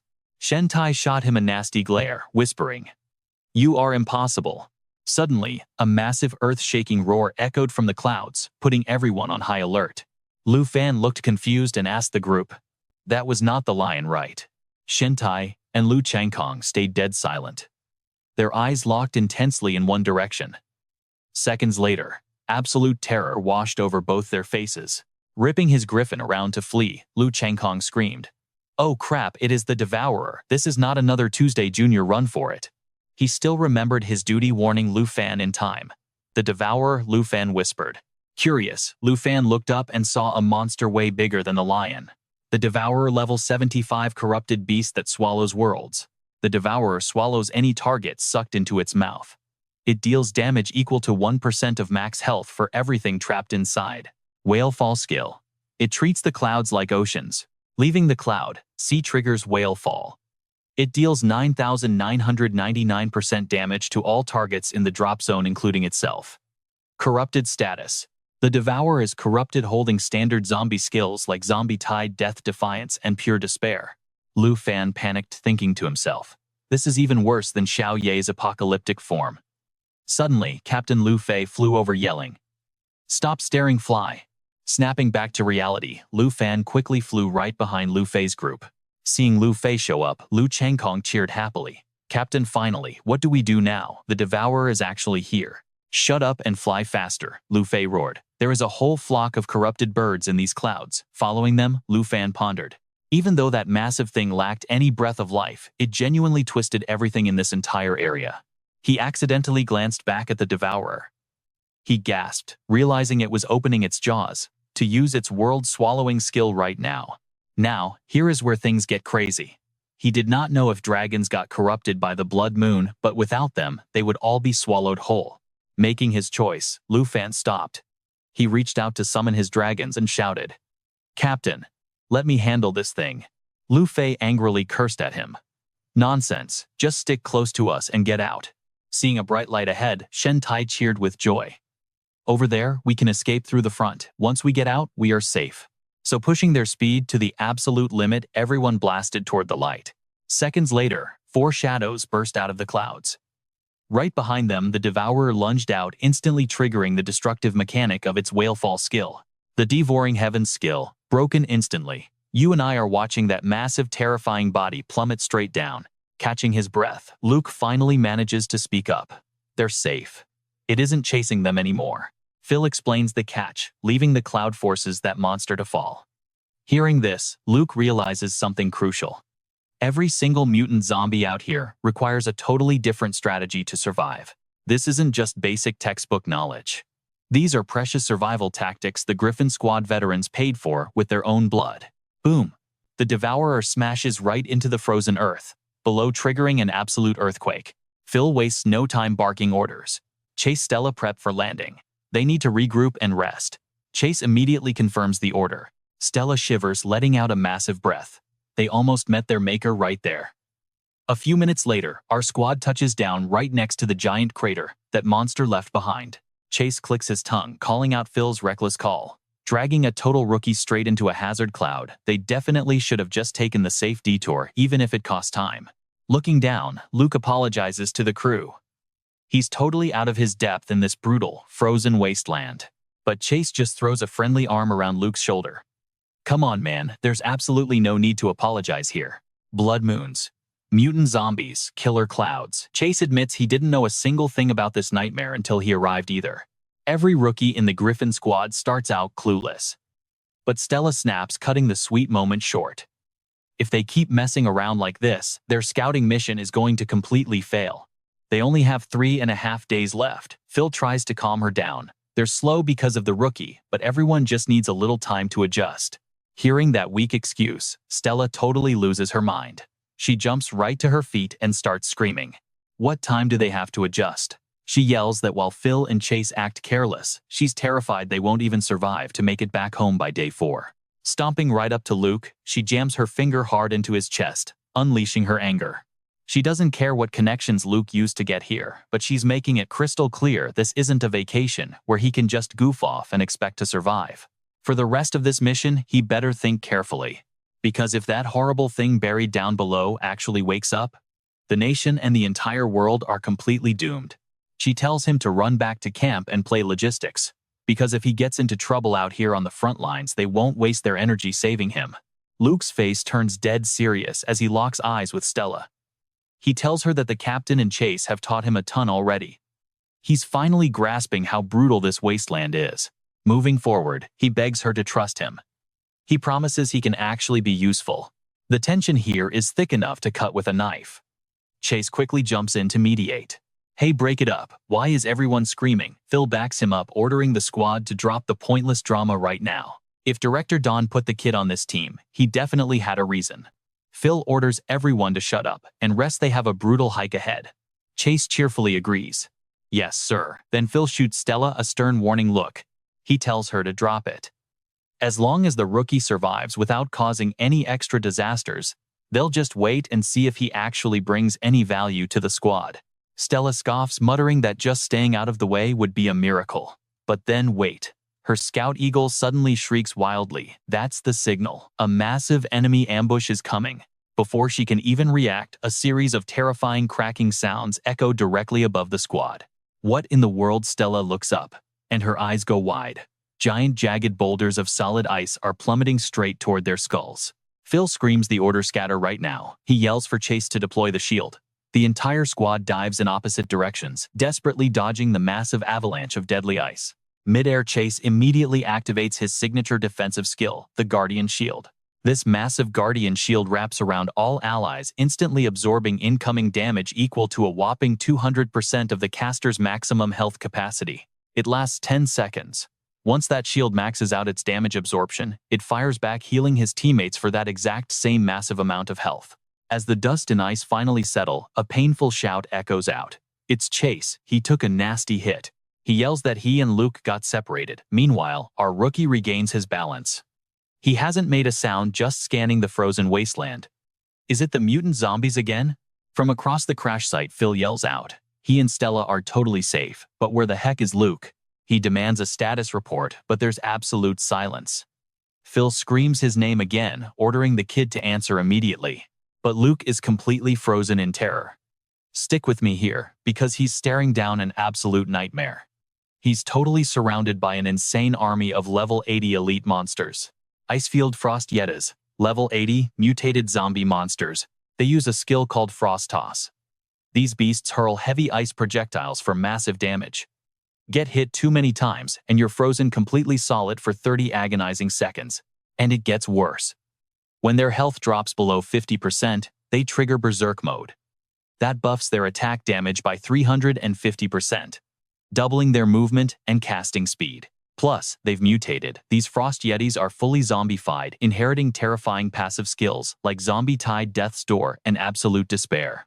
This is a total death trap. Luke, if you're alive, answer right now. Hearing Phil still screaming, Stella anxiously grabs his arm, whispering a harsh warning. Keep your voice down. The mutant zombies are going to hear us. Phil ducks back behind a giant ice block. Peeking out into the blizzard, he groans. That rookie, he's totally dead meat. All right, you and I are diving into the madness. A huge horde of Frost Yetis, at least 20 or 30 monsters. Fighting is suicide. They must escape now. Shentai pitches a plan to the captain. She still has one escort eagle left, perfect for causing a massive distraction. Captain Lu Fei thinks it over, then finally speaks. Lu Changkong is still alive. He tells her to listen closely. Once she triggers the distraction, he will make a mad dash to bring Changkong back safely. But before he even finishes, Lu Fei senses danger rushing up from behind. He grabs Shentai and dives forward, barely dodging a brutal sneak attack from a massive Frost Yeti. Change of plans, he shouts. Lu Fei orders her to go find Changkong, while he stays behind to hold the monsters off. He tells her not to look back. She agrees without hesitation. Lu Fei stays behind to face the Frost Yetis alone, buying Shentai enough precious time to make a run for it. Shentai leaps to the top of a massive ice boulder, scanning the area for her next move. But her heart drops when she looks back. Lu Fei is struggling badly to block a devastating strike from a Frost Yeti. Captain, hold on. Absolute panic and worry completely take over Shentai. And things are about to get so much worse. Drawn by the loud sounds of the battle, several more Frost Yetis are already rushing straight toward Lu Fei's position. There are just too many of them. Left with zero options, she decides to risk exposing her own position. It is the only way to catch Lu Changkong's attention now. She acts fast, putting a hand to her mouth and whistling loudly. The command sends her escort eagle to search for Lu Changkong, intentionally drawing the Frost Yeti's attention away to relieve some of the heavy pressure on Lu Fei. Pulling out her weapon, she grips it tightly and desperately wonders to herself, Lu Changkong, where in the world are you? Meanwhile, Lu Changkong is in incredibly bad shape. A massive chunk of jagged ice has completely pierced right through his stomach. Slumped helplessly on the cold ground, he watches Lu Fan face off against 3 massive frost yetis. Filled with anxiety, he asks if the kid is going to be okay. Lu Fan tells him to stop talking and hang in there. Help is right here. He promises to heal him the second he finishes off these 3 monsters. As he speaks, Lu Fan readies his massive weapon and starts charging up his explosive power, charging up the Dragon Fang Void Strike. And he can heal too. Chang Kong tells him not to push it. There is no way he can beat level 80 Frost Yetis alone. Before Chang Kong can even finish his warning, 2 of the Frost Yetis completely lose their patience. They aggressively charge at Lu Fan, launching a brutal ice throw attack right at him. Lu Fan instantly activates his Dragon Fang Strike, flawlessly executing 1 monster on the spot. He quickly dodges, delivering a devastating slash to the second Yeti's shoulder, sending it roaring backward. His Dragon Fang Void Strike is infused with raw dragon aura.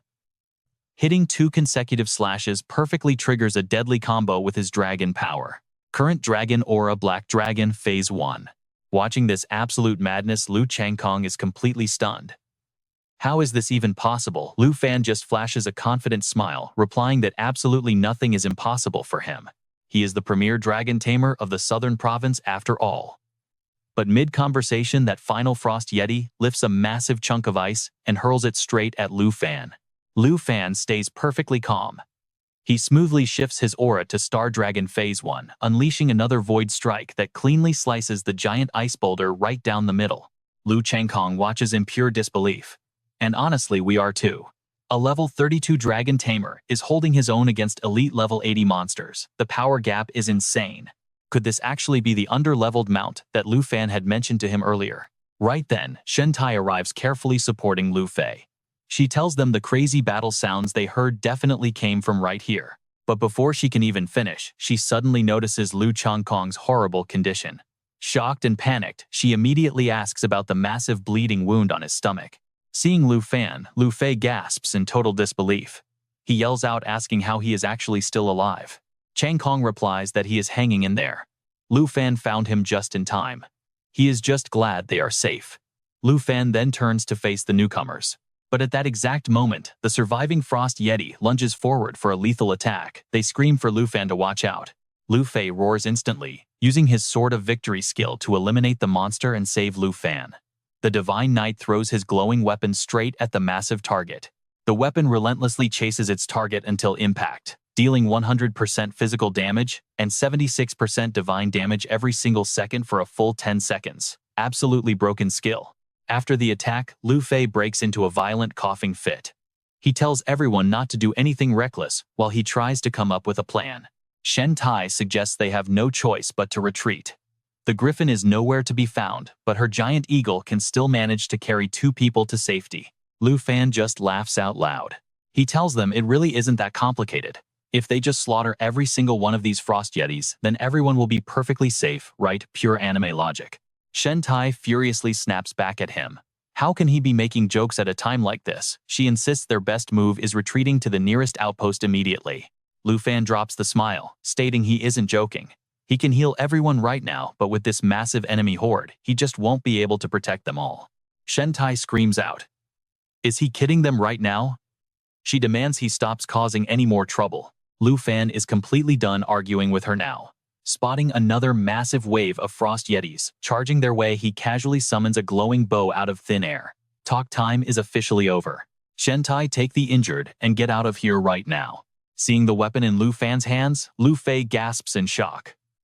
Get ready, guys. That is the legendary Underworld Serpent Bow. Lord Du literally aimed this exact weapon at the Southern Kingdom King's head, forcing thousands of royal guards to back off. And now he actually gave this legendary bow to Lu Fan. Shen Tai gasps out loud. What, her mind is completely racing right now. This is the exact bow Lord Du uses to crush entire invading nations. Handing over something this insanely powerful to Lu Fan. Wait. Does this mean Lu Fan was actually being completely serious just now? Lu Fan just laughs it off. Captain Lu Fei, relax.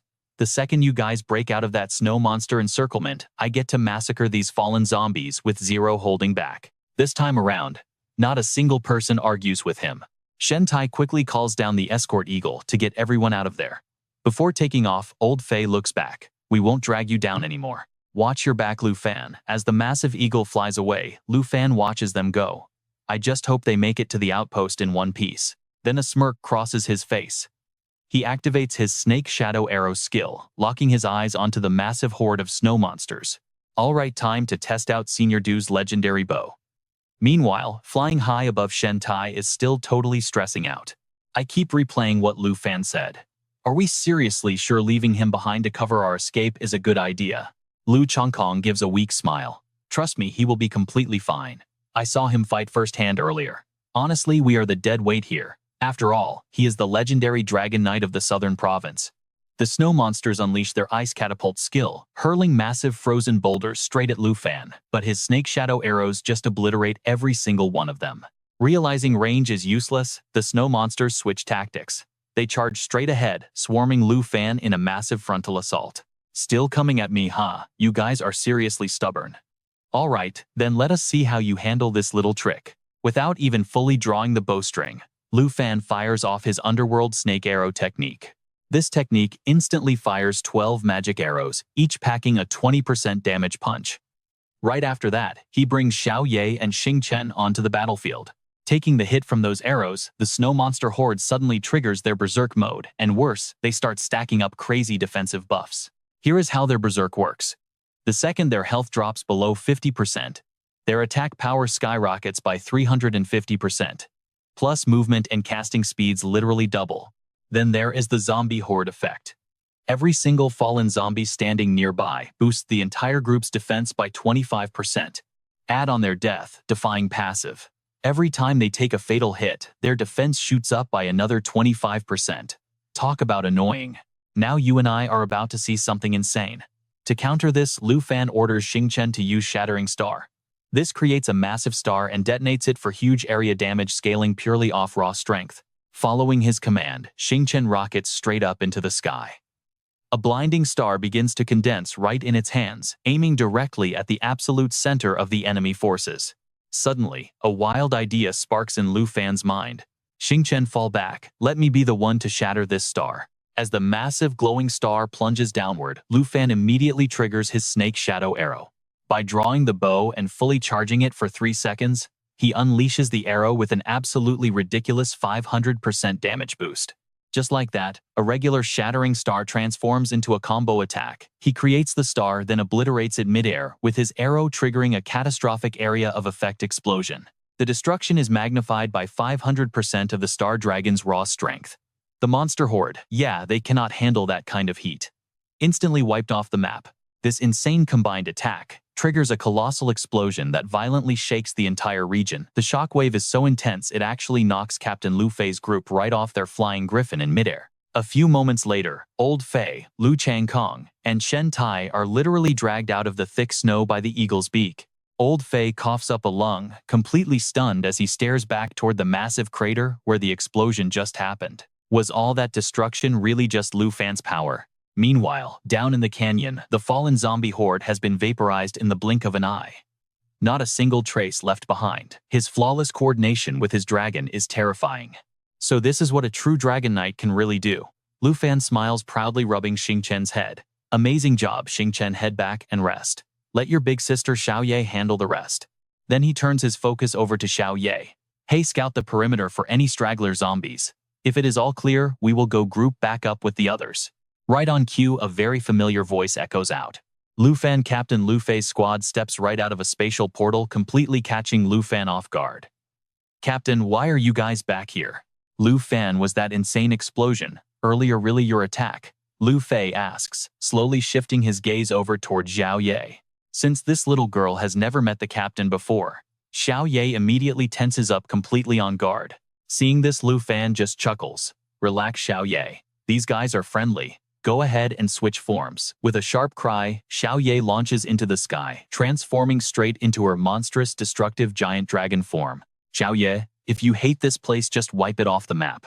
That was all the permission she needed. Xiao Ye unleashes her great disaster skill, carpet bombing every single area she flies over. The massive fiery explosions leave Lu Fei's squad standing there in absolute shock. Completely unbelievable. Are you actually that legendary Dragon Tamer from the southern province? Wait, Lu Fan, that girl is your dragon. Lu Fan looks a bit surprised. Yeah, she is my black dragon Xiao Ye. Wait, do you guys know who I am? Lu Fei gets super excited. No, you. More than that. Here is the crazy part. For months now, Lord Du has been hyping up a young Dragon Tamer.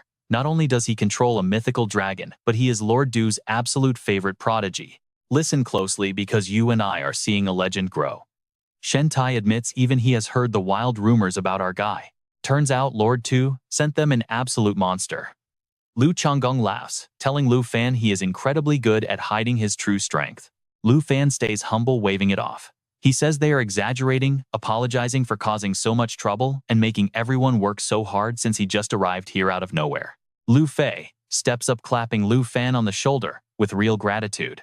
He admits he has mentored countless rookies, but Lu Fan is by far the most mature and reliable one yet. He sincerely thanks him for saving their lives when things looked completely hopeless. Shen Tai looks away, actually feeling pretty embarrassed. He regrets targeting and looking down on him earlier. He says he should have known that anyone personally assigned by Lord Tu would never be just some ordinary weak fighter. He laughs it off, saying they were destined to meet, and asks Lu Fan to keep watching their backs from now on. Lu Fan smiles, thanking them for understanding. But right then, boom, Xiao Ye suddenly lets out a massive roar, unleashing a terrifying aura that instantly completely spooks the other three. They panic, asking what is wrong with his dragon. Turns out Xiao Ye just hit level 30. And with this level up comes boosted base stats and a brand new broken skill. The Black Dragon contract upgrades from Tier 1 to Tier 2. It unlocks a fresh new ability called Perception. Tier 2 grants incredibly sharp senses, allowing the dragon to easily detect any enemies trying to stay hidden or use camouflage right in the middle of a chaotic battle zone. Activating this skill actively strips away the stealth and disguise of every single enemy target lurking nearby. Nowhere to run, and nowhere left to hide. Just as expected, a dragon hitting level 30 triggers a massive evolution, exactly like a player getting their second-class advancement. Almost every single stat shatters the 10,000 mark, and that new anti-stealth skill is an absolute game-saver against cowardly sneak attacks. Now, even high-tier assassin classes are completely useless against them. Suddenly, Lu Changgong remembers something super important. He points out that Lu Fan previously mentioned his epic mount was still way too low level to actually ride. But since his dragon just leveled up, does this finally mean what he thinks? Yes, the time has finally come to become a true dragon knight. Speaking with pure excitement, Lu Fan pulls the dragon taming saddle straight out of his spatial storage ring. The dragon taming saddle. An epic tier pet equipment, requiring level 30, exclusively made for the dragon or sub-dragon race, built for high-altitude flight. Once equipped, it turns the pet into a fully rideable mount. While riding, the incredible stats of both the rider and the pet resonate, blending perfectly into one unstoppable force. Plus, all normal attacks get infused with dragon aura, dealing absolutely devastating long-range damage to enemies. Someone yells for Lu Fan to look at his dragon. Terrifying flames erupt, lighting up the entire surrounding sky like pure daylight. Seeing Xiao Ye like this for the first time, Lu Fan feels a quick flash of panic. But that worry instantly vanishes, completely replaced by an overwhelming surge of hype. Turns out, all that crazy chaotic energy was just Xiao Ye smoothly transitioning into its next powerful evolutionary form. Hitting stage 2 makes the dragon's physical form way more intimidating than before. It has finally grown into a massive, fully mature giant dragon, right before their very eyes. Lu Changgong's jaw practically hits the floor in shock. He can barely believe Lu Fan's mount is an actual giant dragon, absolute sheer badassery. Even a hardened veteran like Lu Fei gasps out loud. He admits that fiery transformation just gave him literal goosebumps all over his entire body. Nobody expected a dragon's growth process to be this earth-shattering. To ride a legendary beast like this, you absolutely need a highly specialized saddle to handle its insane power. He tells Lu Fan to hold on, offering to fetch him a military one. But Lu Fan waves it off, smiling as he says his own gear will do just fine. He chuckles, insisting the kid doesn't understand. He brags that their special Griffin Legion saddles are elite military gear. They grant the rider a massive 10% stat boost from the mount, making them incredibly rare and valuable. Shen Tai agrees, urging Lu Fan to take it. He says getting an extra 10% of a giant dragon's stats means he could effortlessly dominate the skies up in the clouds. Lu Fan just laughs casually, flashing his epic tier saddle. He calmly explains that his dragon taming saddle is gear forged exclusively for the dragon race. He gets 100% of Xiao Ye's stats, plus his attacks gain a devastating dragon aura. The others freeze. Wait, did he just say 100% of all stats? And it heavily buffs normal attacks with extra effects too. Their minds are completely blown trying to figure out what kind of godly equipment this actually is. They sigh, admitting Lu Fan constantly hits them with back-to-back surprises. Compared to this insane epic saddle, their prized military legion gear is basically just complete and utter garbage. Lu Fei feels mortified for proudly bragging about it to him earlier. Coughing awkwardly to hide his massive embarrassment, the veteran tries to quickly change the subject. He tells Lu Fan that since he has the saddle, he needs to hurry up and broaden their horizons with a quick demonstration. This morning they thought Lu Fan was dead weight. Now, every single thing he pulls out is an absolute masterpiece, and they are dying of jealousy over that saddle.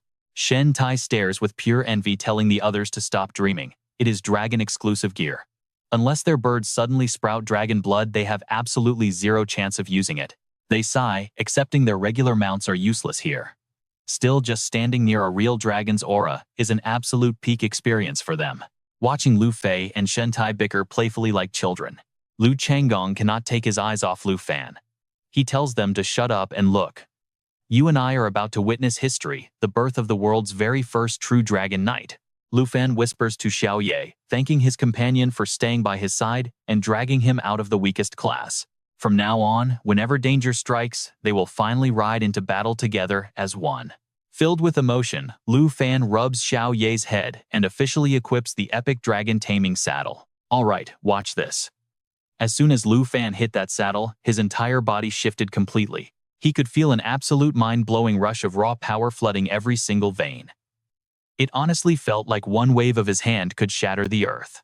The Dragon Rider saddle directly gifted him the dragon race's insane strength. Dragon Rider class level 32. His strength skyrocketed from 1,412 to 10,047. Agility jumped from 985 to 9,431. Spirit leaped to 10,107 and endurance capped at 10,473. His Dragon Fang strike lost the aura assist, unleashing 2 brutal claw attacks charged with dragon energy. Dragon Claw upgraded to Dragon Extinction. His arm literally morphed into a massive dragon claw, launching 6 high-speed long-range strikes. Coordinated perfectly, the dragon blasts 6 magical hits simultaneously. The rider's saddle adds pure dragon aura to his basic attacks, dealing heavy range damage. Lu Fan is the real deal now. The very first totally unique true dragon knight. When Lu Fan saved him earlier, Lu Changgong already knew the kid was far stronger. Seeing this massive power gap, Changgong felt incredibly bitter. They were both knights, sure, but compared to Lu Fan, he realized he was basically just dead weight. It took him 10 grueling years of struggle to enter Longdu Academy's elite class and join the Griffin Legion. Those achievements used to be his lifelong pride. But standing next to Lu Fan, it all meant absolutely nothing. Suddenly sensing something completely wrong, Xiao Ye let out a sharp cry, locked onto a specific direction, and shot straight into the sky. Lu Fan instantly guessed what was up. Xiao Ye, more monsters coming our way. Use your perception now. Exactly as Lu Fan predicted. The moment Xiao Ye triggered perception, everyone vaguely spotted human-shaped monsters with massive butterfly wings lurking right behind the freezing blizzard. Captain Lu Fei's squad hastily took to the skies on their mounts, totally shocked by the sight. You actually detected hidden enemies. Look closely, their total stealth state just got completely stripped away. Are those humans? No, wait. They're hovering mid-air. Lu Fei warned everyone with a dead serious expression. Those are snow moths, and they are incredibly lethal. Stay back. Level 85 threats, hiding inside the storm. They use the blizzard to camouflage flawlessly. That stealth breaks only when they actively strike or take any direct damage. They are bloodsuckers. These things latch on and drain 10% of your health every single second. If they attack while perfectly camouflaged, you will not even notice them for the first 4 seconds. These nocturnal predators are absolute nightmares in the snow. By the time you notice them, attacking, your blood is already gone. Now, you and I know that sounds terrifying, but Lu Fan just smiled. Perfect. He drew his weapon and charged in with Xiao Ye to completely wreck them. Watching this absolute slaughter, Lu Changkong could only sigh. Snow moths had killed countless veterans, yet Lu Fan was crushing them like bugs. Shen Tai just blinked and looked right at Lu Changkong. Lu Fan fighting alongside a giant dragon is just insanely unbelievable. Changkong finally relaxed and grinned at the captain. Honestly, sir, with him here, why are we even scared of these moths anymore? Lu Fei was about to answer when he suddenly screamed in pure panic, "Changkong, right behind you!" Before he even finished, a brilliant light slashed through the air, completely erasing the monsters flanking them. It was Lu Fan. He has ranged combo skills too. He had just used Dragon Extinction, morphing his arm into a dragon claw for 6 blindingly fast, long-distance magical strikes. Working in perfect sync, his dragon launched 6 coordinated magic attacks, instantly wiping out the approaching ambushers. "Watch your backs," everyone yelled. Thanks to Xiao Ye's crazy perception, their stealth tricks are totally useless. After an absolutely chaotic rampage, Lu Fan and his dragon finally eradicated every last one of them. The final snow moths dropped dead. Absolute peak performance. Lu Fan, you literally saved our lives again. With your dragon's radar and those insane combos, we honestly have nothing left to fear. Am I right, Captain? Hearing Changkong say that, Shen Tai mockingly pursed his lips. Seriously, listen to yourself. It is constantly Lu Fan, this Lu Fan that. Act like a senior, and stop making him rescue you.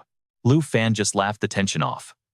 Captain Lu, I have fully mastered fighting alongside Xiao Ye now. Even if a massive blizzard hits, I can still guide everyone through this exploration mission safely.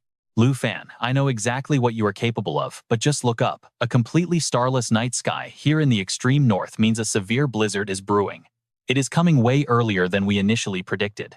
Tomorrow, honestly, my absolute worst fear is literally happening right now. If this storm hits early, we simply will not have enough time to reach the base camp. Shen Tai stared at the dark sky, dragging an injured guy like me into a blizzard.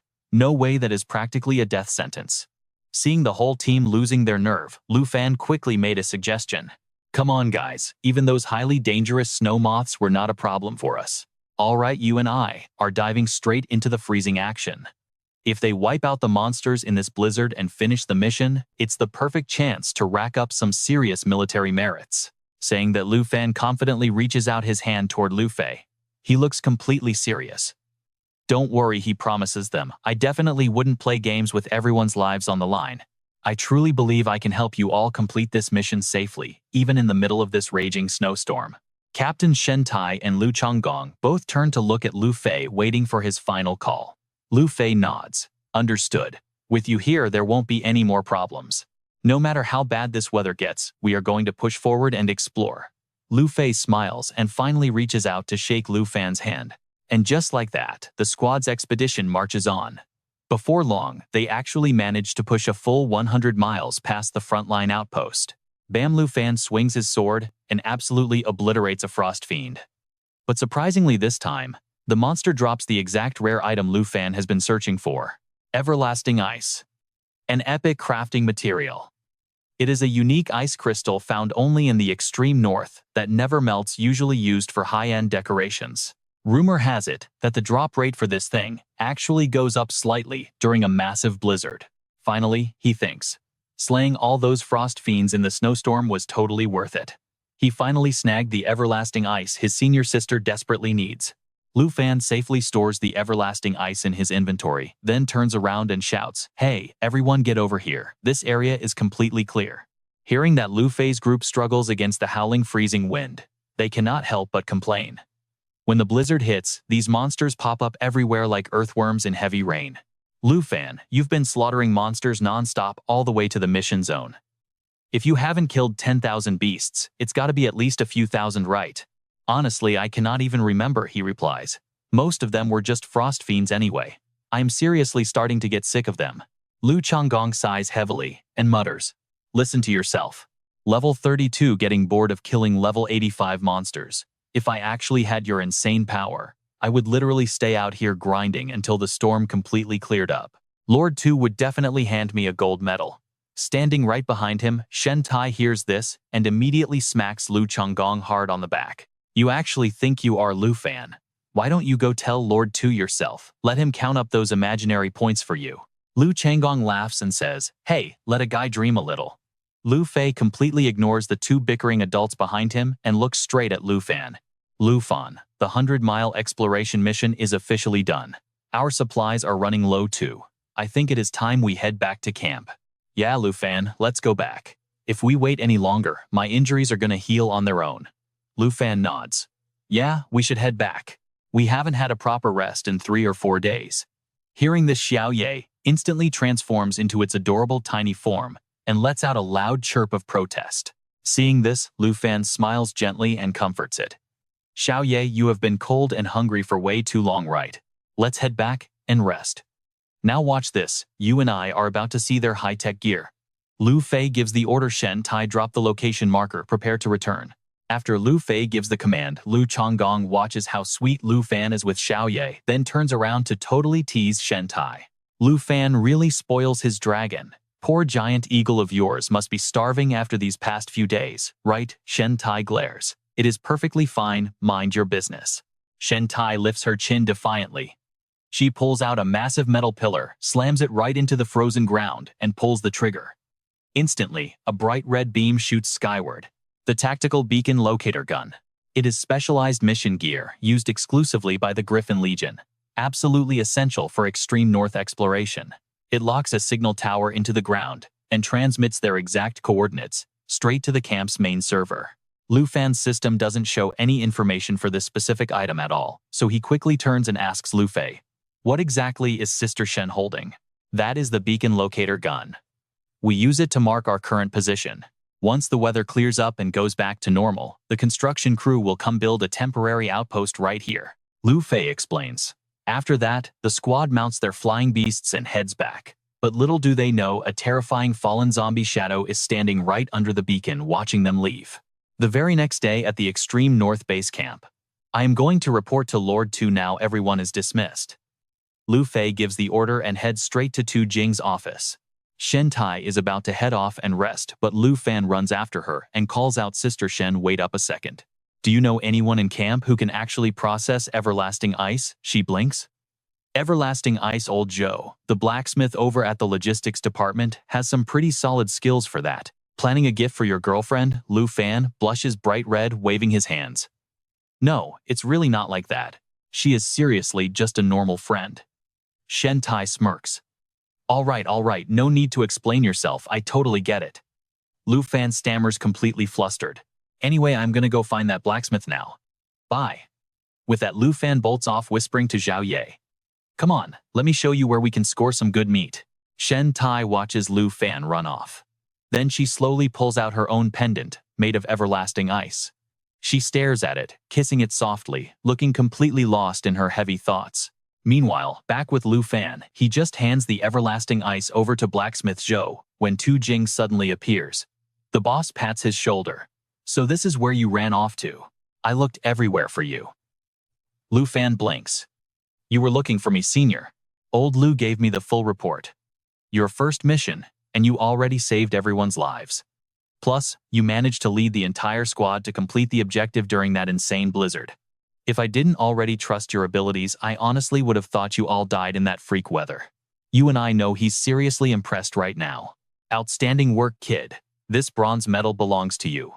As he speaks, Tu Jing steps up and personally pins the shiny medal right onto Lu Fan's chest. "Thanks for the recognition, senior." Lu Fan smiled, but inside he knew this badge was exactly like Captain Lu's. Just like Brother Lu mentioned, this badge puts him right on par with Lao Lu and Chang Kong's Griffin Captain rank. By the time the other teams found them, the corruption had completely taken over. Taking them out was the only option left. Tragic, absolutely. But this kind of nightmare is just a standard Tuesday for exploration missions. Thankfully, your dragon completely dodged the infection. Old Lu has been hyping up the insane teamwork between you and your dragon. Not gonna lie, I'm dying to see it myself. Lu Fan tuned out the praise, his mind racing. It was obvious now. The closer anything gets to that blood moon, the faster the zombie corruption takes hold. He'd been sweating over it before, but right now, Sister Shen's giant eagle and his own Xiao Ye seemed completely immune to the effects. "By the way, I just caught your pet dragon absolutely destroying its meal. Talk about an insane appetite. A legendary beast definitely has a completely unique way of eating." Tu Jing burst out laughing, the image of Xiao Ye eating like a starved tiger still fresh in his mind. Lu Fan just chuckled. Yeah, Xiao Ye had never gone that long without food before, so he could definitely picture the absolute mess. Let your dragon eat its fill, because you and I are about to look at something absolutely wild. Tu Jing's smile completely vanished as he pulled out a thick stack of photos, handing them straight to Lu Fan. My intel team over in the Star-Spangled Nation managed to dig these up. Take a good look. Charlie Morgan, the top trial representative for the states, is currently running an exploration mission at the Holy Mountain ruins near their border. Our undercover agents shadowed his crew, infiltrated the Morgan family ranks, and successfully smuggled out these exact photos. Just look at it, a massive humanoid skeleton. This kind of mysterious towering entity looks way too much like that giant blood moon. Looks incredibly familiar, Lu Fan muttered. Next to that skeleton, the miners in the photo looked like literal ants, barely even visible. I've also got video footage. Our undercover agent managed to record this deep inside the Holy Mountain ruins while embedded with Morgan's team. This single clip might just expose an earth-shattering secret. The recorded footage cuts to the massive skeleton where a guy in a sharp suit starts talking. "We're here, sir." Then someone off camera suddenly gasped in absolute awe. Look, it's basically a six-winged angel. Beside him, a blonde woman jerked her thumb over her shoulder. Wait, where the heck did young Master Charlie go? That's the main temple, the first voice replied. The suit guy stared at the distant structure, nodding. Yeah, we just sent an entire squad inside to investigate it. They even had a heavy-hitting expert with them, but the entire team just went completely radio silent. The second he finished speaking, a panicked voice broke the silence. What is that noise? The blonde woman visibly flinched. Those are Holy Mountain puppets. That bizarre golden light from the temple mutated every single surrounding creature, turning them into insanely strong, ultra-violent monster variants. The man in the suit suddenly checked his six, holding up a hand. Hold up. Someone is coming. The blonde spun around, squinting. Wait, isn't that the fourth-tier expert from the scouting squad? The exploration team finally made it back. Shut up. He looks wrong, the man yelled. Look at those wings. Before they could react, the newly turned Holy Mountain slave lunged, triggering a blood-curdling scream from both of them. Run. He's already mutated into a Holy Mountain slave. Back in the briefing room, the projector feed suddenly clicked over and paused completely. Tu Jing crossed his arms. And that is exactly where the footage ends. By some absolute miracle, our spy managed to escape with their life, which is the only reason we have this. Holy Mountain slave Lu Fan whispered to himself. Tu Jing nodded grimly. That is a higher-tier mutation. Way deadlier than your standard Holy Mountain puppet. Both the puppets and the slaves get completely warped by the lingering aura of those giant skeletons and the temple itself. Lu Fan connected the dots instantly. Just like the zombie corruption from the blood moon, it mutates the entire environment, and it's definitely showing signs of waking up. Tu Jing stared at the frozen screen. Spot on. We already forwarded this massive discovery straight to the top senior scholars over in Dragon Capital. The experts figure there is absolutely zero chance these mysterious titans are just a pair. They date back to an era so ancient, it's completely untraceable. And now they've finally been given a name. Tu Jing paused, his voice dropping heavy. Ancient gods. Lu Fan's eyebrows immediately pulled together. He stared hard at the photo of that colossal skeleton. Where the hell did they come from? And why were they just buried right here? What kind of insane power did they actually wield? Everything was still unclear, but honestly, calling them literal gods probably wasn't a stretch. Tu Jing picked up his water canteen. I know exactly what you're thinking, kid, but everything about these ancient gods is still a total mystery. This gives me a massive headache. It honestly feels like you and I are just peeling back the very first layer of some world-ending secret. He took a quick swig and pressed on. Think about it. The Holy Mountain mutations are strictly divided into mindless puppets and dangerous slaves. Meanwhile, our blood moon turns things into corrupted zombies. Lu Fan instantly finished his sentence. Which means the corrupted shouldn't just be one type. There has to be corrupted puppets and far deadlier corrupted slaves as well. Tu Jing shot him a sideways glance. In his mind, an ominous image flashed, a cloaked figure standing right beneath one of those colossal skeleton gods. That's exactly my fear. Up until now, all the corrupted we've fought were basically just walking corpses, low-tier puppets. You and old Lu need to stay extremely careful out there. If a corrupted slave actually shows up, all right, you and I are jumping right back in. Lu Fan asks, I get it, Senior 2. But what else happened after the Holy Mountain slave attacked? Senior 2 looks away, pulling back the memories before answering. That Holy Mountain slave slaughtered every single member of the Morgan family at the Holy Mountain ruins back then. But it left one person completely unharmed, Charlie Morgan. Lu Fan immediately questions him. Wait, Charlie, the Star-Spangled Nation representative in the trial country. Senior 2 nods, confirming his exact suspicion. That is right. After our intel agents barely survived that brutal slave massacre, they actually caught the Holy Mountain slave and Charlie having a secret meeting right outside the temple. The monster held something tightly in its fist, offering it directly to Charlie. Instead of attacking him, the slave slowly opened its giant hand, revealing the mysterious glowing object hidden inside.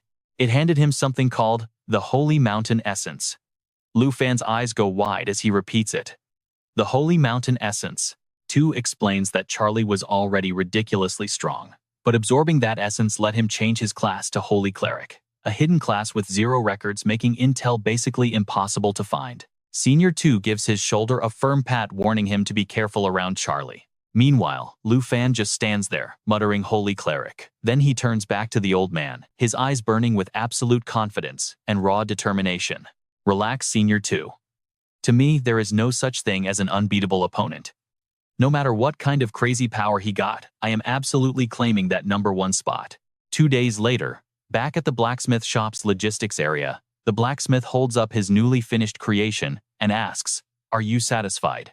If you took this masterpiece outside, it would easily sell for over 100,000 dragon coins." Lu Fan practically shouts with joy, "Beyond satisfied, Master Zhu, your craftsmanship is seriously on another level." Then he casually slides a massive jug of liquor right in front of the blacksmith. "This is the exact strong liquor Senior 2 loves drinking. Please accept this, Master Zhu. You have been working incredibly hard these past few days." Master Zhu laughs out loud. "You are a sharp kid, figured out my exact tastes and everything." Right on cue, Shen Tai calls out to him from behind, "Hey Lu Fan, time to move out." Chang Kong urges him on too. "The new exploration mission just dropped, we are literally just waiting on you." Master Zhu happily grabs his liquor, waving goodbye and making a promise. Lu Fan turns around, gripping the necklace tight. It is a deal. Chang Kong instantly throws an arm around his neck, teasing the rookie. "Oh man, our junior Lu already scored a bronze badge. I have been fighting for my life for a whole year and still do not have one." Shen Tai chimes in right after. "It is completely insane. You have been here for like 2 days and you are already our boss." Bright and early the next morning, Lu Fei leads the pack. "We brought plenty of supplies this time. Good for 15 days, so we are pushing our exploration way further ahead." The 3 younger members shout back in perfect unison, "Understood." Flying low over the snow, Lu Fan looks super suspicious. "Weird. The tracker says it is right here, but the signal post we left last time is completely gone." At that exact moment, Shen Tai yells out to him, "Lu Fan, over here." Shen Tai points at the broken signal post lying in the deep snow. "Look, a blizzard probably knocked it over. Barely lasted 2 days, talk about terrible quality." Lu Fan stays quiet, realizing this entire situation feels totally off, like they are walking straight into a perfectly laid trap. Chang Kong adjusts his heavy cloak and marches forward. "Well, what are we waiting for? Let us start the mission already." Lu Fan chases after him, screaming, "Senior, get back here right now. I think it is an ambush. Now you and I know this never ends well." Just as Chang Kong asks about an ambush, a massive horde of monsters emerges from the shadows behind him. Panic hits his face as he looks around. "We are completely surrounded. We are in serious trouble." Lu Fei did not expect this nightmare scenario, either instantly cursing their awful luck. But Lu Fan ice cold. He calmly analyzes the savage beast's movements. Soon enough, Lu Fei recognizes these specific monsters too. Guardian slaves. Are these really the Guardian slaves Senior 2 warned us to watch out for? Suddenly, a chilling, sinister voice echoes through the freezing air.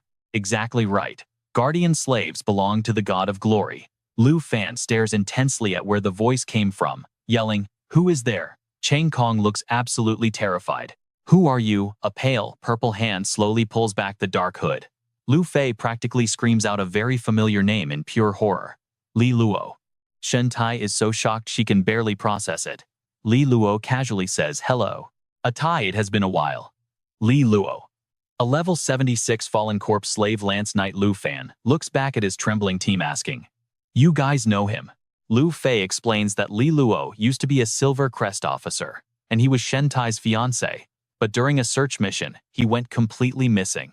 No one expected him to become a fallen corpse slave. Before Lu Fei can finish, Chang Kong fiercely cuts him off. Captain Lu stopped talking. Lu Fan watches with heavy worry as Shen Tai covers her face, sobbing loudly. Sister Shen, through tears, she cries, Li, Luo, I missed you so much. Please come back to me. Suddenly, she notices a pair of feet standing right in front of her. A deep, familiar male voice whispers near her ear. Tai, I missed you too. Li Luo crouches down right in front of her, gently touching her cheek. I finally get to see you again. Overwhelmed with emotion, Shen Tai throws herself forward to hug him. It really is you. Please come home. Everyone will be so happy to know you are alive. But suddenly, a terrifying black aura violently erupts from Li Luo's body. I cannot go back. Will you stay here with me instead? Shen Tai looks up at him in utter confusion. In a flash, Li Luo completely reverts back to his monstrous corpse slave form. All right, we're back in the nightmare. You all have to stay, he says, to serve the awakening god. Shen Tai screams in pure terror, Lu Fan's voice echoing in her ears. Sister Shen, but Li Luo just stares at her. Those gloomy, blood-red eyes lock on, twisting his words, trying to tempt her into staying forever to serve his dark god. Meanwhile, Lu Fan is doing everything to snap her out of it. Sister Shen, do not listen to him. Whatever you do, don't go over there. But Li Luo keeps pushing. He piles on the psychological pressure, spitting out chilling threats without missing a beat. Refuse, and there's only one ending. You get ripped apart by the fallen zombie puppets, turned into a mindless corpse, just like them. Hearing this, Shen Tai completely breaks down desperately, begging Li Luo for mercy. Through all the panic, Lu Fan's voice just keeps desperately ringing out. Sister Shen. He pulls the violently trembling Shen Tai into a tight hug, trying to ground her. Sister Shen, please, you need to wake up. Sitting high on the back of a massive skeleton, Li Luo's gloomy voice drops again. Tai, answer me. Are you willing to stay here with me and serve the god? Captain Lu Fei assesses this absolute nightmare and warns him. Lu Fan, we cannot let Li Luo take her away. With this many zombie puppets surrounding them, can they even break out? Shen Tai just keeps quietly muttering to herself, what do we do? What do we do? Chang Kong immediately protests the idea. Captain Lu, there are thousands of these monsters. Even if we follow Lu Fan, we'll get separated for sure. Plus, if that signal pillar isn't fixed, we will never find our location next time. Lu Fei snaps back with deadly serious tone. Look around, who cares about the outpost right now? We just need to run as far as we can. But right then, Lu Fan just smiles. I do not think breaking out is a good plan. We don't need to run. That single sentence leaves everyone completely stunned. Chang Kong stares as glowing magic violently gathers in Lu Fan's palm. Hold on a second. Don't tell me you are about to go on another total massacre. Lu Fan doesn't even try to deny it. Exactly. A magical bow materializes in Lu Fan's hands. Military merits delivered right to our front door. Of course, we're going to collect them. Li Luo glares down at them. So this is your final answer. What a pity. There is only one ending for those who refuse the god. He pauses, then screams out, die, become fallen zombie puppets. The second the words leave his mouth, the monster horde instantly rushes them. Lu Fan stays perfectly calm, taking aim with his serpent shadow arrow. At the same time, he shouts, Senior Prep, the defensive shield. Without a single second of hesitation, golden energy violently erupts, completely surrounding the three of them. Got it, and then what? Lu Fan cracks a wildly confident smile. There is no, then what? Everything else is entirely on me. The serpent shadow arrow flies, shooting straight toward Li Luo like a homing missile. Alongside it, the glowing blue system notification pops up. Hearing this absolute madness, Chang Kong screams out, What do you mean no? Then what? My shield only lasts 10 seconds. You and I both know, 10 seconds is an eternity in an anime battle. Trust me, Lu Fan replies with total swagger. 10 seconds is more than enough. The shield countdown begins 10 seconds. Up ahead, Li Luo cautiously watches that shadowy arrow, speeding right at him. At the very last possible second, he dodges the strike completely. The defensive shield drops to 8 seconds. But right at that exact moment, Lu Fan seemingly teleports directly behind Li Luo. Xiao Ye, show them your giant dragon form. A massive giant dragon bursts out of thin air, unleashing a deafening roar that violently shakes the heavens, asserting total dominance. Defensive shield 6 seconds. Down below, Lu Fei stares up at the sky-shattering battle. Lu Fan, We are all relying on you. Watching the horde of monsters viciously charging at them, Chang Kong yells out, Captain Lu, be careful, defensive shield 4 seconds. Up in the air, Lu Fan flips a glowing short sword into his hand. Xiao Ye sync up and attack with me, Black Dragon Aura defensive shield 3 seconds. He instantly dashes forward, unleashing a lightning-fast barrage of slashes across Li Luo's body. The system chimes displaying the brutal effects of the void-severing skill. Xiao Ye, fully transformed into the giant dragon and wrapped in blistering flames, unleashes a massive roar, spawning an absolute sea of fire. The surrounding monsters are instantly incinerated to ash by the terrifying dragon flames. Defensive shield down to 2 seconds. Chang Kong stares in pure awe, completely blown away by the epic spectacle. But Lu Fei shakes his head beside him. No, this is simply the raw synergy between a dragon knight and his giant dragon, obliterating 10,000 savage monsters. For Lu Fan, it is literally just mowing the lawn. Even severely wounded, Li Luo spits out words full of bitter resentment. But then he watches as Lu Fan actually reaches out, trying to grab his hand.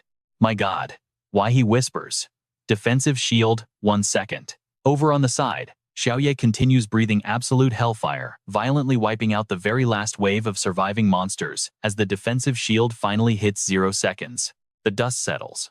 The chaotic battle is over. Lu Fan stands over Shen Tai, who is now cradling Li Luo's lifeless body, and asks gently, Sister Shen, are you okay?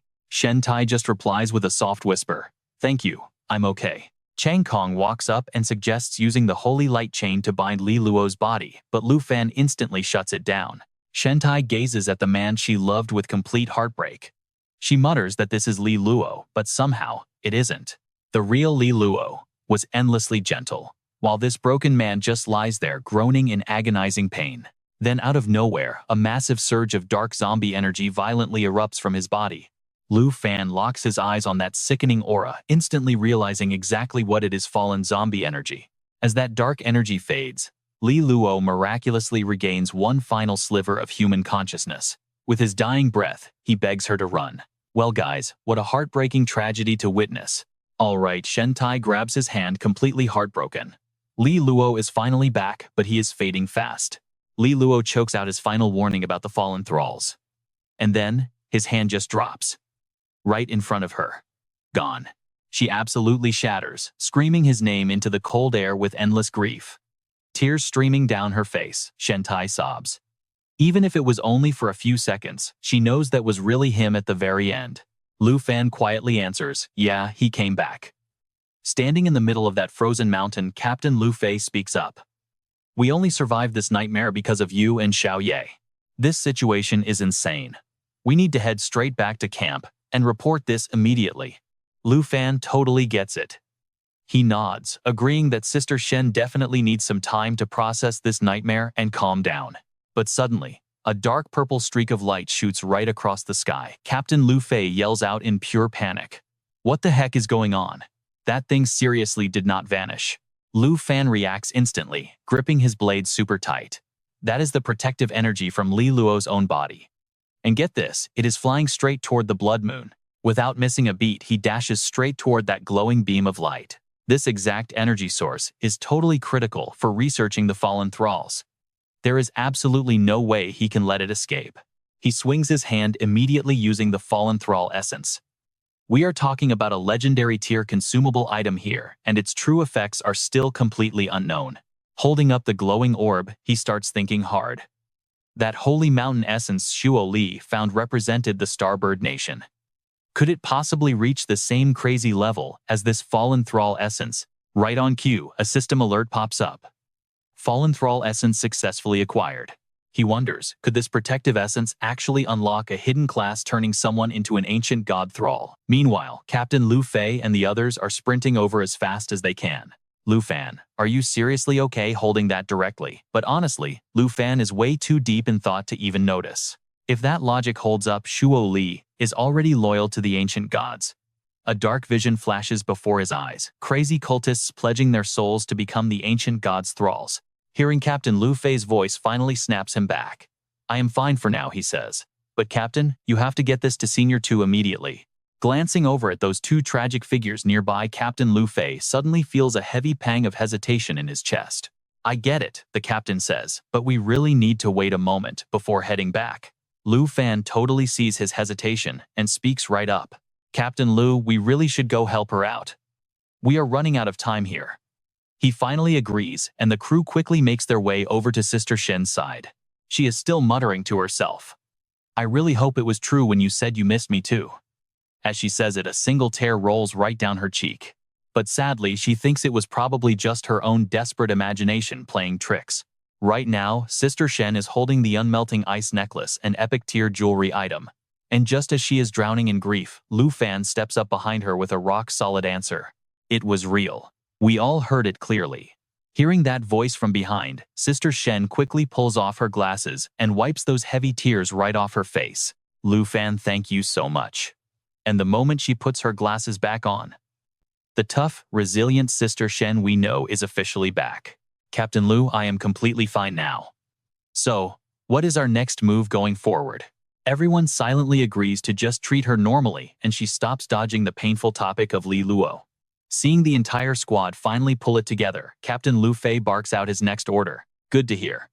Squad 78, pack it up, we are heading back to base camp. The second he finishes, all three of them shout their confirmation in perfect sync. The entire squad moves out, leaving that freezing blood-stained snowy mountain completely empty behind them. Because on that brutal day, she knew she had to say goodbye to her true love and somehow find the strength to keep moving forward. Fast forward to noon the next day. Now you and I see Senior Tujing staring intensely at that glowing purple orb. Suddenly, it clicks. So that is what went down. It all makes perfect sense now. Lu Fan speaks up. Senior Tu piecing together everything that happened out there. I actually have a theory. Rubbing his chin, Tujing nods. Let us hear it then. He jumps right into it. I seriously think transforming into an ancient god thrall comes with some major hidden conditions. Think about the dead lion group members and all those mutated beasts. Every single one of them only turned into mindless puppets meant to protect the master. Dead people cannot become ancient god thralls, probably because their brains are completely gone. And those wild beasts, they fail the test too obviously because they lack human intelligence. But actual ancient god thralls clearly keep their ability to think logically. Meanwhile, Li Luo was completely taken over by that dark, fallen thrall essence. So, using the essence to become a thrall isn't just automatic. The ancient gods themselves absolutely have to choose you for it to work. Lifting that glowing fallen thrall essence in his hands, Senior 2 goes dead silent. You are saying this thing alone will not guarantee a thrall transformation. To get that crazy power, you actually need the ancient gods to recognize you. Lu Fan nods in agreement. I am afraid so. Living intelligent humans are the perfect targets. Plus, Li Luo specifically mentioned that these fallen thralls are totally capable of leaving this zone. Now, that is a terrifyingly interesting theory to Senior 2. In fact, it instantly reminds him of some very dark rumors floating around lately. He lowers his voice to a dead whisper. Over the last few years, all these insane bizarre cults have been popping up across over a dozen countries. These crazy heretics are constantly claiming they have literal divine protection from the gods. Relying on absolutely insane levels of power, these dark cults have been crazily expanding and recruiting new believers left and right. They are publicly declaring they will welcome the great awakening of the gods themselves. Gripping that ominous orb tight, he makes a chilling realization. If Li Luo was telling the truth, those cultists are either actual, ancient god thralls, or their devoted followers. And you and I both know that means absolute disaster. Hearing this, Lu Fan lowers his eyes. Over a dozen countries involved. That basically means more than a dozen. Ancient gods are starting to wake up right now. Suddenly, a wild thought hits him. He looks up. Senior 2, up until now, this is the only camp in the far north with people, right? Tujing doesn't hesitate, giving him a firm nod. Why do you ask? Lu Fan presses on with his theory. What about the Lion Legion members, guys like Li Luo? How many of them are currently still missing out there? Tujing instantly catches the dark implication here. Wait, are you saying all those missing soldiers have already been turned into corrupted zombie slaves? Lu Fan lays out his grim theory. If any of them left this place alive, there is a massive chance they are already corrupted zombies. He suggests issuing a wanted order immediately to hunt them down and eliminate the hidden threat. Hearing this harsh truth, Tujing just falls completely silent. Not a single word. After a long, heavy pause, his voice drops. It is a tragedy for his brothers. They sacrificed everything for their country, and now they are being hunted down as monsters. Knowing how much this hurts, the old man Lu Fan pats his shoulder. There is just no other way right now. The brothers of the Lion Legion would surely understand. Tu Jing knows the bigger picture matters more. He just lets out a regretful sigh. I understand. We will consider the matter settled, he finally agrees. Lu Fan glances right at the corrupted zombie essence resting on the table. Let us use this thing to test and verify my theory. Hearing this, Tu Jing suddenly looks completely confused and worried. Test it on who? You aren't seriously thinking of using this on a human, right? Lu Fan just smiles and says, let my dragon give it a little try. Tu Jing instantly freaks out. Your dragon. Stop talking nonsense. I refuse to use a living person, but we absolutely cannot risk a dragon either. Even if Xiaoye resists the blood moon, what if something goes horribly wrong here? That wouldn't just be a huge loss. It would be insanely dangerous. Getting scolded like this, Lu Fan quickly steps in to explain. Senior 2, you misunderstood. The dragon I mean isn't my actual main pet. Now it is Tu Jing's turn to drop his jaw in pure shock. Huh. Shortly after the two of them stop in the falling snow, the old man asks, I watched your massive battle against Ruan Changfeng earlier. Besides those 5 dragons, you don't have any others, right? Lu Fan casually replies. 2 of those 5 dragons aren't actually my personal dragon pets at all. He turns his head with a sly smile.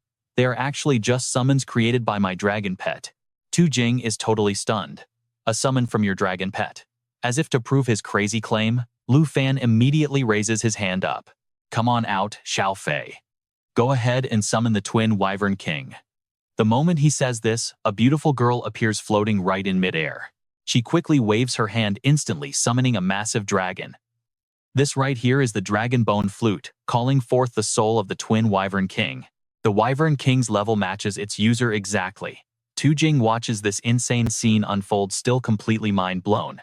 So his dragon pet was actually the one summoning these 2 giant beasts all along. To think the Divine Wood Wyvern boss is only worthy of being a pet's pet.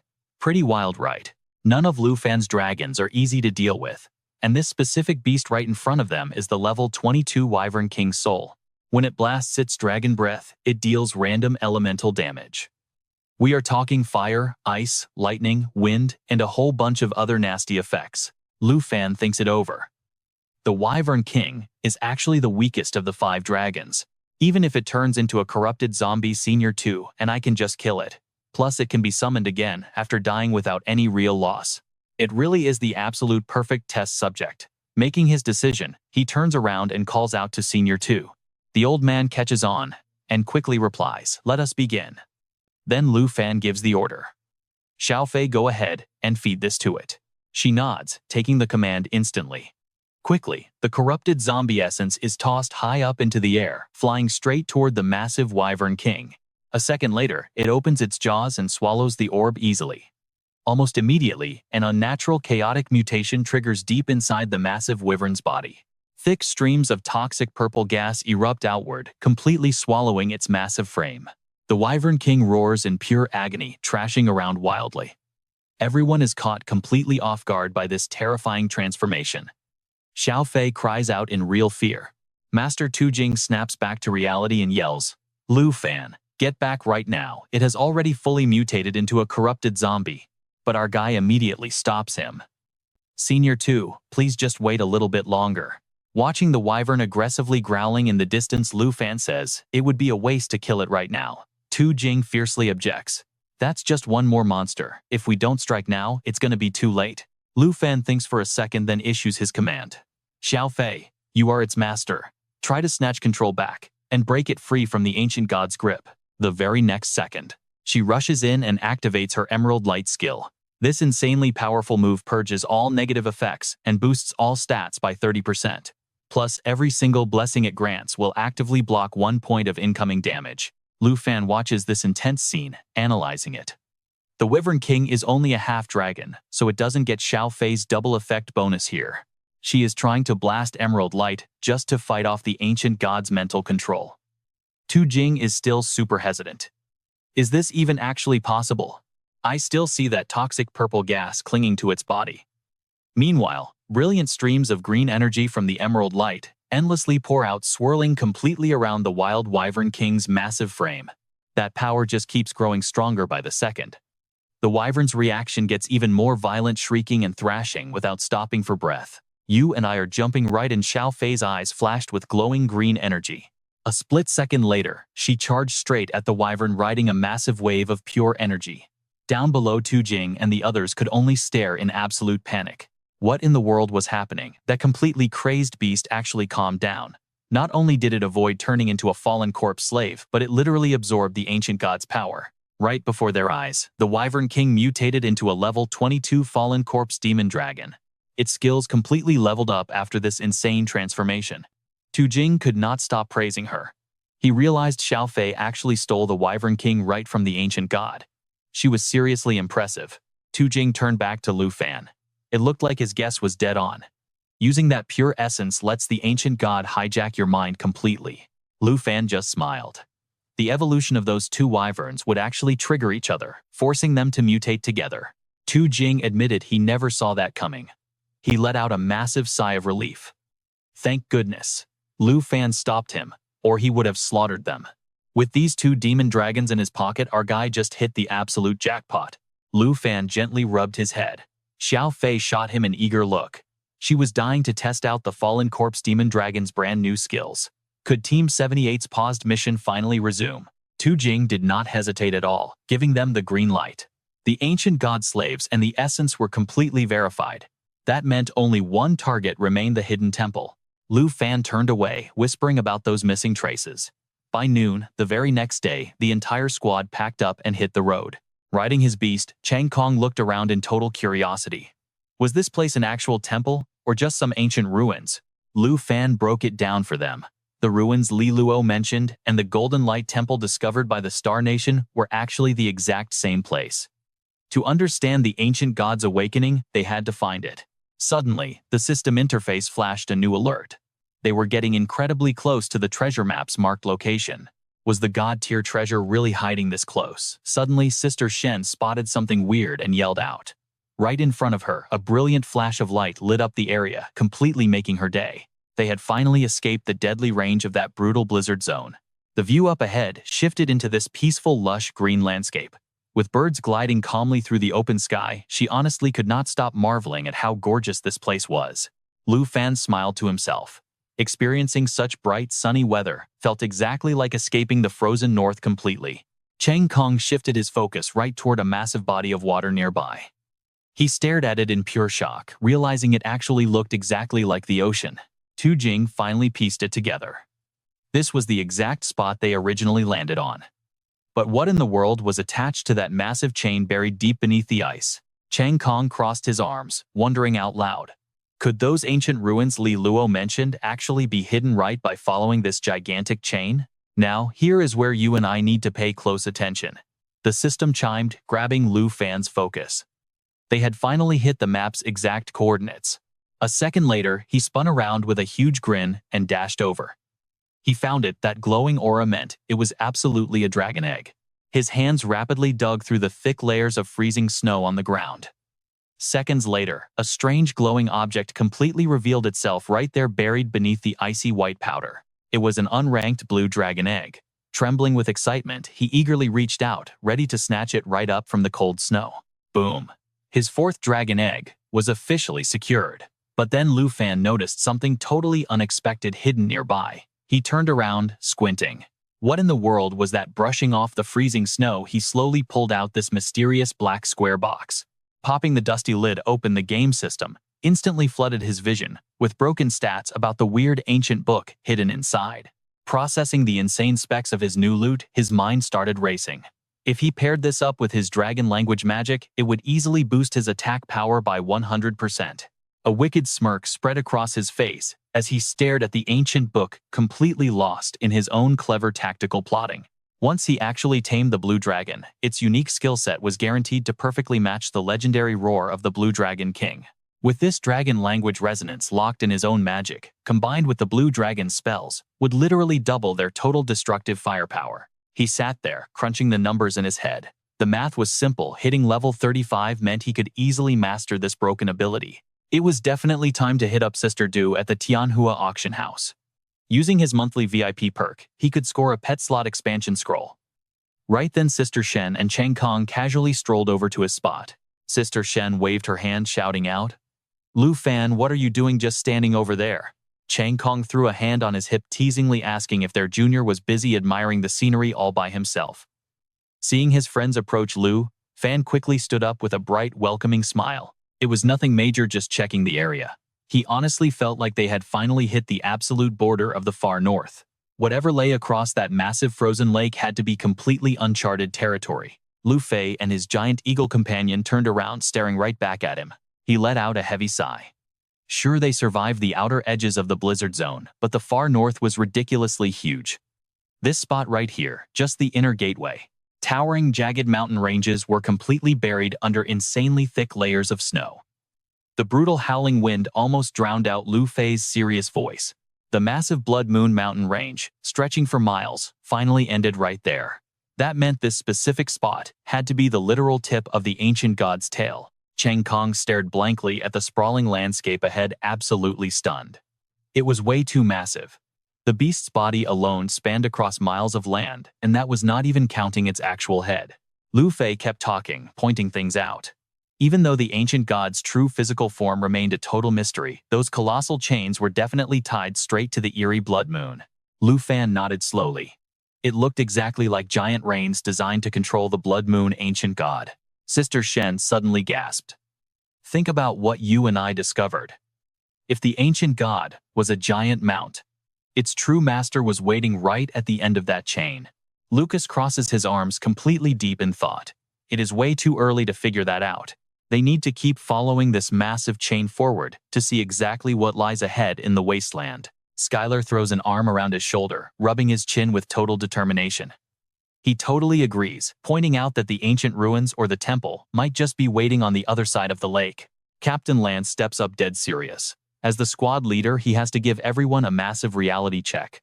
They have zero clue how insanely dangerous this totally unexplored lake really is. He looks right at Skylar, asking if he remembers exactly how badly he got wrecked the last time they blindly rushed in. Reminded of his epic fail, Skylar just drops his head. He sighs, knowing the captain is totally calling him out again, and promises to just sit this specific run out entirely. Tessa pats his shoulder, trying to cheer him up. She tells him to drop the fantasy of getting carried for free points and drags him along to set up the locator beacons instead. While Skylar and Tessa are totally busy bickering, Lucas takes the absolute lead. He steps right up and makes a super bold pitch to the captain. He tells Captain Lance not to worry at all, he will scout ahead alone and be back in an absolute flash. Lance firmly replies. Before, he would have absolutely denied this crazy request, but right now, nobody is going to hold him back anymore. Right on cue, a massive blinding light erupts straight out of Lucas's own hand. He absolutely screams out for Midnight to activate the World Viewer form. The massive dragon pet erupts with insane power, letting out a terrifying roar. Lance puts his hands on his hips, totally laying down the plan. The squad will rest and recover right here, but if things get wild, Lucas needs to fall back immediately. He actually made sure Tessa brought the teleportation scroll this time. If everything goes completely sideways, they can instantly warp all the way back to the main base camp. Tessa shouts a quick reminder for him to stay perfectly safe out there. Then she casually smacks Skylar right on the back of the head, making him loudly yelp in pure shock. Spreading his massive wings, Lucas turns back with a super confident smirk. No problem at all. He and Midnight officially launch straight into the dark sky. Time to move out. After 2 solid hours of heavy exploring, Lucas sits right on Midnight's back, totally blown away. This forgotten zombie wasteland is just unbelievably massive and eerie. He is totally confused, wondering out loud how they have flown this far and still cannot see the end of this giant creepy chain. Suddenly, the system rings out with a massive red warning alert. They are officially entering a regional tier danger zone, the legendary Fallen Zombie Ruins. He is absolutely stunned.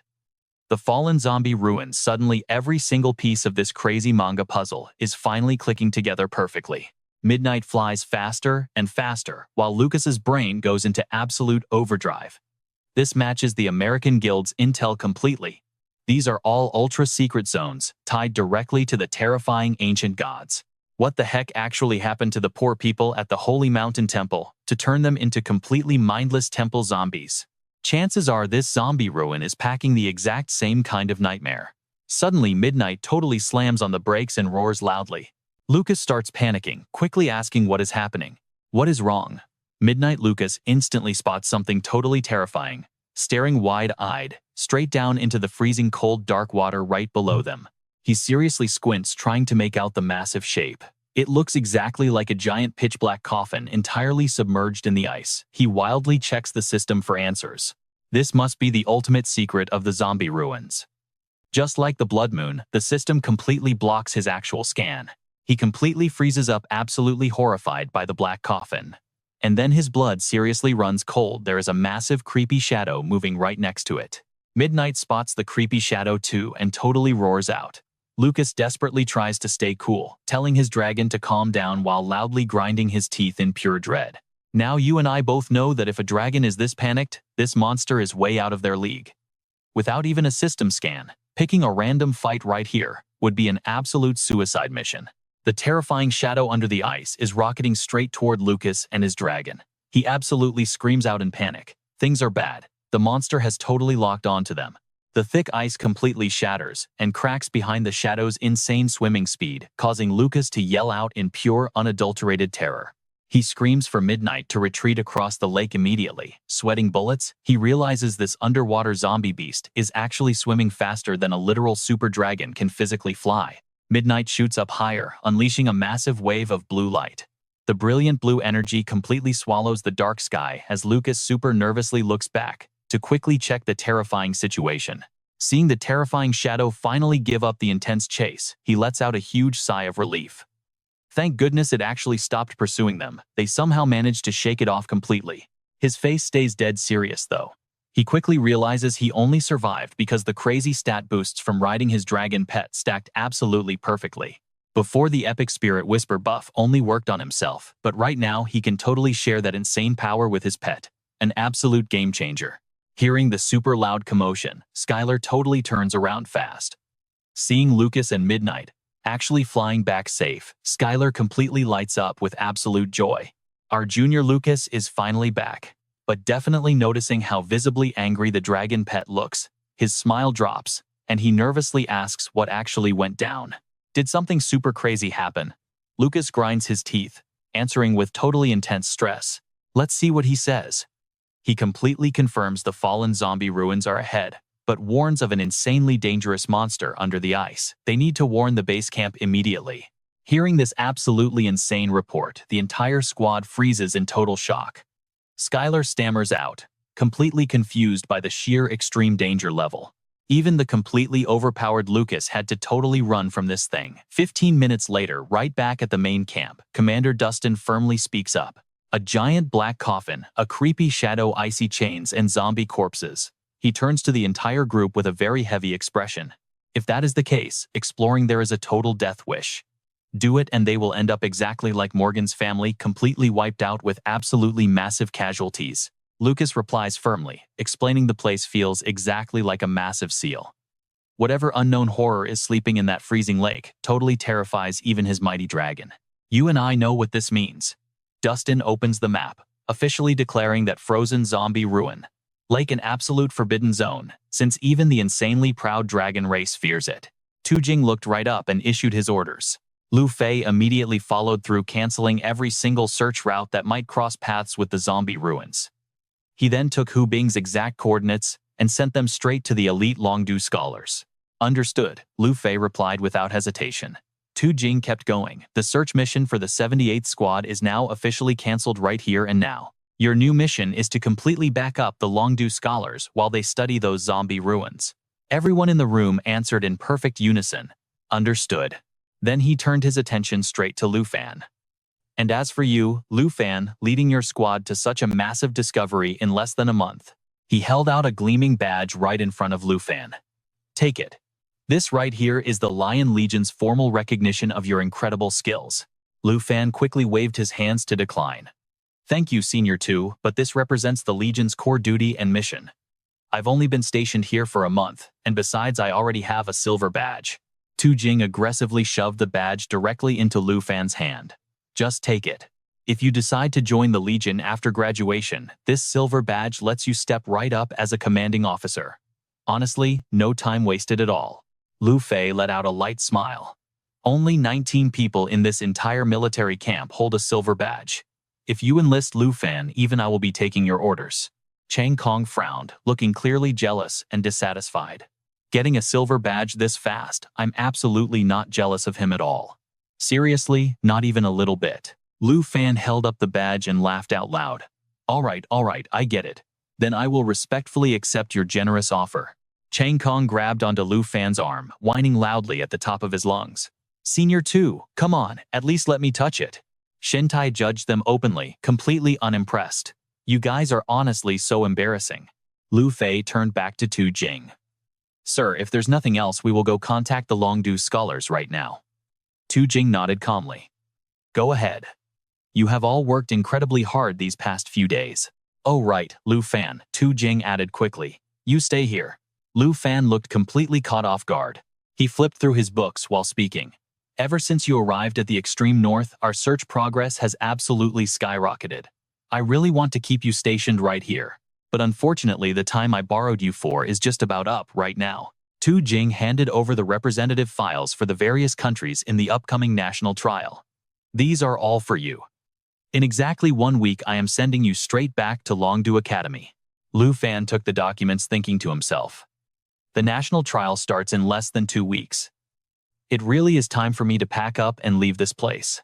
Tu Jing noticed him zoning out and asked, What's wrong? Did you forget about the national trial? Or are you just having trouble leaving the Lion Legion? Lu Fan smiled back. I will admit I am a bit reluctant to leave here. But I have absolutely never forgotten my main goal. He confidently continued. With the demonic zombie dragon synergy skill I inherited, I am fully confident I can secure victory at the upcoming national trial. Tu Jing laughed out loud. Well, that is great to hear. These documents are public records, the principal specifically hunted down just for you to use. Go back and read them carefully. Lu Fan turned his back and replied, Understood. Now you and I need to see this pivot. Meanwhile, over in the Tai Chi Kingdom, a monster is trapped by purple light. Their representative Cheng Han steps up with a seriously wicked grin. Dark, mysterious energy swirls entirely around him. And inside that aura, creepy ghostly faces, smiling right back at you with pure demonic intent. Jinzhou hid directly behind Tianji, trembling and terrified. Brother, has your abyssal demon walker still not managed to evolve yet? What is taking so long? We have been farming out here forever. Cheng Han kept that sinister look on his face, a dark ball of demonic energy hovering right in his palm. Almost. Once it devours just a few more living souls, it will completely mature and break through into its next phase. Suddenly, a local commoner spoke up with deep respect. Your Highness the Prince and the Princess, are you two personally hunting down these dangerous wild beasts to protect our lands? His wife, holding their baby right next to him, quickly chimed in with total awe. Wow, what an absolute honor this is for us. Please come inside and rest for a bit. Cheng Han flashed a chilling smile. All right then. I guess I will. He summoned those twisted ghostly faces forward. I will respectfully accept. Without a single second of warning, those horrific spirits violently dashed straight toward the completely innocent peasant couple standing there. The poor man screamed in sheer terror. Prince, what are you doing? His wife shrieked in pure horror. Monsters, they are monsters. Someone please help us. Tianji panicked and shouted out loud. Your Highness, be careful. You are going to seriously hurt the civilians. Cheng Han did not stop. Soon the only sounds left around him were the agonizing, desperate screams of that completely innocent couple. He glared back at Tianzi with pure rage in his eyes. Heard, I told you already, my summon just needed a few extra lives to finally evolve to the next stage. He sneered coldly. They are just lowly peasants. Becoming nutrients for my demonic summon is honestly the greatest honor people like them could ever hope to achieve in this lifetime. Cheng Han stormed off, aggressively scolding Tianji. You have been with my Jin family for this long, and you still say incredibly stupid things like that. Absolutely zero progress at all. Jinzhou chased right after him. Brother, wait for me, leaving Tianji standing completely alone, totally lost in his own conflicted thoughts. Meanwhile, over in the Han Kingdom. Inside the Spirit Tower's massive council hall, 4 mysterious figures sat whispering together in the dark, gloomy, candlelit room.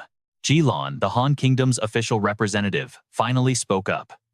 So, we are officially forming a solid alliance for this upcoming national trial.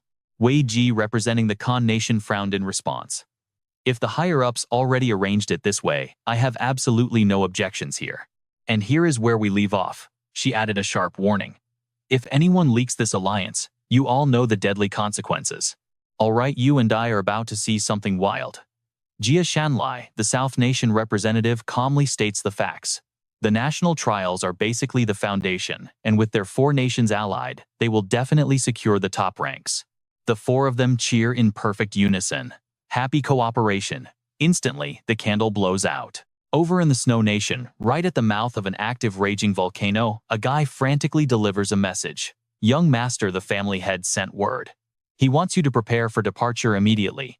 Andre, the Snow Nation representative, casually grips a massive axe. He steps forward, looking totally satisfied after effortlessly butchering a monster. It is finally starting, he says. The legendary national trials. The scene shifts to the Star Nation at the Holy Mountain Temple ruins. Someone is urgently sprinting toward a whole squad waiting on standby. A sharply dressed man steps right up and asks the big question. Charlie is heading to the Taiki Nation immediately. How are the battle preparations coming along? Charlie, the Star Nation representative, bows his head while his golden wings glow brightly. In this national trial, I will absolutely be the undefeated champion, he declares. 2 days later, Lu Fan is busy reading documents when a sudden knock hits the door. He opens it, and Tu Jing immediately asks, "How is it? Did the official representative of our Dragon Nation finish reviewing the files yet?" By now, all 4 of them are standing right outside Lu Fan's room. Chang Kong flashes a huge smile. "Heh, you better grab first place, Junior Lu." Lu Fei chimes in with a smirk. "As the captain, it is officially time to let you leave our team." Shen Tai offers some serious encouragement. "I will be cheering for you." Tu Jing beams brightly at Lu Fan. "Are you fully prepared? It is time to head back to Longdu Academy." Lu Fan just laughs and replies, "Let's move out." The very next morning at the Longdu Academy principal's office, Lu Fan knocks on the door. A voice echoes from inside. "Come in." He pushes the door open gently and politely excuses himself. Zhao Shengming excitedly reaches out his hand. "You are finally back. It has been way too long, has it not?" Lu Fan, the principal, is away on a business trip, so I am in charge of the national trials right now. He looks over at Shadow Guards Yue and Zhen, then adds some context. These 2 are elite Shadow Guards, sent by the highest officials of Longdu. They are here to guarantee the safety of all representatives traveling to the Taiki Nation. He passionately continues explaining. The Shadow Guard squad is completely different from a standard delegation. They exclusively serve and protect the absolute top-tier officials of Longdu. You and I both know what that means. The high-ranking officials of Longdu are paying extremely close attention to this year's national trial. Shengming gestures for Lu Fan to take a seat. Lu Fan wastes no time and asks, "Will Vice Principal Zhao be traveling to Taichi with me instead of the principal?" He nods in agreement. "Exactly, the principal cannot return for another 10 to 15 days. I have already chartered a special plane under our academy's name. We will be taking off right at noon tomorrow." He makes sure to emphasize the schedule. "You just got back from the freezing far north, and now you have to leave again. So just get some proper rest today. Oh, by the way, if you need absolutely anything, just ask. As long as it is reasonable, Longdu Academy will make sure you are completely satisfied." Lu Fan flashes a slight smile at that offer. "There actually are some things I need right now." He boldly asks the big question. "I was wondering if the Academy could provide me with a pet slot expansion scroll." Hearing that, Shengming violently spits out his mouthful of tea. He hurriedly asks Lu Fan, "Did you seriously get yourself another new dragon?" He replies that he is just preparing in advance to be safe. Hearing this, Zhao Shengming closes his eyes and speaks softly. "Even though this item is not super expensive, the Academy basically does not keep any in stock, so I really have to apologize to you." Lu Fan turns around with a quick smile. "Well, then I will not make things difficult for Vice Principal Zhao. I want to arrange the remaining time myself." "Is that all right?" he replies immediately. "Of course it is. Do not worry about the Shadow Guards. They will absolutely not stand in your way at all." Over at Villa Number 2, the 2 Shadow Guards follow Lu Fan home. The moment Lu Fan arrives, Han Kei rushes out and hugs him tight. "Xiao Fan, you are finally back. I missed you to death over this past half a month." Qin Chu also chimes in happily. "We have been waiting since last night. You have finally made it back home." Lu Fan listens and replies softly. "So the vice principal already informed everyone, huh? What a shame. I originally wanted to give you all a massive surprise by showing up unannounced." Han Ke warmly pulls Lu Fan right toward the dining table. Stop standing around. Up in the far north, you probably never had a single decent meal. Hurry up and eat. Tao Xiaoman interrupts eagerly. I have been waiting for you to start dinner. Hurry up and sit down. Quick, I am starving to death. Qin Qiu laughs and says Sister Han started prepping way before dawn. Lu Fan looks at the massive feast with pure excitement. This is so much. Up in the far north, what I missed, the absolute most, was your cooking. Hearing this, Qin Qiu replies with obvious joy. Hurry up and tell us everything. Just how much stronger have you actually become over this past month? 2 whole hours of dinner fly by just like that. Lu Fan recounts his crazy experiences in the far north, and he also learns that absolutely no one here has been attacked again. But stick with me here. Besides his close friends, someone else is on his mind. He picks up a beautiful piece of jewelry studded with blue stones and thinks deeply. I met that person right before I left. Suddenly, Tao Xiaoman rushes over and blurts out in surprise. Look at that. Who are you planning to give this gift to? It looks incredibly expensive, doesn't it? Lu Fan quickly yanks his hand back. You scared me to death. Mind your own business. From behind, Han Ke gently reminds them. You are leaving early tomorrow. Head to sleep early so you can rest. Xiaoman chimes in again. So boring. You do not even need to think about it to know it is for senior sister, right? Lu Fan is looking pretty annoyed. He coughs, says he is heading out for a bit. All right, you and I are about to see something wild. An hour later, our guy walks into a spacious room, flopping down to think. It looks like his senior sister definitely isn't showing up today. Then, a sudden idea hits him. Wait a minute. He has Sister Du's phone number saved. Couldn't he just ask her to get in touch with his senior sister? Plus, he can totally ask the Tianhua auction house if they have any pet slot expansion scrolls lying around. Meanwhile, right inside the fancy VIP lounge of Tianhua, a familiar voice rings out. Hello, look, who finally decided to give me a call after all this time. That is none other than Du Yakyu. On the other end of the line, Lu Fan asks if she could help contact his senior sister for him. Yakyu immediately replies back, asking him what is going on. Haven't seen her in a month. Are you missing her already? He shyly replies that he actually has something to give her, but he just cannot seem to find her anywhere around the academy campus. Hearing this, Yakyu clicks her tongue. Well, that makes things tricky. Something came up with her family, so she went back home. Honestly, no one knows when she is returning, and even I cannot reach her right now. She then adds, but since you are already back in Dragon Capital, why don't you swing by my place? She actually left a little gift behind for you before she headed out.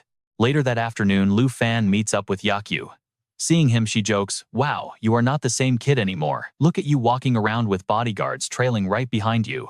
He just laughs and says they are total professionals, so they definitely will not bother anyone else. The two sit down to chat, and Lu Fan points out how Tianhua Auction House's business is seriously booming lately. Just look at this place. There are so many people packed downstairs. Yakyu smiles and replies, well, isn't that all thanks to you? Ever since you added that egg to the illustrated guide, all these customers have been showing up every single day just to see that dragon egg with their own eyes. Lu Fan thinks about it for a second. A single starry dragon egg really pushed Tianhua's reputation straight up to the absolute peak. So that blue dragon egg he should probably save it to trade with Sister Du later. Just as he thinks, this Yakyu brings out a box and slowly opens it up. This is exactly what she left behind for you, she says. Go ahead, take it. He stares at it in pure shock. Wait, are you seeing this? A legendary tier weapon, the Flowing Fire Heavenly Flame Sword. Legendary tier. Requires level 30 to equip. Crafted weapon stats give plus 256 strength and plus 204 agility. Absolute madness. He eagerly picks up the sword. It is surprisingly light, and it can actually store fire damage. It feels like it was custom designed specifically for him to use in battle. Yakyu responds, of course it is. The top-tier blacksmith your senior sister tracked down spent an entire month working non-stop just to finish crafting this genuine masterpiece for you. Honestly, I have to say that girl really understands you on another level. Even when you were not around, she still managed to have a grandmaster create the perfect weapon for you. His face lights up with pure excitement. The crafting cost for a sword like this must be completely off the charts. It turns out, she was always carefully observing his fighting style every single time they sparred together in the arena. His senior sister really is incredibly thoughtful. Thinking this, he shouts out his thanks to her. Yakyu then chimes in, oh wait, it is not just a weapon. There is something else too. She hands it over and he instantly realizes this is a fire-type magic dragon spell. Magma Burst. It is a skill book. Required class Dragon Tamer or Dragon Mage. And it requires the user to be at least level 25. He smiles with absolute joy, realizing that once he hits level 35, he can use Xiao Ye to trigger a powerful dragon word resonance, and with that combo, his new flowing fire sword can store even more devastating damage for battle. As he thinks this over, he pulls out a letter. His senior sister truly did him a massive favor this time. With this kind of upgrade, his power in the national trials will skyrocket. It is just a shame she is not here right now, otherwise, he would definitely have to give her a proper heartfelt thank you. Yakyu suddenly speaks up completely, interrupting his deep train of thought. What is that? Could that possibly be a love letter? The letter reads, Junior brother, long time no see. Something sudden came up, so I have to step away for a while. Looks like I won't get to watch you snatch the championship title in the national trials. By the time you read this letter, you have probably already received the gift I prepared for you, right? And I bet you absolutely love it, don't you? Last time I promised to get you a gift, but you ended up collecting the dragon egg yourself and even paid me back for the scroll. This time, I got an heir to forge this gift for you just to see how you plan on paying me back for it.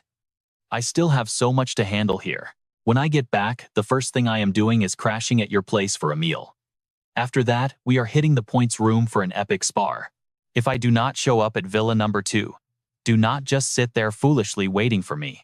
Honestly, I originally wanted to go to the Taiki Kingdom to cheer you on, but I just cannot make it right now. Still, you better push yourself and perform your best. If you fail to grab that first place spot, it is going to be a massive embarrassment for me. Trust me, I will absolutely deal with you strictly if you lose. Keep that in mind. Reading up to this point, a small smile creeps onto his face. Oh, right, you still owe me that unmelting block of ice. You didn't forget, did you? Keep it safe, I will come back for it later. Standing nearby, Yakyu suddenly asks him, Hey kid, are you doing okay over there? He smiles and replies, I am perfectly fine, Sister Du. Thanks for passing this over to me. She continues, No need to be so polite, you are a VIP guest at Tianhua. If you need anything, I will help. His eyes light up. Speaking of help, we are about to find out his plan. Sister Du, does your auction house happen to have any pet slot expansion scrolls available right now? Hearing Luke ask, Natalie frowns. I'm really sorry, man. Our auction house is totally out of those specific scrolls right now. We just don't have them in stock anymore. She explains the scroll market is super niche. Only summoner hunters buy them, so we basically never keep them in our permanent inventory. All right, thanks anyway, Miss Doe. Luke sighs, clearly disappointed. He thinks to himself, since neither the school nor the auction house has it, he has to completely ditch his plan of hatching that green dragon egg. His spirit stat is only at level 11 right now. Leveling that up is still the absolute priority. Natalie quickly adds, but hey, do not worry about it. Gripping the box, she promises him. If those scrolls or any dragon language magic books show up in our future auctions, I will absolutely keep an eye out for you. Luke takes the box with a slight smile. Sounds great. I appreciate the help, Miss Doe. It is getting pretty late, so I should head back now. Walking through the dark, he thinks to himself. Miss Doe might keep an eye out for what he needs, but since he leaves tomorrow, there is absolutely no way he gets it in time. He stays deep in thought, grinding those zombies up in the far north. That is only going to boost his military rank. It completely ignores his personal levels. If he wants to boost his spirit stats, he has to level up fast before the national trials actually begin. Claire is waiting right by the door. Spotting him, she smirks. Coming back this late, you really are not nervous about this at all, are you? He blinks at her. Claire, why are you hanging out here all alone? She casually mentions that she was actually waiting for him. She continues. I missed my chance at lunch, but since we head overseas for the tournament tomorrow, do you want to spar a little bit right now? He smiles. Sure thing. I actually really wanted to test out this brand new weapon of mine anyway. All right, you and I are heading down to the Dragon City Academy arena. Our guy draws his weapon looking incredibly badass. He activates the Magma Burst skill book, officially unlocking the massive Magma Burst ability. Claire readies her own combat stance. A brand new skill, huh? It really looks like you managed to grab some amazing loot during this latest trip. She lowers her voice slightly. You spent so much time up in the far north. I am genuinely curious just how ridiculously strong you are now. Let's go, she shouts, swinging her weapon and charging straight at him. Luke readies the sword his senior gave him to counter absolute raw power, violently erupting from the blade. He is completely amazed. This is unreal. This sword is actually way lighter than I expected. He instantly twists into a wild counterattack. The blade practically anticipates his every move. Claire just stares at him, totally caught off guard by his speed. System alert, evil karma burst. His attack attribute officially shifts to pure fire. Every single life he takes permanently boosts his hellfire attack damage by 0.1%. Right now, his current damage buff sits at a massive 12.4%. Luke smoothly dodges her incoming strike. You really are as good as they say, Claire. This sword totally fits his current style. Looks like he really needs to test out several different types of weapons moving forward. Leaping into the air, his mind races. The more he swings it, the smoother it feels. His old black dragon scale sword is officially ready for retirement. Claire, watch out, he suddenly yells. Across the arena, Claire is still charging fiercely, swinging her massive army destroyer heavy sword straight at him. Boom! A terrifying wave of raw power explodes as they slam into each other. Claire is stunned. She thought Luke would be totally clumsy with a brand new weapon, but he easily shattered her 5-sword combo. Catching her breath, she smiles. Luke, you really are someone who just never stops getting stronger. He grins right back at her. I can totally feel how much stronger you have gotten too. That 5-sword combo attack of yours was insanely sharp. You really think so, she replies. It is a shame though. Right now, even my best combat skills cannot even begin to keep up with yours. Mountain Shaker, she screams. A brutal shockwave blasts him completely across the arena. Walking over, she looks right at him. Luke, you are always pushing forward, always breaking your limits. Honestly, standing by your side makes me feel incredibly safe and secure. Claire holds out her fist. Taking first place in the national trials shouldn't be an issue for you, right? Luke bumps her fist and smiles. Obviously. Bright and early the next morning, Hank waves at them looking pretty bummed. You guys are leaving already. Please stay super safe out there. The guys behind him shout out loudly. Have a safe trip. We are all rooting for you, Luke waves back at his friends. His quick one-day break at Dragon City Academy is already officially over. Stepping onto the private jet, his mind is racing. The national trials kick off in exactly 3 days. He just cannot stop thinking about the massive expectations everyone has placed squarely on his shoulders. He rests his head heavily against the airplane window. This is his ultimate chance to officially join the absolute highest ranks of Dragon Nation's elite fighters. He is totally determined. He absolutely has to seize this epic moment. Vice Principal Trent walks over to him. Luke, we have finally arrived. Dragon Nation's official war supervisor is already waiting for us. Luke looks totally confused. Wait, war supervisor. Trent explains how it works. During these global trials, every country sends their top competitors, but they also send a war supervisor. Their main job is strictly enforcing the tournament rules. They step off the plane into the airport, while Trent keeps talking. Our war supervisor was handpicked by the Dragon City higher-ups. When we finally meet them, you absolutely need to show some proper respect, okay? Proper respect, Luke asks. But before he can even finish, Trent suddenly freezes and immediately drops straight to his knees. Luke completely panics. Vice Principal, what is wrong with you? The mysterious war supervisor slowly walks out. Get up, there is absolutely no need to kneel, the man laughs warmly. So I am guessing this kid is our Dragon Nation representative. You must be Luke, right? Now stick with me here. At the Tachi Republic International Airport, Trent finally sees the man's face. He instantly starts sweating and panicking. Old man Hank, wait, why is it you? You and I are jumping right back into the madness. Before the man could even finish his polite greetings, Fei Bai just laughed, waving him off to warmly welcome the Dragon Nation's powerful representatives. Shorten your lifespans. Nonsense. Sheng Ming could only chuckle helplessly at that, immediately pointing over to introduce Lu Fan to the group. This right here is the pride of our Dragon Capital Academy, Lu Fan. He already completed his second-class transition to become an elite dragon rider. Lu Fan stepped forward. He scratched his head, looking a little shy, as he greeted Elder Han. Fei Bai just stroked his white beard and burst into laughter. He praised the young man, saying a dragon owner this young had an absolutely limitless future. The old man looked right at him. Heroes always start young, he noted gently. He was absolutely certain Lu Fan would return from the national trial as a true hero of the Dragon Nation. Lu Fan kept it perfectly humble. He bowed respectfully, thanking the elder for the praise and promising to do his best. Fei Bai turned around with another massive laugh. He bragged about his tight bond with Tu Jing, telling Lu Fan to just find him if any trouble ever popped up. And if Tu Jing somehow could not fix it, just come straight to me. With that flex, the elder walked right over to the car, making sure to call out one last reminder. Time to roll out. The banquet was still a fair distance away. Watching the old man walk off, Lu Fan just could not hold back his burning curiosity. He turned to Vice Principal Zhao, asking who Elder Han really was. But Shang Ming instantly went dead, serious, cutting the young man off completely. Elder Han is literally one of the 3 elders of the Dragon Nation. He paused for dramatic effect, letting the legendary name Han Fei Bai sink in with absolute gravity. The second Lu Fan heard that massive title, his eyes went completely wide in absolute shock. Wait, what? His expression turned incredibly serious as the gears started turning in his head. The 3 elders controlled the highest national policies in the entire dragon capital. Their words carried the absolute most weight in the country. Even a heavy hitter like Senior 2 practically worked right under them. No wonder he had elite shadow guards with him. Shang Ming was too hyped up to notice Lu Fan freaking out, simply telling him to follow closely behind. Lu Fan smirked slightly, already running the numbers in his head.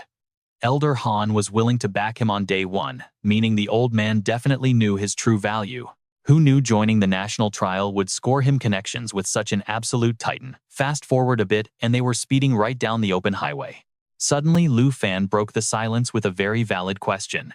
If Elder Han really was one of the legendary 3 elders, why didn't he give off any overpowered aura at all? He wondered out loud, if it was just because his own level was too low to sense the elder's true power. Shang Ming just laughed out loud. He revealed that Elder Han was not hiding his power at all. The guy was literally just a level 40-something chef class. Lu Fan was absolutely speechless. A chef? How is that even possible? Shang Ming just calmly explained the reality. He said he had the exact same reaction back then. Yes, this world worshipped pure strength and supreme power, but sometimes true influence went way beyond just throwing a punch. Out of the 3 elders, only one actually had a top-tier combat class. Rumor had it they already hit their 5th class transition. Another was an enhancement class.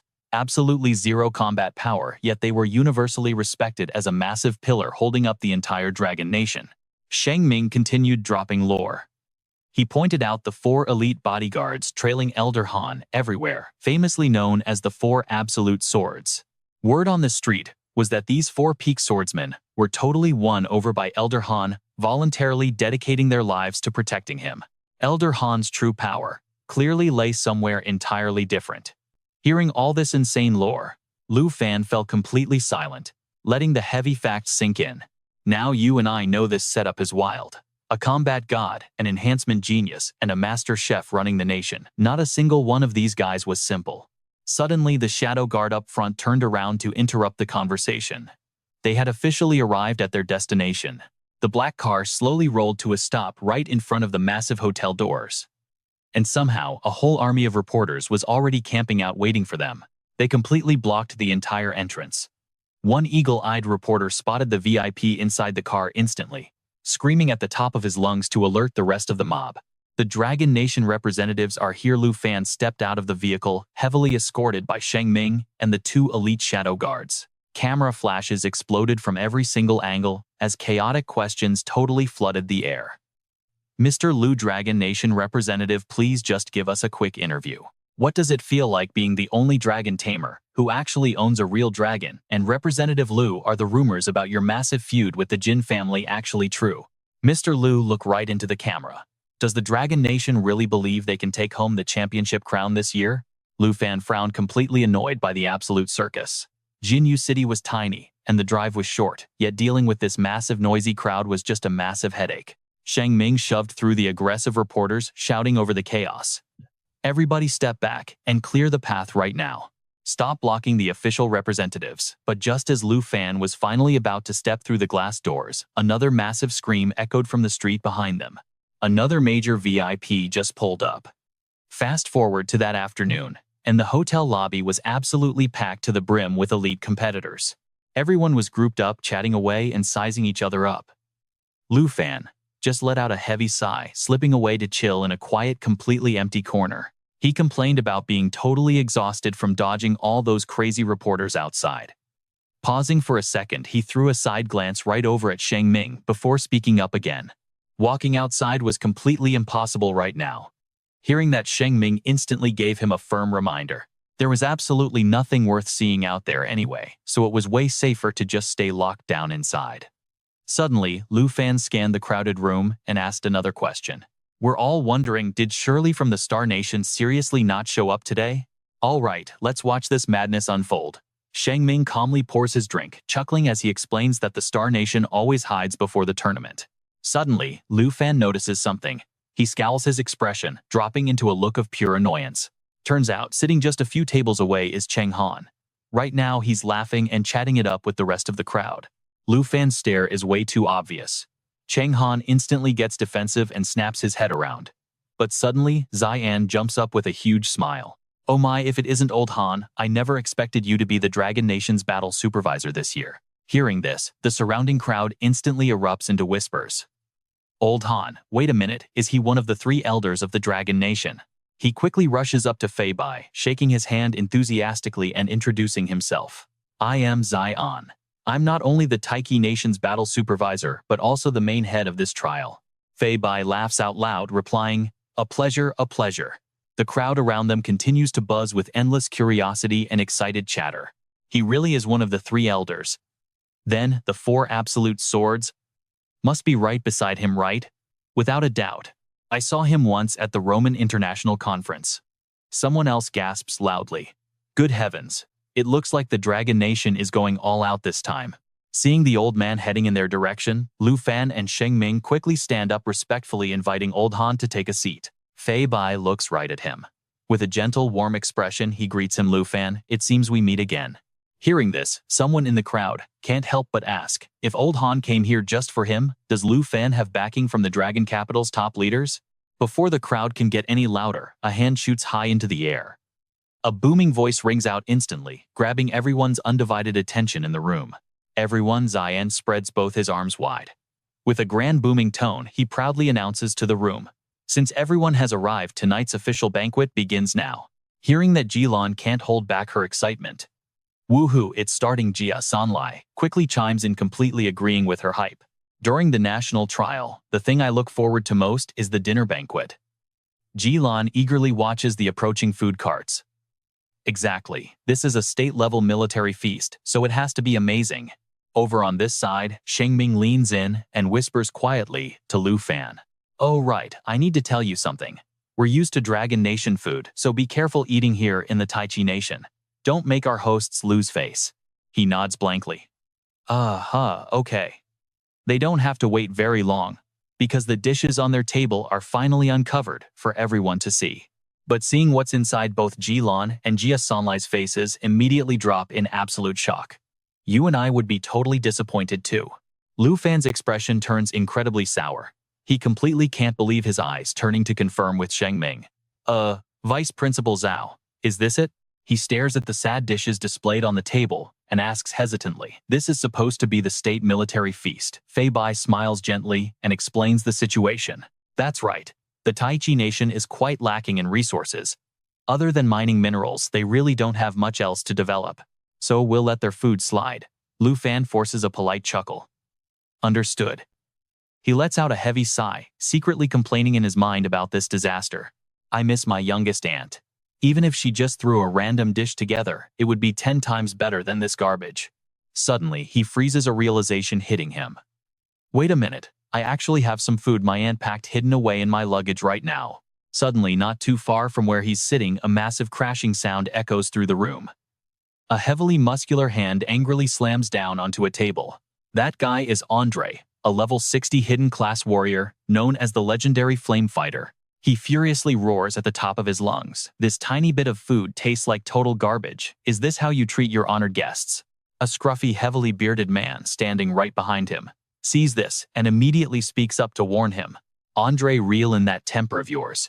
Cheng Han frowns, mocking him with pure annoyance. If you don't want it, then starve. A brute like you wouldn't understand fine dining anyway. Andre is completely enraged by Cheng Han's insults. Thick blue veins instantly pop on his face. With a highly provocative and aggressive tone, he roars out, "What did you just say? Say it louder if you've got the guts." In a flash, he marches right up next to Cheng Han, radiating a fiercely aggressive aura as he demands answers. Say that one more time. seeing things about to spiral out of control. Zai, and instantly steps forward to stop them. Calm down, Changhan. The national trial hasn't even started yet.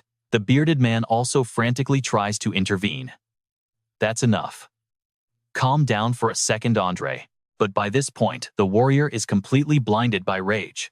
He has absolutely zero intention of listening to anyone's useless advice right now. He points a finger straight at Changhan and shouts, "Kid, your name is Changhan, right? During the national trial, you better hope I don't run into you." Right now, an incredibly terrifying killing intent is radiating all around Changhan. He clicks his tongue, looking completely disdainful as he replies, "Same goes for you." Hearing that, Andre doesn't stick around. He storms off aggressively, but before leaving he doesn't forget to yell, "I'm out of here. This food is disgusting anyway. Throw my portion in the trash." The heavily bearded man quickly chases right after him in a panic. "Where are you going? Come back and sit down." As he's walking away, an incredibly delicious aroma suddenly wafts over, making him freeze completely in his tracks. He sniffs the air deeply. Smells amazing. Following the scent, he glances to the side. It turns out it's coming from Feibai's table. Right now, the old man is laughing loudly, clicking his tongue in praise. "This flavor really isn't bad at all. Stick with me here, this is hilarious." Sheng Ming is completely stunned by the table full of food. "No way, Lu Fan. Why'd you bring so much food with you?" He scratches his head, laughing awkwardly. "My youngest aunt packed it. She was worried I wouldn't be used to the Taichi nation's cooking." "All right, you and I are about to see something wild." Andre's stare is so intense it makes Luke snap around. Their eyes lock, but Luke isn't annoyed at all. Instead, he just smiles and casually asks, "Wanna eat together?" "This tastes way better than the state banquet." Luke smiles warmly, adding that they couldn't exactly enjoy the Titan Empire's fancy local food anyway. Andre doesn't even hesitate. He immediately plops right down next to our main character. "Thanks." Andre grabs a steaming hot bun. His face is completely full of pure hunger, practically drooling. But right before taking that massive bite, he makes sure to announce, "I won't hold back then." The second those words leave his mouth, Andre absolutely goes for it. No hesitation at all, he just takes a massive bite. That single first bite triggers an absolute flavor explosion in his mouth. Pure emotion erupts from him, just like a massive volcano. Andre excitedly yells, "This is amazing." Luke gently tells him, "Don't hold back, just sit down and eat with us." Andre fits right in with the whole group immediately. He happily smiles and says, "Thanks, my brother." Luke then pulls out a fresh salad. He turns over to Felix and Simon, inviting them nicely. "Vice Principal Zhao, Elder Harris, you two should try some of this too." Felix lets out a hearty laugh and replies, "Well, we definitely won't refuse that." Meanwhile, Andre keeps chewing and praising them out loud. "Brother, your Dragon Nation food is honestly seriously incredible." Those loud voices quickly travel right over to Zion and Hank nearby. All the people sitting around them can only stare in pure jealousy, occasionally blurting out, "Smells amazing." Simon leans completely forward, absolutely amazed as he gives out some high praise. "Your aunt's cooking skills are just insane, totally worthy of a master chef." Hearing this makes Hank absolutely furious. He clenches his fists so tight in anger that he literally snaps his chopsticks straight in half. Suddenly, Zion reaches out a hand to stop his teammate from doing anything reckless. He completely keeps his cool, calmly reminding him, "Calm down a bit." After saying that, Zion stands right up. His face looks totally friendly, acting like absolutely nothing just happened. He loudly calls out to them, "Everyone." Everyone instinctively stops whatever they are doing, their eyes all instantly locking onto him. Zion holds a small remote in his hand. He clicks it with a loud beep, announcing clearly, "The evening banquet is about to come to an end." Next up, Luke and his entire group gather around, getting super curious to see what this guy is actually going to do next. Zion really has some incredibly smooth speaking skills. He smoothly adds on another line. "Please allow me to reveal the official map and the specific rules for the upcoming national trial." A massive screen quickly lights up right behind his back. Zion loudly explains the situation. "Just as all of you can see, this right here is the official map for this year's national trial. Now you and I need to pay attention." Someone curiously asks, "This is a combined map, so it's way too massive, right? Even bigger than the previous one." Luke frowns. He thinks deeply to himself. 9 different terrains, and every single area is packed with completely unique and deadly infected beasts. Very good. The bigger the map, the longer the match will last. That makes it totally perfect for me to rest and recover my energy. As if answering the crowd's burning questions, Zion spreads his arms wide and slowly responds. That is correct, and I believe everyone here has already figured it out. This year, our Titan Empire selected 9 terrains from across the world to create the absolute biggest combined map in history. Each specific area is filled with terrifying undead beasts, ranging entirely from level 50 all the way to level 80. His expression slowly turns super serious as he drops another warning. The points you actually get from hunting down these infected monsters will totally depend completely on their individual rarity levels out there. Simply put, the stronger the infected beast, the more points you get. That is an absolute guarantee. He switches the big screen over to a different zone and explains. We also added a brand new method for players to score points, and those are mission points. Across every single piece of terrain, there will be specific mission zones set up by us. Once you clear a task at these locations, you will automatically get bonus points as a reward. The actual content of these missions is entirely random. Hearing this part, everyone's faces turn dead serious.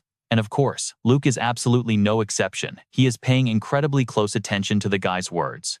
Naturally, every single person can only accept one single task at a time. Only after finishing it can you grab the next one. Our guy slightly tilts his head to look sideways. He suddenly understands the situation. He probably already guessed exactly what everyone else is secretly whispering about right now. Luke quietly does the math in his head. Up until now, every single rule introduced only revolves around how to actually farm and collect points. It seems like they aren't encouraging PvP at all.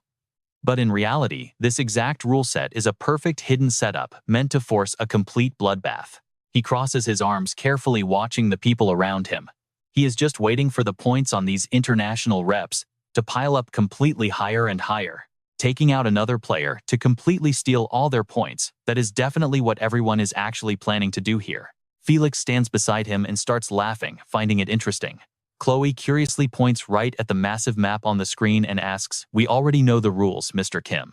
But what exactly do these weird skulls on your map actually mean?"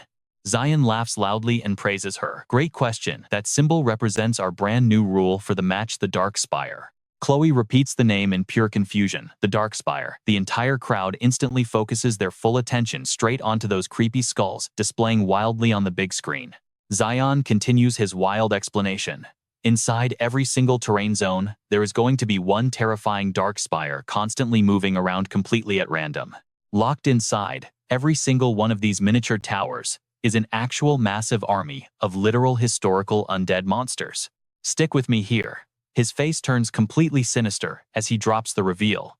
Their undead boss is the legendary Nine Realms demon. Alright, you and I are diving into pure madness. Hearing this news, someone instantly screamed in absolute horror. The Nine Realms demon almost wiped out your Taiki kingdom, and you dropped it into the trial. Jason rested his chin, looking completely bored. Is this some joke? There is no way this is actually real, right, Vicky? Coldly muttered 2 words. Absolute madmen, Luke asked out of pure curiosity. The Nine Realms demon beside him. Simon stepped in to explain the situation. It is a magical beast sealed away by the great Taiki kingdom. An unexpected accident 50 years ago actually caused that massive seal to break completely open. The entire Taiki kingdom was nearly wiped off the map by the Nine Realms demon and its unstoppable monster army. Philip suddenly chimed in. In the end, the ones who sealed the demon were 5 fourth-tier experts. These 5 were the absolute top-tier national heroes who protected the Taiki kingdom. Luke frowned hard and replied. It took 5 fourth-tier experts just to defeat that ancient magical beast. Clara smiled softly and called out. Mr. Kane, the monsters placed in these trials usually have weakened stats. I wonder what exact percentage of its original power does the Nine Realms demon hold this time around? Ian flashed an incredibly sinister smile and praised her. Great question. That is actually the single most exciting part of this entire national trial, he shouted with absolute hype. The Nine Realms demon inside the national trial is its true original body, completely unsealed, not weakened in the slightest. Even the monster army lurking inside the Dark Spire is in its fully original terrifying state. Hearing him say that, the crowd immediately erupted in pure furious backlash. What? The demon and its massive monster army are all real? That is just way too insanely dangerous. What if they break out from the national trial zone? You are quite literally just sending us out there to die. Dropping a catastrophic boss that slaughtered millions in the Taiki kingdom straight into our map is absolute pure stupidity. Someone else was incredibly frustrated and yelled out directly. It took 5 4th-tier experts just to defeat the 9 Realms demon. The new rules this time are totally absurd. Andre also spoke up. The 23 representatives are constantly fighting each other, so forming a 10-person team is basically impossible. For level 60 fighters like us, we would only dare to try this with a solid 10-person squad at minimum. Right at the peak of the tension, a single arm suddenly went up, followed by a loud call. "Excuse me, Mr. Kane." Luke spoke up completely seriously. "Does successfully hunting down the 9 Realms demon reward you with a massive amount of trial points?" Vicky instantly burst out laughing. Clara turned around, replying with a highly amused tone. "Listen, Dragon Kingdom representative. This setup is meant to add pressure and is extremely dangerous. It is definitely not for you to farm points." Ian clicked a button, making the giant screen behind him vanish in a single flash. He smiled straight at Luke and replied, "I have no idea if you actually want to know, or if you are just trying to hype up the room. As the main director in charge, I can answer your question. Every single beast roaming inside the National Trial Zone will provide you with reward points. Killing the 9 Realms demon gives points too, and the payout is insanely high." Saying this, Ian suddenly bowed down to completely wrap up his presentation. "If there are absolutely no more questions, we will end things right here for today. Thank you all for coming." Hearing that, everyone slowly scattered back to their rooms. Jason let out a heavy sigh, looking totally annoyed. Vicky also scoffed coldly, showing her pure irritation. Before leaving Old Man, Philip looked back and smiled brightly at Luke and Simon. "Vice Principal Zhao and our dragon representative, hurry back to your rooms and rest up. We will definitely see each other tomorrow." Luke and Simon instantly bowed their heads in deep respect. "Goodbye, Old Man Philip." Philip walked away laughing heartily. Points from the 9 Realms demon. I am really looking forward to Luke's performance. Time flew by fast, and Luke lay silently on his bed, deep in thought. Real ancient monsters, an absolutely massive map with 9 different terrains, and the ability to kill rivals to steal their hard-earned points. Who knows how this will play out, but Arthur Kane will definitely make his move. Suddenly, he noticed his phone resting right next to him. The moment Luke turned it on, the very first thing that popped up was the predicted ranking notification for the national trial. He stared right at the predicted leaderboard and felt annoyed. They actually placed him all the way up at number 1. Luke let out an incredibly frustrated sigh. The media is always like this. He grumbled, but kept his actual complaints entirely inside his own head. Wow, they actually put him and Arthur Kane in the exact same spot. That is just way too random. He stared back at the screen, thinking to himself. Even though the credibility was pretty low, Luke noticed another guy tied with him and went on high alert. This guy was also ranked first, making him extremely dangerous to ignore. Stick with me here because morning finally arrived. The grand opening of the national trials began, and the host's massive voice echoed completely across the roaring stadium. The epic moment every single person has been eagerly waiting for is finally here. This year's Grand National Trial, hosted by the mighty Taiki Kingdom, officially begins right now. Please direct your eyes straight up to the sky. Following the host's instruction, Luke immediately tilted his head back and looked up. The host continued his massive announcement. The trial zone teleportation gate is now officially active. The moment he finished, all the representatives were instantly sucked right into the gate. Luke closed his eyes, telling himself he was ready. Getting dropped right near the Dark Spire would be absolutely perfect. A moment later, he opened his eyes, his face overflowing with absolute unstoppable confidence. Let the games begin. Right in front of him, a system notification flashed. Now, entering the National Trial Zone. Meanwhile, the remaining crowd is totally glued to the giant screen. The host's voice just keeps echoing through the arena. The final representative steps right into the National Trial Zone. Immediately, the survival game starts tallying up the scores. Look at those confident faces staring at the monitors. In this brutal ranking system, your score dictates absolutely everything. Tu Jing watches the broadcast in dead silence. Whoever secures that number 1 spot, they walk away the ultimate winner. Fei Bai and Sheng Ming are completely locked in on the big screen too. All candidates are officially in the trial realm. Who is actually taking first place today? Let's find out together. Cutting over to Lu Fan, he slowly cracks one eye open to scope out his landing zone. The system notification chimes in instantly. He has officially entered the national trial realm. Lu Fan scans the icy wasteland around him. He knows this terrain like the back of his hand. It is definitely a map pulled straight from the frozen far north. A new system prompt pops up. Icefield National Trial Realm. Lu Fan raises his arm, looking dead serious as he taps his smartwatch. In a flash, a slick virtual screen projects right out of his watch. Checking his exact coordinates on the map, he realizes he is standing dead center. The leaderboard hasn't updated yet. That means absolutely no one has scored a single point so far. Lu Fan scopes out the frozen wasteland. He spots a mission objective, glowing right down in the bottom right corner of this ice map. That right there is his very first target. Thanks to this tracking bracelet, representatives from every single country can actually monitor the real-time rankings and the exact total survivor count. Just seeing who is racking up the most points, that is a massive, irresistible temptation for all the other players out here. Honestly, you have to admit this whole setup is pretty simple. He loves it. He throws his arms wide open, summoning two massive portals, one icy blue, the other blazing red. In a split second, two incredibly fierce dragons burst onto the scene.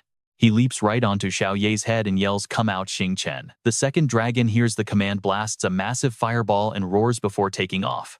Lu Fan chills on Xiao Ye's back, flashing a grin as he asks the other dragon, "Xing Chen, how about we go level up with your sister Xiao Ye next?" The dragon swoops down, clearly pouting, and nuzzles right against his shoulder. Chi Lu Fan just laughs it off. This little guy is still throwing a bit of a tantrum, huh? No time to waste here. He immediately shouts, "Let's go, Xiao Ye. Time to track down the Dark Spire." Answering his call, the dragon lets out a fierce cry and blasts off into the sky. Now let's take a look over at the Desert National Trial Zone. A lone figure casually strolls across the wasteland, leaving deep footprints dragging right through the scorching sand. Chang Han smirks and yanks off his gloves. A glowing purple portal rips open right from his palm. Looking super annoyed, he mutters, "Great, back to the exact same desert terrain I already know." The second those words leave his mouth, he raises a hand and commands Abyss Binders split and scatter right now. Instantly, a swarm of terrifying faces with twisted expressions bursts right out of the portal. The system quickly pulls up their stats. Summoned Beast Abyss Binder version 2. Level 61. It is the highly evolved form of the dreaded Abyss Demon Walker. Those totally twisted emotional faces rocket through the desert wind. The split skill means this summoned abyss creature detaches its 8 limbs, carefully hiding every single one of them at highly specific designated locations. Every severed limb grants a powerful abyss symbiotic effect. And get this, they remain completely invisible. Chang Han just watches calmly as these freaky heads sprout multiple legs and scurry across the sand. The system screen flashes again. Abyss Symbiosis. As long as one of these summoned abyss beasts stays breathing, he remains completely linked and symbiotic with the abyss. If he dies, he instantly revives right inside one of these abyss beasts. The total cooldown time is exactly 12 hours. Starting from the second revival, that massive cooldown timer doubles every single time he comes back.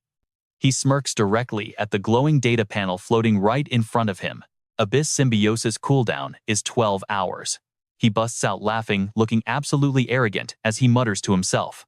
Counting all the main bodies of the Abyss Binders, I have a grand total of 9 revival chances. I am basically completely immortal out here. But suddenly one of those creepy heads crawling across the sand gets violently skewered by a freezing cold blade. Zhang Tian glares at the severed head, slowly dissolving on her sword, and sneers. "What a shame you only have 8 chances left now." Her player stats pop up immediately on Chang Han's smartwatch, but honestly, he is way too furious to even care about checking a glowing screen right now. He absolutely loses his mind and screams, "Zhang Tian, why the hell are you killing my summoned beasts? I thought we were supposed to be allies." Zhang Tian slides her sword back into its sheath and calmly replies, "Oh, don't be so mad. Of course we are allies. I just wanted to test out if killing your little summoned pets would actually score me some easy trial points." Chang Han snaps right back at her. "Then go hunt down Lu Fan for points. We literally made a solid deal before this trial started. Killing my beasts actively destroys my chances to revive." Zhang Tian brushes it off like it is absolutely nothing. "You still have 8 extra lives left, so what are you even whining about? Worst case scenario, I will let you kill a few bosses later, alright?" Chang Han completely gives up on trying to argue with this lunatic. He storms right past her, grumbling under his breath. "I am completely done arguing with you, just move." Seeing him march off, Zhang Tian quickly scrambles to catch up. "Alright, you and I are jumping right back in." She begs for a quiet teleport to his side, to avoid Kim Jae-an's watchful eyes. She demands protection as an ally. But Cheng Han, he just coldly tells her to shut her mouth. He warns her not to let the monitors hear them. Suddenly stopping, his face completely deadpan, he tells Zhang Tian their alliance is simple enough. He will personally kill Lu Fan and she takes down Black Dragon. Plus, he reveals a huge secret about the spire that Kim Jae-on completely left out during his big introduction earlier. He flashes a truly sinister smile and continues. Turns out the dark spire randomly moves across every single map, and if it ever spots a participating representative, it will actively hunt them down and attack without any hesitation. Zhang Tian gasps in absolute shock. Why didn't he mention this earlier? No wonder he prepared so many backup plans and extra lives just to survive this deadly trial. Realization suddenly hits her hard, and she screams in absolute panic. If they accidentally run into the Nine Realms Demon Spire, he has a way to resurrect. But what about her life? Cheng Han simply raises his hand, which is now glowing with an intense purple aura. He coldly promises that since she is now his ally, he will absolutely guarantee to protect her life too. Without warning, he blasts that purple energy straight into Zhang Tian's chest. Caught completely off guard, she stumbles backwards several steps, entirely unable to react in time to the strike. She stares suspiciously at the glowing energy, now wrapping her body. What is this? Cheng Han smiles smugly as he breaks it down. He casually tells her not to resist it. This is an abyssal contract. Suddenly, Zhang Tian feels invisible chains violently bind her entire body. She shivers uncontrollably, completely paralyzed and unable to move a single muscle. After a long, agonizing moment, Zhang Tian finally breaks down, doubling over and dry heaving violently. Cheng Han doesn't even spare her a glance. He just casually walks away, dropping one final chilling remark. He explains that from now on, if she dies, she will automatically revive inside his abyssal beast summon. Their lives are now officially linked together through the binding power of that abyssal contract. Pausing, he glances over his shoulder with an icy smirk. But obviously, if he actually ends up dying, she will instantly die alongside him. Zhang Tian scoffs in bitter frustration. He calls this an alliance, but he clearly still doesn't trust her at all. He tells her to relax, promising no backstabbing. Walking away casually, he assures her there is no need to overthink. Teaming up with their mighty Taiki country was absolutely the right choice. Once the national trial finally comes to an end, he promises to break the abyssal contract.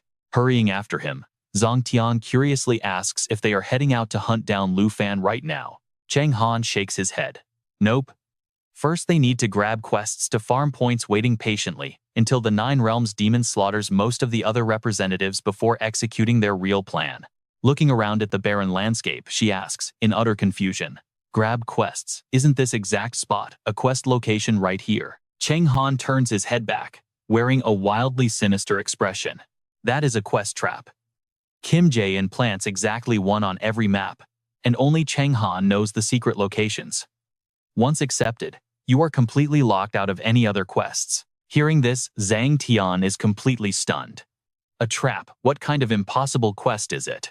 Smiling with a wildly mysterious vibe, Cheng Han promises she will find out soon enough. Why? Because this quest trap is fundamentally designed to be completely impossible for absolutely anyone to complete. Time flies, and 5 hours later, in the monitoring room, a massive crowd is gathered around the main screen, aggressively whispering and debating among themselves. They are shocked. The big three of the national trials are falling behind. Someone stares at Lu Fan's face on the screen, slowly explaining that the big three means Dragon Country, Eagle Country, and Snow Country. In all the previous national trials, the top 3 spots always belonged to them. So, what exactly is wrong with Dragon Country this year? The media hyped up their representative as number 1, but people think it was just completely unearned blatant favoritism. His stats must be hugely inflated. He only has 257 points so far. Even randomly killing a few low-level beasts would score higher than that garbage. Suddenly, a soft splashing sound nearby grabs Kim Jae-in's attention, pulling his eyes away from the screen he was so confidently watching just a second ago. A slender hand elegantly pours tea from a pot into a tiny cup. Fei Bai slowly picks up his freshly poured drink before suddenly bursting into loud laughter. The others look totally confused, muttering among themselves. You and I have to wonder the same thing. What on earth is this Dragon Country representative actually doing right now? Kim Jae-in quietly shoots them a sideways glance, his cold eyes flashing with extreme caution. Cutting back to Lu Fan in the field, he checks the watch displaying all his current stats and critical information. He wonders to himself, Where the hell is this dark spire anyway? He has been searching forever and hasn't seen a single trace of it anywhere. Suddenly, a glowing alert pops up right in front of him. Sky Hunting Lions, level 60, worth exactly 84 points. Right on cue, two of these vicious beasts leap down from the sky, lunging for the kill. Luckily, Xiao Ye reacts in a split second, swiftly dodging the deadly ambush from those two furious sky-hunting lions. He stares down at the massive, aggressive beasts, quietly evaluating their strength. These sky-hunting lions, compared to the corrupted zombies he fought back in the Cloud faction, they are pathetic. In this secret realm, they only drop a few dozen points each. Definitely not worth wasting any precious time on them. To rack up massive points, he needs to take on boss subjugation quests, or start hunting down the other representatives. But hold on, we're about to see some action. A massive explosion erupts right in front of Lu Fan. Instantly on high alert, his hands glow with power, ready to strike back. At that exact same moment, his watch flashes a bright notification warning him that a quest location is waiting directly ahead. All right, you and I are dropping right in.